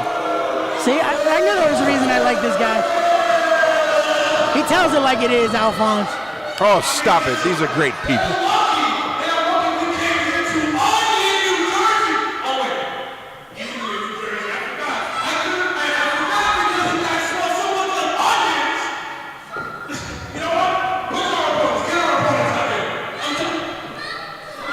He's doing sit-ups in the middle. Oh, this is disgusting. Look at that. Who's going to step up to face these guys? Introducing their opponents.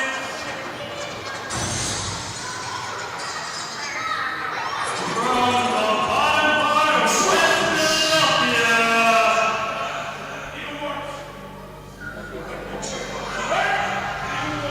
Philadelphia. Well, their opponents are from West Philadelphia.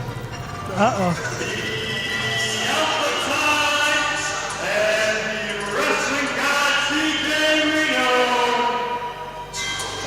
Wait a second.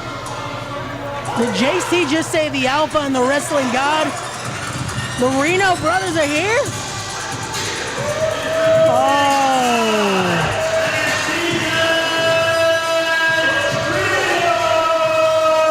Alphonse, you see the size of Ty Reno.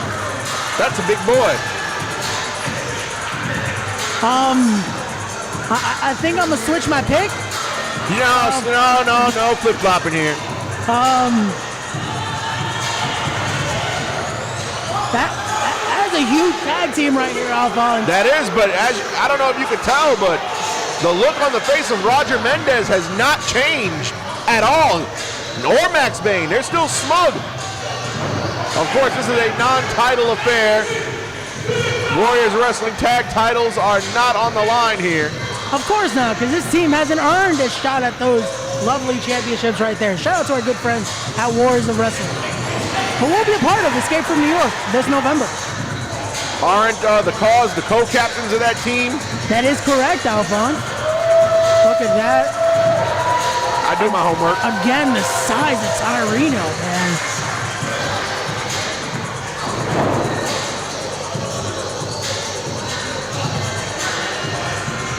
Ty Reno, he and his brother,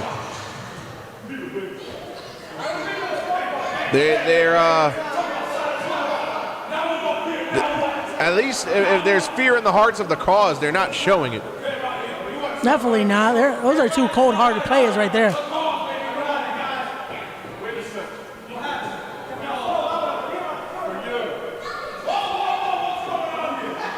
Hey, are you seeing this gyration, Alphonse? Yes, I am. So, well then. Says a lot.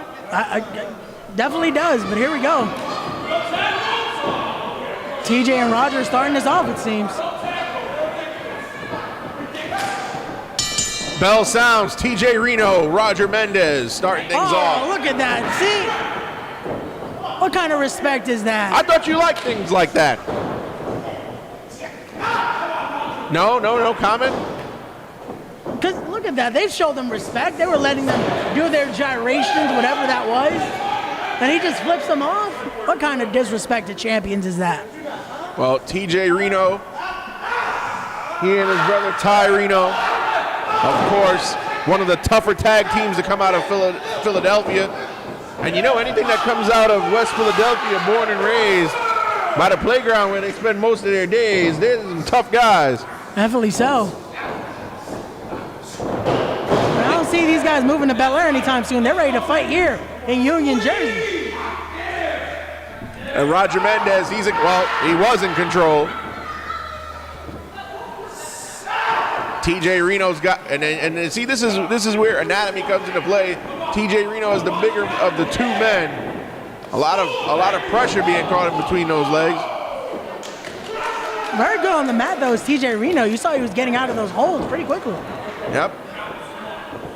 Roger Mendez, I think he may have underestimated TJ Reno because he's moving a little bit more gingerly now. I think the cause weren't ready for this. Well, that's the thing when you have an open challenge. You don't know who's going to step up to face you. Who's going to accept it? TJ Reno now. Off the ropes, little do-si-do and a shoulder tackle. Look at that, the Project Faithful are liking them TJ Reno here. Of seismic proportions. Roger Mendez up and over. Up. Counter. Oh no. Into a hip toss and TJ Reno. Roger stayed out. TJ Reno putting on a wrestling clinic here. Come on, ref, check him. That's an illegal hold right there. He's putting his boot on him. Illegal hold? That's disrespectful. The boot was on the ground. Come on, one man in, one man out, ref. What is this? Oh, now you want rules enforced, huh? Of course I want rules enforced. Why wouldn't I? All right. I'm calling this down the middle. When first class comes out here, we'll see if your tune changes. Oh, you got to bring up my favorite tag team here at the Project, Alphonse. That's the only way I can get through to you. Oh my God, the power! Oh no! Oh no! Look at that! The power of Ty Reno. And Roger Mendez finally makes a tag to Max Bain, and Max Bain is the smallest man in this match. And he might be the craziest as well, Alphonse. Oh, look at that! He's bigger now. Here we go. What in the world is he? Here we go. Oh, look at that seismic lockup. He's crazy. Seismic? Look at that. Max Bain has him right where he wants him. I guess being thrown across the ring is exactly where he wants him, right? Yeah, he's just strategizing. He's strategizing. It's unfair how tough Max Bain is. Strategizing, you call it. There we go. Once again, look at that. But man, the size of Ty Reno, though. They call him the Alpha for a reason, but jeez. And Ty Reno cannot be moved by Max Bain. And Max Bain went for a shoulder tackle and he was the one that ended up flat on his back. Look at that. Ty Reno hasn't been phased here. That size advantage is crazy. It really is. Here we go. There you go. Max Bain has him right where he wants him. There we go. Why are the Project Faithful not clapping at this? Look at this great technical agile action here. What are you talking about? Oh my God, you're delusional. Do you not see that? Look at that. Look at that headbutt. Yeah, the headbutt. So effective. The headbutt that did nothing. And the punch that did nothing. And the kick, well, that did something. Did this referee check Tyreno? He was busy gyrating. He didn't even check him. No, There he's might not be gonna. something He's under not gonna that singlet suplex. there. He's got to be a moron to think if he's gonna suplex Tyreno. Oh, whoa, whoa, whoa, whoa, whoa, whoa. That's gonna be a long way down for Max Bain. Oh, And a little look at gyration. that. I approve. I do not. And he's doing squats. That's a long way down. And Tyreno here having fun. If Max Bain is smart, he'd get out of the ring. Roger Mendez trying here. Look at this. Tag now to TJ Reno. Oh no, referee again. 1 man in, 1 man out. Come on. They've got till 5. Doesn't that sound familiar? And here we go. 1, 2, and Max Bain kicked out. I don't think that was a smart thing to do. What do you mean? He wants to win, Alphonse. That's what a win is so important here at the project. Max Bain knows it. He has that heart of a champion. Yeah, well, you ever heard of the phony tough and the crazy brave? That describes Max Bain thinking he could size up with the Reno brothers. I'm gonna let Max Bain know what you're saying about him. This is not respectful here. Yeah, and I should tell everybody else what you've been saying about them. You know what? Maybe we should focus on the ring, Alphonse. Well, there you go. Max Bain now that he's got TJ Reno in the corner, tagged to Roger Mendez. Here we go now. A throat thrust. Look at that. True tag team action there by the Cause. Oh, what a neck breaker. Neck breaker of epic proportions, and Roger Mendez feeling pretty confident now. Of course, TJ Reno, the smaller of the 2 Reno brothers. Look at this, a choke! Oh, you didn't have anything to say about a choke. He was doing push-ups. He was choking him with one hand. He was basing off TJ Reno. TJ was so nice to assist him in his workout here. He's gotten those sit-ups, those push-ups. Yeah, basing off of his throat. And here we go, another attack. Max Bain back in now. Come on, Alphonse. You had no problem with the squats earlier. Why are you having a problem here with his push-ups? Perfect tag team cohesion by the Cause. And it's teamwork like that why they're the Warriors Tag Team Champions. This is true. Look at that. That might be it. Oh, so close yet so far here.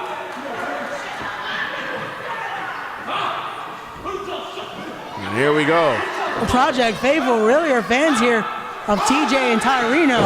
Yes. Makes me sick here that they're just ignoring the great action of the Cause here. Well, when the Cause came out here and ran these people down, of course, that's how they'd react. Again, that stench from this tent. Oh, hard to concentrate out here. It really is. It's bad enough that this is again. Oh, look at that, though. Nice double elbow by the Cause, but TJ Reno kicking out at 2. And TJ Reno getting frustrated. Ooh, and a kick to the shoulder blade to the mid-back.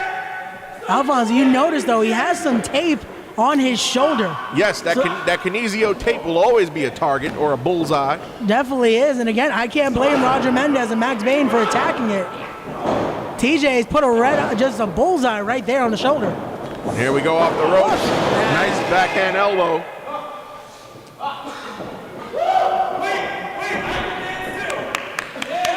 What are you? See, that's some gyrating.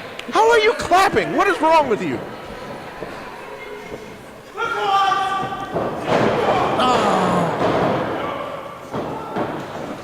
Here we go. Oh, TJ Reno came down on that top turnbuckle. His neck hit, the back of his head hit.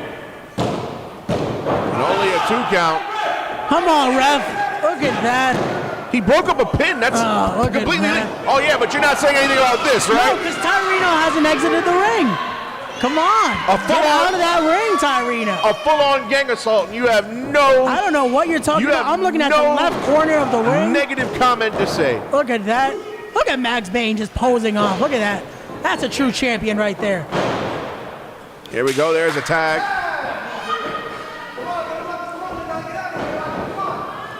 Oh, look at this. Beautiful double team here by the Cause. Oh. So innovative is Max Bain and Roger Mendez. If that's what you want to call it. Oh, look at that cover. That's it. Oh. Only a 2 count. How?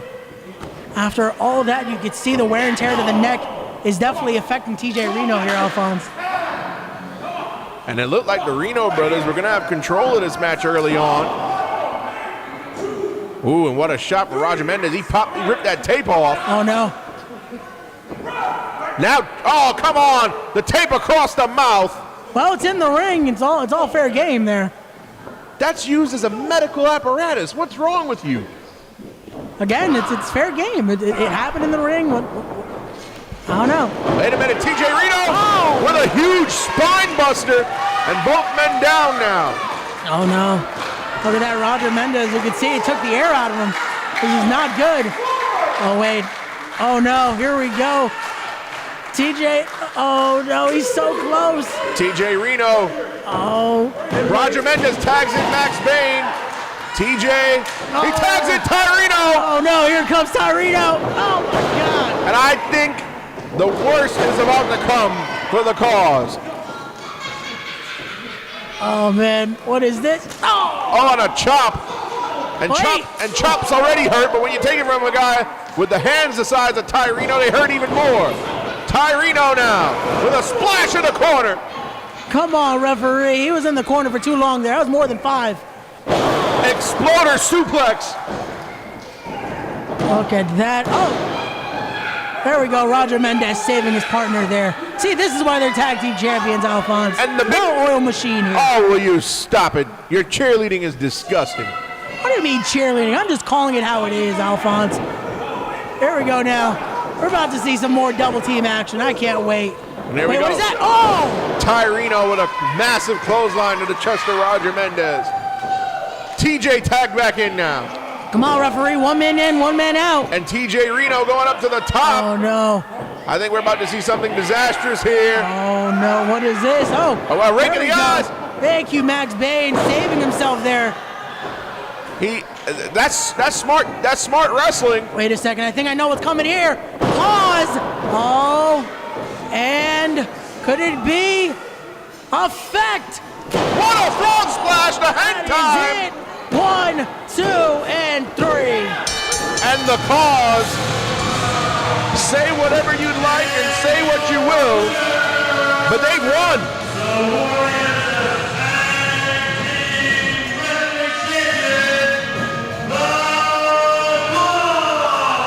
Look at that. They call that cause and effect, Alphonse. What a great tag team combination. What are you, the president of their fan club? No, I do my research, Alphonse, especially when it's respectable talent like the Cause. Well, the Cause have won this match.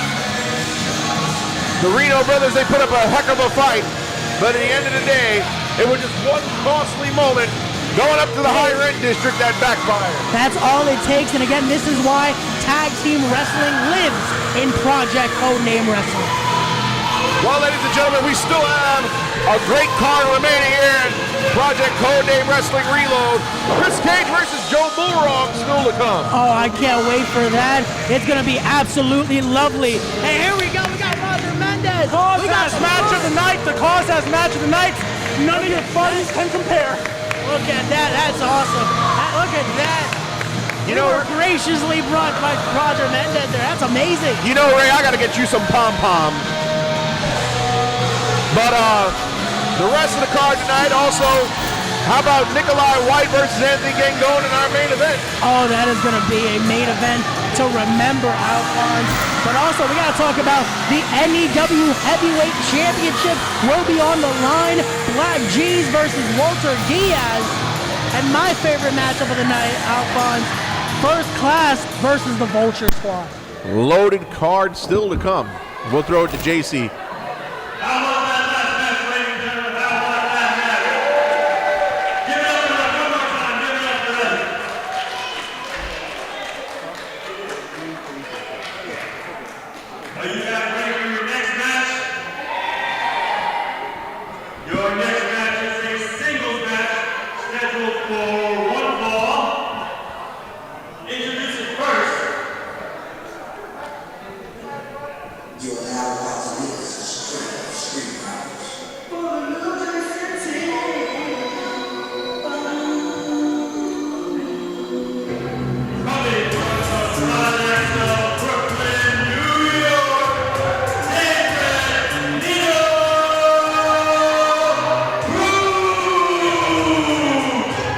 So first class aren't the only ones that can rock jewelry to the ring. Nino Cruz with a gold rope. There you go, Nino Cruz. I got to speak to Nino earlier this week. He's ready to put the project on notice, Alphonse. But I don't know the legitimacy of that chain, though. I know first class brings the best. I don't know about Nino's chain right there. And that chain's heavy because he just put it on the referee and it weighed him down. But Nino Cruz set to go one-on-one with Big Cuzzo. And I don't think Nino Cruz is going to have an easy go at things here tonight. You know, first class, say what you want about them, but those guys don't lose. They definitely don't, and that's what I love about first class. They bring that first. Oh, it's El Jefe. Oh, will you stop? Nino, you got lucky tonight. Because you're not facing Buffalo tonight. I think that he's dead. No, you got lucky. But I found you a suitable opponent. And he's first class. Por favor, he's first class. Justin Adams. Oh, I saw him in the back, but I didn't think we were going to get to see him in action here tonight, Alphonse. First class Justin Adams. Oh, you're in for a treat, Alphonse. This is going to be great.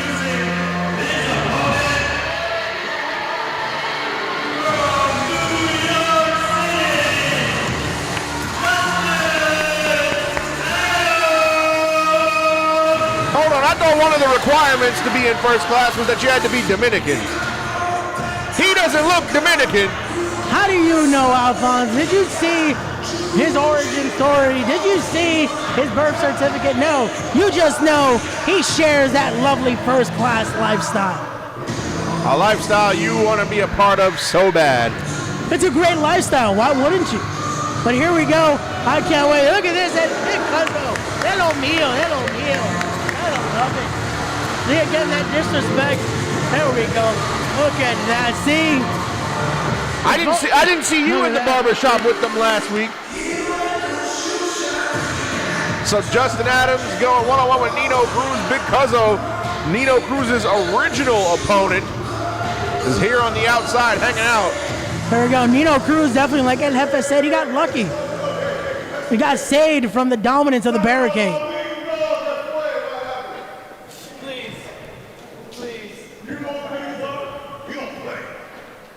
Big Cuzzo, he's got to speak some English out here so people can understand him. Hey, come on, Nino. Focus in the ring. Your opponent is Justin Adams. Here we go. Justin Adams in tremendous shape. Bell has sounded. Oh, look at that. See, this is why Justin Adams is first class. Look at that. Well, oh, look at that. The orgullo for the República. The what? El orgullo. What in the heck is that? See, Alphonse, this is why you'll never understand first class. And here we go. Justin Adams spending a lot of time on the outside. Nino Cruz, we've seen him in the project before. He has yet to win a match here in the project. This is his third showing. Justin Adams making his debut. And here we go. Wait, oh no. Wait, no. Homeless Vaughn, don't touch Big Cuzzo. Vaughn grabbed the foot of Cuzzo. Look at that. I don't think they have the likes of Vaughn in. There we go.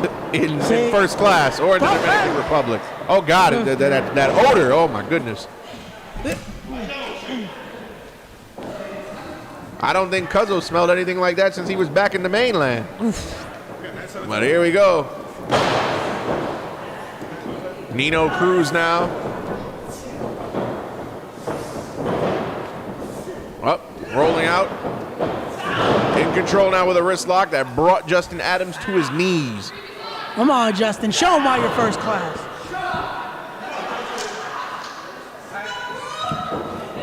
There we go now. Look at that ability there by Justin Adams. Oh, come on. There we go. Look at that, up and over. So clean by Justin Adams. Oh. Referee didn't check Nino Cruz. I think those shoes are loaded. They are not. Nino Cruz is a respectable young man. Here we go, off the ropes now. Oh, and a nice drop kick by Nino Cruz. See, again, I'm telling you, he didn't check those shoes. He does not have anything in his shoes. Come on, Justin, you got this. Let's go, Justin. Why are you cheerleading? Nino Cruz now. Oh, Nino Cruz went for a tope suicida and was met with a forearm to the forehead. Again, this is what happens. High risk, high reward. And look at the baseball slide there by Justin Adams. Justin Adams, very arrogant and cocky out here. Now, wait a minute. He's pulled the attention of the referee. Oh, Big Cuzzo. Oh, man, he might have injured himself there in that baseball slide. Again, it's because of stop Homeless it. Vaughn being in that ring earlier. Oh, back first, right into the ring post. Oh, man, Nino Cruz tripped. Poor Nino Cruz. He did not trip. He was thrown. Oh, man, someone needs to check on Nino Cruz. He tripped.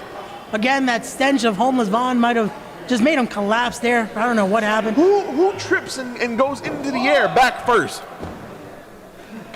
Apparently Nino Cruz, Alphonse. You're defying the laws of gravity and physics. But anywho. That's all I do. Somebody tell Cuzzo to stop listening to me. Justin Adams in control now. Nino Cruz in a world of hurt. Here we go. Justin Adams now targeting on the back of Nino Cruz, that back that was thrown into that steel ring post. There's no giving that ring post, folks. There's a reason why it's a steel ring post, Alphonse. Again, poor Nino Cruz, so clumsy, tripping into it. Oh, stop it. And now look at choke. No. He's being choked. What do you mean he's checking on him? Again, he tripped. He's trying to ask, is he okay? Somebody's got to test your eyesight, Ray. My vision's 20/20, Alphonse. I don't know what you're talking about. They're checking on him. Again, this Homeless Vaughn just around the ring. I don't get it. Oh. And then Cuzzo. Wait a minute. There we see like a suplex followed by a pin. Only for a 2 count. Oh, this referee's counting slow as well. Come on. What a night. Well, you know, there's a lot of money floating around in the first class lifestyle. I'm pretty sure they could afford to get rid of $1 or $2 and give it to the man so he can get something to eat. I really hope they do give him some blessings so he gets out of here. Wait, he's stealing money. That's Johnny Santos' money. And here we go. Nino Cruz off the rope, and he just ate a knee.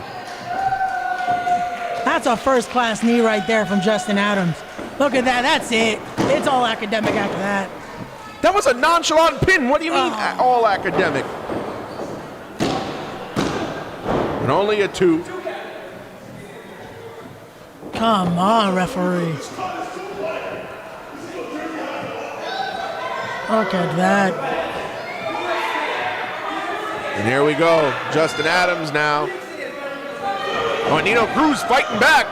Referee, you gotta check that straight. That was a little too low for my liking. It was right to his stomach.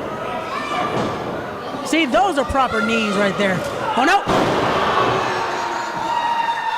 Look at that, that power slam. Taking it out of both men there. Only a 2.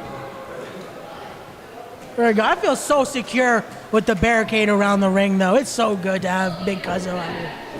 What are you talking about? He's interfered in this match. What do you mean he's interfered? He's just out there. He's outside there. He has the lovely bandana. Threw Nino Cruz into the ring post. I didn't see that. I don't know what you're talking about. I don't know. I hope you never get indicted. And There we Justin go. Adams now in control here. And Vaughn sneaking. He's going after. He just went after the glasses of Justin Adams. And wait a minute. I mean, Cuzzo, he threw. He deserved that. He threw Those him. are first-class glasses. I mean, I don't advocate thievery of any kind, but. Oh, come on, referee. He was checking his shoes. Again, those shoes are loaded. Big Cuzzo wanted to check. He's doing your job, referee. What are you doing? Here we go. Distracting the referee, no reason.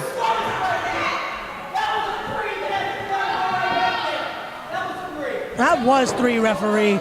Wait, that referee just pushed Justin Adams. Did you see that? He just pushed Justin Adams there. The referee trying to enforce the rules here. What kind of enforcing is that? There we go, Justin Adams going up to the top. This Oh, might here we be over. go. It's Wait, about to Nino be- oh, no. Cruz fighting back. Oh no, oh no. Oh my God! Wow, what a maneuver off the top rope! And both men are down. Cuzzo, do something. What do you mean, do? What do you want him to do? He's not in the match. He needs to give Justin Adams some motivation here, because what was that? Motivation.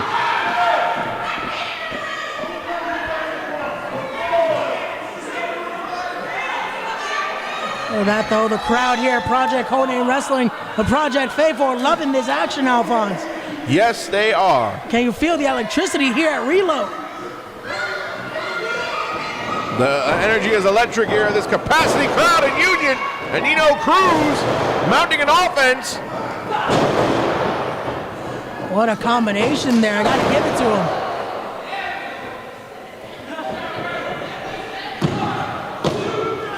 Only a 2 count that time. Of course that's only a 2 count. It's on Justin Adams. First class ain't going anywhere with a pin like that.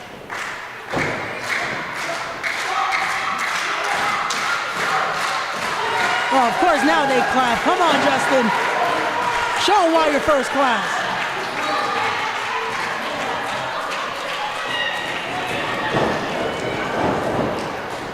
And here we go. Nino Cruz. Oh my God, kick to the back of the head. Referee, come on, get them back in the ring here. And what a blockbuster from the outside to the inside. And what do you mean get them back in the ring? They're back in the ring. Only a 2 count. He really is cheating. See, did you He hear is that? not cheating. Yeah, a guy who specializes in cheating, yelling at the referee, telling him that it's cheating going on. Yeah, let's be for real here. Nino Cruz going up to the top rope, high red district. Justin Adams not moving. Nino Cruz lands on his feet. Justin Adams moved out of the way. And a spine buster. Beautiful done there. First class spine buster.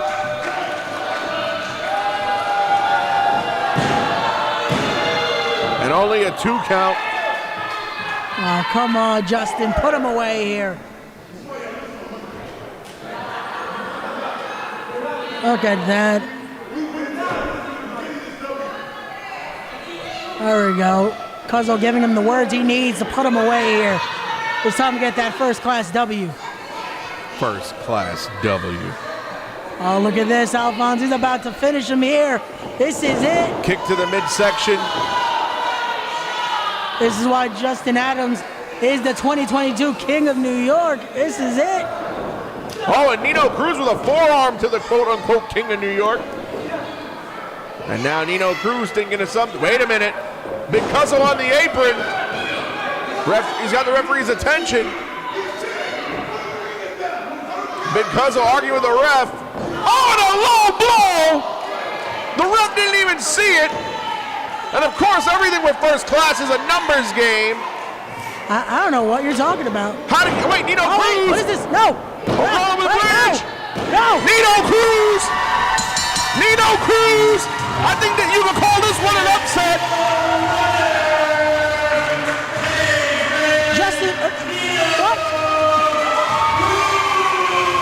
And for the first time here in the project, somebody got one over on first class. What just happened? Nino Cruz beat Justin Adams. That's what just happened. Nino Cruz was outmaneuvered and outnumbered and still came out the victor in this match. No, someone needs to watch the tape. There has to be some tomfoolery there. I can't believe it. You don't need to watch the tape. You saw the match. Wait a minute. Justin Adams asking Cuzzo where was he. Now they're shoving each other. Oh, no, come on, everybody. Just get along. This is why it's first class. Come on, it's a familia. Come on. Where were you? That's the big question. Well, Ray, why you didn't get in there and help him? I gotta do my job here. Someone has to be unbiased here at the commentary booth. Unbiased, wow. I think you need to look up what that word means. I do know the definition. If you look up in that dictionary, my picture's right there. Also next to neutral.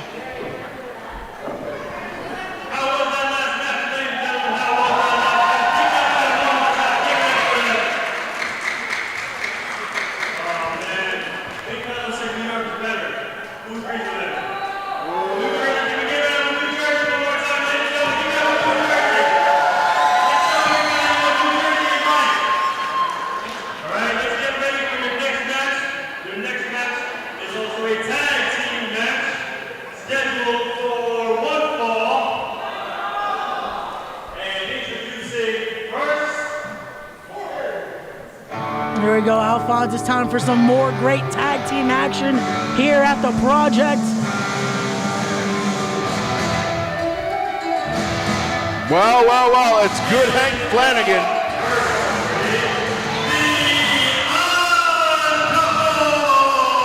This is good Hank Flanagan and Nimrod Texeria. The two have a lot of personal and philosophical differences, but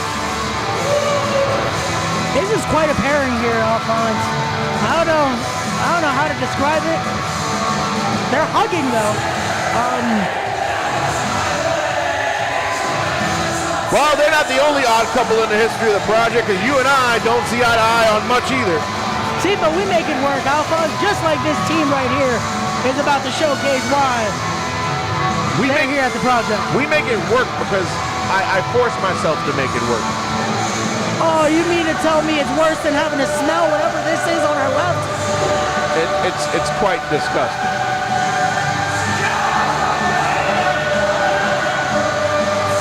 I gotta give it up for Hank Flanagan though, because I love that Yankee hat he's wearing. I think I know who I have as a pick here, Alphonse. Who, the odd couple?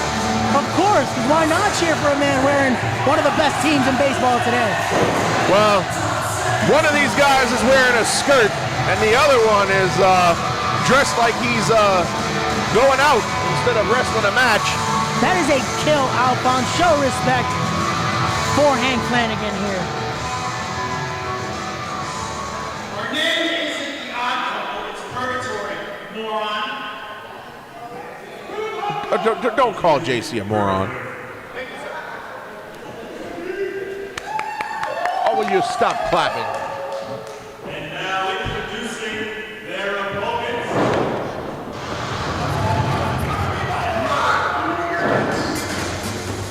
Hailing from the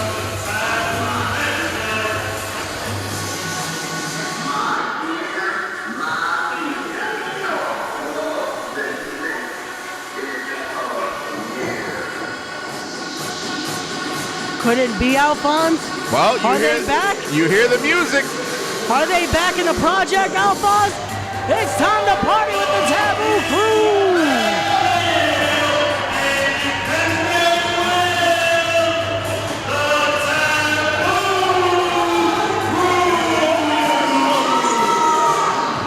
See, they're folding Yes, their clothes. I hear that. There we go. So respectful. Look at that. Let's see. And by the way, Come on, I was cheering for you guys.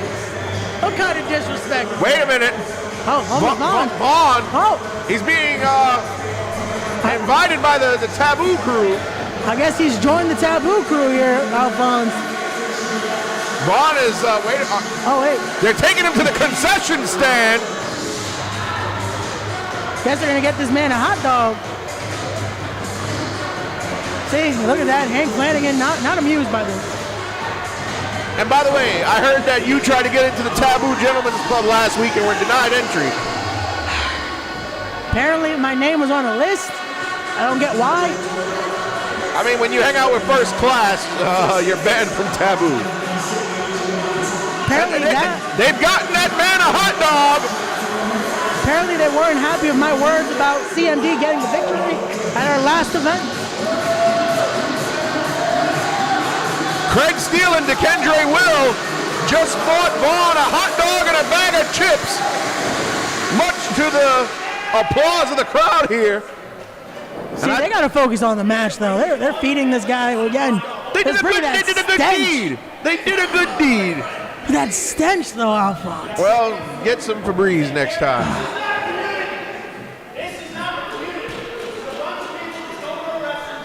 This isn't the first time Hank Flanagan is facing Taboo Crew, though.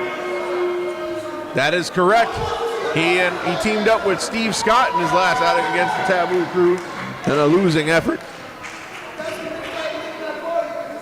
Speaking of Steve Scott, I heard he's still trying to shop for a new phone. Yes, indeed. I believe that to be accurate.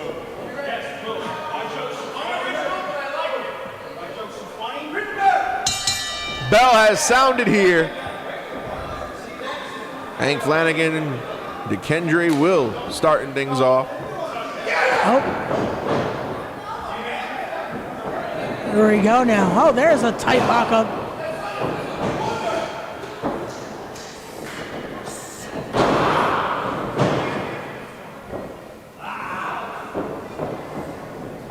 Here we go. Hank Flanagan rolling through. And a wrist lock. Nimrod really happy about this. And Taboo Crew trying to dispute their loss to CMD only because it wasn't truly the Taboo Crew. It was DeKendre Will and Steve Scott. Hey, DeKendre Will knew what it meant if he went in there. Again, it's known the wins and losses truly matter here at the project. The standings are valid. And unfortunately for Craig Steele, hey, even if he doesn't like it, they have a loss on their record. Oh, and Hank Flanagan almost dumped DeKendre Will on his head. There we go. Tag team wrestling truly living here at the project. Referee needs to check that. That might be a legal sleeper hold there. Weren't you just excited for when these guys came out? I was excited to party, but then you reminded me about that list. Well, I got into the Taboo Gentlemen's Club, and it was a doozy of a time. How did you get in there? People like me, that's why. They let anybody into that club, don't they? Not you, but Hank Flanagan now on a receiving end of a beating. I spoke too soon. He's in control now. Look at that. Off the ropes goes Hank Flanagan. Big shoulder tackle by Craig Steele. Ooh, and a massive clothesline. And Hank Flanagan now. And there's a tag. Nimrod is in. Nimrod, of course, in a land far, far away amongst crazy people, was once upon a time a broadcast colleague of mine. Was he? Yes, he was. Did he have those stylish shoes, though?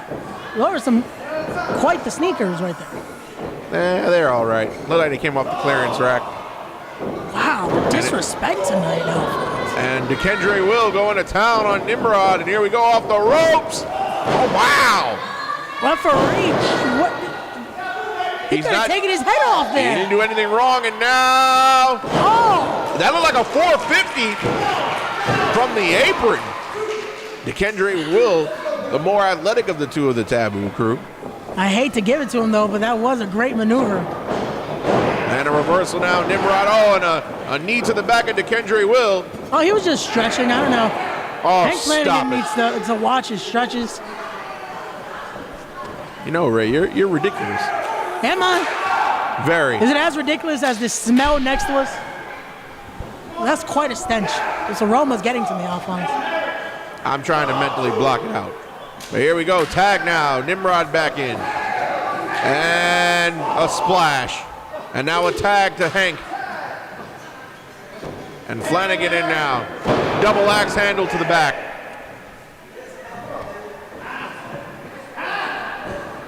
Hank Flanagan in control. And wait a minute now. Craig Steele trying to get in the ring. Referee holding him back. And stomps away, and he made a clap sound, I guess, to simulate a tag. Nimrod now in the ring. Nimrod with the most unconventional wrestling gear I've ever seen. Hey, it's quite eccentric, but I kind of like it here. But look at that strike to the back now. Wow, what a snapmare and a double bird for Craig Steele, who's trying to get in the ring. He shouldn't. Referee needs to check on him. It's one man in, one man out. Come on, referee, do your job. Look at that, Craig Steele just pushed the official. How is that not a disqualification? And what a huge suplex from Nimrod. Oh, so no comment on that, huh? Now you're going to let the rules just slide, huh? The man's wrong. He's wrong is wrong. Unlike you, I call an ace a ace and a spade a spade.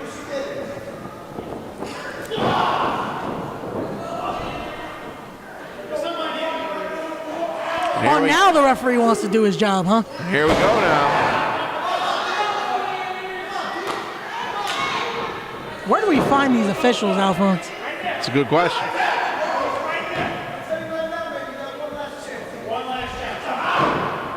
That was a low kick. Someone check on him. And here we go. DeKendre Will, he's battling. And a strike there by Hank Flanagan. What an elbow. Look at that. This is it. What? Come unprovoked there. Why did Craig Steele get in the ring? Only a 2. So no comment on the illegal strike, huh, Alphonse? He broke up a pin. That's not illegal. We need to get you a wrestling rule book.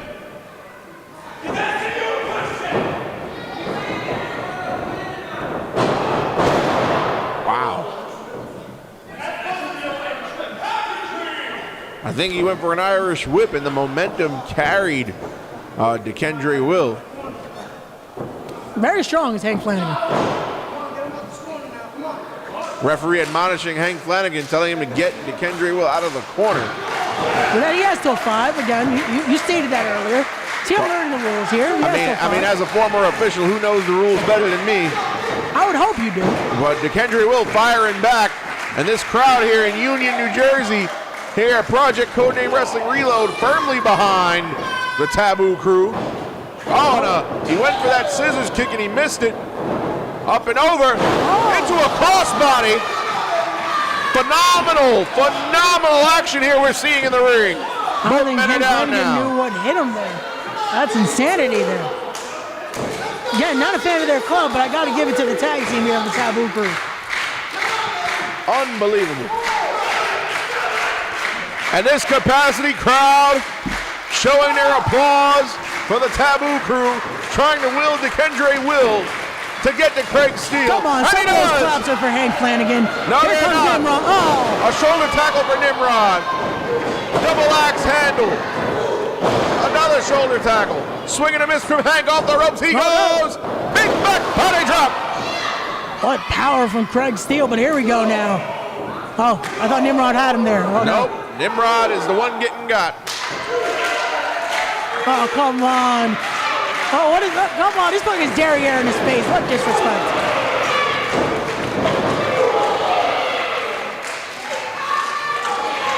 Look at this exhaustion starting to hit both Nimrod and Hank Flanagan here. And here we go. Double splash. A nice clothesline. Nimrod, I don't know if he knows what hit him. This might be it. Referee in position, and Hank Flanagan breaks up the pin. There we go. Hank Flanagan saving Nimrod there. Hey, what is DeKendre Will doing? DeKendre Will in the ring now. All 4 men in the ring. Come on, 1 man in, 1 man out. DeKendre Will, he got dumped over the top rope. Looks like, no, he skinned the cat, and he brought Hank Flanagan to the outside. Look at that, all the way into the first row there. Meanwhile, Nimrod in the corner with Craig Steele, an Irish whip reverse, and another reverse, and it's a do-si-do, like it's a rodeo. And wait a minute. Oh, no. You know what's coming next?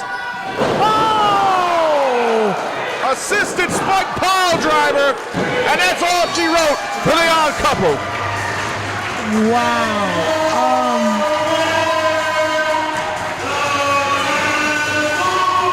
And you know what, Ray? The Taboo Crew winning means one thing.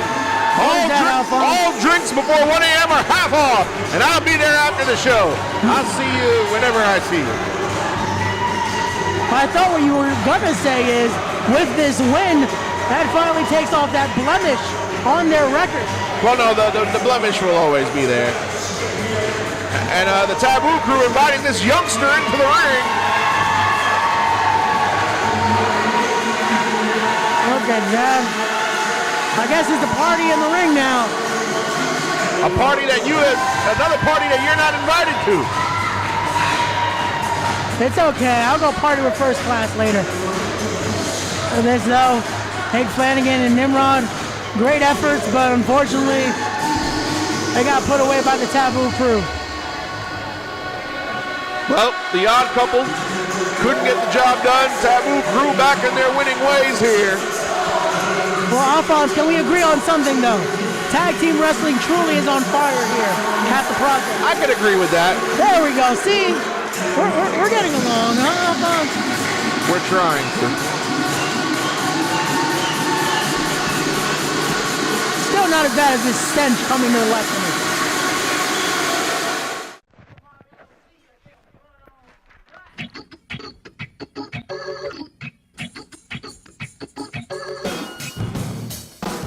Last month, I was forced to watch my brother, my best friend, my partner in crime for the last 23 years, hang it up and ride off into the sunset. I'm not gonna lie, it got me walking around town last couple of weeks feeling a pain I ain't never really felt before. And for the first time in my career, got me looking at my place in professional wrestling and analyzing myself through a different lens. Now I'm ready to step back onto the battlefield, and I understand I got no safety net. I understand I got no backup this time. But I see opportunity and challenge in every direction. So for everybody that's been asking me what does life without the superstar look like, my next couple of moves have already been set in motion. Which leads me to the Iron Fist, Joe Bullrog. I heard what you said, Joe. And you're right, you and me know each other 14 years. Your brother from another mother, as you so eloquently put it, so you know I love you dearly. Did everything I could to get you back into the game and could not be more proud of how you've taken advantage of every opportunity that has come your way. But over the past couple of months, I've noticed a pattern that hasn't exactly sit right with me. That's this pattern of you becoming too comfortable. Comfortable enough to run your mouth about issues you could not speak on, but most importantly, comfortable enough to stick your nose in business it did not belong. My business. Family's business. Going around town talking trash, going on podcasts talking about keep your chin up, tighten your chin up, throwing out challenges to someone you call your brother and you want to talk about causing me pain?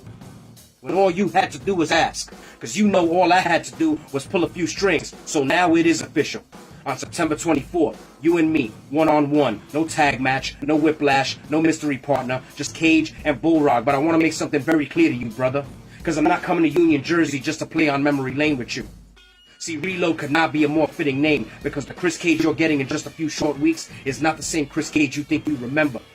You want to talk about how dangerous you are. You want to talk about how you got nothing left to lose. Well, you're looking at somebody who's got nothing or no one left to lose. So unfortunately for you, you're going to have to step into the ring with the most dangerous Chris Cage you've ever seen. I see everybody jumping on the Bullrog wagon these days, but are you really ready for me, Joe? Because we're going to fight, Joe. I'm going to beat you, Joe. And after I'm done putting you in your place, everyone at Project Codename Wrestling and everyone everywhere I see fit to show my face is going to get put in theirs.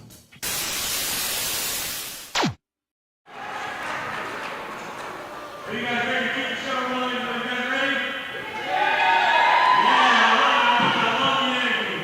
This next match is brought to you by the Chokeslam Wrestling Report. Please check out the merch circle over here to my right. And the next match is a singles match scheduled for one fall. And introducing first. Here we go. I can't wait for this one. Alphonse, brought to you by our good friends at the Chokeslam Wrestling Report. Shout out to Henry.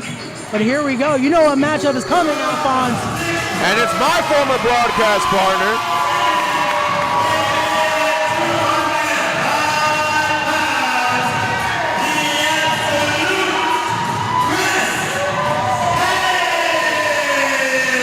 The absolute Chris Cage coming out here with TJ Marconi. Here we go. The 1-0 Chris Cage with the Don himself, TJ Marconi, the Project Champion.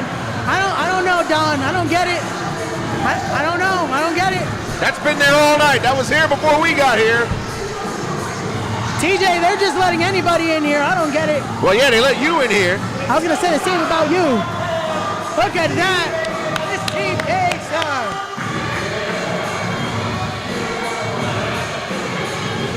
Oh, look at this. TJ is going to give a look. Public enemy number one, not too happy with the tent here. TJ, I don't think you want to go in there.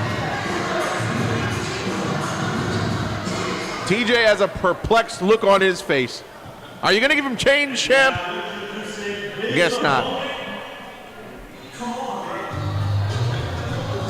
This match, many years in the making. These two men practically grew up together. This is true, Alphonse. 14 years in the making here.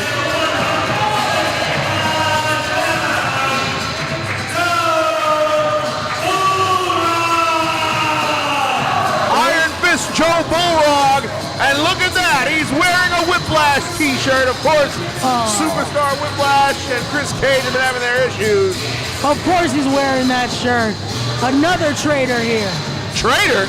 They've turned their back on Chris Cage. And turning your back on your family for money, that's not wrong. He was trying to bring them all in. He was trying to share the wealth and share the power. This is what me and Chris Cage talked about this Monday. We talked about it on Respect the Craft. Yeah, Joe Bulldog just disrespected me in my own comment section. Yeah, biased podcast. I really don't feel safe with Joe Bulldog being out here. I still don't get it, Don. I don't know. It stinks. Joe Bulldog, Chris Cage, a lot of back and forth on social media, a lot of bad blood here. 14 years, like you said. And he threw a 2KW t-shirt at Chris Cage, and for those of you who know, that's a lot of history.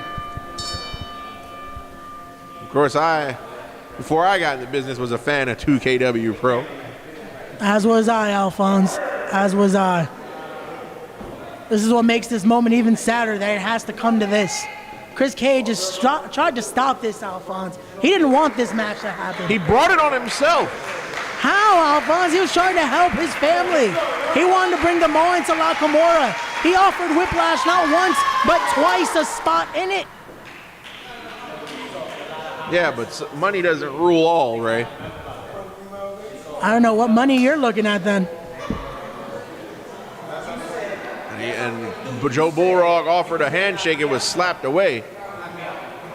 Does Chris Cage know as soon as he shakes his hand, he's going to stab him in the back? Chris Cage begging to get knocked out, and be careful what you wish for. Oh, and a shove, an aggressive shove. And I think things is about to get real serious here. Really is. Chris Cage wants it. Joe has talked the talk. Can he walk the walk in there? And another one.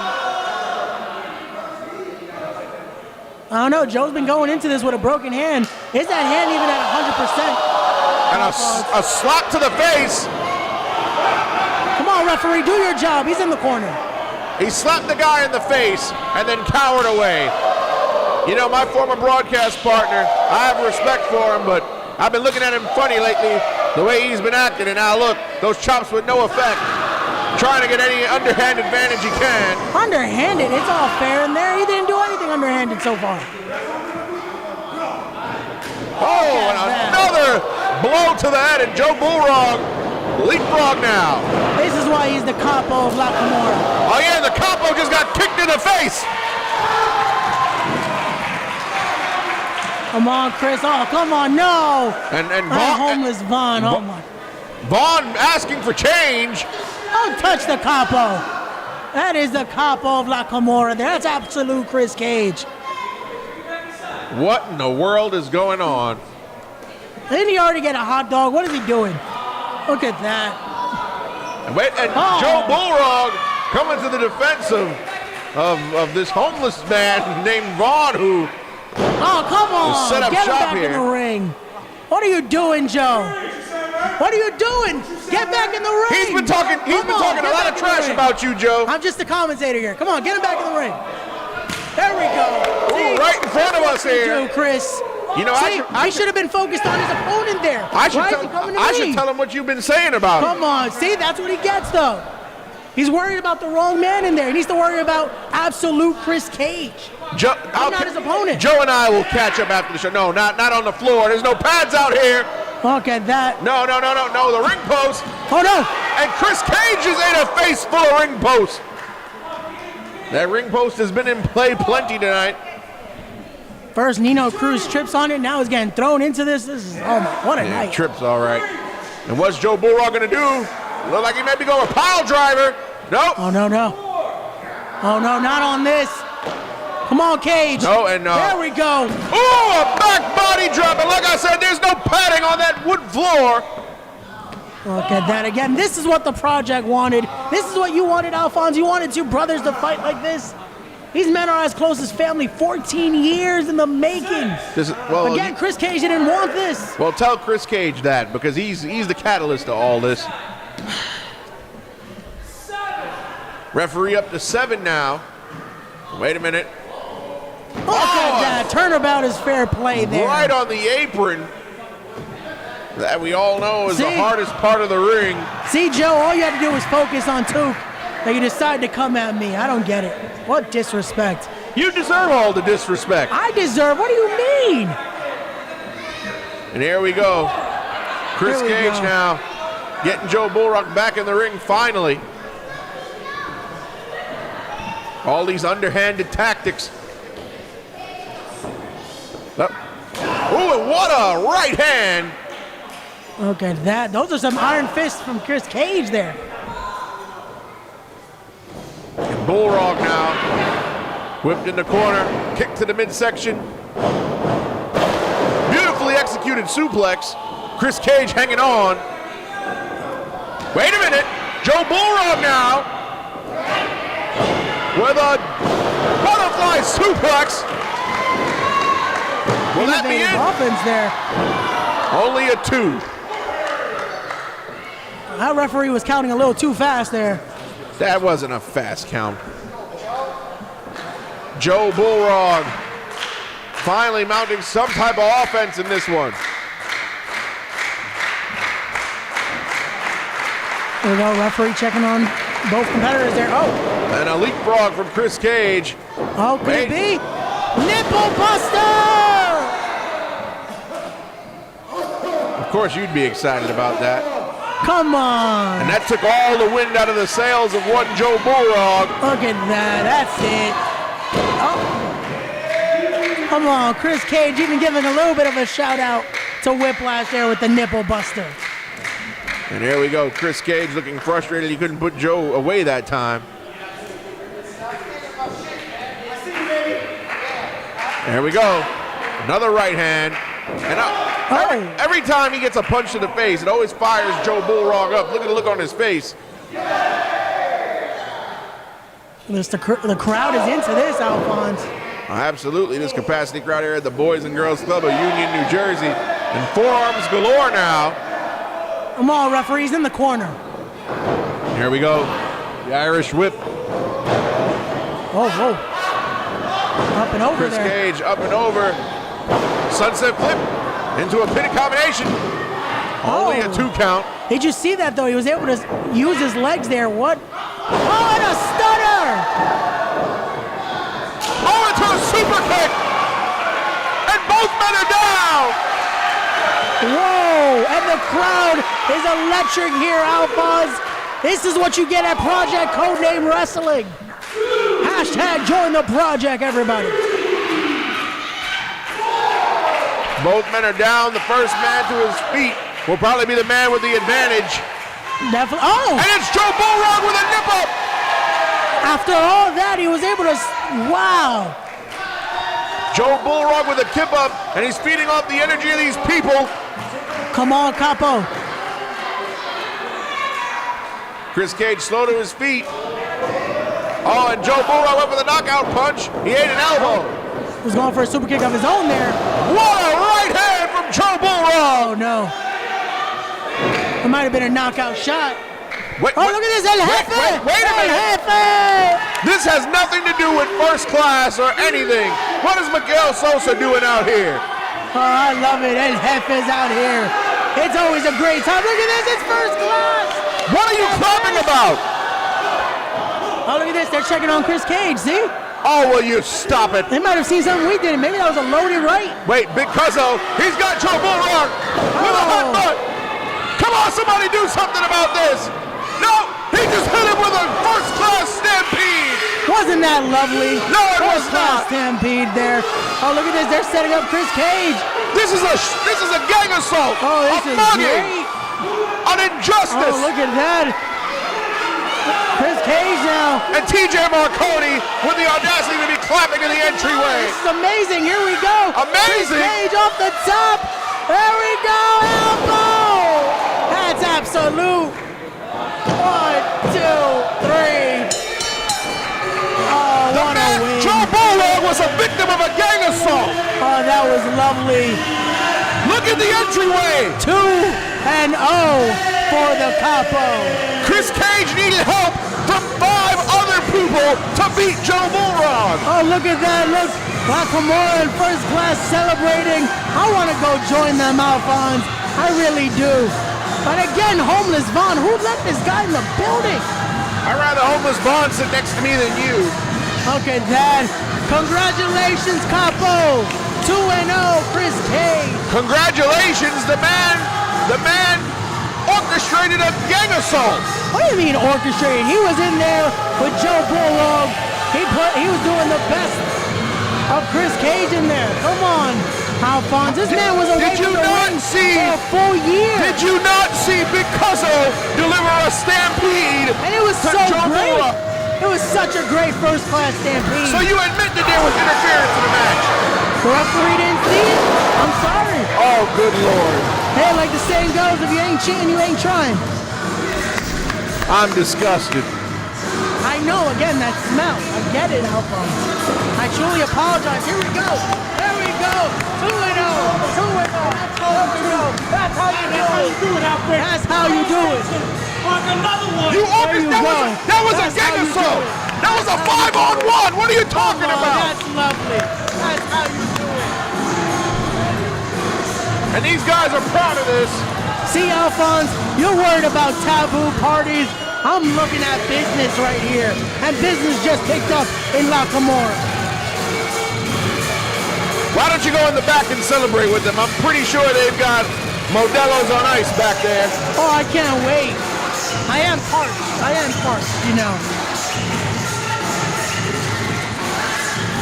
It takes a lot to carry such a biased partner.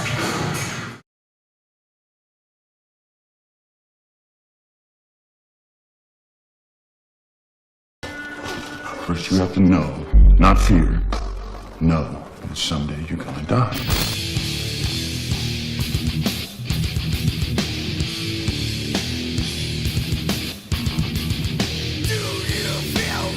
You're somebody that I provided knowledge to early on, and you did nothing but show me disrespect.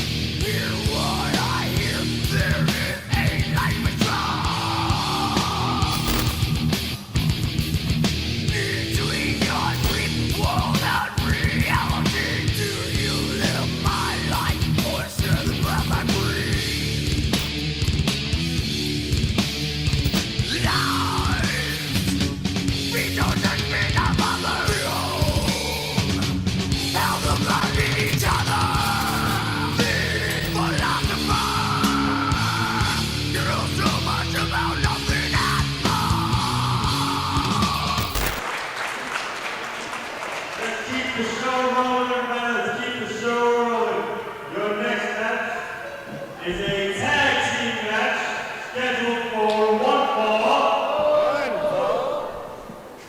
And introducing first. Wait, Alphonse, I think I know what we're about to see. And this, oh man, just wait for the entrance because I can't wait.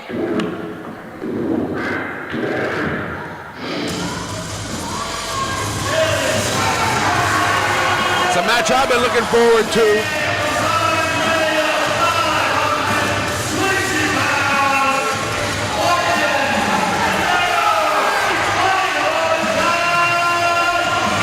Chris Barton and Dominic De Niro getting ready to take on Yankee and Joe Ocasio. I can't wait to get my life changed, Alphonse. It's life-changing time here at the project. But here we go. Do you remember how Yankee's life was quote-unquote changed? The man had to take a knee to the skull. Yes, Alphonse, but he's a part of history. He was a part of the fastest match in project history, Alphonse. That can never be taken away from him. But here we go. Let's talk about this. Fight or die is here in the project. Barton and De Niro, two singles competitors who have teamed in places in the past, teaming for the first time here in the project. And Chris Barton was pulled out of that main event scramble by Joe Ocasio. He was trying to change his life. He was not. This is what Joe has told us. Dominic De Niro truly being one of the pillars here, if you look at in the project with the standings currently. Are you going to drink the same Kool-Aid that Yankee drank? I might. It looks very sweet. And again, I'm parched. Unbelievable. And oh, here we go. It's time for life-changing. A surprise? Okay. Chris Barton. 10 seconds. He just came and said it is a surprise. And there's Joe and Yankee Ocasio. Oh. And look at that. Joe Ocasio threw Yankee into the way. What a mugging here. Was that the surprise? And He's attacking the life changer?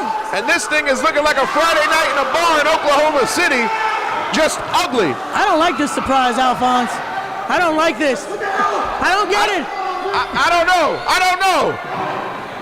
And Joe Ocasio. Joe, I'm sorry. I don't know. Running away from Chris Martin here. Of course he is. This man is a madman.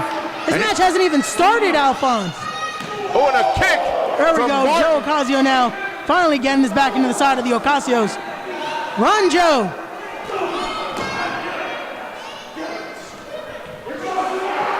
Ooh, and Yankee thrown right into that seat in the front row.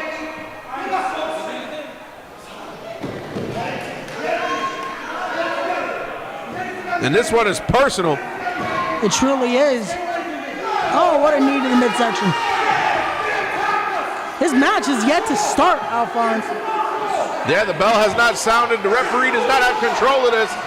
They're fighting next to the homeless compound here. They're about to see homeless Vaughn's whereabouts. Maybe he can get his life changed. Hopefully. He's a great candidate. He needs to get his life changed. Maybe get a better tent. This stench, I can't handle it, Alphonse. And Joe Ocasio giving Yankee some tough love there. There we go. He needs it. This is how Yankee was able to win his gold in the Spartan race. Referee is now called for the bell, and this one's official. Finally, we have some order here. There we go. Yankee Ocasio with Dominic De Niro. That name just rolls off your tongue, Alphonse. What name? Yankee Ocasio. Oh, stop Such a great name. The man's clearly brainwashed. What do you mean brainwashed, Alphonse? So what, when you get your life changed, are you going to change your name to Ray Ocasio? If Joe permits it, why not? If Joe permits it. I would be so lucky, Alphonse, but I do not believe that's how it works. You can be changed without having to switch your last name. It just happened to be Yankee's true last name was Ocasio. And Joe Ocasio yelling to Yankee to show him what the wrestler I made you.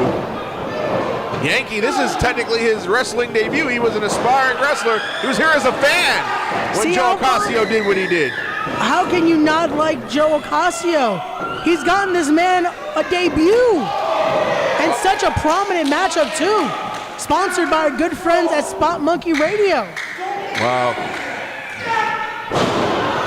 Shout out to Spot Monkey Radio. You can catch them on Falls Finish Productions.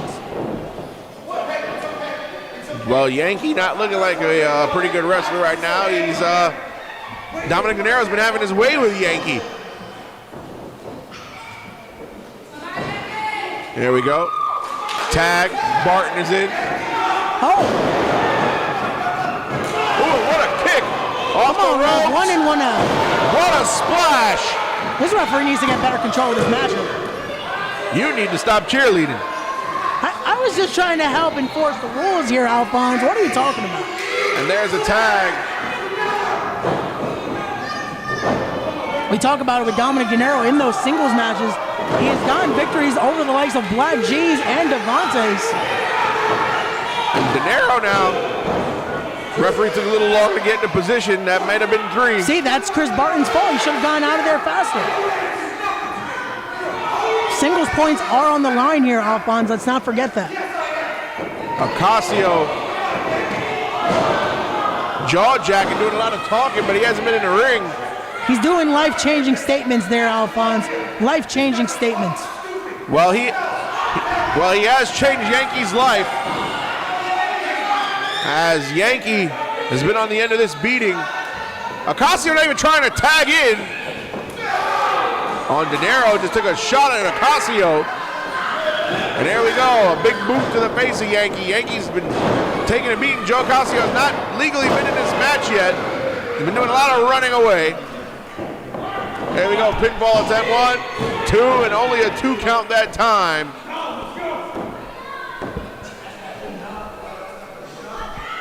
Dominic De Niro in control here for his side. Yankee trying to mount some type of offensive comeback. Not successful. Wait a minute. Joe Ocasio snuck over to the other side of the ring. And he's beaten up on Chris Martin and threw him into the ring post. Look at that now, Yankee with the ground and pound. This is what Joe Ocasio does, Alphonse. Truly life-changing. Well, if the Ocasios win this match, then maybe, just maybe, I'll agree with you. When, Alphonse, when? I've never co-signed joining a cult, and I'm not going to start now. What cult are you talking about, Alphonse? Again, the disrespect for the life-changing Joe Ocasio.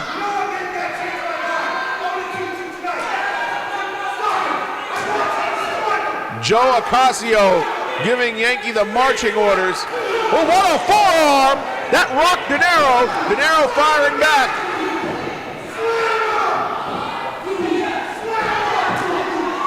And those are some heavy blows from Yankee. Definitely are, but here we go now. Oh! With a hell of a spine buster. There we go. That's what life-changing does. And that's it. Oh!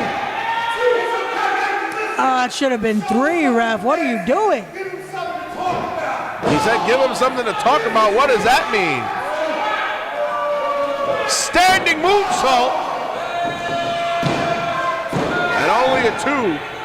And in the short amount, in the short amount of time that Yankee has been a wrestler, he sure has learned a lot in a short period of time. Definitely has. Joe Ocasio has been training him every single day since he's joined this life-changing movement. Well, who better to learn from? Of course, Joe Ocasio recently appearing in the National Wrestling Alliance. Good guy to learn from, I suppose. Definitely so. Joe Ocasio is not only life-changing, but truly a national and elite athlete. What a start. Now, Ocasio with the blind tag. The look on Yankee's face, I could tell he didn't like that. Let Yankee do all the work so Joe could pick the bones like a vulture. Joe Ocasio just wants to give him another lesson. He wants to help him learn how to truly finish your opponent here. And Chris Martin in the ring illegally. Referee trying to reprimand. Look at the choke. Joe Ocasio choking Dominic De Niro. Again, referee would be able to see this if Chris Martin was not illegally in there. Oh, this is all Chris Martin's fault. Oh, this is what Joe Ocasio wants to change about Chris Martin. Oh, stop it. Oh.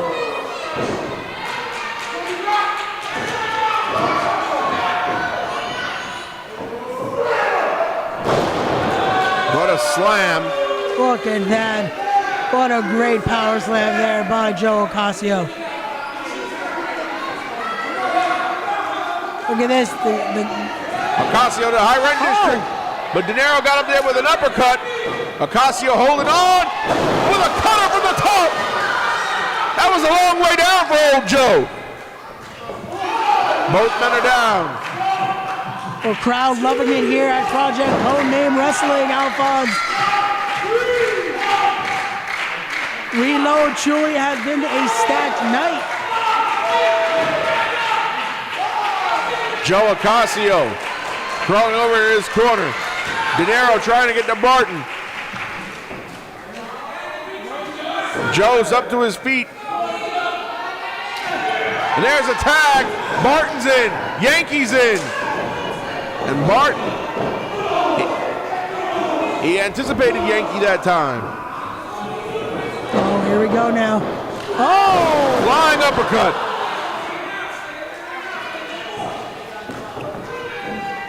Looks like Barton might have a boo-boo on his shoulder there. You see him touching his shoulder very much. Well, if that's the case, I know you'll enjoy that. I don't want anyone to get injured in there, but again, I can't say Barton hasn't provoked this injury. And what a Vader bomb! Only a 2 count. Barton favoring his shoulder. Joe Ocasio jumped off the apron. Chris Barton needs to focus on the man in the ring.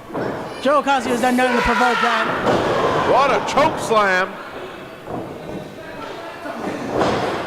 Dominic Hey, come on, referee. One man in, one man out. What is this? Oh! Discus forearm. And there's a pin attempt, and Yankee somehow kicked out. See, if Chris Barton actually gave him a proper pin, maybe That would be closer to a 3 count, Alphonse. The Yankee now, the end might be near. Barton setting him up. Wait a minute, Yankee! He was able to escape. And here comes life-changing Joe Ocasio. Look at that. Shoulder first into the ring post. But a heck of a chop block by Dominic De Niro. He's hooking old Joe there. Oh no, what is this? There's a bit of a struggle now. One man firmly in control. Joe Ocasio gets out. Oh, and he kicked the shin. Oh, here we go. Life-changing. Oh! Roaring uppercut there by Joe Ocasio. I thought he was going to give him that life-changing knee.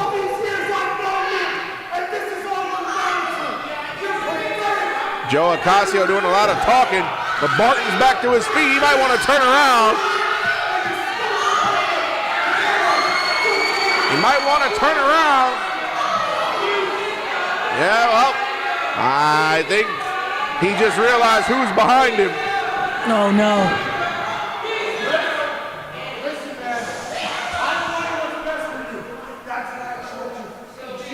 He choked Chris Barton because he wanted the best for him, he said.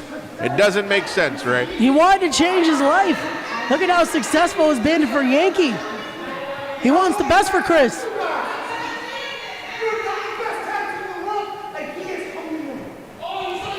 And he wants the best for this team here.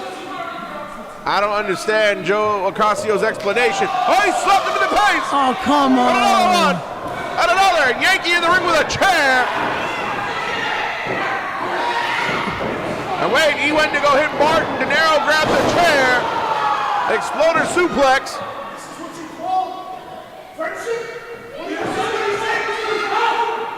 Oh, look at this. Remember, Dominic De Niro was the one that brought Yankee to that same show where his life was changed. Yeah, that is true. Wait a minute. And these former friends going at it with fisticuffs. Oh, it's a brawl here, Alphonse. And the referee's attention diverted. Oh. And Joe Ocasio just used that chair to the back of the head of Barton. The referee didn't see it. Life-changing shoulder tackle. This might be it. And a 3 count. And let me guess, you advocate that, right? For the life-changing shoulder tackle, of course I do. I'm talking about the chair shot. I don't know what you're talking about. I'm sorry, I was focused on the brawl between Dominic De Niro and Yankee. Of course you were. And Yankee hugging Joe Ocasio like that's his daddy. It's his mentor, Alphonse. This man has not only taken him to a successful debut, but also to the Spartan race. Look at this, Joe Ocasio truly changing lives here at the project. And oh man, Dominic De Niro, madman, run Joe, run Yankee. They deserve it. What do you mean they deserve it? They just won their match fair and square. Life-changing uppercut. Maybe you need one of those uppercuts.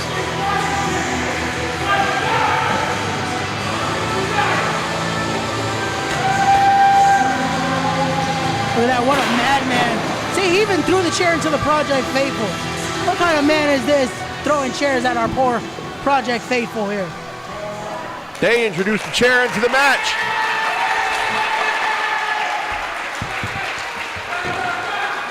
Well, Barton and De Niro, nothing to be ashamed of. It was a great effort, but when weapons get introduced, it's hard to do anything.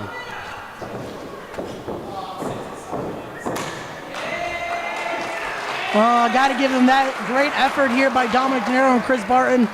But again, they couldn't cut it with the life-changing Joe Ocasio.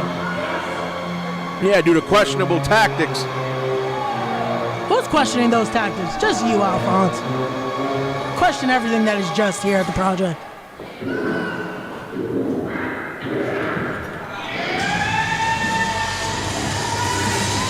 Well, Barton and De Niro still have the support of these people here in Union.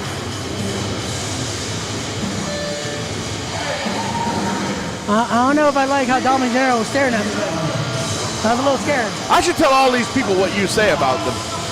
Let's not. Let's say we did.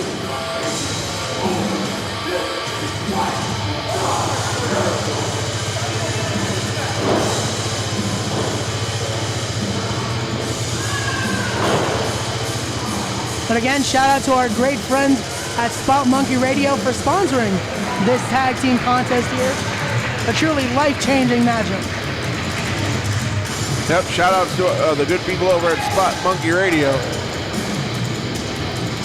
As this night continues to roll on.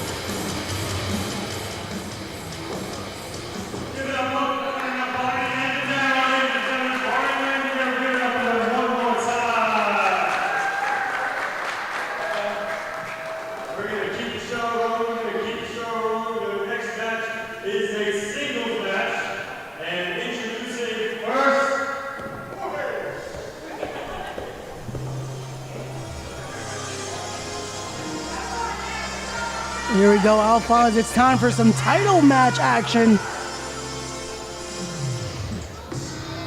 Title match, you do say.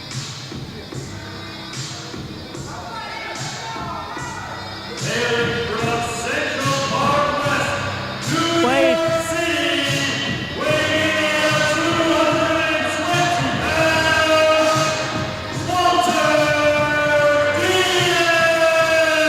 He's back, Alphonse. Well, wouldn't you know? If it's the white flag of life, ladies and gentlemen. Surrender all your toxicity. It's Walter Icebox Diaz. Here we go. It's the king of everything. Here we go. The guy who gets a title shot for doing nothing. Icebox Diaz here looking to become the next new Evolution Wrestling heavyweight champion and team captain of Team NEW for Escape from New York. Here we go. A Project Faithful getting to see Icebox Diaz back in action. So he's going to challenge Black G's for the new Evolution Wrestling World title.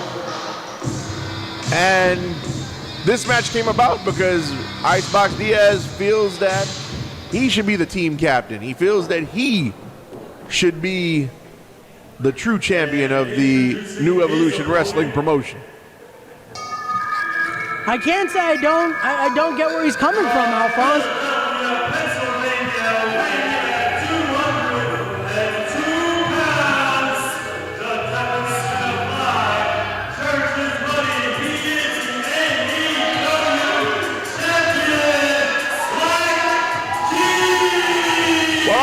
I'll tell you this, as the champion of New Evolution Wrestling, he rightfully should be the captain of Team NEW.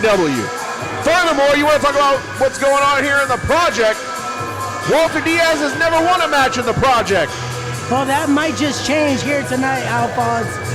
But I gotta give respect where respect is due. This is the church's money, a true veteran of the game. They call him the definition of fly for a reason, El Dinero de la Iglesia. But again, after tonight, we might see a new champion and team captain for Team NEW. Walter Diaz, this is a tune-up match for Black G's.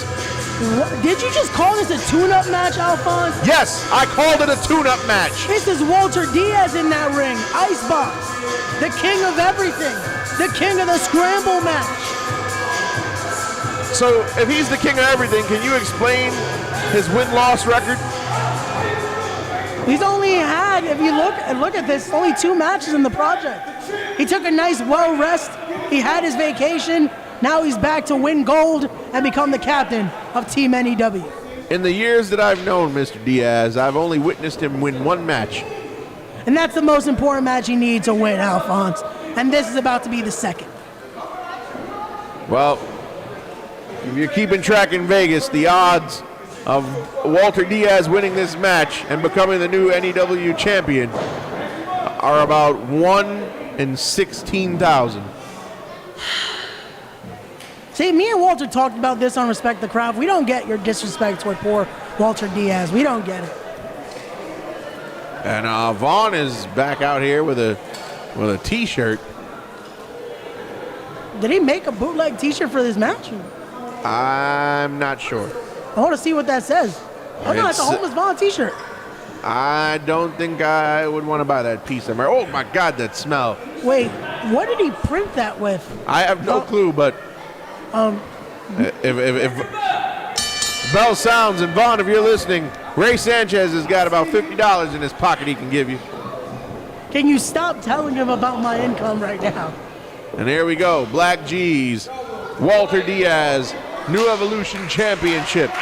Shout out to our good friends at New Evolution Wrestling. Shout out to Robert Saint. Yeah, I hear you and him go back a long, long way. And the church's money, Black G's.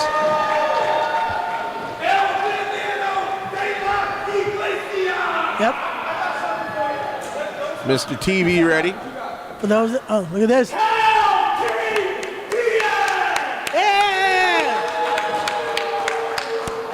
So, no? I'm assuming the Whopper comes with extra cheese and extra onions and extra mayo. Again, this constant disrespect of Walter Diaz. Even this Project Faithful, I thought better of the Project Faithful. How do they not cheer for royalty that we're seeing right now in that ring? Because these people are not dumb. Here we go now. Collar and elbow tie, we're both men jockeying for position. Here we go, Walter Diaz again showing why he's the king of everything. Look at that, on his first match back here at the Project, it's a title match, Alphonse. The only thing that he's the king of is probably a Rembrandt imitation contest. You know why? Because he's stuck to the canvas for 3. Wow.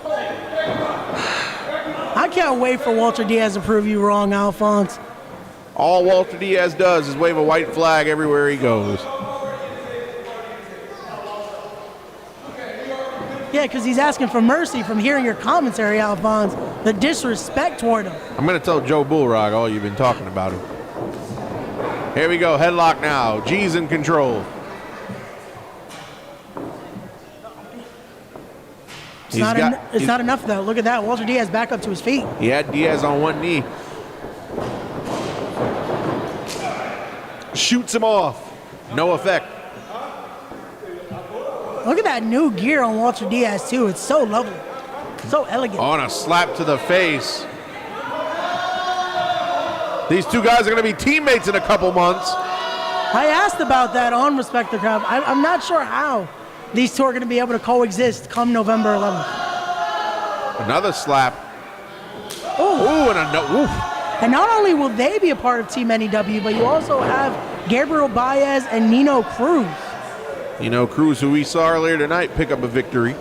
And here we go. Yeah, let's not mention that. I want to get the record book checked. I want to see if they check the tape. That win is still a little sketchy to me. It was a first-class win. You did not just say that. I absolutely did. Walter Diaz in control now. And very rarely have I ever uttered those words. There we go. Again, this is why Walter Diaz might just be your next NEW heavyweight champion. Oh! Ooh. Well, the definition of fly, just a little quicker there. I got to give him that. And a snap bear takeover. Into a pinfall. 1, 2, only a 2. So close yet so far here for Black G's. Ooh, Black G's, and what a chop. Sounded like a gunshot. There you go. Walter Diaz firing back. It's a chop fest here in Project Codename Wrestling. And I only wonder if the dissension between these two are going to affect the entire team. It already has, Alphonse. Have you heard what Nino Cruz has been saying about Walter Diaz? What has he been saying? He's just been disparaging. I think you would agree with the comments made by Nino Cruz. Such disrespect toward the king of everything. Well, what's he been saying? He's been saying, I don't want to repeat those words because I have more respect for Walter Diaz. You don't like to tell the truth, right? What do you mean I don't like to tell the truth? Because Nino Cruz probably speaking the truth. And these two going at it, there was a lot of talk from Walter Diaz on social media saying he would make a better champion, he could beat Black G's, and hey, he talked about it. He was 17 steps ahead of Black G, and he's looking to do that here tonight. He's looking to show why he's 17 steps ahead and why he will be the next NEW heavyweight champion. His words, not mine. Walter Diaz Initiating the count out as the referee. Walter Diaz goes to the outside, following G's. Almost went into the ring post. Oh, and he did go into the ring post. Look at that. He was introducing G's to around the world there because he took him from one post to the other. Double axe handle to the back. Oh, and they're chopping each other on the outside now. Oh my God, did you hear that chop? Yep, you hear it, folks at home, in stereo. I'm just glad I don't have to take one of those, because those are just making my skin crawl here. Oh, look at that. Walter Diaz acknowledging our lovely Project Faithful there. And Walter Diaz is going for another chop. Oh, thumb to the eye. I'm hoping that Abuelita from our second show isn't here. Trying to attack Walter Diaz after that matchup with Astro Morales. A match that Walter Diaz lost, by the way. Well, we didn't have to mention that part. It's bad enough that an Abuelita tried to attack him. Only a 2 as Walter Diaz. I can't believe I'm about to say this, but he's in control here in this match against Black G's. Oh, look, that's supposed to be his teammate come November, and he's choking him. Again, I don't know. Hopefully by November they can get everything handled here. Maybe Walter Diaz can give them a proper pep talk, if you will. Do you hear this reaction to Walter Diaz from these beautiful people here in Union? That reaction, I don't get it. They're not showing him the proper respect. They'll cheer for this guy that truly stinks here on the left. Well, again, this stench has not left our side. You know, I've barely seen Vaughn since he's had that hot dog and bag of chips. I'm glad. I think he's finally resting. Maybe he's sleeping. He has the itis. I don't think you could use that term on a family show, but nonetheless, Black G's in control of Walter Diaz, and this match has been even. I thought this would have been a walk in the park for Black G's, but... What do you mean? Again, this is why he's Icebox Walter Diaz. He's the king of everything. By everything, you mean staring up at the lights with his back on the mat for 3? It's happened every match he's ever wrestled here in the project. Ooh, what a chop! You know what, Alphonse? You know what Walter was doing during that vacation? He was studying. He was watching back that hot start scramble. He was watching back that match with Astro Morales, and now he's ready. He's ready to be the next NEW heavyweight champion. Oh, I thought you were gonna say he was eating pepper steak. What is this? Come on, referee, get them back in the ring. Black G's is cleared. Black G's, he cleared the first row just to throw him back in the ring. See? Look at that, making our Project Faithful. They paid for those seats, Alphonse. Yeah, they wanted to sit there, enjoy a match, and Black G's just taking them off their well-earned chairs. This is the NEW champion you want, Alphonse. I mean, hey, he's a better representation than Walter Diaz. And wait, Walter Diaz now. Oh my goodness. What a maneuver there.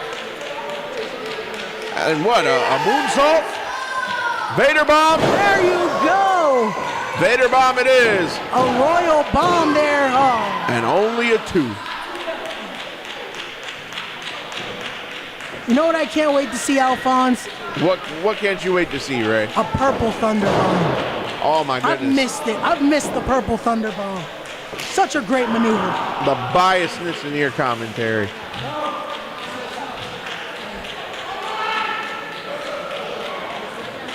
Walter Diaz, I assume that he has Black G's right where he wants him. I know it pains you to say that, doesn't it, Alphonse? It does, actually. It pains you to see Walter Diaz about to become the next NEW champion and team captain for Team NEW. Oh, what a chop. Yo, these chops from Black G's have been so vicious. Now a kick to the chest. He telegraphed him that time. Oh, but Diaz comes with a forearm. Nice suplex. Only a 2. If you notice tonight, we've seen so many chops. There's more chops here than a butcher shop. Okay, Rob Williams. But here's Walter Diaz on the offensive. Here we go. We're just seconds away now from seeing a new champion, Alphonse. I can't wait. Walter Diaz now on the attack. Hammering away now on Black G's in the corner. Kick to the breadbasket.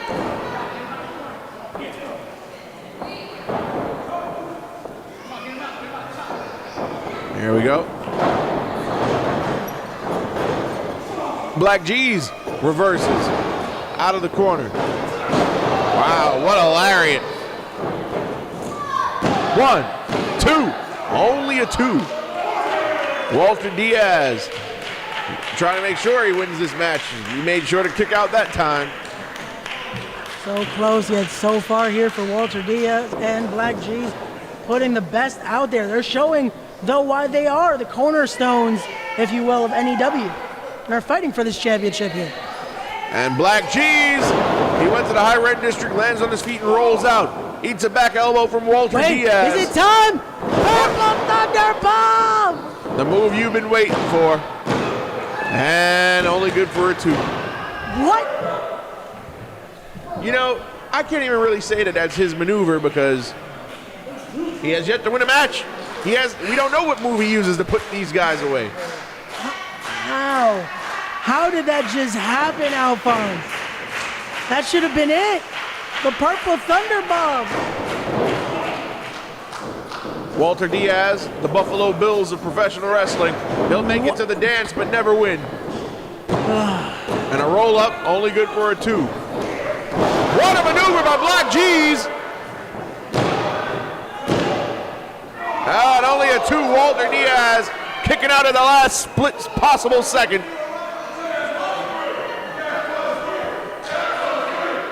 Project Faithful questioning that there. You hear this crowd here at Union, New Jersey in the Boys and Girls Club criticizing the officiating. Even Black G's. Uh-oh. Referee Come on, trying to leave the explain. official alone. He's doing his job here. Wow, I'm surprised you're sticking up for the referee. And now a waist lock. Diaz counters with one of his own. G's counters with one of his own. Swing and a miss. And a nice uppercut by G's. It staggers Diaz. Swing and miss on the clothesline telegraph. What a kick.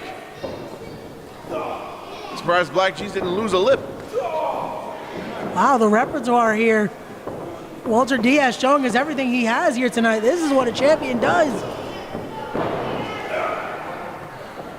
Walter Diaz, of course, from Central Park West. And this is how they get down. Oh, my goodness. Oh. Wait a minute. Wait, but Black Jesus' foot was on the rope. The referee counted 3. Wait, and I think the referee just realized. We have a new champion. Wait, no. Alphonse Stevens, we have a new champion. Wait, the referee is saying no. He's saying the foot is on the rope. He's trying to wave off the decision. Come on, Alphonse. The Uranagi put him away. Walter Diaz, this is as close as he'll get to gold. What? The bell rang. It's over. I think the referee's going to restart the match. Black G's with a low blow. Walter Diaz. This might be it. This might be the shortest lived title reign ever. And Black G's is the champion. He'll retain. Did that just happen? Yes.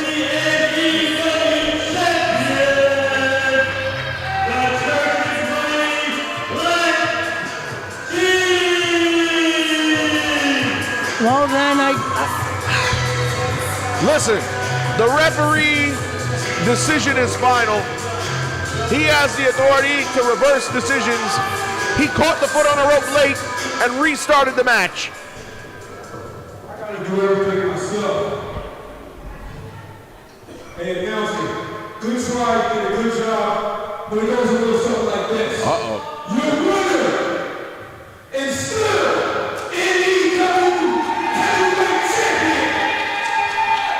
The definition of fly. El Dinero de la Iglesia. This is the TV ready to show. The church's money. NWA superstar. Black G's. Hit my music. You heard the man. Hey, he's not wrong. He is all that. And he is also your team captain for Team NEW come this November for Escape from New York. Well, Black G's retains the NEW World title, and he is still the captain of New Evolution Wrestling. I should go and tell Black G's what you've been saying about him. Don't do that. I'm showing him respect here. Again, true veteran of the game. I can't take this win away from him, sadly. You would if you could. Of course, because again, he had him there, the Uranagi. We thought it was over. You thought it was over. Until the foot got on the rope. But hey, congratulations to Black G's. Hopefully now they can settle things and come this November for Escape from New York. I told you Icebox wasn't winning. Of course, Walter Diaz is the grape wine stain on the white t-shirt of life. You just love putting salt on the wounds, don't you, Alphonse? I just tell the truth. I sure won. That was 3. It was not 3. He thought it was 3. The man's foot was on the rope. I saw it as well. I thought it was 3. That should have been it. I don't get it.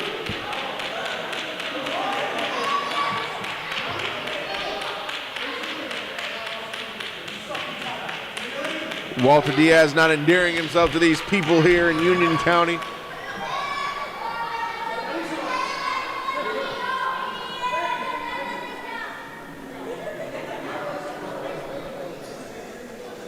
As this night rolls on, what a night it's been in Project Codename Wrestling Reload.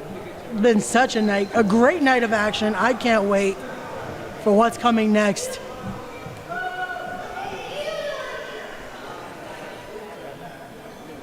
Hey, look at this, the capo of La Camorra making his way over here. Chris Cage coming over here. After a successful win.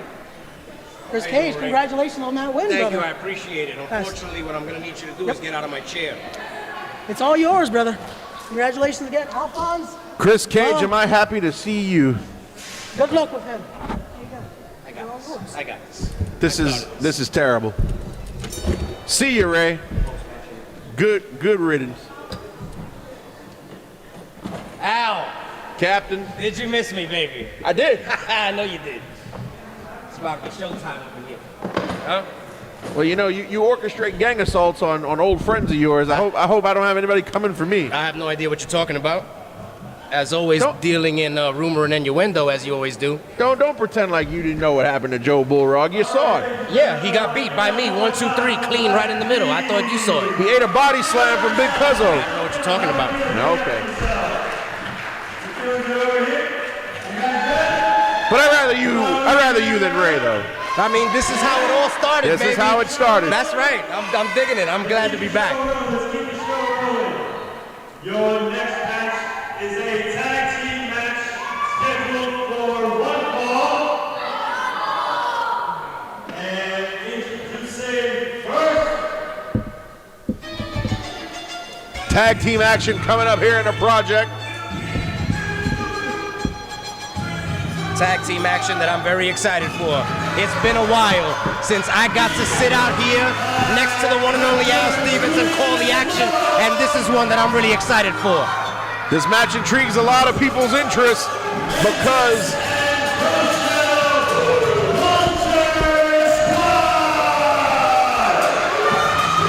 the thing about this match, Chris Cage, both of these teams are undefeated, so that means somebody has to lose. This is one of those things that I like to see, Al. This is where what we call stakes. You know what I'm saying? Like you said, both teams undefeated, the 2 most dominant factions in all of Project Codename Wrestling. But tonight, somebody is going home with the L. Will it be the very dominant, the very charismatic Vulture Squad, led by the one and only Dr. Julius Smokes, or will it be First Class, my cousin Sebastian Cage, El Johnny Santos. You got Big Cuzzo in the corner. You got Miguel Sosa in the corner. I'm so excited. I can't talk. Julius Smokes, look at him, man. My goodness. Will somebody tell him to put that gun down? As I understand, he has the right to carry. Well, this is New Jersey. That's right. And what a tandem that Julius Smokes has formed between Ghost Shadow, Mantis, and Nikolai White. I gotta be honest with you, Al. On paper and in that ring, you might be looking at the 3 most talented athletes in Project Codename Wrestling. When you put them together as a squad, as a vulture squad, led by the devious mind of Julius Smokes, what they could accomplish here, I mean, the sky's the limit, baby. However, Miguel Sosa possesses things that Julius Smokes doesn't. Money, power, and corruption. That's right. Whoa, wait. You did agree to it. I don't know. You kind of caught me off guard. I wasn't ready. Also, think about this. Oh, God, Johnny Santos is smoking a hookah. That's what I'm talking about. But think about this. What First Class has, the Vulture Squad can't match because there's nobody the size or with the strength of Cuzzo on the opposite side. Absolutely, and I agree with you, Al. Over the past couple of months, we have seen Cuzzo be the equalizer, be the difference maker in so many different situations. Will that happen tonight is what I gotta know. Wait a minute. The boss.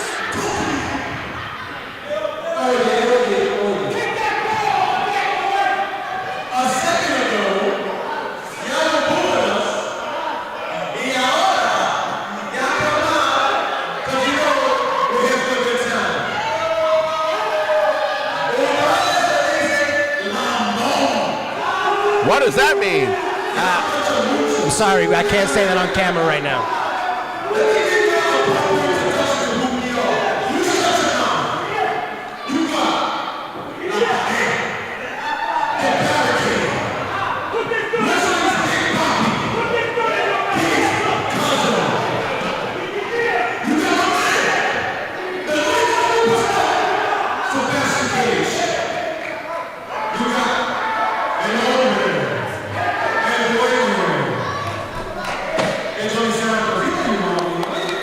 Will you stop pandering to these people?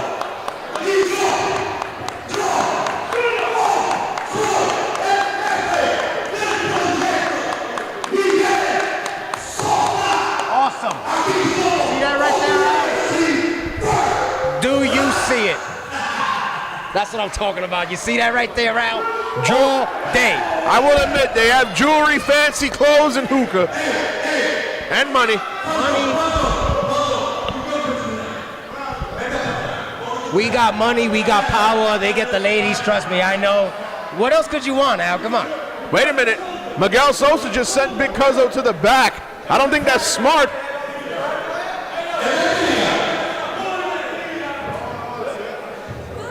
I have it on the good authority, Al, that Big Cuzzo not 100% right now.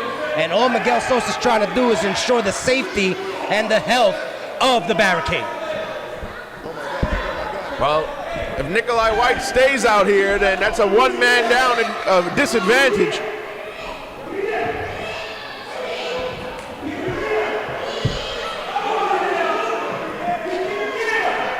Meanwhile, Dr. Smokes, you know he's staying out here.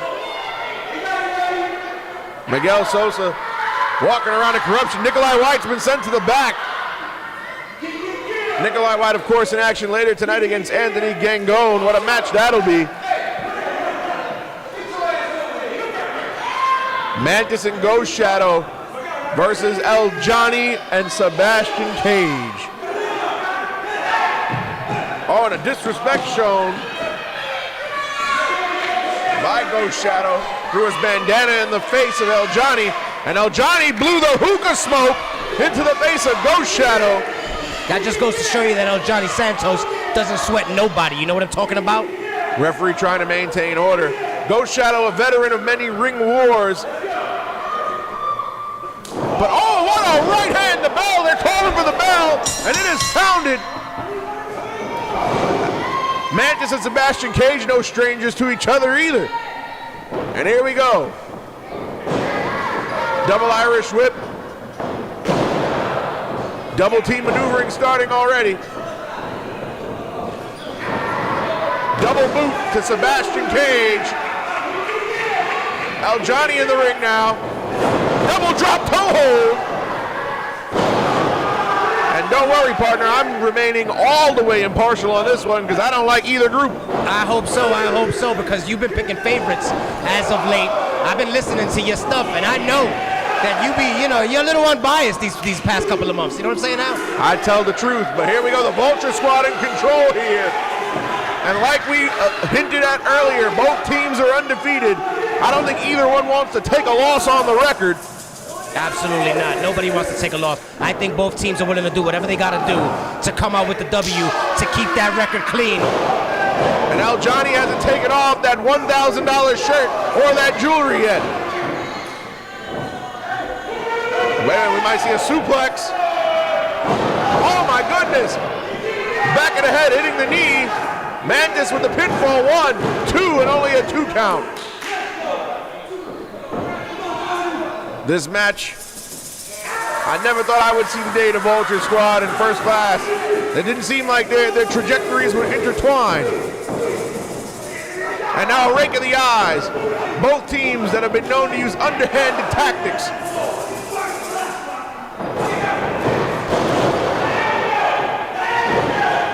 And now the $1,000 shirt comes off right in the face of Ghost Shadow. Tag. Now to be fair, Sebastian Cage and El-Johnny Santos have teamed more often than Mantis and Ghost Shadow have. That could be an advantage. And now a nonchalant pin, a cocky pin, and didn't even get a 1 count out of it in Sebastian Cage. And now resorting to choking a man in the ropes. You gotta wonder, Chris Cage, how do the X factors on the outside of the ring factor into who's gonna win this match? Julius Smokes and Miguel Sosa in the past have both ran interference for the clients of each of their respective groups. And that's what it's all about. The question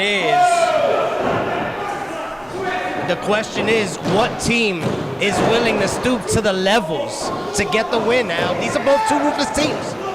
And like I said, somebody is going to lose this match. I don't think First Class want to be the loser, nor do I think the Vulture Squad does.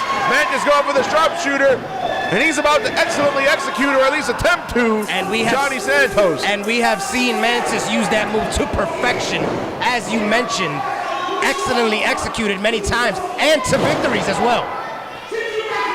And now Sebastian Cage in the ring. Short drop kick to the back of Mantis, right in the middle of the back. Pinfall attempt now. The smart Sebastian Cage, my cousin right here, going for the pin cover because, like we mentioned earlier, these teams are looking to get the win. It's not about all this flashy stuff. It's about winning this match. And at First Class, I got it on good authority. We want to leave early because there's an after party going on that we're all trying to get to. Am I invited? I mean, I don't know. You weren't talking very nice, and I think if the boys find out, they might feel a little different about it now. Well, I'll be headed to the Taboo Gentlemen's Club anyway. Oh, you finally got into that one. Oh, yeah. And there we go. Sebastian Cage, springboard forearm that time. Pinfall attempt broken up by Ghost Shadow. The lit superstar. There are not many in this world that can fly as beautifully as my cousin Sebastian Cage. Now, wait a minute. Julius Smokes getting in the face of Miguel Sosa. Wait, tilt-a-whirl backbreaker! And did you see the bounce? Both men are down now and need to get to their respective corners to tag in their partners. And that's another thing that we gotta take into consideration now, is the fact that everybody in this match, we're not talking about strangers to each other. Everybody knows, everybody has history. Mantis, Sebastian Cage, Johnny, they have been in the ring with each other. And now Ghost Shadow hammering away now on El-Johnny Santos. And now that you're mentioning his name, if there's any person that might be the difference maker and the equalizer in this match, it would be the veteran known as Ghost Shadow, the most experienced in this matchup and the most dangerous man in this matchup. Ghost Shadow has more experience in professional wrestling alone than the other 3 men in this match combined. Wait a minute, caught up by El Johnny. El Johnny now with a heck of a clothesline. Here's a cover. And a pinfall that only went for 2. And now Miguel Sosa admonishing the referee. Very nice technique by Santos. He's just folded Ghost Shadow up, putting all of his weight, trying to get all the leverage he can for that pin cover, but it wasn't enough. And now this is just straight doing whatever you gotta do. Oh, and El Johnny just went after Mantis. Maybe the referee needs to get on his job. Just standing around. Oh, look at that, the ref right behind the referee's back. Sebastian Cage took a cheap shot at Ghost Shadow. But this match is probably brought to us by Cheap Shots Are Us, because that's all we'll see throughout this one. Nice maneuver by Sebastian Cage. Beautiful. Using the ropes as a springboard on his knees, and then the helo, back senton, right across the sternum of Ghost Shadow. And there we go. And not to be outdone, El Hombre himself with the helo. And El Johnny only a 2.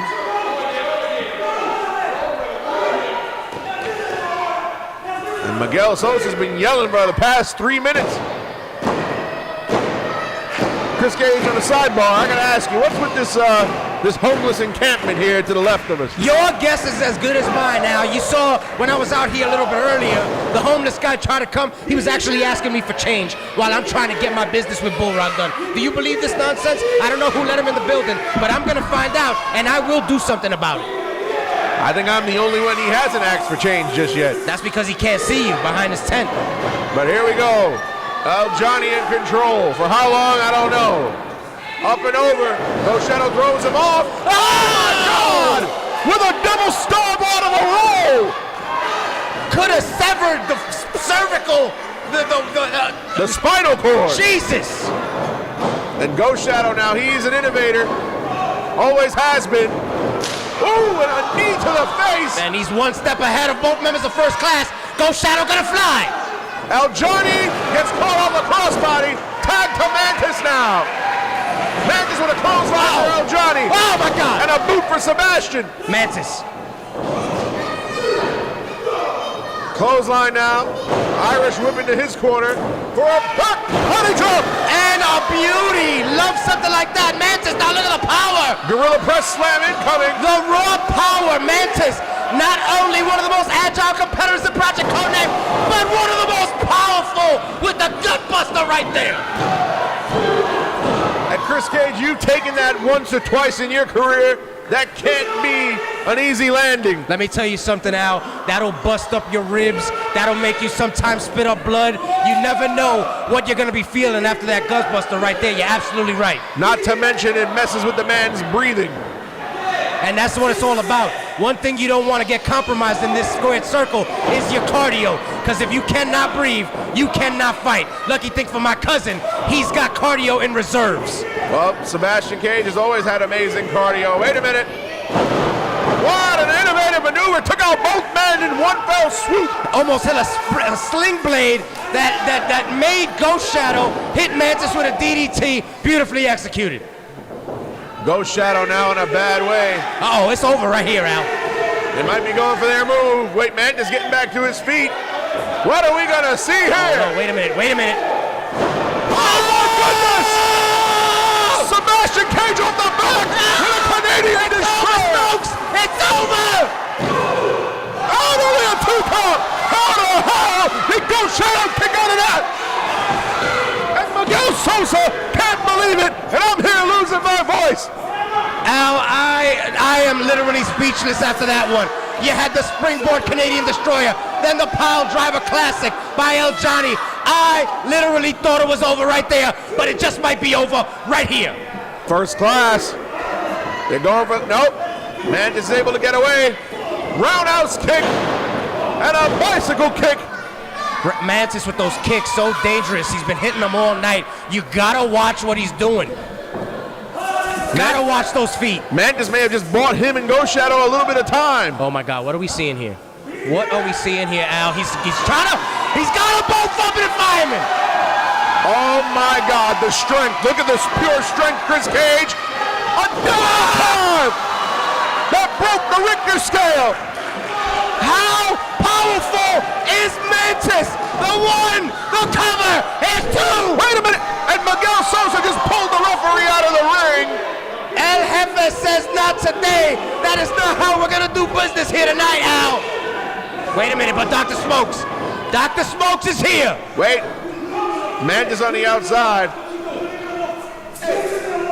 And wait a minute, what's he going for? Oops, a plancha. Somersault plancha style.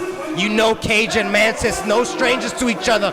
They have been waiting. And finally, for the first time, somebody's laid their hands on Miguel Sosa, and it was Julius Smokes. Oh no, watch it back. Wait a minute. Ghost Shadow just leveled Julius Smokes. What in the world? Wait a minute. Oh no, Miguel Sosa right here. He's holding on. No. And Miguel Sosa just got leveled. There's a full moon out tonight, goddamn. No. And only a 2 count. No. And Dr. Smokes leveled Johnny Santos. What is going on out here? Wait a minute, this chaos. We got a sharpshooter by Mantis on the outside. And Sebastian Cage is tapping. No. The Destroyer God puts him down, and now Mantis, we said it earlier today, how many people has Mantis put down with this very maneuver? El Johnny Santos is about to get excellently executed. Oh no, not a combo. What is Ghost Shadow doing? Oh Jesus! Oh, it is a combo. No! No, he's gonna give. The ref's calling for the bell. And First Class have taken their first defeat here in the project.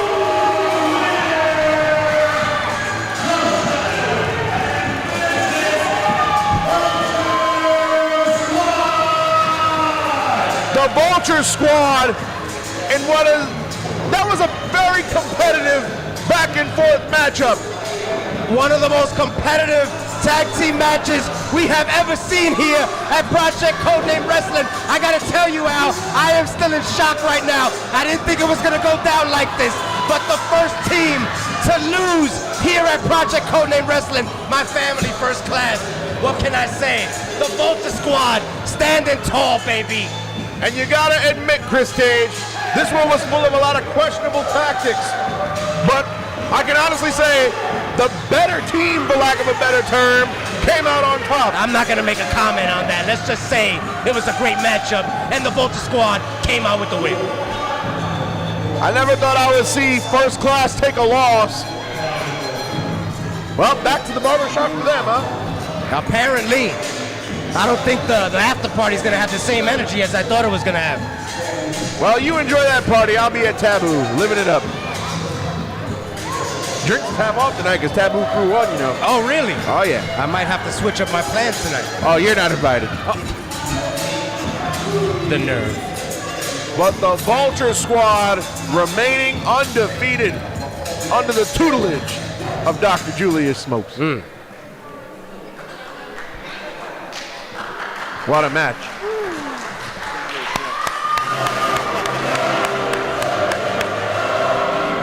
Wait a minute. TJ Marconi's coming out here. Oh, the boss. The boss?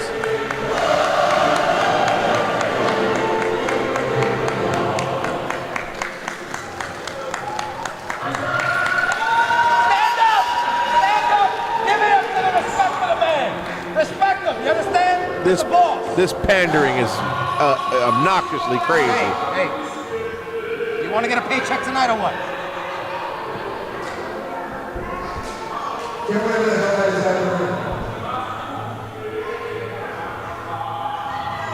Get that. Get him. You better listen. There's been a lot of shenanigans tonight, but yet I have done nothing. No one wants to fight me. Dan Bach has disappeared. I have no one to wrestle. No one. You heard that? No one. No one wants to. So they claim. If anyone's got anything back there, anyone unless they want to make a name for themselves, anyone wants to come and fight me, Well, you know, the one guy that was willing to fight him, you guys got banned from this company. I don't know what you're talking about. Ain't nobody getting nobody banned. The man has, on his own volition, decided not to come back. Wait a minute. What the hell is this? That's Vaughn. That's the homeless gentleman that's been here all night. Are you freaking kidding me right now, Al? And he just attacked TJ Marconi. This is not really happening right now. You understand what I'm saying? He does not want none of the balls. I'm telling you right now, the homeless dude, he's going to get... this is not going to be good. The ref's calling for the bell. This is not going to be good. And TJ Marconi just gave the referee some money to give to homeless Vaughn. I can't believe this is real life right now. That stench that's coming from whatever he crawled out of is disgusting. You better tell, quote unquote, the boss to hit the showers hard tonight. And wait a minute! This is the second time he cheap shots the ball from. I can't believe it. Homeless Vaughn taking it to TJ Marconi. Homeless Vaughn, who showed up here. Ah! And that's what happens to homeless Vaughn for trying to talk to the boss. You know what I'm talking about? That's what happens. You like that? Now, if TJ loses this match to a gentleman who has nowhere to live, does he get to become a member of Lakamora? How dare you even insinuate that something like that would even go down tonight? Okay? Well, you hear these people, they're chanting for homeless Vaughn. Well, I think you know that I know that you know that these people have no idea what the hell they're talking about. You better go tell the boss he might want to take a shower when this one is done. Well, trust me, he'll be hitting the showers double time. Do you believe? I don't believe what's happening right now. Pay attention, champ.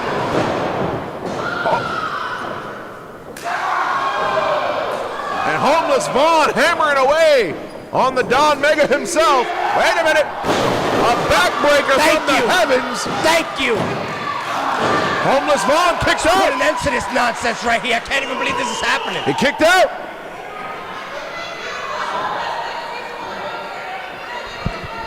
Homeless Vaughn.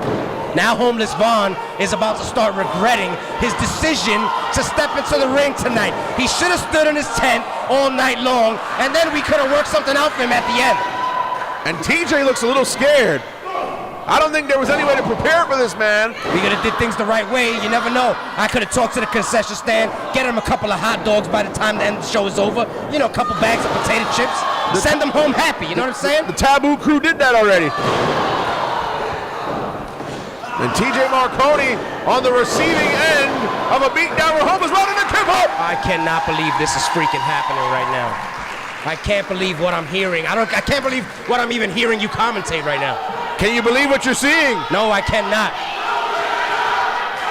Homeless Vaughn being cheered here by this capacity crowd. He looks like the chanting is scaring him. He doesn't even know where he's at right now. Look, he's tweaking. I mean, that's what life living under a bridge in a cardboard box will do to you. Referee, do something. You didn't see that? And Homeless Vaughn, he's going up to the top. This is getting me upset now. I'm starting to get a little pissed off here. He's going up to the top. He went for a crossbody. Oh, wait, TJ caught him. Up, here we go, baby. Here we go. Take him. Bye-bye. Homeless You ready Vaughn. for this? Are you ready for this? That might be all she wrote. I think he just got his attitude adjusted. Right! He kicked out! Homeless Vaughn kicked out! Imagine if your boss loses to a man who hasn't had a meal in 8 days. Yeah, well, I don't think that's going to happen. I know you're trying to wish it into existence, but it ain't going to go down. Homeless Vaughn is in trouble right now, and I'm rooting for this kid. Make a name for yourself, kid. Make a name for yourself, kid. Oh, and a kick! Oh my God! With that foot! And the toenail! The wicked black foot! The toenail caught TJ right in the mouth! No! Those feet haven't been cleaned in 3 weeks! Here we go! Wait a minute, TJ! He's got him, goes up! With a choke slam from the heavens! And that's all she wrote! That's what I'm talking about! Choke on it, Al!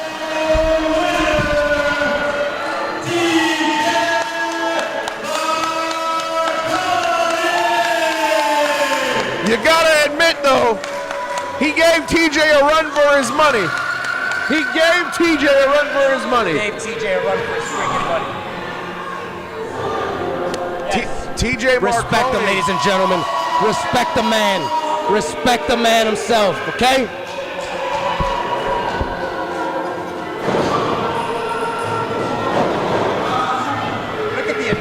Look at the agility of the big man. He's so impressive.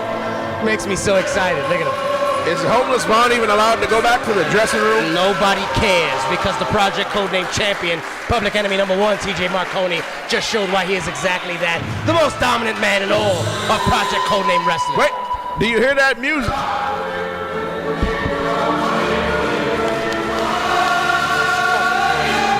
I don't think we'll be seeing Homeless Vaughn for the rest of the night. Listen, man. Wait a minute! That's Astro Morales!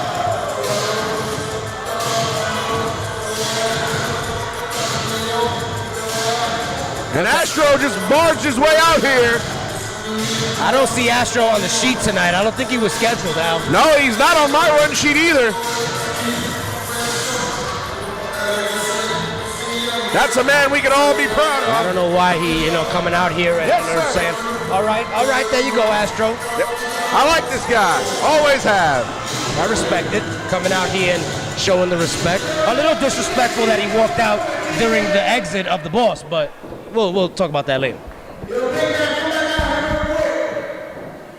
See how you announced it tonight?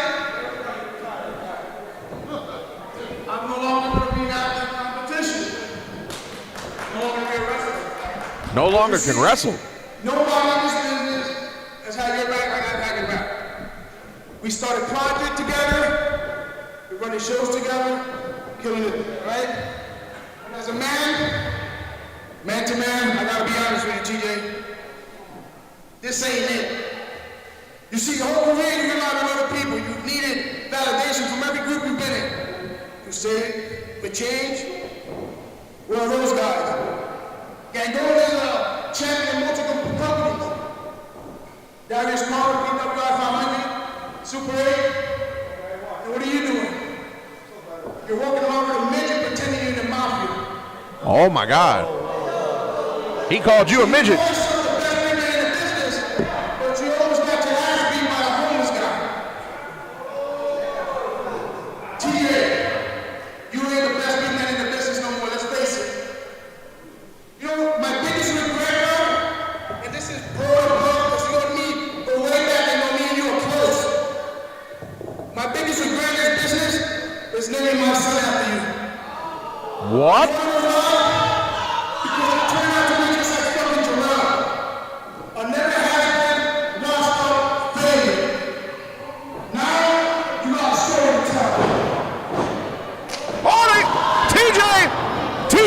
Going at it after those harsh words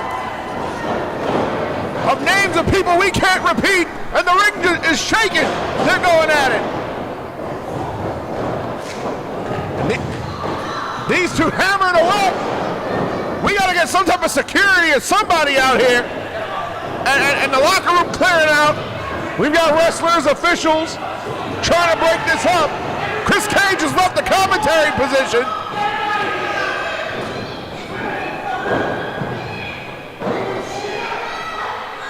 I can't believe the things that came out of Astro's mouth. And wait, TJ! He broke through for everybody! And we've lost all types of control here.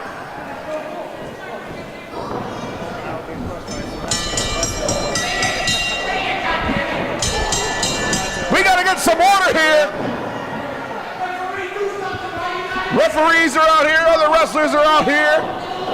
Agents and officials, and these two just managed to still somehow go at it. No! TJ just launched Dashing D-1000 out of the ring. We need some order here. And conveniently, Ray Sanchez makes his way back out here. And with Astro going right back at it again. Alphonse, I don't know what happened. He called him a washed-up has-been and never was.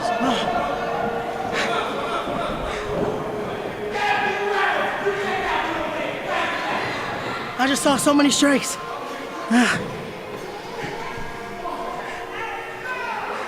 I don't even know what to make of what we've heard and what we just seen. Oh no. TJ. I'm just glad I'm not in the back right now.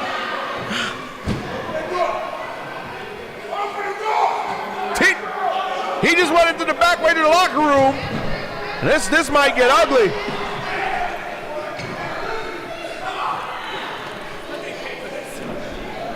My goodness, I don't know what to make of anything we've just seen here. This is a crazy night.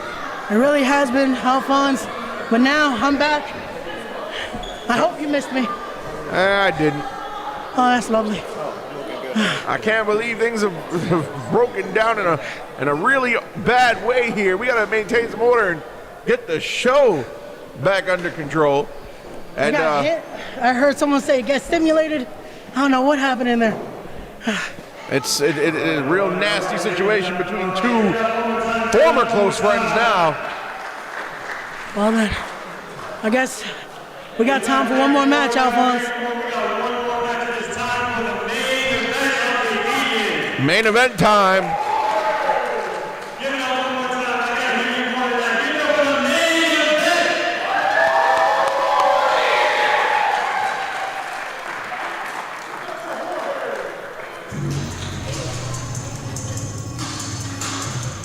These two went back and forth on social media. We already saw Nikolai White out here earlier with the Vulture Squad.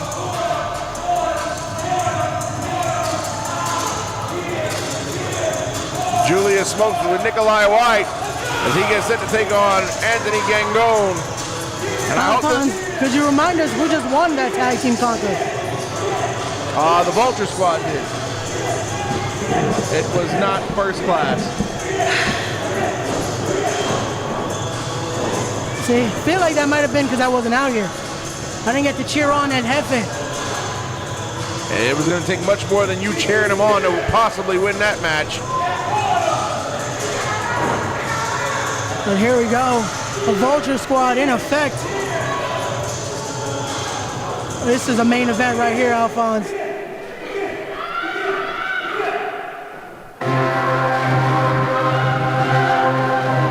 Well, these two went back and forth. Dr. Sleep is no slouch. What a winner would be for Nikolai White to say that he was the first man to beat Anthony Gangone, huh? Definitely would. Again, Anthony Gangone currently 3-0 here at the project. Dr. Sleep has put many to sleep. Will Nikolai White be the next victim? He very well could be.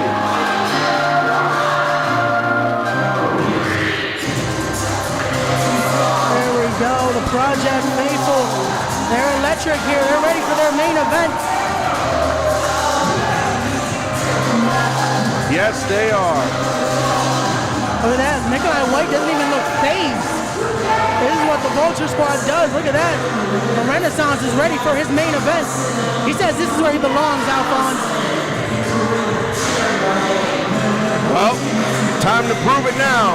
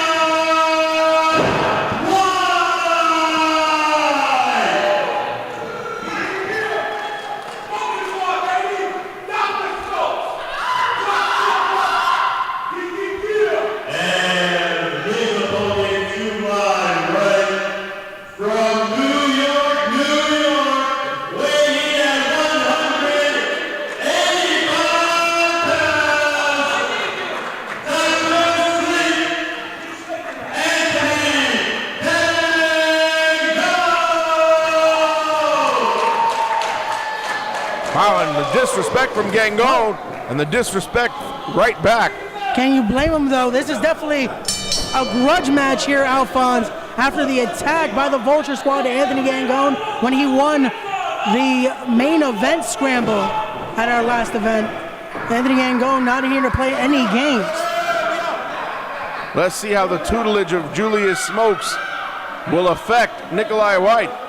We've seen what Julius Smokes has done for the career of Mantis. Look at that, Julius Smokes, a manager of champions. There's a reason why he's a doctor. He has that doctorate in victory. He did it tonight. He ended the undefeated streak of first class. That is very true. Could he do the same here with Anthony Gangon? First class taking their first loss at the hands of Dr. Smokes.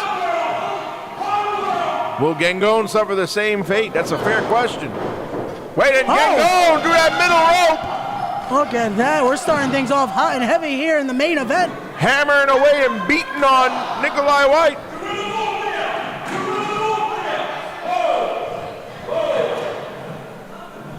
Look at that, Anthony Gangon almost striking Julius Smokes there.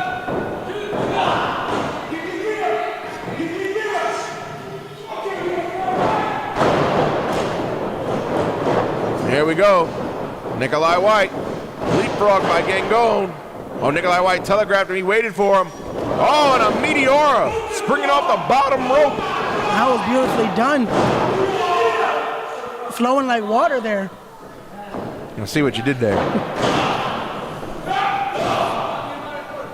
I get a good line here and there, you know. Every now and then. Oh, look at this. Could this be it? Sleep paralysis locked in already.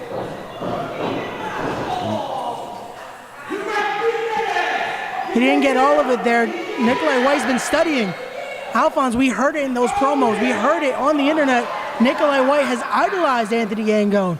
He was one of, just like the many here at the project that were watching Anthony Gangon. Yep, his words, his exact words.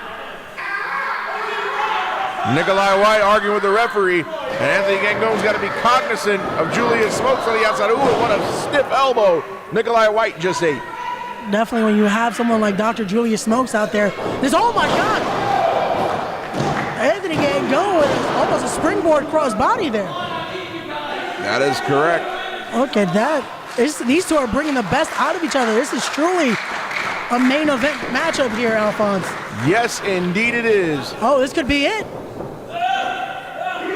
Looking for dreams, and oh, Nikolai had it scouted there. Yep, looking for dreams about a waterfall. Didn't get it.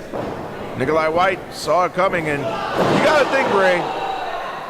Nikolai White idolized Anthony Gangon, I'm pretty sure he studied a decent amount of tape and seen a fair amount of Gangon matches in his day.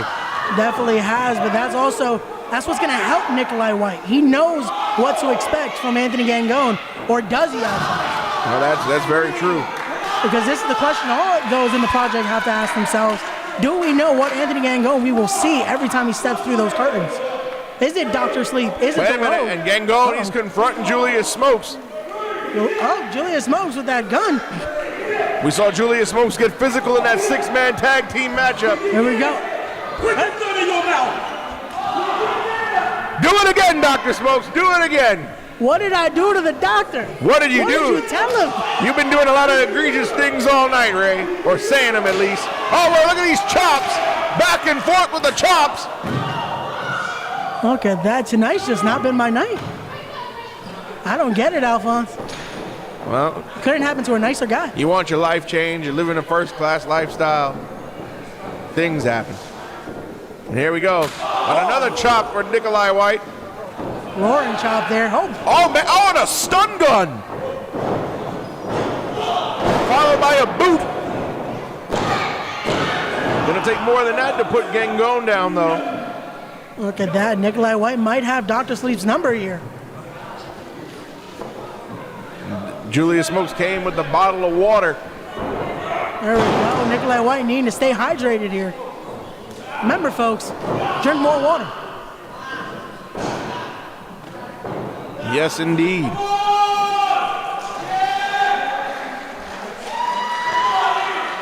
I have heard, though, having good hydration, though, that helps with sleep. So Yes, that might be yes, it does. That might not help Nikolai White here. His hydration might come back to bite him. That may be true. Oh, what a takedown there, pulling the hair of Anthony Gangone.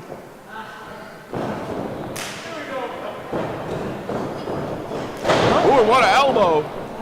Look at that, almost shades of the Great Muta with that wild elbow there.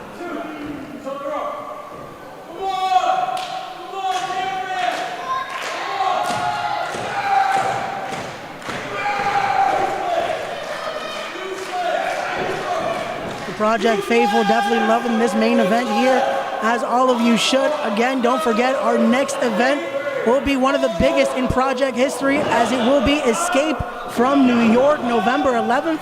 That will feature both of these men, as the Vulture Squad will be in action, and Anthony Gangone will captain Team Titan. That is correct. But meanwhile, these two going at it right now. And what a suplex. Only good enough for a 2. An early 2 at that. Definitely, again, both of these men, I don't know where they're getting all this. It's like they're getting a third wind, if you will. Usually it's a second. They have a third wind right now. That is correct. Nikolai White, too much time arguing with the referee. Again, I've had problems with this ref all night. I'm glad Nikolai's finally adjusting it. Oh! Back body drop. And I know we usually don't have our typical referee crew. Senior official SP Anderson has been eating bananas at home. Nonetheless, Anthony Gangone and Nikolai White here in the main event. You know what I think it is, Alphonse? I think SP Anderson knew Anthony Gangone would be here tonight. I heard they're not at the best relationship right now. They're not the best of friends. That's true. And an overhead belly to belly that Nikolai White landed on the back of his head on that bottom turnbuckle pad. We've seen everything here tonight. Former friends turned into enemies. We've seen homeless people in wrestling matches. First Class took the first loss. We almost saw a title change, Alphonse. Yeah, well, no, we did not. I almost got you to agree. No, we did not. Come on, Alphonse. You can't blame me for trying. And here we go. Nikolai White misses on the splash. He got pounced! What a pounce! Gangone go for the cover. And only a 2 count. Someone call Monty Brown, because we just saw the pounce. Goodness gracious, Nikolai White almost flew out of the ring. Anthony Gangone calling for it here. It might be time for Dreams by the Waterfall or for Sleep Paralysis. Oh, he's looking to lock it in again. Oh, but again, Nikolai White had it scouted. Nikolai White has been watching the Project, I see. He's been watching his matches with Anthony Gangone. Here we go. Gangone now. From the middle rope. Tornado DDT! Halfway across the ring. Look at that now, the referee able to catch a rope break. I'm glad he was able to catch this one early on, because we might have had another questionable ending there. What do you mean questionable ending? I'm just saying, Alphonse, I'm calling it as I see it. And here we go. He's looking for sleep paralysis. Oh, wait a minute. Nikolai White countered into the roll. Only a 2 count. So close yet so far. Looks like what, maybe a gory special? It's looking like it. Oh! Ooh, into a knee. Nikolai White now brings Gangone down the hard way. This might be it. 1, 2. Oh! Only a 2. Alphonse, I have to ask, where's the doctor? That's a good question. He's conspicuous by his absence. He was out here earlier. I wonder if maybe Nikolai White told Julius Smokes, I got this. Let me handle this on my own. Maybe this is why he wanted Anthony Gangone. This is why he wanted the main event matchup. He wanted to prove he can hang in there. As he was almost close of winning the main event scramble at our last event, Alphonse. And that may be true. And here's Nikolai White. Meteor right into a caught into a one-legged single-leg Boston Crab. ground. I was about to say he was going to fly like a vulture in the sky, but Anthony Gangone, look at that. Well, vultures don't fly. They just circle in the air. But wait, so what are they doing in the air, Alphonse? They're circling with their wings. They circle over carcasses, which is what Nikolai White and company like to do. What a boot from Gangone. Gangone now on the second rope.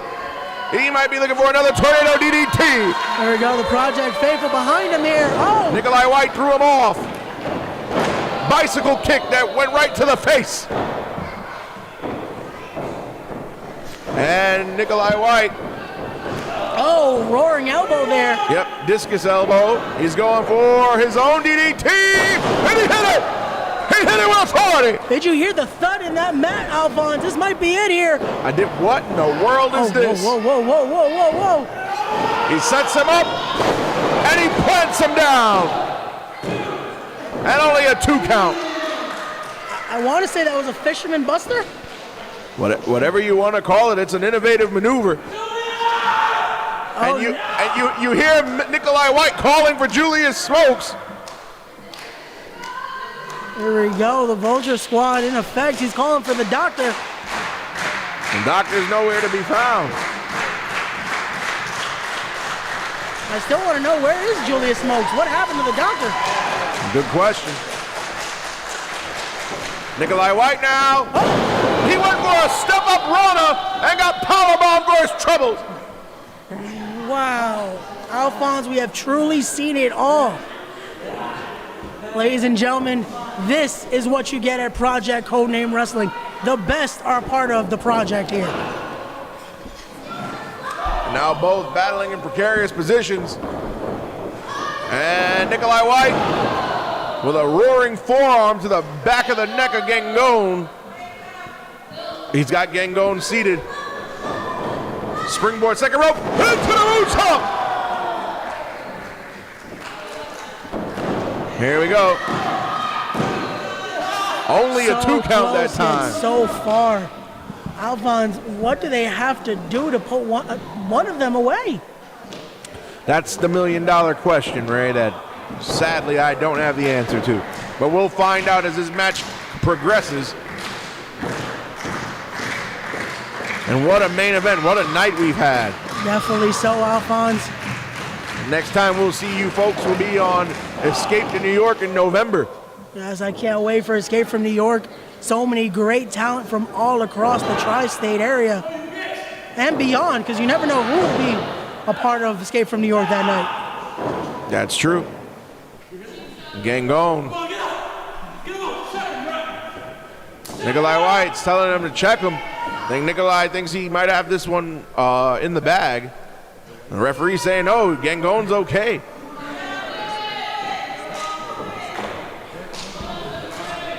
Here we go now. Again, the doctor nowhere to be found. After what happened with First Class, I wonder, did they get a hold of him? I don't know, but that clothesline turned Nikolai White inside out.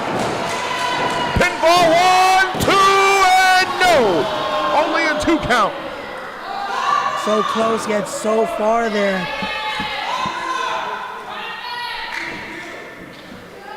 There we go. The Project Faithful, though, are electric here. They haven't been this loud all night. Oh, wait a minute. Anthony Gangone signaling the end might be near for Nikolai. Here we go. Looking to set up for it. Dreams by the waterfall, possibly. Oh, and a knee right to the face. Oh. Wait, and he hit Dreams by the waterfall, but Nikolai White, he got hit so hard, the momentum carried him out of the ring. It may be enough for a count-out victory, however. Nikolai White, again, very wise. He scouted Anthony Gangone. He knew that is one of his trademark maneuvers. I don't think he went out of the ring intentionally. That's an accident. Might have been. And Anthony Gangone not wanting to win the easy way. He's putting Nikolai White in the ring so he can pin him. Anthony Gangone looking to secure his 4th victory here in the project. Oh! Wow, Nikolai White, he's been on the receiving end of some brutal offense. Up. German suplex that threw Nikolai across to the other side of the ring. Oh, what a knee! Gangone ate a knee!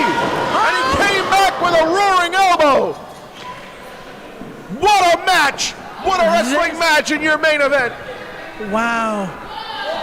Alphonse, I usually don't say things like this about you, but I'm glad I get to call this match up here with you at the project.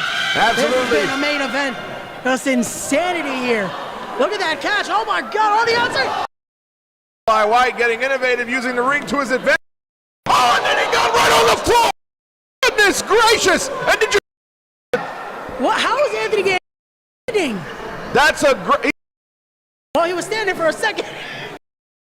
And Nikolai White now.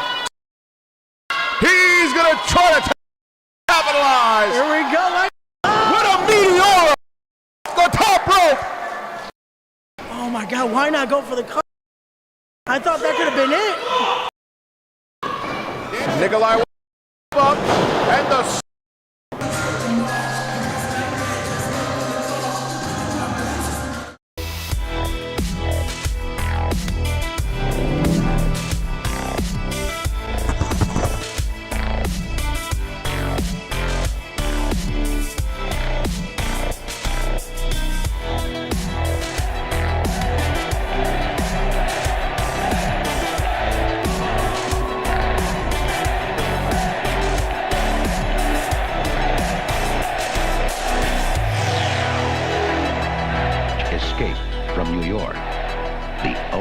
Adventure of escape and survival. And now the end is near, and so I face the final curtain. My friend, I'll make it clear, I'll state my case, of which I'm certain. I've lived a life that's full, traveled each and every highway, and now the end is near, and so I face the final curtain. My friend, I'll make it clear, I'll state my case, of which I'm certain. I've lived a life that's full, traveled each and every highway, and more.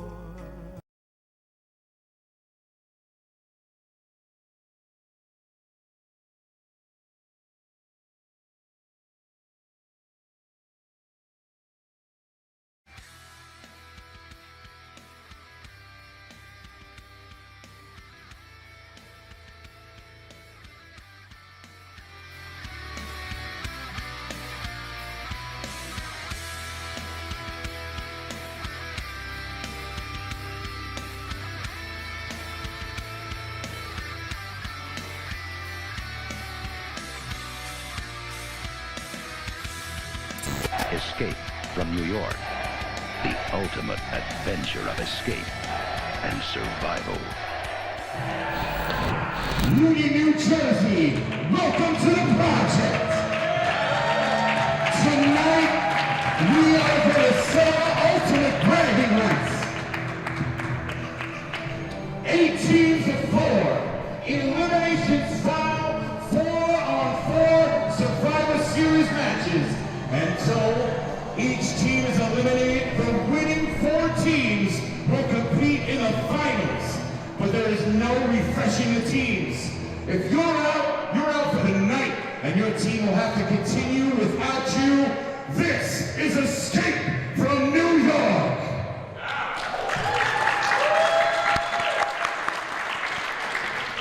Now we are going to find out what they're fighting for. At this time, El Mayimbe, Henny Blanco. This is Miguel Sosa.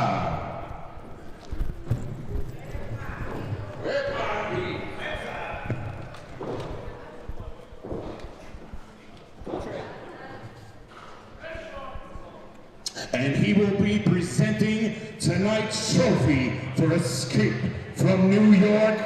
Ladies and gentlemen, once again, here is El Mahimbe, Henny Blanco, Miguel Sosa. What happened to my music? Let me hear you. Ladies and gentlemen, welcome to Project Codename Wrestling presents the Escape from New York Tournament 2022. Alphonse Stevens, the voice of the project, alongside the Crap Master himself, Ray Sanchez. Starting this the wrong way. Alphonse, what did you do to El Jefe's music? I know it was because of you, Alphonse. You couldn't stand happiness. You couldn't stand us dancing to the amazing music of... I'm done. Welcome. Now please address the crowd here in Union. This beautiful trophy at stake. Referee have Mr. Sosa. The floor is yours. It's a beautiful trophy. Everyone give it up for Shane Faye, please.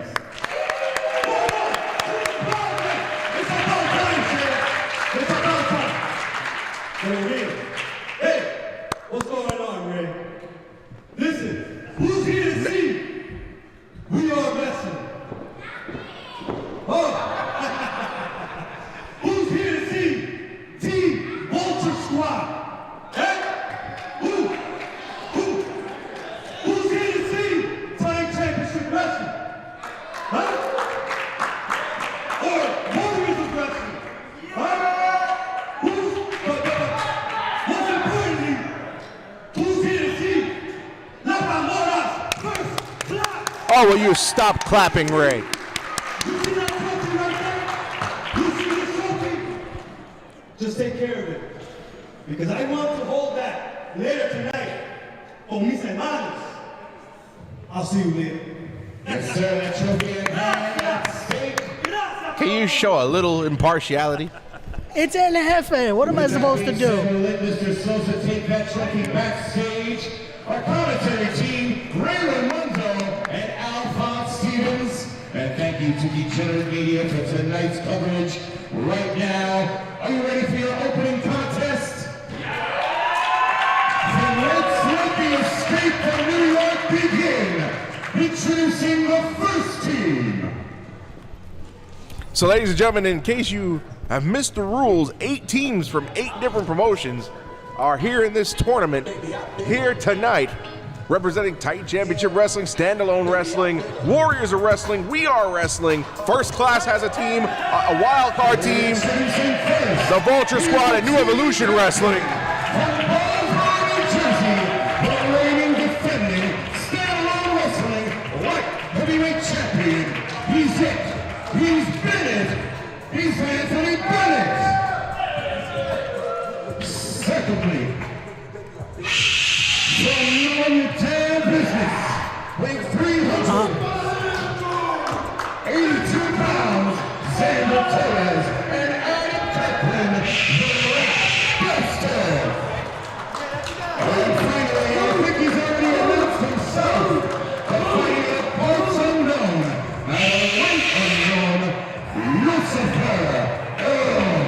Well, Ray, before we get into what's going on in front of us, the rules are simple. You got 8 teams of 4 opening round matches.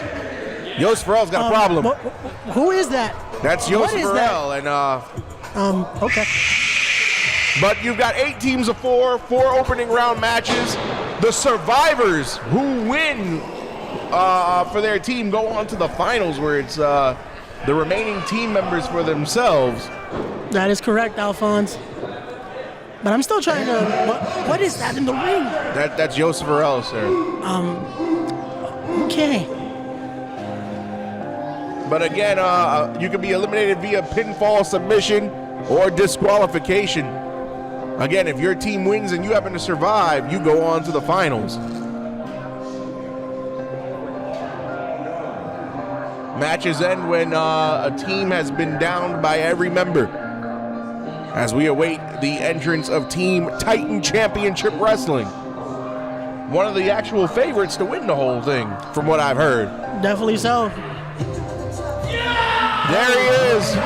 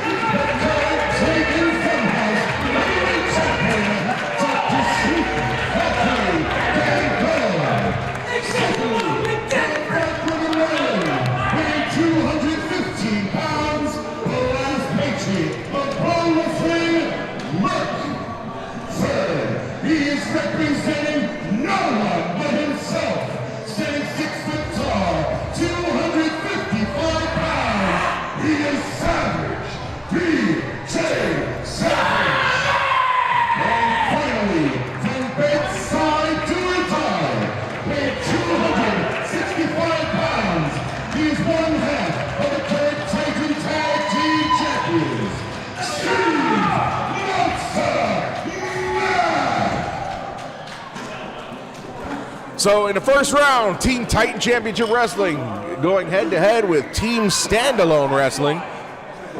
Interesting dynamic here because Team Titan's got Team Titan has got a lot of their most successful competitors in the history of the company. Definitely, you have on their side their current world champion, the current Funhouse champion, Anthony Gangone. You have one half of the tag team champions, a veteran of the game, Steve Monster Mack. You have another former tag team champion, PJ Savage, and a man that was one of the longest reigning hardcore champions in Merc. That's quite a team right there. However, we can't discredit the standalone team. Anthony Bennett has been the standalone cruiserweight champion since 2019. Hey, he definitely knows about that cruiserweight division, a former competitor of the Cruiserweight Classic. So this is definitely going to be one to see here. I do not envy any of the referees in any of these matches, nor do I envy Shane Fair right now. So much gear, so much gear. Oh, man. There we go, Alphonse. Yosifer L looking to start things off for the standalone wrestling team. Who's going to start for Team Titan, though? We have 4 Titans ready to fight. It looks like it's going to be the Merc, and as you said, Merc, the longest reigning hardcore champion in Titan Championship Wrestling history. Of course, that hardcore title has since been retired. Yosifer L and Merc, the last patriot of professional wrestling, a decorated veteran and war hero. Oh, look, he went for a handshake, and Yosifer L biting the hand of Merc. Yosifer, not a fan of Merc here. No respect there. We thank Merc for his services, but he's down and out right now. And Titan Championship Wrestling, shout out to our good friends Billy and Charlie.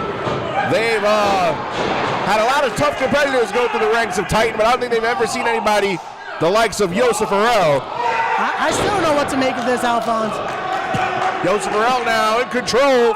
Picks up Mark for a big scoop slam and drops him right down. Once again, in these first round matches, they are elimination matches. And Steve Monster Mack, one half of the Titan Tag Team Champions, was calling out Yosifer L. Anthony Bennett now, the Cruiserweight Champion. But here we go, it's Savage season with PJ Savage in there. Oh. And also want to give a hello to the owner and promoter of Standalone Wrestling, our good friend Chad Minnis. Oh. And look at the high octane offense and the agility of Anthony Bennett on display. As you said, he competed in the 2016 WWE Cruiserweight Classic. That is correct. As he makes the tag. Here we go now. Oh, double team. Referee, come on. One man in, one man out. Why can't we find good referees these days, Alphonse? I thought you liked such questionable tactics, right?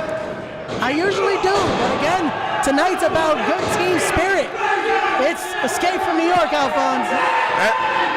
And the Rat Bastards just got a savage double clothesline for their troubles.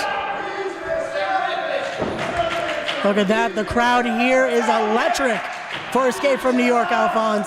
Yes, live here from the beautiful Boys and Girls Club of Union County in Union, New Jersey. Oh. And another lariat by PJ Savage.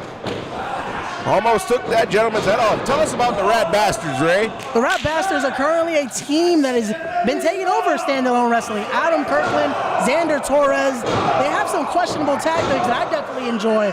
But I know you're not too fans of guys that are going to call themselves bastards, if you will. Well, Xander Torres, he's in the ring with Monster Mack, a veteran of many ring wars. Oh. And a power slam. There you go. Tag team experience from Monster Mack there. Only a 2 count. Monster Mack in control.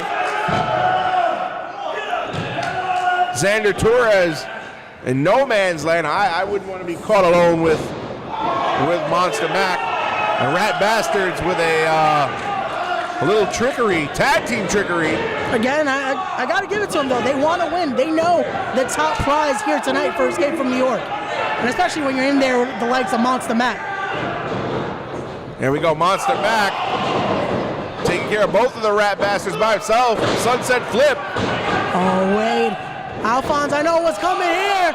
Monster Driver! That's the same move that Monster Mac won the Titan Tag titles with, as Xander Torres has been eliminated.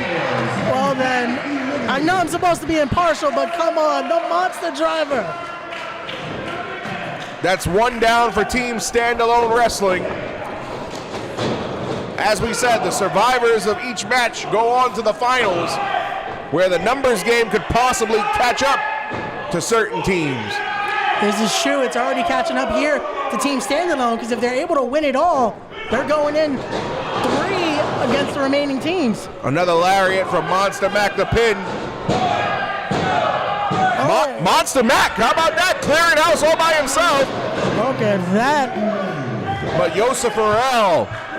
A true Titan, if you will, there in Monster Mac. Yosef Farrell now attacking Monster Mac. And it's down to 4-on-2. Titan still has their entire team. It's down to Yosef Farrell and the Cruiserweight Champion Anthony Bennett for Team Standalone. Oh. I don't know what Yosifer's talking about there. He's a little perplexed in the Titan corner there. And he just ate a slap to the face. There we go. Now Monster Mac with the strikes, and now the tag to the champion.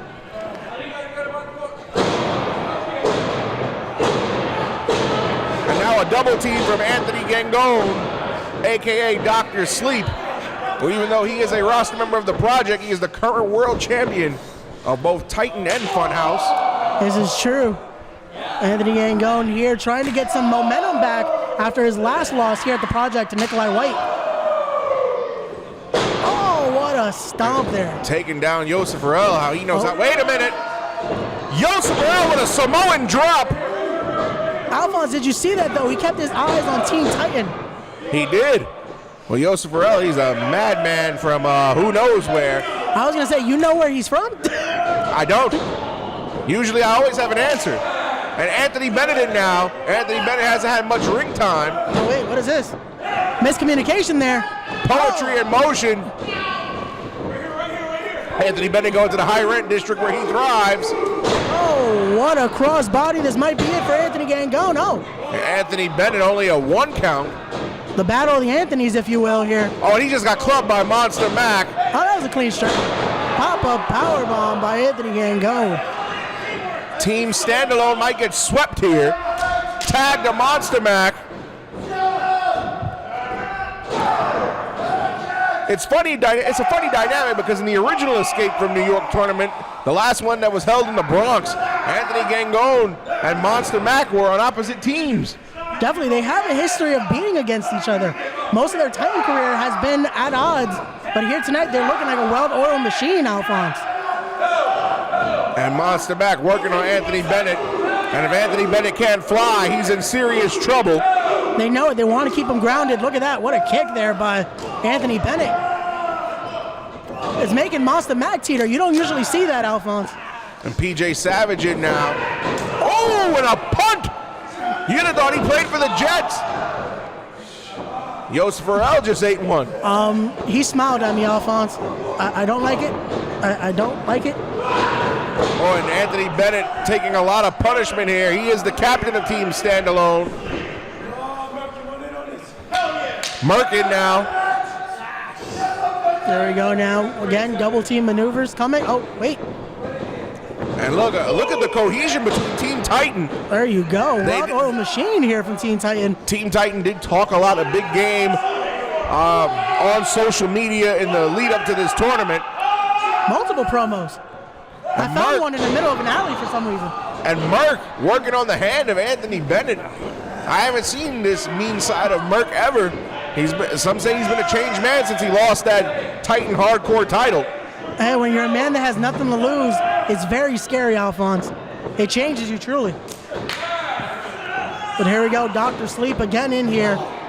One of the ones here at Project Codename Wrestling, with his record being better than most in the singles division.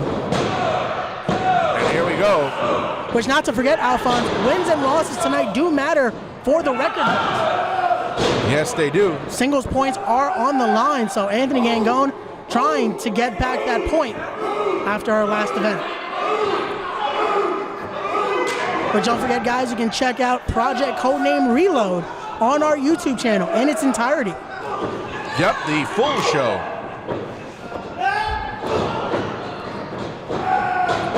Oh, wow, and what a neck breaker by Anthony Bennett. A combination there of neck breakers, Alphonse. And he might have a window to get to Yosef Farrell. Here we go. Yosef looking like he's fresh as a daisy here.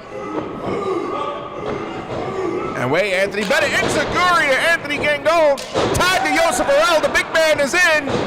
Oh. A throat thrust for Anthony Gangone, Mark, Monster Mac, and PJ Savage. Look at this. I don't know where Yosef came from, but hey, he's impressing me here. Look at these strikes. Referee needs to get control of this situation, though. Wow, and Yosef Farrell in control. Could Yosef pull the upset here and even out the odds for Team Standalone? And a cover, 1, 2, only a 2 count for Yosef Farrell, and they desperately need an elimination here if they stand a chance to advance to the finals. It's still all 4 members of Team Titan. Anthony Gangone stuck his leg out so PJ Savage could tag, and a crescent kick. Can that bring the big man down? They didn't even stagger him, Alphonse. What was that? Oh. It's PJ Savage, a heavy hitter. There we go. The return here of PJ Savage to the project. We haven't seen him since our inaugural event. PJ Savage, big scoop slam. PJ now on that second rope. Big splash. This might be it for Yosifer. And Yosifer L has been eliminated. It's 4-on-1. Anthony Bennett has got to go against Team Titan by himself. Alphonse, I must say, it looks like Anthony Bennett stands alone here. I see what you did there. A sliced bread for Monster Mac, a crucifix for the Merc. Anthony Bennett, his chances are very low to advance. It's 4-on-1. There we go. Anthony Bennett's feeling it here. He knows he needs to keep the momentum flying here. Oh! Anthony Bennett's got to use his speed and agility, but he just got caught by Dr. Sleep. Oh my goodness, there it is. Dreams by the waterfall. It's all academic, folks. And there you go. Anthony Bennett has been eliminated. Team Standalone Wrestling has been eliminated. And Team Titan Championship Wrestling advances to the finals intact. Ray, do you understand what we just witnessed? Team Titan swept Standalone. All 4 members of Team Titan are going to the finals. Alphonse, who can stop these 4 Titans tonight? Look at the cohesion. What a machine with these 4.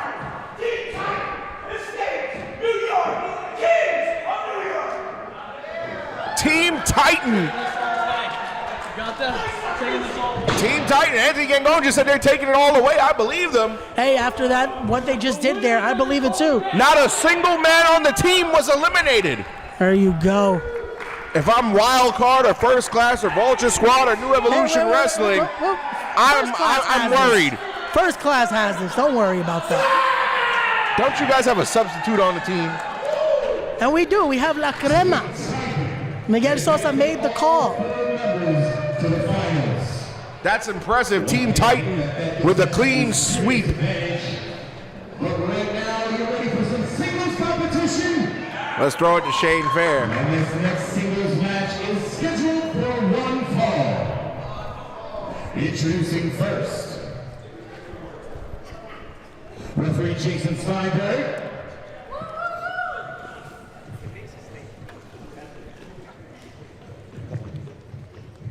All right, so we're going to bring them out in just a second. So already 1 team eliminated, and anyone that's eliminated from any of the other 6 remaining teams, they're out for the night. So they already have quite an advantage of having their team completely intact, all 4 members.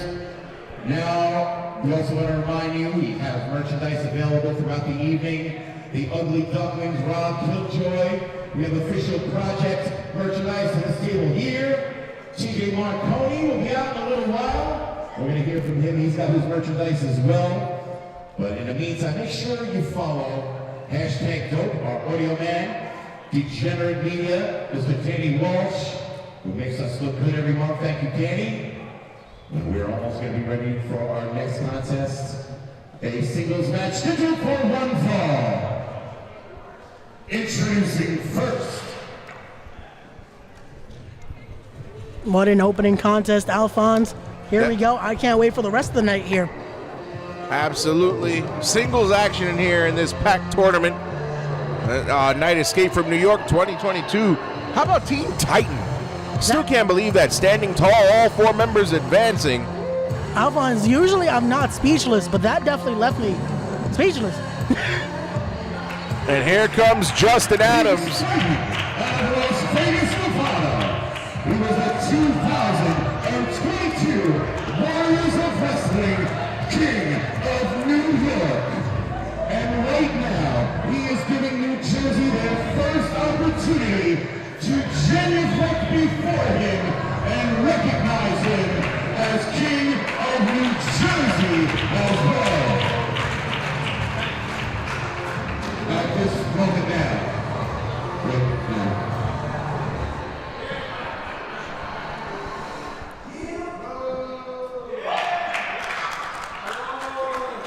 He may not be first class anymore, but he's the King of New York from what I heard. Hey, again, some issues, unfortunately, with first class, but hey, Justin Adams looking to regain momentum after that loss. Which I still feel like someone needs to review that tape. I don't know how Nino Cruz got the win. You know, I got the win. He won it fair and square.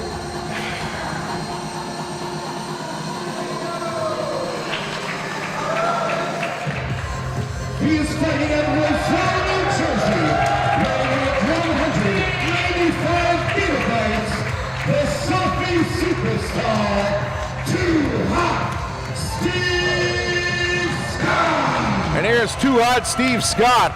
Oh, look at that, Alphonse. He finally got a new phone. Well, his phone did take some damage last time we saw him. It did. It definitely did. Too Hot Steve Scott. Always glad to be in a selfie with that man. Me, not as much. I'm surprised you didn't break the camera. Nah, I gotta call the action here, Alphonse. Someone has to be a professional here. And the selfie superstar, Too Hot Steve Scott, set to go one-on-one with the King of New York, Justin Adams. There we go. And the crowd here in Union chanting Burger King. What a disrespectful crowd. Come on.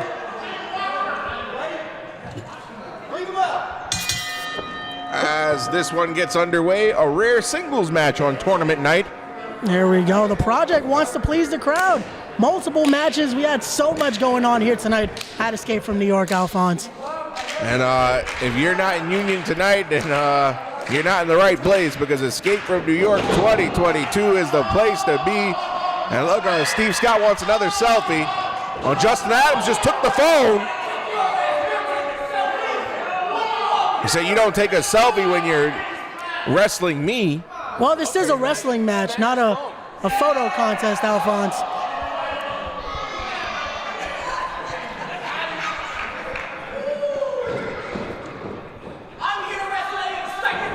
And another phone. How many more phones does Steve Scott have? I guess an unlimited supply here. Come on, this is supposed to be a wrestling match. This is why Justin Adams is the King of New York here.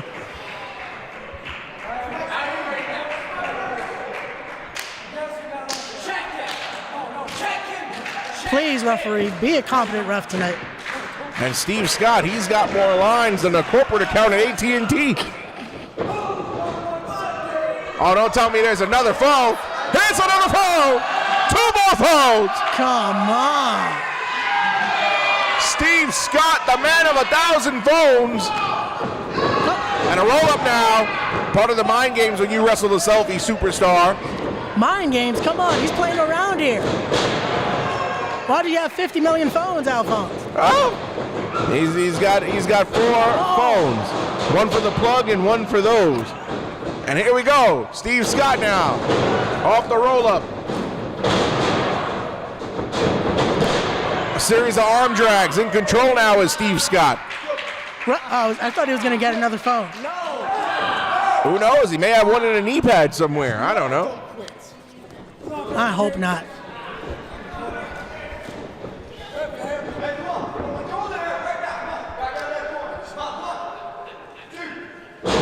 Oh, and a gut thrust. Not even a clean break from Justin Adams.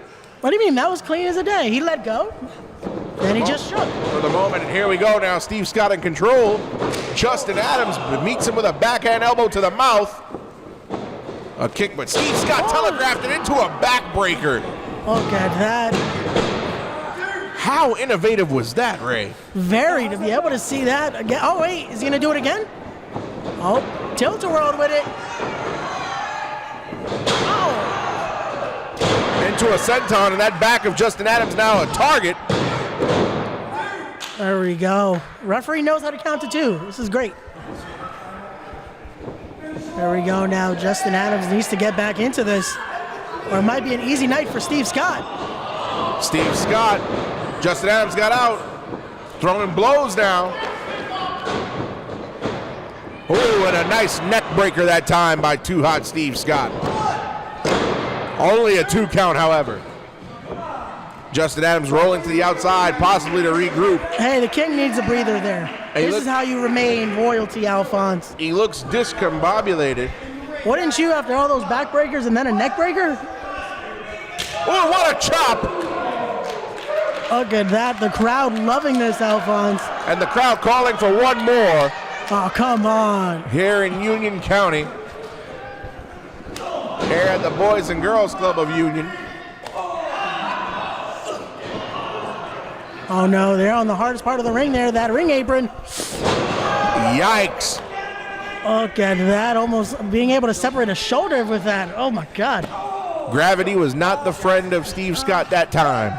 Definitely not, but here we go. Justin Adams getting him in the ring. He knows those pinfall and submissions can only be done in that squared circle here. And only a count of 1.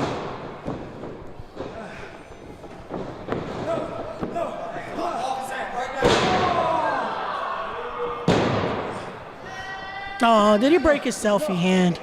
That's not funny, Ray. Oh, no. Oh, and he just whipped at the fingers.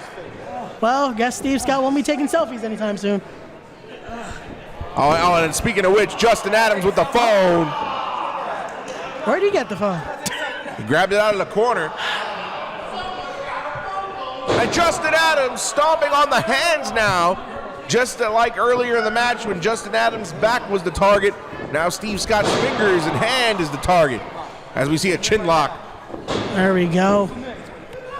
Justin Adams on a mean streak since winning that King of New York tournament over at Warriors of Wrestling. Definitely so. And again, he wants that momentum back after losing to Nino Cruz in such a way. Again, very nefarious way. I'm not sure how Nino Cruz got the win that night. But Justin Adams looks to reclaim glory here at Escape from New York. But Steve Scott laying it on heavy. These fans here at the Project faithful, enjoying what they're seeing. Oh, look at that. Oh. Russian leg sweep into a pinning combination. What a beautiful flow there by Justin Adams. Oh. Shades of the legendary Brad Armstrong. There you go. Bullet Bob, very happy with that one. And here we go. Justin Adams stomping away now in the corner of Steve Scott. Oh, come on, referee. He has till 5. Justin Adams now. Shoulder thrust. That was a fast count, Alphonse. It was not. And Justin Adams telegraphs. Steve Scott moves out of the way. Another Russian leg sweep. No, Steve Scott, he held on to the ropes. Had a telegraph there. Look at this, the cover. A pin, only a 2. Oh, what a knee to the face. That one knocked Steve Scott out cold. He won't be taking any selfies anytime soon. Going for the pin is Justin Adams. Only a 2 count. Justin Adams looking frustrated, going for another pin. Actually, not a bad strategy because Steve Scott has to exert energy every time he kicks out. Definitely so. That's definitely going to take away the oxygen from Steve Scott here. This is why, again, he's the king of New York, Alphonse. Justin Adams knows how to get it done. Oh, and Justin Adams firing away now. Again, working on that midsection area. He's trying to make sure Steve Scott cannot breathe properly here. Oh, and a DDT where his head caromed off that bottom turnbuckle pad. Come on, referee. Steve Scott up and over to the top rope. Beautiful shotgun drop kick that time. And both men are down. Look at that. The crowd loved it. Justin Adams, the first man to get up here, is definitely going to have that advantage. I'm hoping it's Justin Adams. But it looks like both of these men have the wind out of them here, Alphonse. Knock the wind out of him indeed. And both make it up to the count of 4 on their feet. Chops and right hands from Steve Scott staggered Justin Adams. Here we go, Adams off the ropes, he eats a clothesline. He gets up, eats a backhand elbow. And now a swing and a miss from Steve Scott, but he regains control. Ooh. Eats a backhand elbow into a Pele kick. Look at that. Steve Scott looking like he's playing in the World Cup this year. Beautiful, excellently executed Pele kick by Steve Scott. The veteran now into the corner. Justin Adams got to the outside, but he ate a backhand elbow. Oh. Super kick. No. Justin, get out of this now. Uranagi STO right on the ring apron. Once again favoring that back. I'm wondering what is Steve Scott setting up for. Oh! What a flatliner there. This might be it. Oh, only a 2 count. All he has left is 2. Here we go. Now Justin Adams trying to get back up to his feet. But he's about to get hit with another. Oh! These chops are getting louder and louder each time, Alphonse. Here we go. There we go. That King of New York spine buster. Only a 2, a near fall. I gotta say though, it still looks very first class. That it does.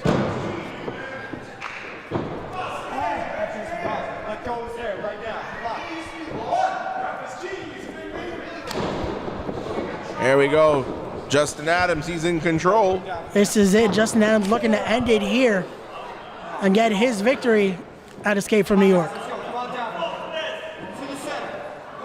Maybe Warriors of Wrestling will reconsider. They should have added Justin Adams to their team here tonight. Who knows? Especially if he comes out victorious in this match. It might be a regret. Oh, and a miss. He punched a turnbuckle pad. He went for Steve Scott. Oh, and a super kick. Wait, what is this? What is this? Oh! I don't even know what to call. That's innovative offense, though. But that's not enough to put away Justin Adams. Somehow Justin Adams kicked out. Steve Scott. I got to give it to Steve Scott there because that was truly innovative there, Alphonse. I'm not sure what to call that maneuver. Looking like a tombstone variation of the Michinoku almost.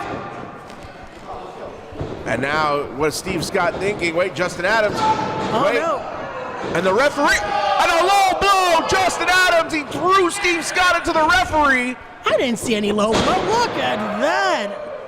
What a pedigree there. This might be it. 1, 2, and 3. You can't agree with those tactics, Ray. What do you mean? Steve Scott tripped, hit him with that pedigree, and it was over. Justin Adams threw Steve Scott. He pushed him into the referee.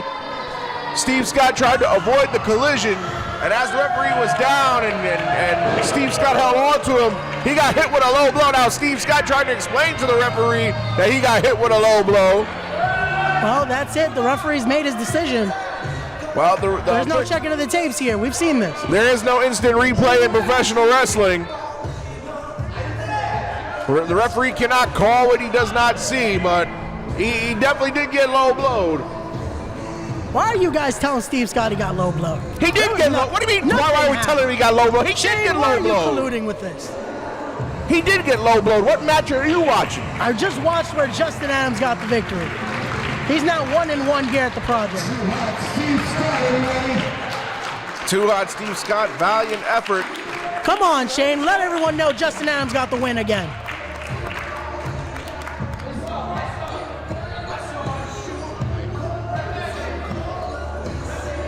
With that nice got to give it to Shane, though. He does look very dapper here tonight. As always. Next round one matchup in the Escape from New York tournament. Referee Jerry Mendez. I thought the brothers that killed their parents, is it? All right, I'm watching you.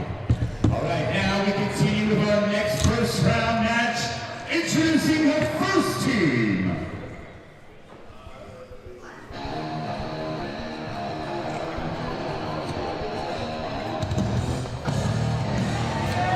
Here we go, another first round matchup. He looks like a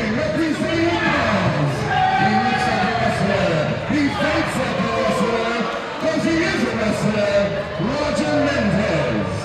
And then here are the two-time Warriors of Wrestling Tag Team Champions, Mike Patillo, and the Eye of the Storm, Danny Storm, The Rise. Finally, he is a three-time Warriors of Wrestling No-Limit Champion, Dexter Obsidian, Team Warriors of Wrestling. There we go, Team Warriors of Wrestling. Looks like they have support here tonight in Union. And their opponents.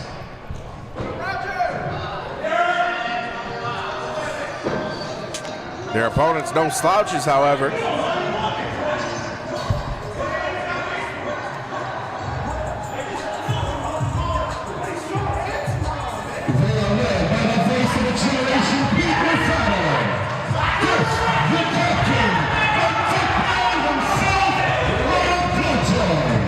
Secondly, the colossal Mike Law, Big King Leroy, and the Christian Beast, Okay, man, what a team here for We Are Wrestling. The contingent from We Are Wrestling, Colossal Mike Law, the Bushwick Beast himself, Chris Barton, Big Game Leroy, and of course, the heart and soul himself of We Are Wrestling, Rob Killjoy, and they're led out here by the owner, founder, and promoter of We Are Wrestling, the voice of a generation himself, commentator extraordinaire, Pete Rosado. He's all right. He's all right. We are wrestling, and we're witness candidate. Whole thing. He posted on the ring. We Are Wrestling, one of the younger companies in this tournament. Definitely so, but hey, that means they have that hunger. They want to prove themselves, especially in a tournament like this, Alphonse. A bit of an experience advantage. Chris Barton, the only man in this match who has previously competed in an Escape from New York tournament. This is true, but you also factor two of the members of Team We Are Wrestling. You have the experience in Mike Law and Rob Killjoy. That's true. And shut up, Ray. Let the two professionals do this. I'll tell you all about We Are. In fact, you have the We Are Wrestling commentary team right here. That the is voice true. of a generation, Pete Rosado and Alphonse Stephen, a.k.a. Kevin Kelly's best backup commentary team. So you just sit and watch the pros do it, Ray. Well, ladies and gentlemen, I would like to welcome my good friend, Pete Rosado, the voice of a generation, here to the commentary position here at Project Codename Wrestling. Pete, welcome. Fonz, it has been a long time coming. Good job, Ray. Good job. It has been a long time coming for me to join the commentary team here at Project Codename Wrestling, but it took We Are Wrestling to be here. This Escape from New York tournament. 7 of the best promotions, 7 of the best factions, of the best groups, however you want to put it, in the New York, New Jersey area coming together. I say 7 because we still don't know who the hell the wild card team is. They haven't told me anything. I might know something, but I can't say anything, apparently. And Big Game Leroy here, the master of wrestling while playing Nintendo Switch, starting things off for We Are Wrestling. Spent 1 year as the Invictus social media champion, did Big Game Leroy. Called his spot in a scramble match and has become a staple of the We Are Wrestling roster. In fact, Alphonse, you were there at Welcome to the Bronx when he called out Dan Moff, of all people. Charles Bronson is not the only man with a death wish, as Leroy has the support of all the Project faithful here in Union, New Jersey, and it seems like the people want Colossal Mike Law in there. And they'll get it. Mike Law tagged in. Roger Mendez on the Warriors of Wrestling side. Over 7 feet tall. It's a Colossal One, Mike Law. Are we watching the same match? Yes, we are. 7 feet tall? Yes. Listen, I know that living in a lower plane of existence, Ray, it's hard for you to see tall things. I get it, you're a short guy. Over 7 feet tall. Show respect to a Doghouse alumni, why don't you? Hey, I did earlier tonight. Steve Monsonek helped clean sweep Team Standalone. Pete, I gotta ask a question. Does the fact that Titan had a clean sweep, all 4 of their members going to the finals, does that bother you? You know, it's a scary thought. It really is. You know, because no matter what, if we don't have all 4, we're at a disadvantage. It's just the pure numbers game there. There we go. Mike Law pulling a big game Leroy. He's wrestling while playing the switch. What an influence here by Big Game Leroy. The head coach of the Fallout Shelter, the Battle Club Pro Nemesis Division Battleweight Champion and Colossal Mike Law. You know, the Warriors of Wrestling team had a lot to say, forgot about the resumes of the members of the team We Are Wrestling. And there's a tag. There we go, Mike Detallo here, one half of the current Warriors of Wrestling Tag Team Champions. Yeah, and he's in the ring against one half of the current Invictus Pro Wrestling Tag Team Champions in the Bushwick Beast, Chris Barton. Chris Barton, of course. And for those of you who have watched We Are Wrestling on Title Match Network, Chris Barton's a dangerous man. Coming off a series of wars with Yaya the Gifted One, including a street fight in the Bronx. And he has yet to get a win here at the project, though. That might change tonight. I thought we were going to get elimination right there. So close, yet no cigar, Pete.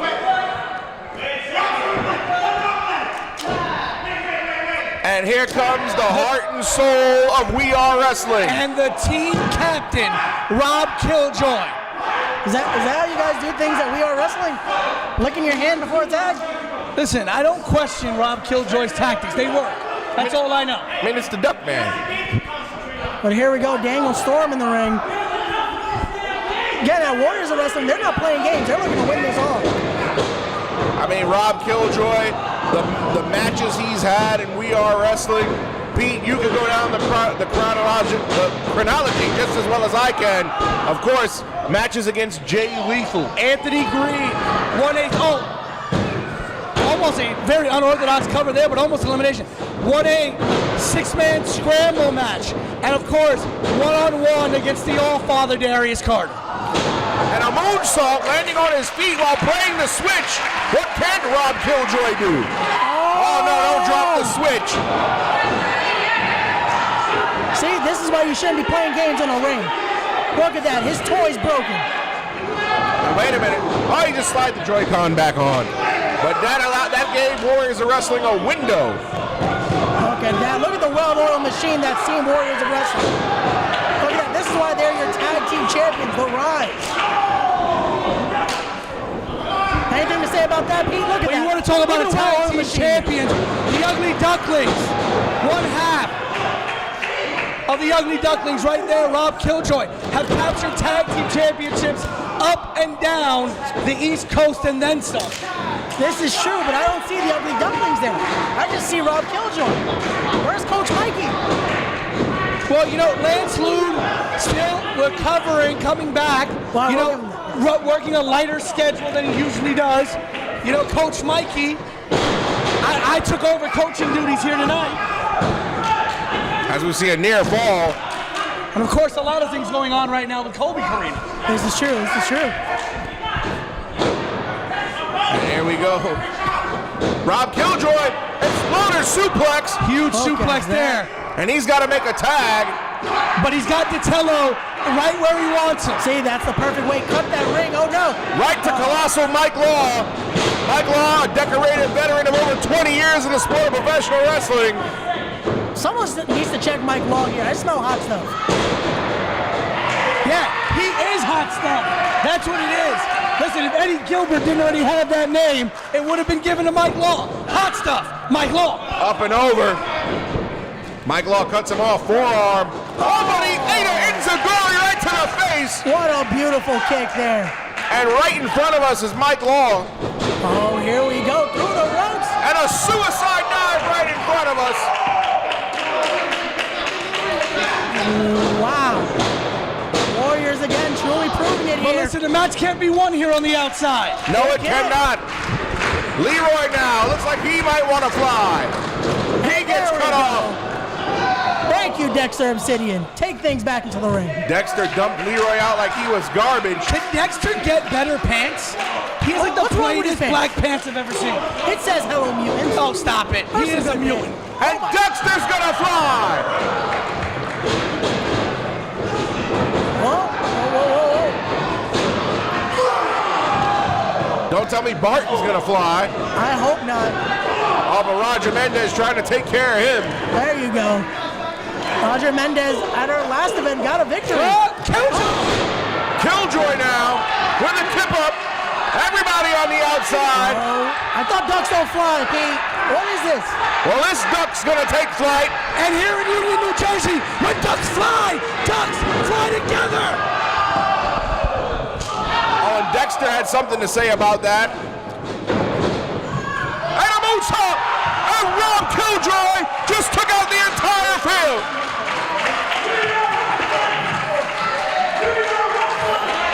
I gotta give it to your team here, Pete.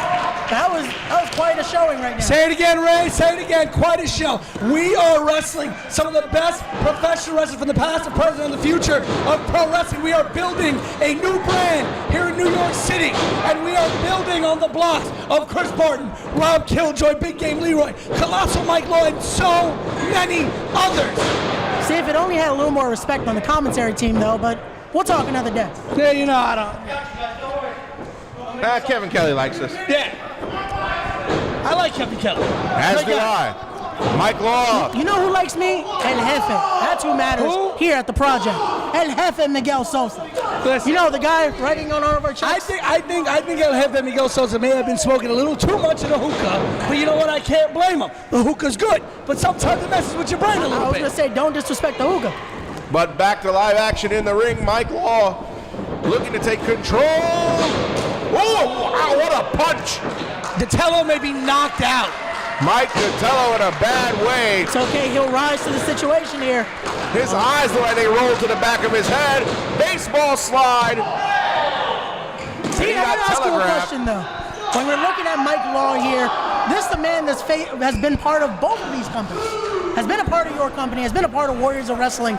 Can you truly trust the Colossal? Listen, I'm trusting him because I know what he brings to the table. He is one half, formerly, of the Warrior Tag Team Champion alongside Mark House. There's no denying that. But why do you think I picked Mike Law? Because who else is going to give me the inside information on Warriors of Wrestling? So why isn't he your captain? Oh, will you stop trying to instigate? Because Rob Killjoy is the captain, the heart and soul of We Are Wrestling, and Mike Law teaming with Rob Killjoy. I think we might see a double count out here. I was going to say, not so wise here from the Colossal one. All right, and referee Jerry Melendez. Let's get the official word. And Mike Law have both been counted out and are eliminated. So we have a double elimination. It's down to 3-on-3 as Roger Mendez comes from behind and clubs Big Game Leroy. Listen, I don't like the fact that we just lost Colossal Mike Law, but I'll take one to get one. We lost, they lose Mike Datello. 1-1 down, it's 3-on-3 now. It's still an even playing field. You just called Mike Law expendable there. No, wow. I said I'll take one to get one. I said I didn't want to lose Mike Law. I started by saying I don't like the fact that we lost Mike Law. Listen, I know you're a Brooklyn kid. Clean your ears a little bit. I know the soot in Brooklyn gets in there a little bit. Do me a favor, all right? And listen, kid. Listen to what I'm saying. Respect your elders. Respect those who came before you. I said I don't want to lose Mike Law, but if I gotta lose one to get one, I'll take that rather than just losing one. Wait a minute, the referee losing control here. Everybody's in the ring. You might lose more than one here, Pete, because it might be a Tower of Doom coming.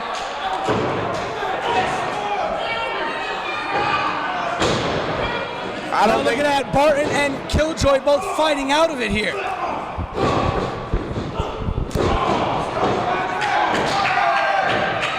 Wait a minute. Roger, he's got Leroy. Can we see a superplex? He's superplexed about everybody. Everybody knocked out in the middle of the ring there. I was gonna say an accidental whisper in the wind, would you, if you will. As Drowning Pool once said in 2001, let the bodies hit the floor. And everybody now, it's going to take a lot for the Warriors to come back. Can they survive this against We Are Wrestling? I'm going to tell you the answer. No. The answer is no. This is the biggest match of all of these young guys' career. They have never performed anywhere outside of Brooklyn, outside of Staten Island, except for Roger Mendez at one time here at the Project. These guys are not used to the bright lights. They're not used to the big stage. All 4 members of Team We Are Wrestling are ready and able to perform on the biggest of stages. Hey, but you gotta give it to Warriors of Wrestling. They're standing toe-to-toe with your guys pretty well. Wait, there's a cutter. 1, 2, 3, and Big Game Leroy is eliminated. All right, you know what? I gotta go check on my guys. What happened, Pete? What happened? Pete Rosado leaving the commentary position here. He's gone to ringside. It's down 3-2. And now we're down to 2, Alphonse. Rob Killjoy and Chris Barton with a look of worry on their faces. And Chris Barton.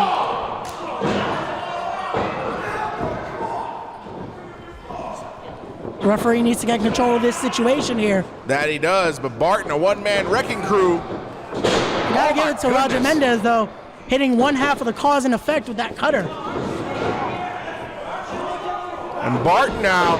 Oh, wait. We saw this earlier tonight from the originator. Are we going to see it again? We saw it from Steve Mack. Wait, what's Rob Killjoy doing from behind?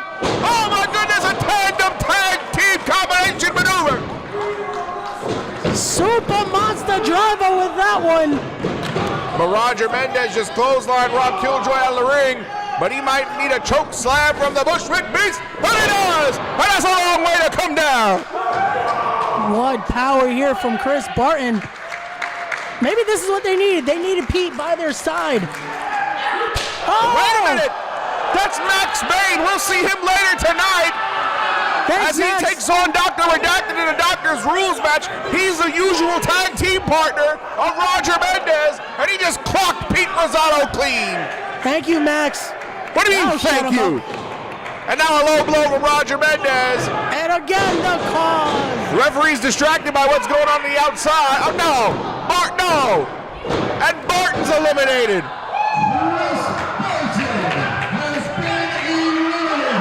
And here we go now, Pete's heart and soul. It's just down to him here. It's 3-on-1. And you have the hungry Daniel Storm, Roger Mendez, Dexter Obsidian. I feel bad for this ugly duckling. Rob Killjoy, the heart and soul of We Are Wrestling. However, the biggest knock on Rob Killjoy, a lot of people say he can't win the big one. He's lost big matches in We Are Wrestling to the likes of Darius Carter and Jay Lethal. Come on, Chris, don't be a sore loser here. Max did nothing wrong. And here we go, what a tag there. Daniel Storm, one half of the Warriors of Wrestling Tag Team Champions. Rob Killjoy, this might be it. Insurmountable odds here. It's 3-on-1. So close yet so far here for Team Warriors of Wrestling. Max Bain's still out here with that kendo stick though. Keep him away from me. Wait, Rob Killjoy. Backslide with a bridge. He got an elimination. Look at that. We are down to 1-on-2.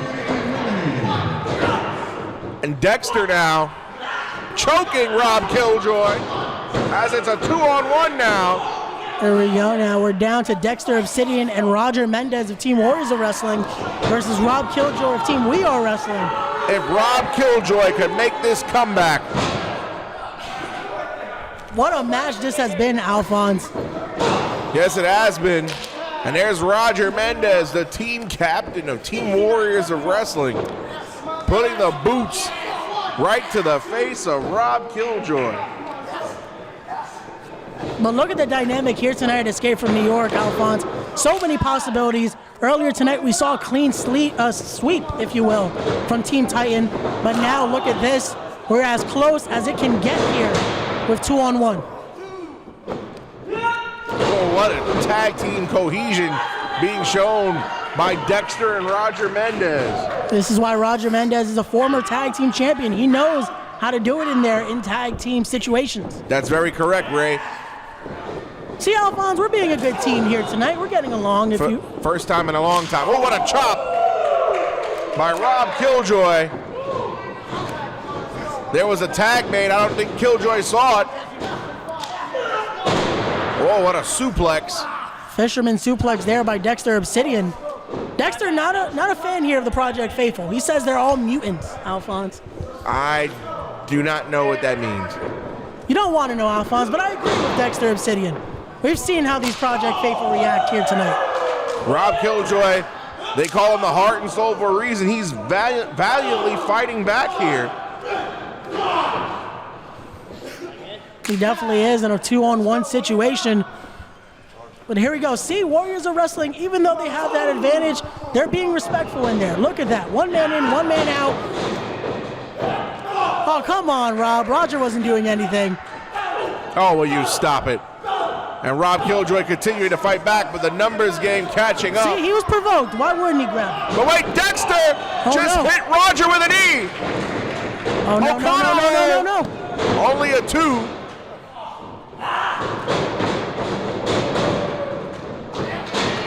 Backhand elbow. Oh. What a poison Rana there. Rob Killjoy all discombobulated. He's going up Death Valley driver position. Oh, this might be it for the duck here. Oh! That might be it for Dexter. It is. We're down to 1-on-1. Alphonse, these two teams here have gone the limit. It is 1-on-1 now. This is insane. Well, the good news is for the winner of this match, you won. The bad news is you'll go to the finals alone. Alphonse, you know what that means. The winner of this is going in with a whole Team Titan. Already at a disadvantage, 4-on-1. And we still have 2 more round 1 matches to go.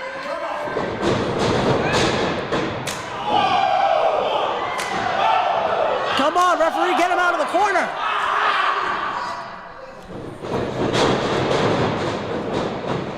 Rob Killjoy athletics on display. Oh, what a lariato there. Only a 2. There we go. Can Roger Mendez put away Rob Killjoy here? Or will Rob Killjoy do the impossible? That's it. His attitude is about to get adjusted. There we go. Hitting him with that variation of the attitude adjustment. Only a 2 count. I guess it wasn't as good as if it was from West Newbury. Jesus Christmas, Ray. And here we go. Roger Mendez talking trash now to Rob Killjoy. There we go. Can he hit him with the cause?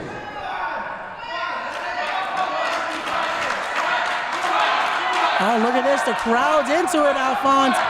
They want Rob Killjoy here, but oh. Backslide, pinning combination. 1, 2, only a 2. Rob Killjoy's got to stay on a Mahi Straw Cradle. 1, 2, only a 2 count. So close yet so far, but look at this now. Both men up to their feet.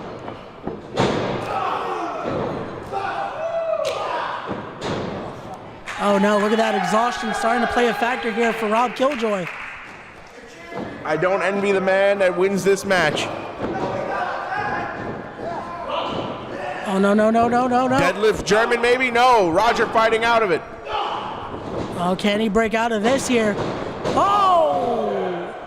Knocking him almost out of his boots there, Alphonse. And another kick from Rob Killjoy. And now he's able to do it. Deadlift German.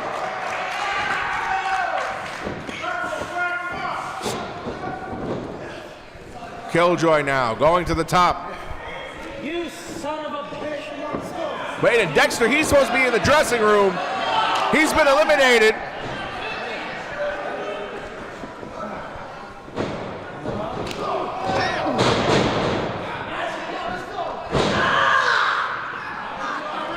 Dexter should be out of. Referee should have greater control. Oh, Rob Killjoy leaped into a cutter. That might be it. And that is it. And just like that.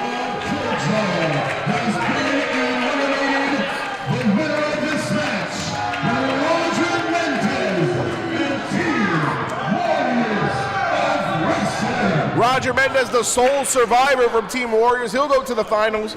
As of right now, the finals, all of Team Titan and Roger Mendez from Warriors of Wrestling. Can he pull the upset here tonight in the finals, Alphonse?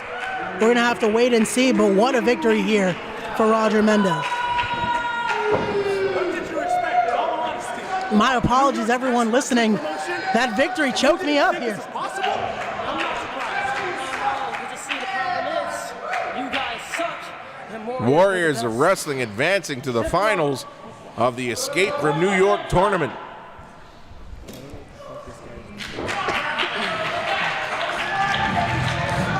Somewhere Joe Bellini is jumping for joy as Team Warriors advances to the finals here, Alphonse. And the crowd here in Union chanting Duck Lives Matter. Rob Killjoy gave it his best effort, but like all of his critics always say, when it comes down to the big match, he just can't get it done. Hey, look, there's that scoundrel Pete Rosado.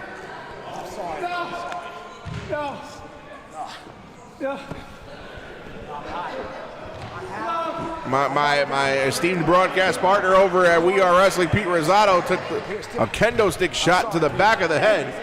Again, much deserved. How do you come disrespect me, my own commentary team here? What disrespect? Some say you deserve it. I thought we were getting along, Alphonse. Come on.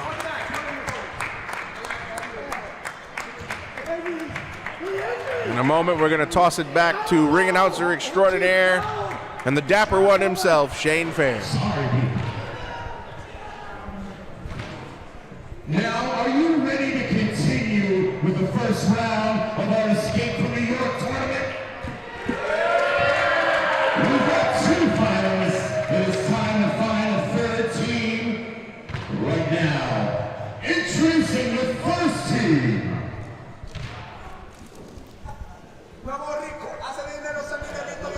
Oh, aren't you happy, Ray? Oh, here we go, Alphonse. It's time for first class. Are you going to get up and dance too?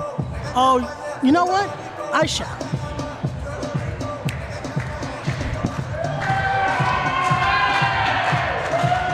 Here comes El Jefe.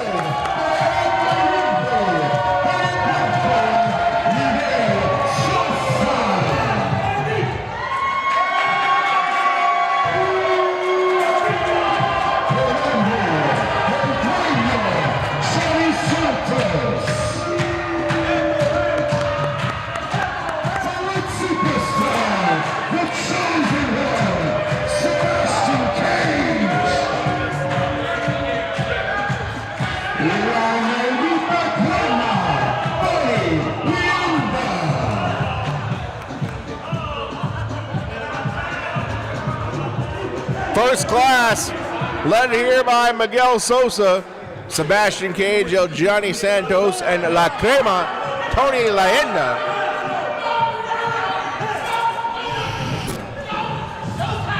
And the fourth member of the team,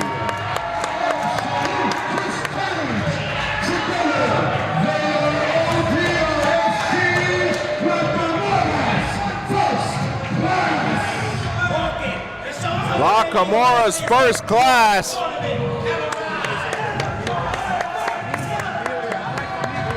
And TJ Marconi out here with them when Italy meets the Dominican Republic.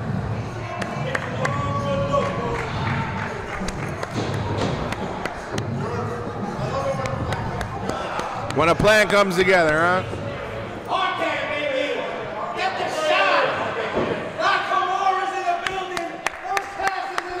Will you stop clapping, Ray? Alphonse, you're looking at your winners right there. And their opponents.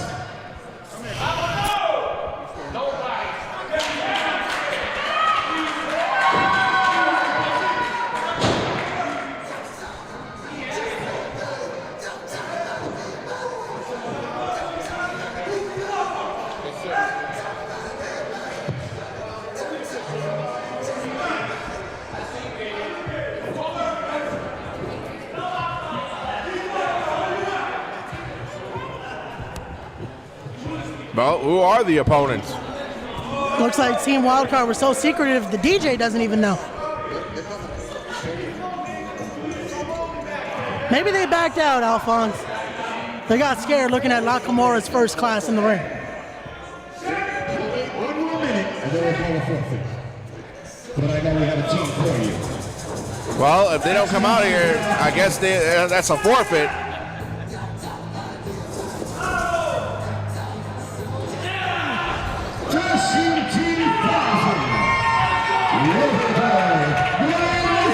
Boss man, what is this? Boss man, what is this?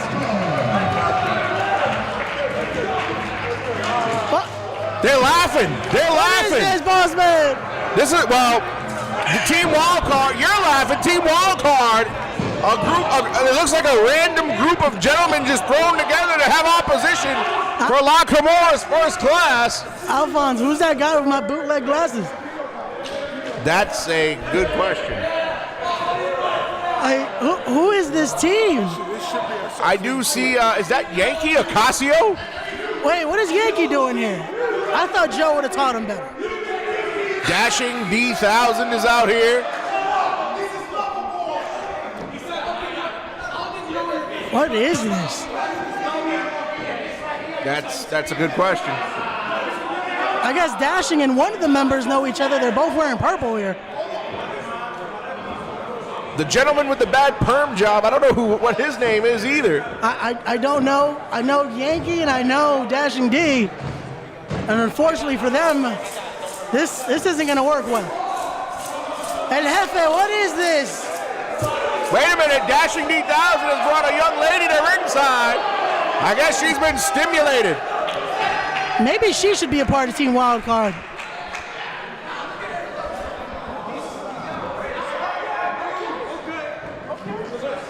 Well, I don't know what's going on here or how these four were selected. El Jefe, what is this?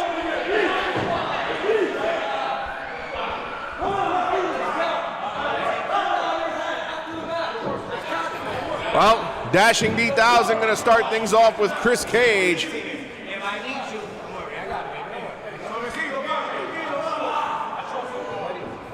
Let's do this.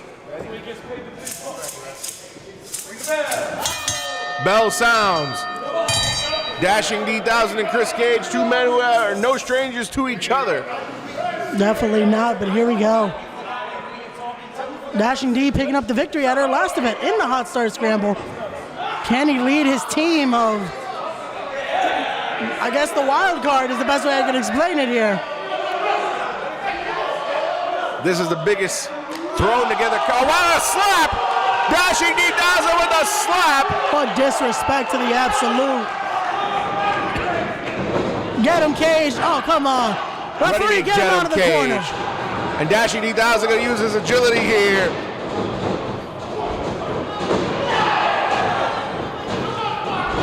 Swing and a miss.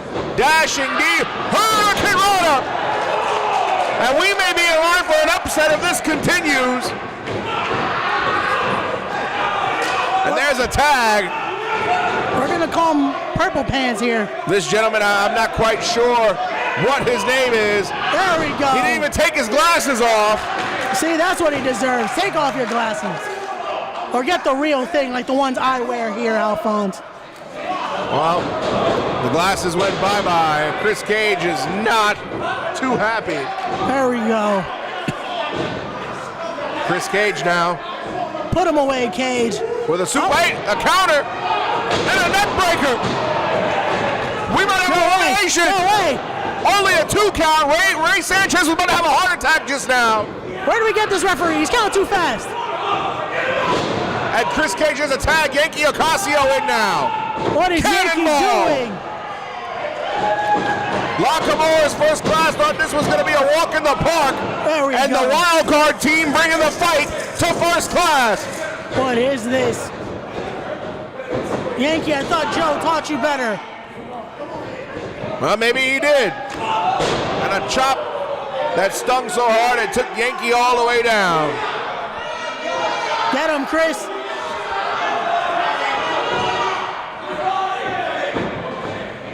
Already in the finals, the entire Team Titan Championship Wrestling. Roger Mendez representing Warriors of Wrestling. And the winner, the survivors of this match, also going to the finals. Chris Cage now, big back body drop from Yankee.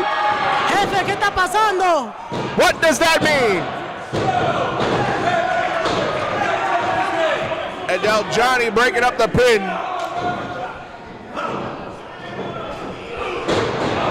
Clubbing blows. Here we go now, jumping elbow by that perm guy. And this young man looking to make a name for himself.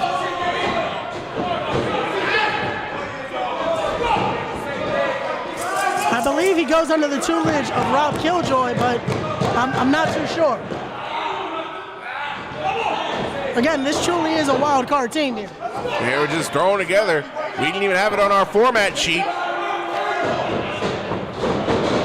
Up and over now, Chris Cage. And he took down Chris Cage. Chris Cage needs to make a tag. Tony Leyenda. No, Alphonse. Tony Leyenda. I said, that's what I said. No. Look at the powerhouse. Look at that. Into the neck breaker. 1, 2, y 3. First elimination there. This is why they're Nakamura's first class, Alphonse. So that gentleman's name was Cam Jackson. He's eliminated. This gentleman with the unique tights, he's taking it to Tony Leyenda. There we go. Look at that. Look at the size of Tony Leyenda. But he's getting the fight brought to him by this young man, this up-and-comer. There we go. Unfortunately, the barricade cannot be here, but La Crema stepped in, and look at this. A beautiful addition here to first class. So is Tony officially first class? He is, Alphonse. Right crossbody. Only a 2 count. Tony Leyenda kicks out. Come on, Tony. Vamos.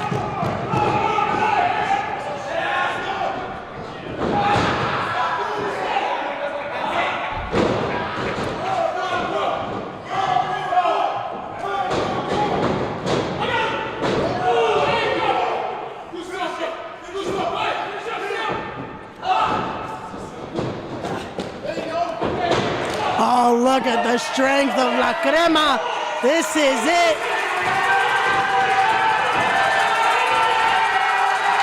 Wow, strength indeed. Mira eso, that's it. Hardy danced with it. Beautifully done. There we go. Alphonse, just give first class the trophy right now. And look at this. Right back into that neck breaker again.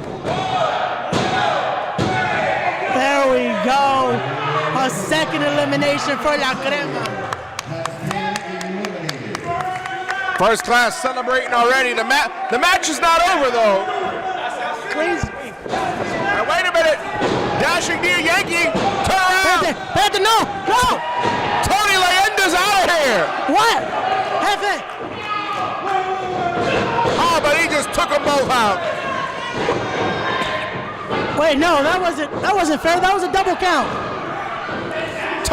This referee needs to get control. Tony was eliminated. La Crema, they say the cream rises to the crop, but he got eliminated.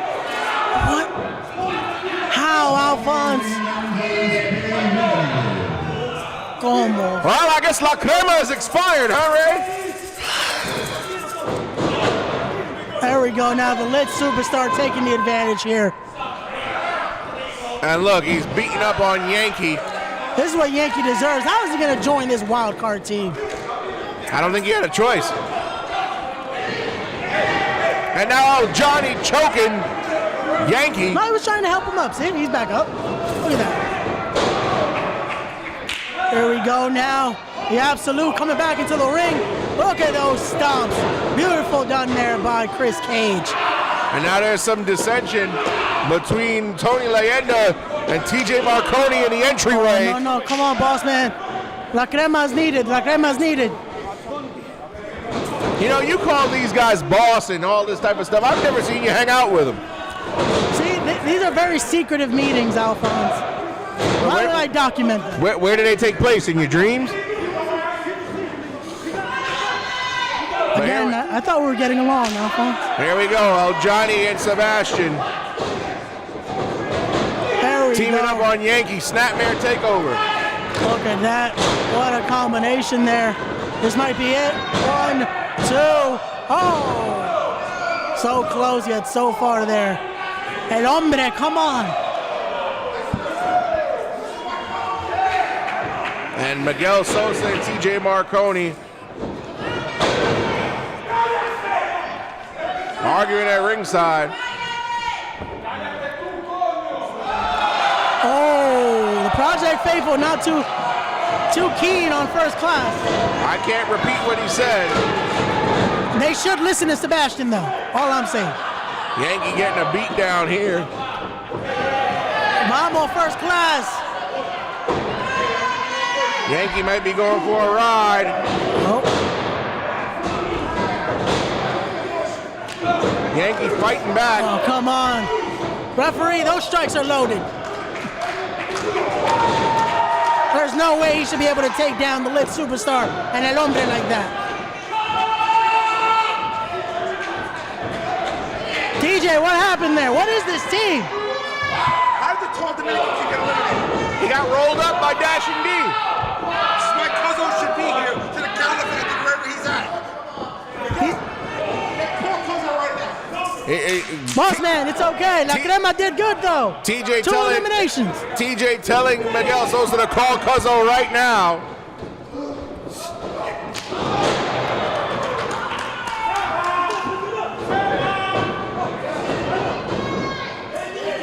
What in the heck is that? An assisted destroyer! And TJ Marconi on the phone yelling at Big Cuzzo. And look at that. Yankee Ocasio is gone. Look at that. There you go. That's what Yankee deserved. He should be listening to Joe Ocasio, not joining these random teams. Dashing D-1000 down to himself to deal with Chris Cage, Sebastian Cage, and Johnny Santos. He ate that super kick. What a beautiful super kick there. Here we go. It's time for a first class flight. Uh-oh, here we go. And Chris Cage is gonna fly. He's gonna drop that patented elbow right in the heart of Dashing D-1000. It's over. 1, 2, 3, y ya está.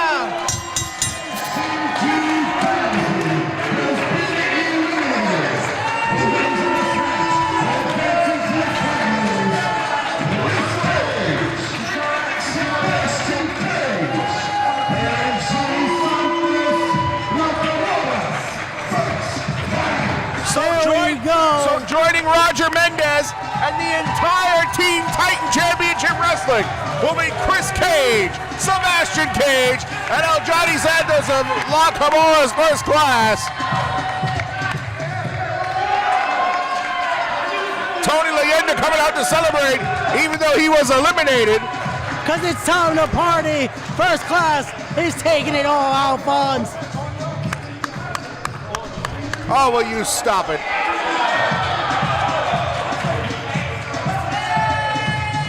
What in the heck is this? Look at that. That is victory. That is your next winners of Escape from New York, Alphonse.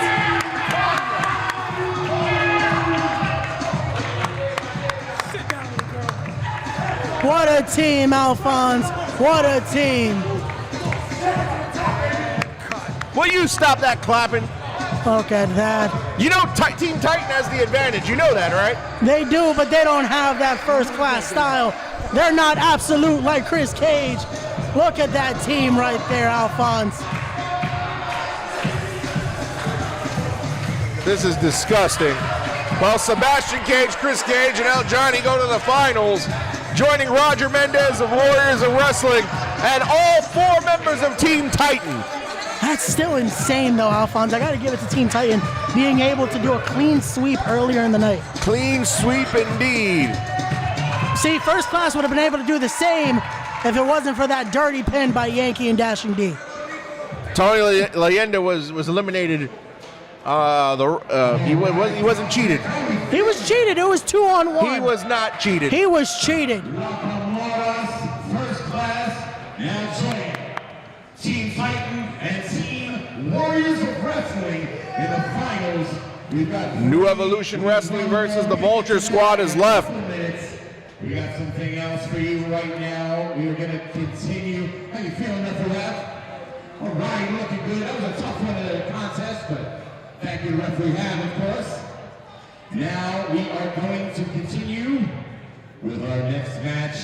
This is a singles match scheduled for 1 fall. Introducing first. Okay, switch out, Ulysses. I'll take care A rare singles contest here on Escape from New York tournament night. Well, we've had one already, Alphonse. It's not that rare. Introducing first, he's accompanied by Warriors of Wrestling middleweight champion, Dexter, fighting out of Villalba, Puerto Rico, and weighing 230 pounds, Atticus, the Executioner. Atticus the Executioner set for singles action here in his Project Codename Wrestling debut.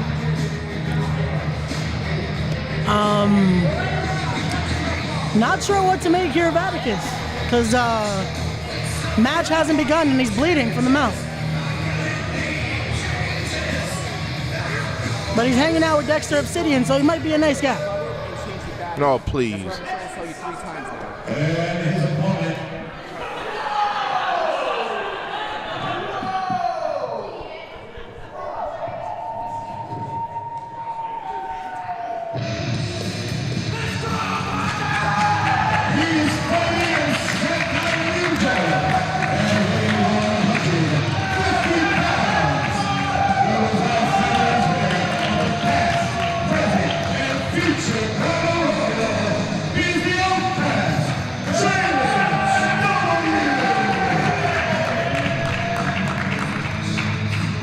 Well, here we go. 2 up-and-comers here. Did he call himself the Outcast? Yes, he did. And he's proud of that. A lot of outcasts in wrestling. Oh, okay.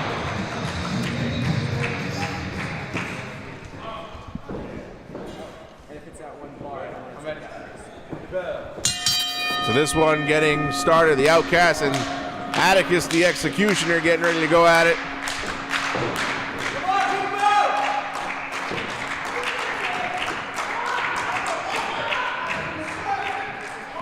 Both of these men making their project debuts. Both would love to come away with a win here. Definitely so. And again, wins and losses matter here at the Project. They want to get their win to get a standing in the singles division here at Project Codename Wrestling. The Outcast now showing his technical wrestling acumen. Heard he recently won a big battle royal full of up-and-comers. As we see it. It had up-and-comers, it had the best of Warriors past, present, and future there. Both of these men from right across the water in Staten Island, Warriors of Wrestling. Off the ropes goes Atticus. Shoulder tackle.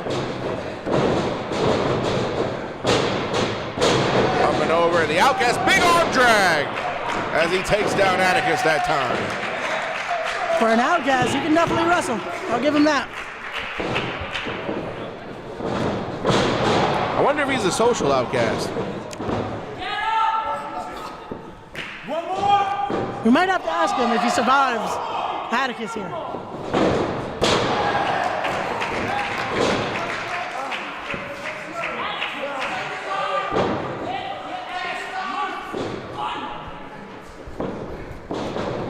Now look at this now, backing him into the corner here.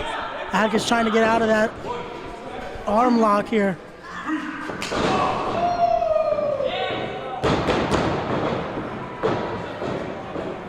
Oh, here we go.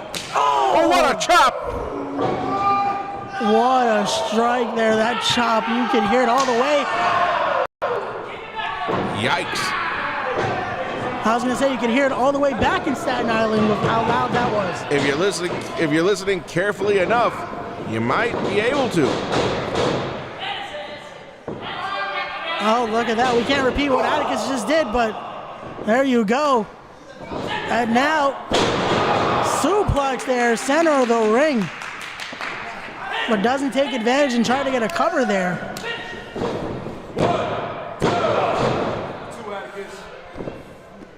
Only a 2 count that time.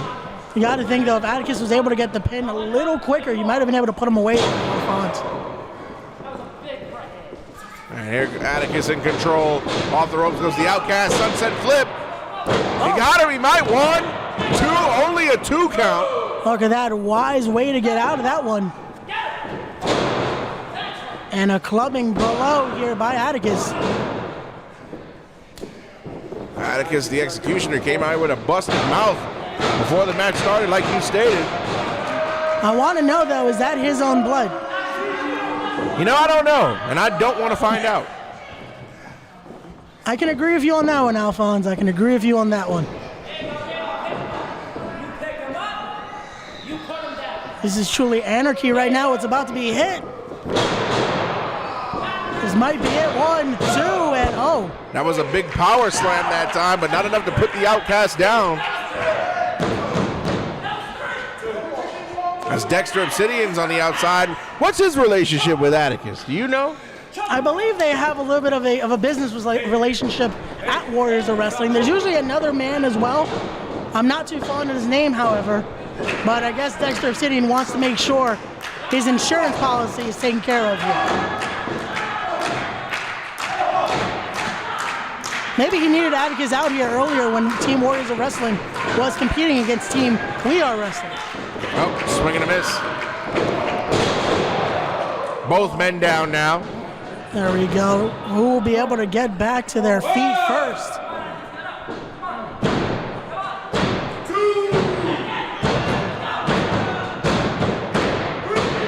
There we go, a count of 3. The crowd is live here tonight. And Dexter Obsidian trying to will his man Atticus back to his feet. But it might have been counterproductive because Jalen W is back up to his feet. And the Outcast, Jalen, couldn't take Atticus down with that clothesline. He tries another one. He tries a kick to the gut. That's what he's got. There you go. Atticus got a little too cocky there. But Atticus back in control using his size advantage. Jalen now. Oh! Look at that, keeping him in the corner. What is he thinking? With a splash. I'm not sure if it had all of it, though. Oh, what is this? Reverse DDT, maybe? Yes! He hit that one flush. This might be it, ladies and gentlemen. 1, 2. Atticus kicks out. Look at that. I thought the executioner was about to be executed there. Impressive flurry of offense from the Outcast. Trying to will this crowd behind him. I've heard the Outcast is known to cause some anarchy at Warriors of Wrestling. So he's definitely impressing the Project Faithful here. Here's a roll. Oh, he got caught. What is he thinking here? Oh, wait, losing the balance. Oh, sunset flip. And the Outcast got him. There you go. Jalen W with the win. The Outcast, Jalen Jalen W. comes to the project, makes his debut, and gets a win. Congratulations to the Outcast. You just made your name, buddy. They're on the board. Atticus looking like a sore loser here. There we go. Oh, and he got caught. See, if he would have had a little more experience, he would have known to get out of here a little quicker. He had enough experience to win the match, though. Oh, come on. There we go. That's a no-limit strike from Dexter Obsidian. Oh, don't do that. Stealing the spotlight from this kid. Oh, and now they're taking him away. Uh-oh. We might find out where the executioner gets his blood, Alphonse. Unbelievable.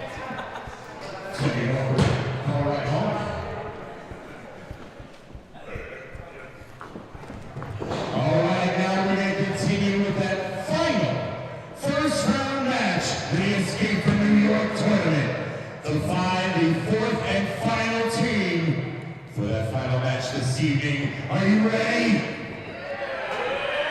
We're going to bring them out right now. Introducing the first team.